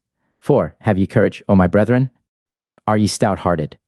Not the courage before witnesses, but anchorite and eagle courage, which not even a god any longer beholdeth? Cold souls, mules, the blind and the drunken, I do not call stout-hearted. He hath heart who knoweth fear, but vanquisheth it, who seeth the abyss, but with pride. He who seeth the abyss, but with eagle's eyes, he who with eagle's talons graspeth the abyss, he hath courage. 5. Man is evil, so said to me for consolation, all the wisest ones. Ah, if only it be still true today. For the evil is man's best force. Man must become better and eviler, so do I teach. The evilest is necessary for the superman's best. It may have been well for the preacher of the petty people to suffer and be burdened by men's sin. I, however, rejoice in great sin as my great consolation. Such things, however, are not said for long years. Every word also is not suited for every mouth. These are fine, faraway things that them sheep's claws shall not grasp. Ye higher men, think ye that I am here to put right what ye have put wrong? Or that I wished henceforth to make snugger couches for you sufferers? Or show you restless, miswandering, misclimbing ones, new and easier footpaths? Nay, nay, 3 times nay. Always more, always better ones of your type shall succumb, for ye shall always have it worse and harder. Thus only groweth man aloft to the height where the lightning striketh and shattereth him, high enough for the lightning. Towards the few, the long, the remote go forth my soul and my seeking. Of what account to me are your many little, short miseries? Ye do not yet suffer enough for me. For ye suffer from yourselves, ye have not yet suffered from man. Ye would lie if ye spake otherwise. None of you suffereth from what I have suffered. 7. It is not enough for me that the lightning no longer doeth harm. I do not wish to conduct it away, it shall learn to work for me. My wisdom hath accumulated long like a cloud, it becometh stiller and darker. So doeth all wisdom, which shall one day bear lightnings. Unto these men of today will I not be light, nor be called light. Them will I blind, lightning of my wisdom. Put out their eyes. 8. Do not will anything beyond your power. There is a bad falseness in those who will beyond their power, especially when they will great things. For they awaken distrust in great things, these subtle false coiners and stage players, until at last they are false towards themselves, squint-eyed, whited kinkers, glossed over with strong words. Parade virtues and brilliant false deeds. Take good care there, ye higher men, for nothing is more precious to me, and rarer than honesty. Is this today not that of the populace? The populace, however, knoweth not what is great and what is small, what is straight and what is honest. It is innocently crooked, it ever lieth. Have a good distrust today, ye higher men, ye enheartened ones, ye open-hearted ones, and keep your reasons secret. For this today is that of the populace. What the populace once learned to believe without reasons, who could refute it to them by means of reasons? And on the market place one convinceth with gestures. But reasons make the populace distrustful. And when truth hath once triumphed there, then ask yourselves with good distrust, what strong error hath fought for it? Be on your guard also against the learned. They hate you because they are unproductive. They have cold, withered eyes before which every bird is unplumed. Such persons vaunt about not lying, but inability to lie is still far from being love to truth. Be on your guard. Freedom from fever is still far from being knowledge. Refrigerated spirits I do not believe in. He who cannot lie doth not know what truth is. 10. If you would go up high, then use your own legs. Do not get yourselves carried aloft. Do not seat yourselves on other people's backs and heads. Thou hast mounted, however, on horseback. Thou now ridest briskly up to thy goal? Well, my friend, but thy lame foot is also with thee on horseback. When thou reachest thy goal, when thou alightest from thy horse, precisely on thy height, thou higher man, then wilt thou stumble. 11. Ye creating ones, ye higher men. One is only pregnant with one's own child. Do not let yourselves be imposed upon or put upon. Who then is your neighbor? Even if ye act for your neighbor, ye still do not create for him. Unlearn, I pray you, this for, ye creating ones, your very virtue wisheth you to have naught to do with for, and on account of, and because. Against these false little words shall ye stop your ears. For one's neighbor is the virtue only of the petty people. There it is said, like and like, and hand washeth hand. They have neither the right nor the power for your self-seeking. In your self-seeking, ye creating ones, there is the foresight and foreseeing of the pregnant. What no one's eye hath yet seen, namely, the fruit. This sheltereth, and saveth and nourisheth your entire love. Where your entire love is, namely with your child, there is also your entire virtue. Your work, your will is your neighbor. Let no false values impose upon you. Ye creating ones, ye higher men. Whoever hath to give birth is sick. Whoever hath given birth, however, is unclean. Ask women, one giveth birth, not because it giveth pleasure. The pain maketh hens and poets cackle. Ye creating ones, in you there is much uncleanliness. That is because ye have had to be mothers. A new child. Oh, how much new filth hath also come into the world. Go apart. He who hath given birth shall wash his soul. 13. Be not virtuous beyond your powers, and seek nothing from yourselves opposed to probability. Walk in the footsteps in which your father's virtue hath already walked. How would you rise high, if your father's will should not rise with you? He, however, who would be a firstling, let him take care, lest he also become a lastling. And where the vices of your fathers are, there should ye not set up as saints. He whose fathers were inclined for women, and for strong wine and flesh of wild boar swine, what would it be if he demanded chastity of himself? A folly would it be. Much verily doth it seem to me for such a one, if he should be the husband of one, or of two, or of three women. And if he founded monasteries, and inscribed over their portals, the way to holiness, I should still say, what good is it? It is a new folly. He hath founded for himself a penance house and refuge house, much good may it do. But I do not believe in it. In solitude there groweth what anyone bringeth into it, also the brute in one's nature. Thus is solitude inadvisable unto many. Hath there ever been anything filthier on earth than the saints of the wilderness? Around them was not only the devil loose, but also the swine. Shy, ashamed, awkward, like the tiger whose spring hath failed, thus, ye, higher men, have I often seen you slink aside. A cast which ye made had failed. But what doth it matter, ye dice players? Ye had not learned to play and mock, as one must play and mock. Do we not ever sit at a great table of mocking and playing? And if great things have been a failure with you, have ye yourselves, therefore, been a failure? And if ye yourselves have been a failure, hath man therefore been a failure? If man, however, hath been a failure, well then, never mind. The higher its type, always the seldomer doth a thing succeed. Ye higher men here, have ye not all been failures? Be of good cheer, what doth it matter? How much is still possible? Learn to laugh at yourselves as ye ought to laugh.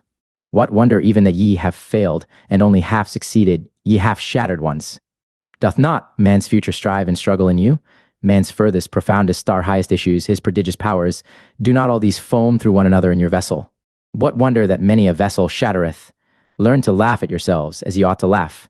Ye higher men, oh, how much is still possible? And, verily, how much hath already succeeded? How rich is this earth in small, good, perfect things, in well-constituted things? Set around you small, good, perfect things, ye higher men. Their golden maturity healeth the heart. The perfect teacheth one to hope. 16. What hath hitherto been the greatest sin here on earth? Was it not the word of him who said, Woe unto them that laugh now? Did he himself find no cause for laughter on the earth? Then he sought badly. A child even findeth cause for it. He did not love sufficiently. Otherwise would he also have loved us, the laughing ones. But he hated and hooted us, wailing and teeth gnashing did he promise us. Must one then curse immediately, when one doth not love? That seemeth to me bad taste. Thus did he, however, this absolute one. He sprang from the populace. And he himself just did not love sufficiently, otherwise would he have raged less, because people did not love him. All great love doth not seek love, it seeketh more. Go out of the way of all such absolute ones. They are a poor sickly type, a populist type. They look at this life with ill will. They have an evil eye for this earth. Go out of the way of all such absolute ones. They have heavy feet and sultry hearts. They do not know how to dance. How could the earth be light to such ones? Tortuously do all good things come nigh to their goal. Like cats they curve their backs. They purr inwardly with their approaching happiness. All good things laugh. His step betrayeth whether a person already walketh on his own path. Just see me walk. He, however, who cometh nigh to his goal, danceth.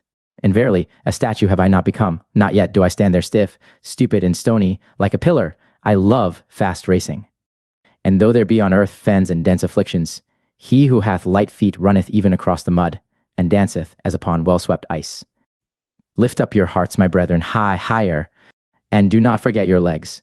Lift up also your legs, ye good dancers, and better still if ye stand upon your heads. 18. This crown of the laughter, this rose garland crown, I myself have put on this crown. I myself have consecrated my laughter. No one else have I found today potent enough for this. Zarathustra the dancer, Zarathustra the light one, who beckoneth with his pinions, one ready for flight, beckoning unto all birds, ready and prepared. A blissfully light-spirited one. Zarathustra the soothsayer, Zarathustra the sooth laugher, no impatient one, no absolute one who loveth leaps and side leaps, I myself have put on this crown. 19. Lift up your hearts, my brethren, higher, and do not forget your legs. Lift up also your legs, ye good dancers, and better still if ye stand upon your heads. There are also heavy animals in a state of happiness. There are club-footed ones from the beginning. Curiously do they exert themselves, like an elephant which endeavoureth to stand upon its head. Better, however, to be foolish with happiness than foolish with misfortune. Better to dance awkwardly than walk lamely. So learn, I pray you, my wisdom, ye higher men. Even the worst thing hath two good reverse sides. Even the worst thing hath good dancing legs. So learn, I pray you, ye higher men, to put yourselves on your proper legs. So unlearn, I pray you, the sorrow sighing, and all the populace sadness. Oh, how sad the buffoons of the populace seem to me today. This today, however, is that of the populace. Do like unto the wind when it rusheth forth from its mountain caves, unto its own piping will it dance, the seas tremble and leap under its footsteps.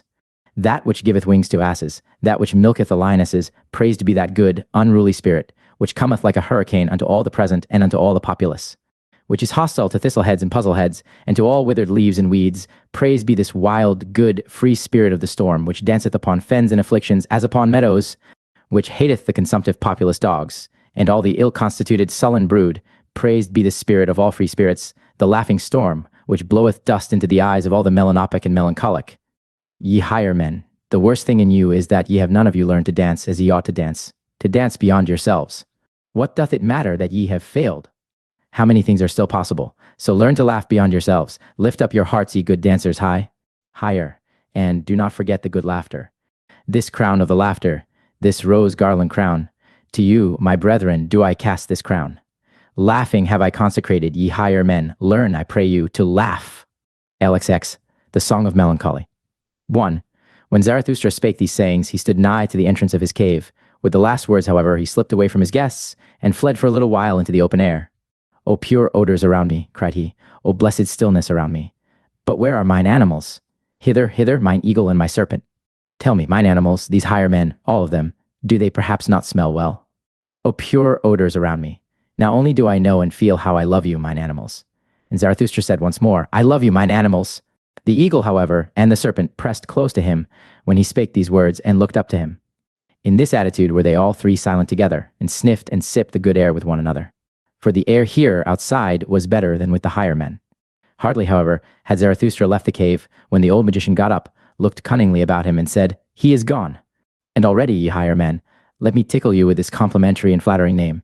As he himself doeth, already doth mine evil spirit of deceit and magic attack me, my melancholy devil, which is an adversary to this Zarathustra from the very heart. Forgive it for this. Now doth it wish to conjure before you. It hath just its hour. In vain do I struggle with this evil spirit. Unto all of you, whatever honors ye like to assume in your names, whether ye call yourselves the free spirits or the conscientious, or the penitents of the spirit, or the unfettered, or the great longers. Unto all of you who like me suffer from the great loathing, to whom the old god hath died, and as yet no new god lieth in cradles and swaddling clothes, unto all of you is mine evil spirit and magic devil favorable. I know you, ye higher men, I know him. I know also this fiend whom I love in spite of me, this Zarathustra. He himself often seemeth to me like the beautiful mask of a saint, like a new strange mummery, in which mine evil spirit, the melancholy devil, delighteth. I love Zarathustra, so doth it often seem to me, for the sake of mine evil spirit. But already doth it attack me and constrain me, this spirit of melancholy, this evening twilight devil, and verily, ye higher men, it hath a longing. Open your eyes. It hath a longing to come naked, whether male or female, I do not yet know. But it cometh, it constraineth me, alas. Open your wits, the day dieth out. Unto all things cometh now the evening, also unto the best things. Hear now, and see ye higher men, what devil, man or woman, this spirit of evening melancholy is. Thus spake the old magician, looked cunningly about him, and then seized his harp. 3. In evening's limpid air, what time the dews soothings unto the earth downpour. Invisibly and unheard, for tender shoe gear wear the soothing dews, like all that's kind gentle. Bethinkst thou then, burning heart, How once thou thirstedest for heaven's kindly teardrops and dew's down droppings, all singed and weary thirstedest, what time on yellow grass pathways wicked, occidental sunny glances through somber trees about thee sported. Blindingly sunny glow glances, gladly hurting. Of truth the wooer, thou, so taunted they, nay, merely poet, a brute insidious plundering groveling that I must lie, that wittingly, wilfully, I must lie for booty lusting, motley masked, self-hidden, shrouded. Himself, his booty, he, of truth the wooer? Nay, mere fool, mere poet, just motley speaking, from mask of fool confusedly shouting, circumambling on fabricated word bridges, on motley rainbow arches, twixt the spurious heavenly and spurious earthly, round us roving, round us soaring, mere fool, mere poet. He, of truth, the wooer? Not still, stiff, smooth, and cold, become an image, a godlike statue set up in front of temples, as a god's own door guard, nay, hostile to all such truthfulness statues, in every desert homelier than a temple's, with caddish wantonness, through every window leaping quickly into chances, every wild forest a sniffing, greedily, longingly, sniffing. That thou, in wild forests, mong the motley speckled fierce creatures, shouldest rove, sinful sound and fine-colored, with longing lips smacking, blessedly mocking, blessedly hellish, blessedly bloodthirsty robbing, skulking, lying, roving, or unto eagles like which fixedly, long adown the precipice look, adown their precipice, oh how they whirl down now, thereunder, therein, to ever deeper profoundness whirling. Then sudden, with aim aright, with quivering flight, on lambkins pouncing, headlong down, sore hungry, for lambkins longing, fierce, gainst all lamb spirits, furious fierce, gainst all that look sheep-like or lambied, or crisp woolly, grey, with lamb-sheep kindliness. Even thus, eagle-like, panther-like, are the poet's desires, are thine own desires, neath 1,000 guises, thou fool. Thou poet, thou who all mankind viewest so God as sheep, the God to rend within mankind as the sheep in mankind, and in rending laughing. That is thine own blessedness. Of a panther and eagle blessedness. Of a poet and fool the blessedness. In evening's limpid air, what time the moon sickle green, twixt the purple glowings and jealous, steal forth. Of day the foe, with every step in secret, the rosy garland hammocks down sickling, till they've sunken down nightwards, faded, down sunken. Thus had I sunken one day for mine own truth and sanity, for mine own fervid day longings, of day o-weary, sick of sunshine, sunk downwards, evenwards, shadowwards, by one sole trueness all scorched and thirsty, bethinkst thou still, bethinkst thou, burning heart, how then thou thirstedest? That I should ban to be from all the trueness, mere fool, mere poet, LXXV, science. Thus sang the magician, and all who were present went like birds unawares into the net of his artful and melancholy voluptuousness. Only the spiritually conscientious one had not been caught. He at once snatched the harp from the magician and called out, "Air! Let in good air. Let in Zarathustra. Thou makest this cave sultry and poisonous, thou bad old magician. Thou seducest, thou false one, thou subtle one, to unknown desires and deserts. And alas, that such as thou should talk and make ado about the truth. Alas, to all free spirits who are not on their guard against such magicians. It is all over with their freedom. Thou teachest and temptest back into prisons, thou old melancholy devil. Out of thy lament soundeth allurement. Thou resemblest those who with their praise of chastity secretly invite to voluptuousness." Thus spake the conscientious one. The old magician, however, looked about him, enjoying his triumph, and on that account put up with the annoyance which the conscientious one caused him. "Be still," said he with modest voice. "Good songs want to re-echo well. After good songs one should be long silent. Thus do all those present, the higher men. Thou, however, hast perhaps understood but little of my song. In thee there is little of the magic spirit. Thou praisest me," replied the conscientious one, "in that thou separatest me from thyself. Very well. But ye others, what do I see? Ye still sit there, all of you with lusting eyes. Ye free spirits, whither hath your freedom gone? Ye almost seem to me to resemble those who have long looked at bad girls dancing naked. Your souls themselves dance. In you, ye higher men, there must be more of that which the magician calleth his evil spirit of magic and deceit. We must indeed be different. And verily, we spake and thought long enough together ere Zarathustra came home to his cave, for me not to be unaware that we are different. We seek different things even here aloft, ye and I, for I seek more security. On that account have I come to Zarathustra, for he is still the most steadfast tower and will.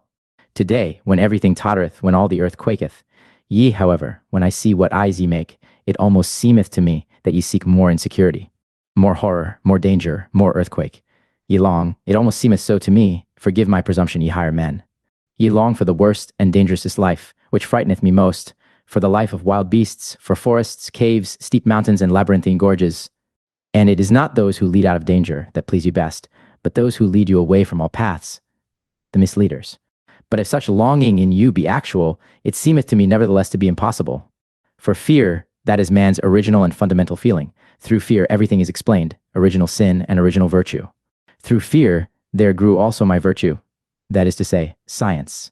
For fear of wild animals, that hath been longest fostered in man, inclusive of the animal which he concealeth and feareth in himself, Zarathustra calleth it the beast inside. Such prolonged ancient fear at last becomes subtle, spiritual, and intellectual. At present, methinketh, it is called science. Thus spake the conscientious one. But Zarathustra, who had just come back into his cave and had heard and divined the last discourse, threw a handful of roses to the conscientious one, and laughed on account of his truths. Why, he exclaimed, what did I hear just now?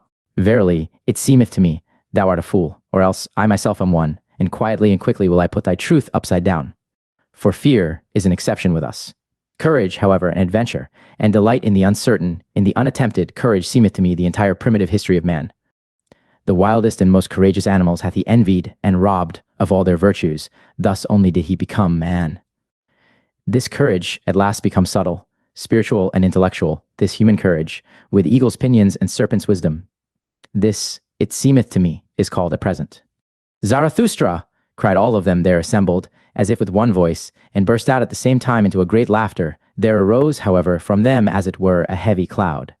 Even the magician laughed, and said wisely, well, it is gone, mine evil spirit, and did I not myself warn you against it when I said that it was a deceiver, a lying and deceiving spirit? Especially when it showeth itself naked.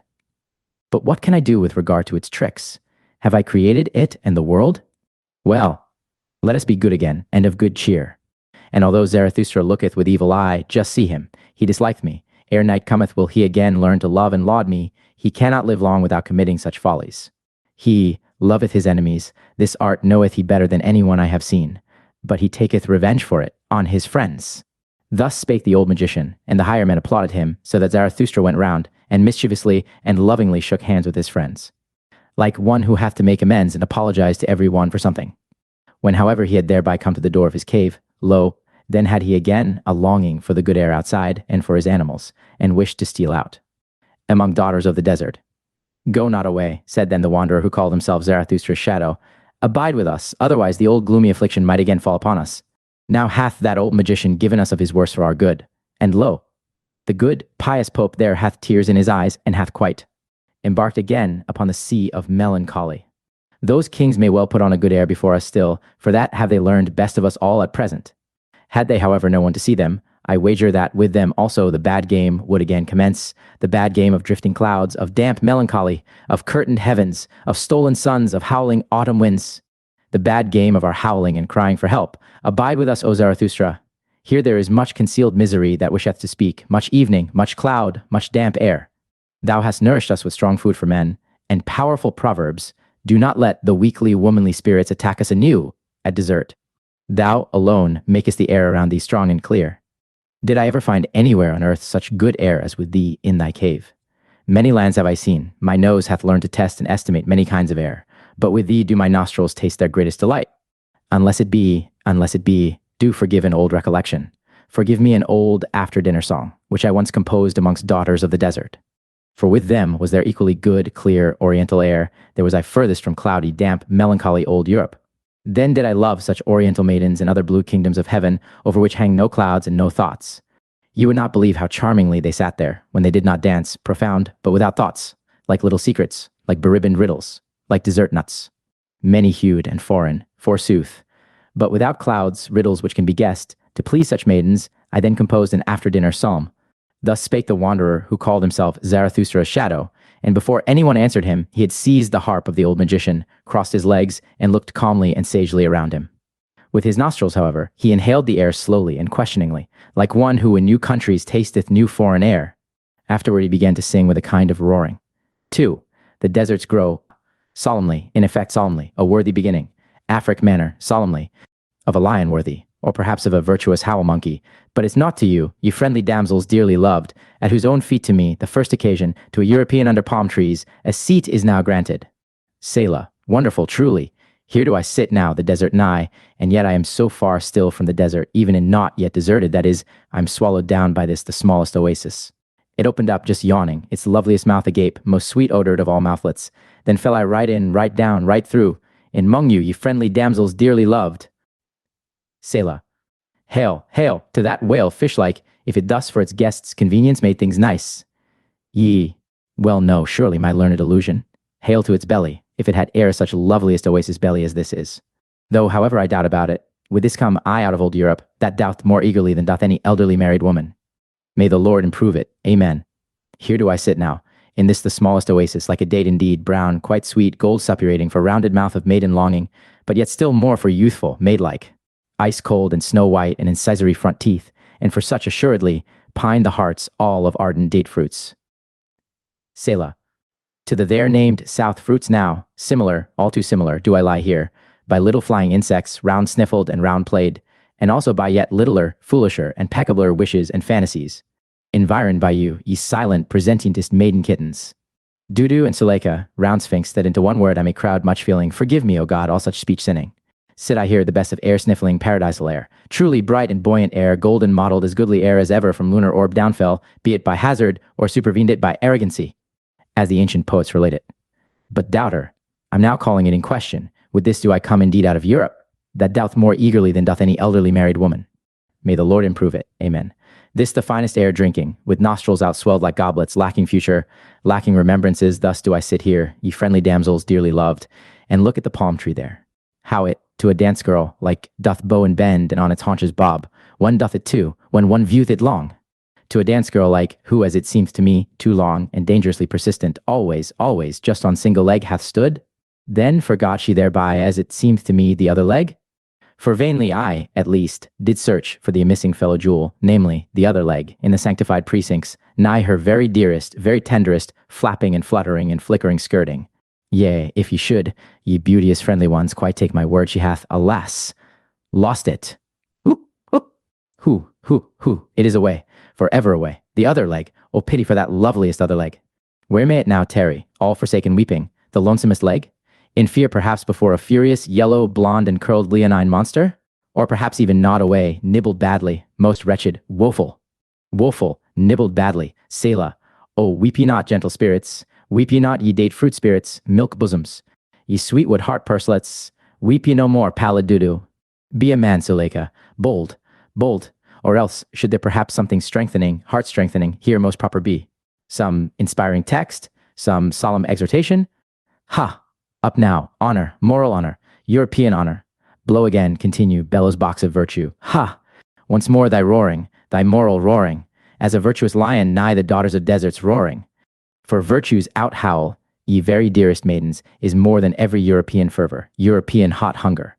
And now do I stand here, as European he can't be different, God's help to me. Amen. The deserts grow, woe him who doth them hide. Laxanth, the awakening, after the song of the wanderer in shadow. The cave became all at once full of noise and laughter, and since the assembled guests all spake simultaneously, and even the ass, encouraged thereby, no longer remained silent. A little aversion and scorn for his visitors came over Zarathustra, although he rejoiced at their gladness. For it seemed to him a sign of convalescence. So he slipped out into the open air and spake to his animals. Whither hath their distress now gone? Said he, and already did he himself feel relieved of his petty disgust. With me it seemeth that they have unlearned their cries of distress. Though, alas, not yet their crying. And Zarathustra stopped his ears, for just then did the ye-a-a-afe the ass mix strangely with the noisy jubilation of those higher men. They are merry, he began again, and who knoweth? Perhaps at their host's expense, and if they have learned of me to laugh, still it is not my laughter they have learned. But what matter about that? They are old people, they recover in their own way, they laugh in their own way. Mine ears have already endured worse, and have not become peevish. This day is a victory. He already yieldeth, he fleeth, the spirit of gravity, mine old arch enemy. How well this day is about to end, which began so badly and gloomily. And it is about to end. Already cometh the evening, over the sea rideth it hither, the good rider. How it bobbeth, the blessed one, the home returning one, in its purple saddles. The sky gazeth brightly thereon, the world lieth deep. O all ye strange ones who have come to me, it is already worth while to have lived with me. Thus spake Zarathustra.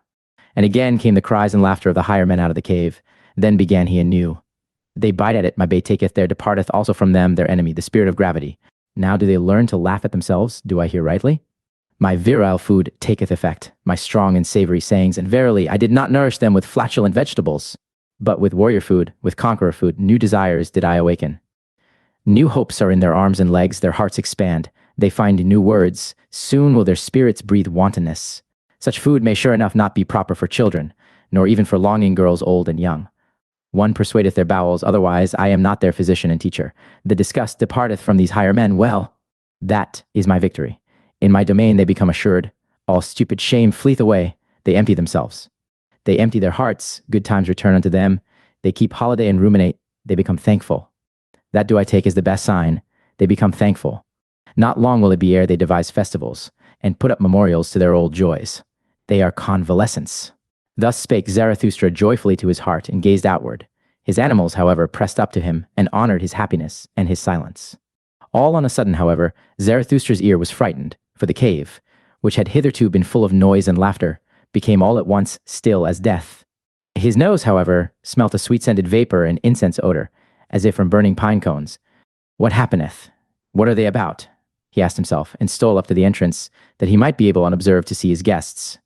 But wonder upon wonder. What was he then obliged to behold with his own eyes? They have all of them become pious again. They pray they are mad, said he, and was astonished beyond measure. And forsooth, all these higher men, the two kings, the pope out of service, the evil magician, the voluntary beggar, the wanderer and shadow, the old soothsayer, the spiritually conscientious one, and the ugliest man, they all lay on their knees like children, credulous old women, and worshipped the ass. And just then began the ugliest man to gurgle and snort, as if something unutterable in him tried to find expression, when, however, he had actually found words. Behold! It was a pious, strange litany in praise of the adored and censed ass, and the litany sounded thus: Amen. And glory and honor and wisdom and thanks and praise and strength be to our God, from everlasting to everlasting. The ass, however, here brayed yea. He carrieth our burdens, he hath taken upon him the form of a servant, he is patient of heart, and never saith nay, and he who loveth his God chastiseth him. The ass, however, here brayed yea. He speaketh not, except that he ever saith yea to the world which he created, thus doth he extol his world. It is his artfulness that speaketh not, thus is he rarely found wrong. The ass, however, here brayed yea. Uncomely goeth he through the world. Grey is the favourite colour, in which he wrappeth his virtue. Hath he spirit, then doth he conceal it. Every one, however, believeth in his long ears. The ass, however, here brayed yea. What hidden wisdom it is to wear long ears, and only to say yea and never nay. Hath he not created the world in his own image, namely, as stupid as possible? The ass, however, here brayed yea. Thou goest straight in crooked ways. It concerneth thee little what seemeth straight or crooked unto us men. Beyond good and evil is thy domain. It is thine innocence not to know what innocence is. The ass, however, here brayed yea. Lo, how thou spurnest none from thee, neither beggars nor kings. Thou sufferest little children to come unto thee, and when the bad boys decoy thee, then sayest thou simply, Yea. The ass, however, here brayed yea. Thou lovest she asses and fresh figs. Thou art no food despiser. A thistle tickleth thy heart when thou chancest to be hungry. There's the wisdom of a god therein. The ass, however, here brayed yea. Alex 8. The Ass Festival. 1. At this place in the litany, however, Zarathustra could no longer control himself. He himself cried out yea, louder even than the ass, and sprang into the midst of his maddened guests. Whatever are you about, ye grown-up children? He exclaimed, pulling up the praying ones from the ground. Alas, if anyone else, except Zarathustra, had seen you. Everyone would think you the worst blasphemers, or the very foolishest old women, with your new belief. And thou thyself, thou old pope, how is it in accordance with thee to adore an ass in such a manner as God? O Zarathustra, answered the pope, forgive me, but in divine matters I am more enlightened even than thou. And it is right that it should be so. Better to adore God so in this form than in no form at all. Think over this saying, mine exalted friend. Thou wilt readily divine that in such a saying there is wisdom. He who said God is a spirit made the greatest stride and slide hitherto made on earth towards unbelief. Such a dictum is not easily amended again on earth. Mine old heart leapeth and boundeth because there is still something to adore on earth. Forgive it, O Zarathustra, to an old pious pontiff heart. And thou, said Zarathustra to the wanderer in shadow, thou callest and thinkest thyself a free spirit? And thou here practisest such idolatry and hierolatry? Worse verily doest thou here than with thy bad brown girls, thou bad new believer. It is sad enough, answered the wanderer in shadow. Thou art right, but how can I help it? The old god liveth again, O Zarathustra, thou mayst say what thou wilt. The ugliest man is to blame for it all, he hath reawakened him. And if he say that he once killed him, with God's death is always just a prejudice. And thou, said Zarathustra, thou bad old magician, what didst thou do? Who ought to believe any longer in thee in this free age, when thou believest in such divine donkeyism? It was a stupid thing that thou didst. How couldst thou, a shrewd man, do such a stupid thing? O Zarathustra, answered the shrewd magician. Thou art right. It was a stupid thing. It was also repugnant to me. And thou even, said Zarathustra to the spiritually conscientious one, consider, and put thy finger to thy nose. Doth nothing go against thy conscience here? Is thy spirit not too cleanly for this praying in the fumes of those devotees? There is something therein, said the spiritually conscientious one, and put his finger to his nose. There is something in this spectacle which even doeth good to my conscience. Perhaps I dare not believe in God. Certain it is, however, that God seemeth to me most worthy of belief in this form. God is said to be eternal. According to the testimony of the most pious, he who hath so much time taketh his time, as slow and as stupid as possible. Thereby can such a one nevertheless go very far. And he who hath too much spirit might well become infatuated with stupidity and folly. Think of thyself, O Zarathustra. Thou thyself, verily, even thou couldst well become an ass through superabundance of wisdom. Doth not the true sage willingly walk on the crookedest paths? The evidence teacheth it, O Zarathustra, thine own evidence. And thou thyself, finally, said Zarathustra, and turned towards the ugliest man, who still lay on the ground, stretching up his arm to the ass, for he gave it wine to drink. Say, thou nondescript, what hast thou been about? Thou seemest to me transformed, thine eyes glow, the mantle of the sublime covereth thine ugliness. What didst thou do? Is it then true what they say, that thou hast again awakened him? And why? Was he not for good reasons killed and made away with? Thou thyself seemest to me awakened. What didst thou do? Why didst thou turn round? Why didst thou get converted? Speak, thou nondescript. O Zarathustra, answered the ugliest man, thou art a rogue. Whether he yet liveth, or again liveth, or is thoroughly dead, which of us both knoweth that best? I ask thee. One thing, however, do I know. From thyself did I learn it once, O Zarathustra. He who wanteth to kill most thoroughly, logeth. Not by wrath, but by laughter doth one kill. Thus spakest thou once, O Zarathustra. Thou hidden one, thou destroyer without wrath, thou dangerous saint, thou art a rogue. 2. Then, however, did it come to pass that Zarathustra, astonished at such merely roguish answers, jumped back to the door of his cave, and turning towards all his guests, cried out with a strong voice, O ye wags, all of you, ye buffoons, why do ye dissemble and disguise yourselves before me? How the hearts of all of you convulsed with delight and wickedness, because ye had at last become again like little children, namely, pious. Because ye at last did again as children do, namely, prayed, folded your hands and said, Good God. But now leave, I pray you, this nursery, mine own cave, where today all childishness is carried on. Cool down here outside your hot child wantonness and heart tumult. To be sure, except ye become as little children, ye shall not enter into that kingdom of heaven. And Zarathustra pointed aloft with his hands. But we do not at all want to enter into the kingdom of heaven. We have become men, so we want the kingdom of earth. And once more began Zarathustra to speak. O my new friends, said he, ye strange ones, ye higher men, how well do ye now please me? Since ye have again become joyful, ye have verily all blossomed forth. It seemeth to me that for such flowers as you, new festivals are required. A little valiant nonsense, some divine service and ass festival, some old joyful Zarathustra fool, some blusterer to blow your souls bright. Forget not this night and this ass festival, ye higher men. That did ye devise, when with me, that do I take as a good omen. Such things only the convalescents devise. And should ye celebrate it again, this ass festival, do it from love to yourselves, do it also from love to me, and in remembrance of me. Thus spake Zarathustra. LX, the drunken song. 1. Meanwhile, one after another had gone out into the open air and into the cool, thoughtful night. Zarathustra himself, however, led the ugliest man by the hand, that he might show him his night world, and the great round moon, and the silvery waterfalls near his cave. There they at last stood still beside one another, all of them old people, but with comforted, brave hearts, and astonished in themselves that it was so well with them on earth. The mystery of the night, however, came nigher and nigher to their hearts.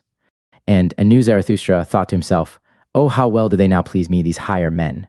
But he did not say it aloud, for he respected their happiness and their silence. Then, however, there happened that which in this astonishing long day was most astonishing. The ugliest man began once more, and for the last time to gurgle and snort, and when he had at length found expression, behold, there sprang a question plump and plain out of his mouth, a good, deep, clear question, which moved the hearts of all who listened to him. My friends, all of you, said the ugliest man, what think ye? For the sake of this day, I am for the first time content to have lived mine entire life. And that I testify so much is still not enough for me. It is worth, while living on the earth, one day, one festival with Zarathustra hath taught me to love the earth. Was that life? Will I say unto death. Well, once more, my friends, what think ye? Will you not like me say unto death, was that life? For the sake of Zarathustra, well, once more. Thus spake the ugliest man. It was not, however, far from midnight. And what took place then, think ye? As soon as the higher men heard his question, they became all at once conscious of their transformation and convalescence, and of him who was the cause thereof. Then did they rush up to Zarathustra, thanking, honoring, caressing him, and kissing his hands, each in his own peculiar way, so that some laughed and some wept.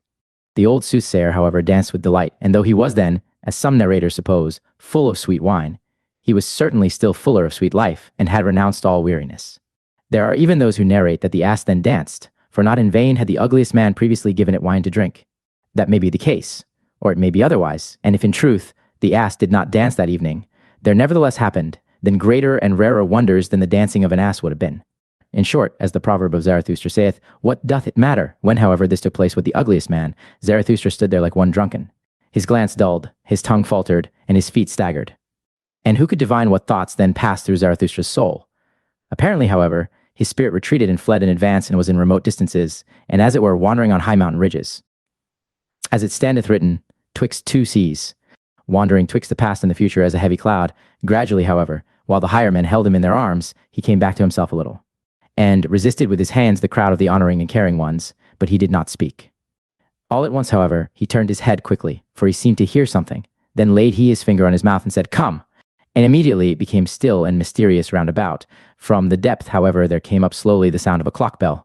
Zarathustra listened thereto, like the higher men. Then, however, laid he his finger on his mouth the second time, and said again, Come, come, it is getting on to midnight. And his voice had changed, but still he had not moved from the spot.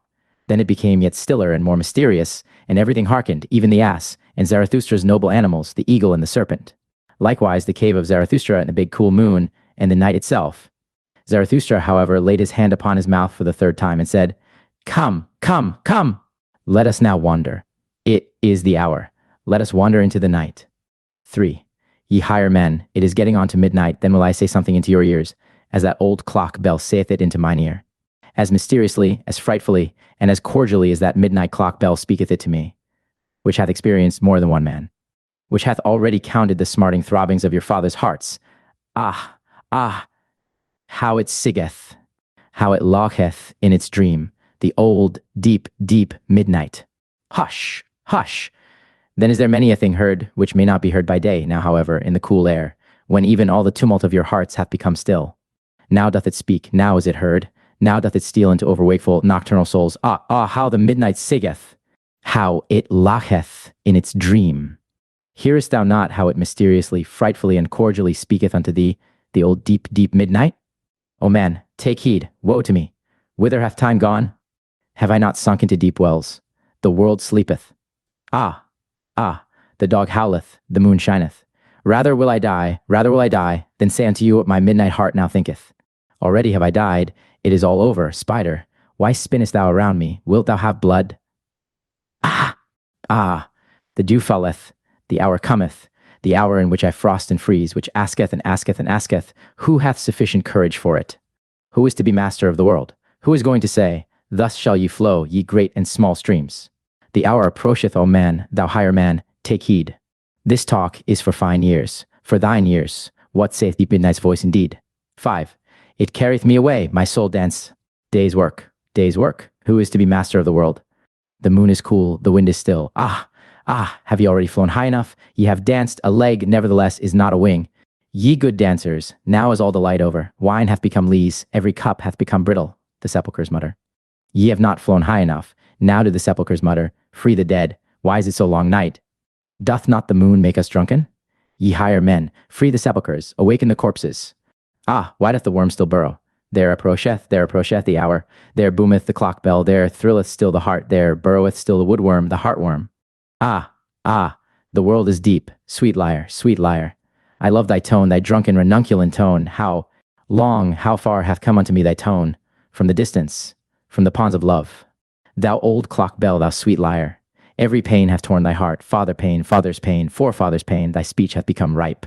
Ripe like the golden autumn and the afternoon, like mine anchorite heart. Now sayest thou, the world itself hath become ripe, the grape turneth brown. Now doth it wish to die of happiness. Ye higher men, do ye not feel it? There welleth up mysteriously an odor, a perfume and odor of eternity, a rosy blessed, brown, gold wine odor of old happiness, of drunken midnight death happiness, which singeth, the world is deep, and deeper than the day could read. 7. Leave me alone. Leave me alone. I am too pure for thee. Touch me not. Hath not my world just now become perfect? My skin is too pure for thy hands. Leave me alone, thou dull, doltish, stupid day. Is not the midnight brighter?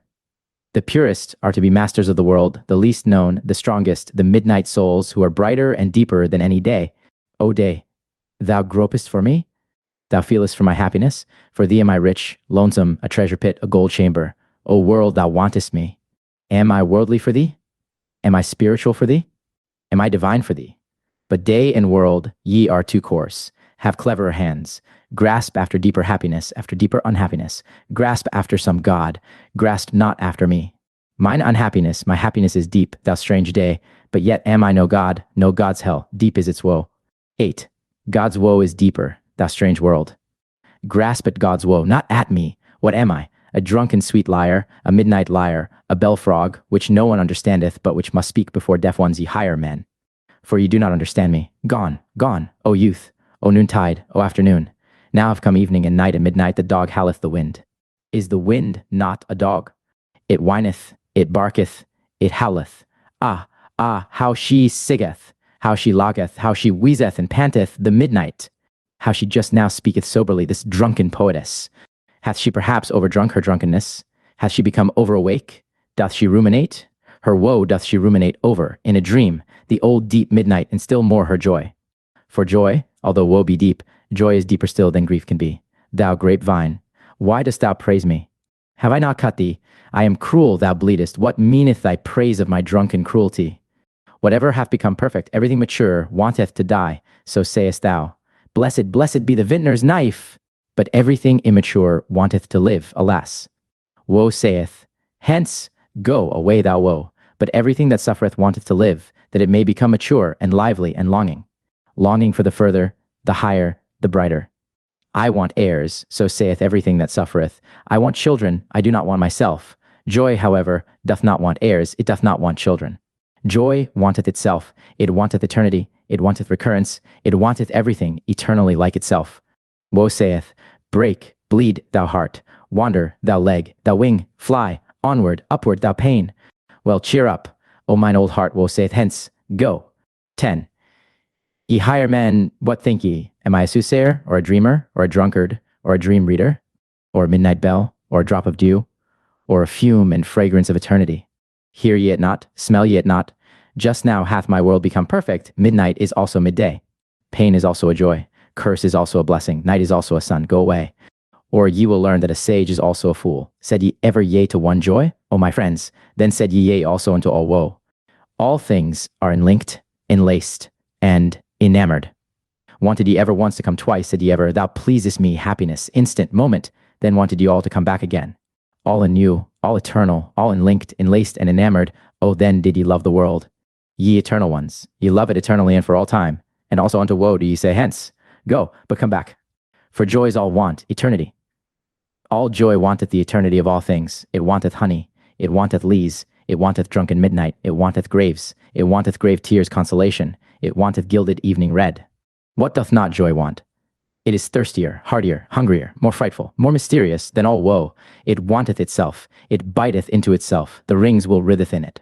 It wanteth love, it wanteth hate, it is overrich, it bestoweth, it throweth away, it beggeth for someone to take from it, it thanketh the taker, it would fain be hated. So rich is joy that it thirsteth for woe, for hell, for hate, for shame, for the lame, for the world, for this world. Oh, ye know it indeed. Ye higher men, for you doth it long, this joy, this irrepressible blessed joy, for your woe, ye failures. For failures longeth all eternal joy. For joys all want themselves, therefore do they also want grief. O happiness, O pain, O break thou heart. Ye higher men, do learn it, that joys want eternity. Joys want the eternity of all things, they want deep, profound eternity. 12. Have ye now learned my song? Have ye divined what it would say? Well, cheer up, ye higher men, sing now my roundelay. Sing now yourselves the song, the name of which is once more, the signification of which is unto all eternity. Sing, ye higher men, Zarathustra's roundelay. O man, take heed, what saith deep midnight's voice indeed? I slept my sleep. From deepest dream I've woke and plead, the world is deep, and deeper than the day could read. Eep is its woe, joy, deeper still than grief can be. Woe saith, hence, go. But joys all want eternity, want deep, profound eternity. L30th, the sign. In the morning, however, after this night, Zarathustra jumped up from his couch, and, having girded his loins, he came out of his cave glowing and strong, like a morning sun coming out of gloomy mountains. Thou great star, spake he as he had spoken once before, thou deep eye of happiness, what would be all thy happiness if thou hadst not those for whom thou shinest, and if they remained in their chambers whilst thou art already awake, and comest and bestowest and distributest, how would thy proud modesty upbraid for it? Well, they still sleep, these higher men, whilst I am awake. They are not my proper companions. Not for them do I wait here in my mountains. At my work I want to be, at my day. But they understand not what are the signs of my morning. My step is not for them the awakening call. They still sleep in my cave. Their dream still drinketh at my drunken songs. The audient ear for me, the obedient ear, is yet lacking in their limbs. This had Zarathustra spoken to his heart when the sun arose. Then looked he inquiringly aloft, for he heard above him the sharp call of his eagle. Well, called he upwards, thus is it pleasing and proper to me. Mine animals are awake, for I am awake. Mine eagle is awake, and like me honoureth the sun. With eagle talons doth it grasp at the new light. Ye are my proper animals, I love you. But still do I lack my proper men. Thus spake Zarathustra then, however, it happened that all on a sudden he became aware that he was flocked around and fluttered around, as if by innumerable birds. The whizzing of so many wings, however, and the crowding around his head was so great that he shut his eyes. And verily, there came down upon him, as it were a cloud, like a cloud of arrows which poureth upon a new enemy. But behold, here it was a cloud of love, and showered upon a new friend. What happeneth unto me? Thought Zarathustra in his astonished heart, and slowly seated himself on the big stone which lay close to the exit from his cave. But while he grasped about with his hands, around him, above him, and below him, and repelled the tender birds, behold, there then happened to him something still stranger. For he grasped thereby unawares into a mass of thick, warm, shaggy hair. At the same time, however, there sounded before him a roar, a long, soft lion roar. The sign cometh, said Zarathustra, and a change came over his heart. And in truth, when it turned clear before him, there lay a yellow, powerful animal at his feet, resting its head on his knee, unwilling to leave him out of love, and doing like a dog which again findeth its old master. The doves, however, were no less eager with their love than the lion, and whenever a dove whisked over its nose, the lion shook its head and wondered and laughed. When all this went on, Zarathustra spake only a word, My children are nigh, my children. Then he became quite mute. His heart, however, was loosed, and from his eyes there dropped down tears and fell upon his hands. And he took no further notice of anything, but sat there motionless, without repelling the animals further. Then flew the doves to and fro, and perched on his shoulder, and caressed his white hair, and did not tire of their tenderness and joyousness. The strong lion, however, licked always the tears that fell on Zarathustra's hands, and roared and growled shyly. Thus did these animals do. All this went on for a long time, or a short time, for properly speaking, there is no time on earth for such things. Meanwhile, however, the higher men had awakened in Zarathustra's cave, and marshaled themselves for a procession to go to meet Zarathustra, and give him their morning greeting, for they had found when they awakened that he no longer tarried with them. When, however, they reached the door of the cave and the noise of their steps had preceded them, the lion started violently. It turned away all at once from Zarathustra, and roaring wildly sprang towards the cave. The higher men, however, when they heard the lion roaring, cried all aloud as with one voice, fled back and vanished in an instant. Zarathustra himself, however, stunned and strange, rose from his seat, looked around him, stood there astonished, inquired of his heart, bethought himself, and remained alone. What did I hear? Said he at last slowly. What happened unto me just now? But soon there came to him his recollection, and he took in at a glance all that had taken place between yesterday and today. Here is indeed the stone, said he, and stroked his beard. On it sat I yestermorn, and here came the soothsayer unto me, and here heard I first the cry which I heard just now, the great cry of distress. O ye higher men, your distress was it that the old soothsayer foretold to me yestermorn. Unto your distress did he want to seduce and tempt me. O Zarathustra, said he to me, I come to seduce thee to thy last sin. To my last sin? Cried Zarathustra, and laughed angrily at his own words. What hath been reserved for me as my last sin? And once more, Zarathustra became absorbed in himself, and sat down again on the big stone, and meditated. Suddenly he sprang up. Fellow suffering with the higher men, he cried out, and his countenance changed into brass. Well, that hath had its time. My suffering and my fellow suffering, what matter about them? Do I then strive after happiness? I strive after my work. Well, the lion hath come, my children are nigh. Zarathustra hath grown ripe, mine hour hath come. This is my morning, my day beginneth. Arise now, arise, thou great noontide. Thus spake Zarathustra, and left his cave glowing and strong, like a morning sun coming out of gloomy mountains.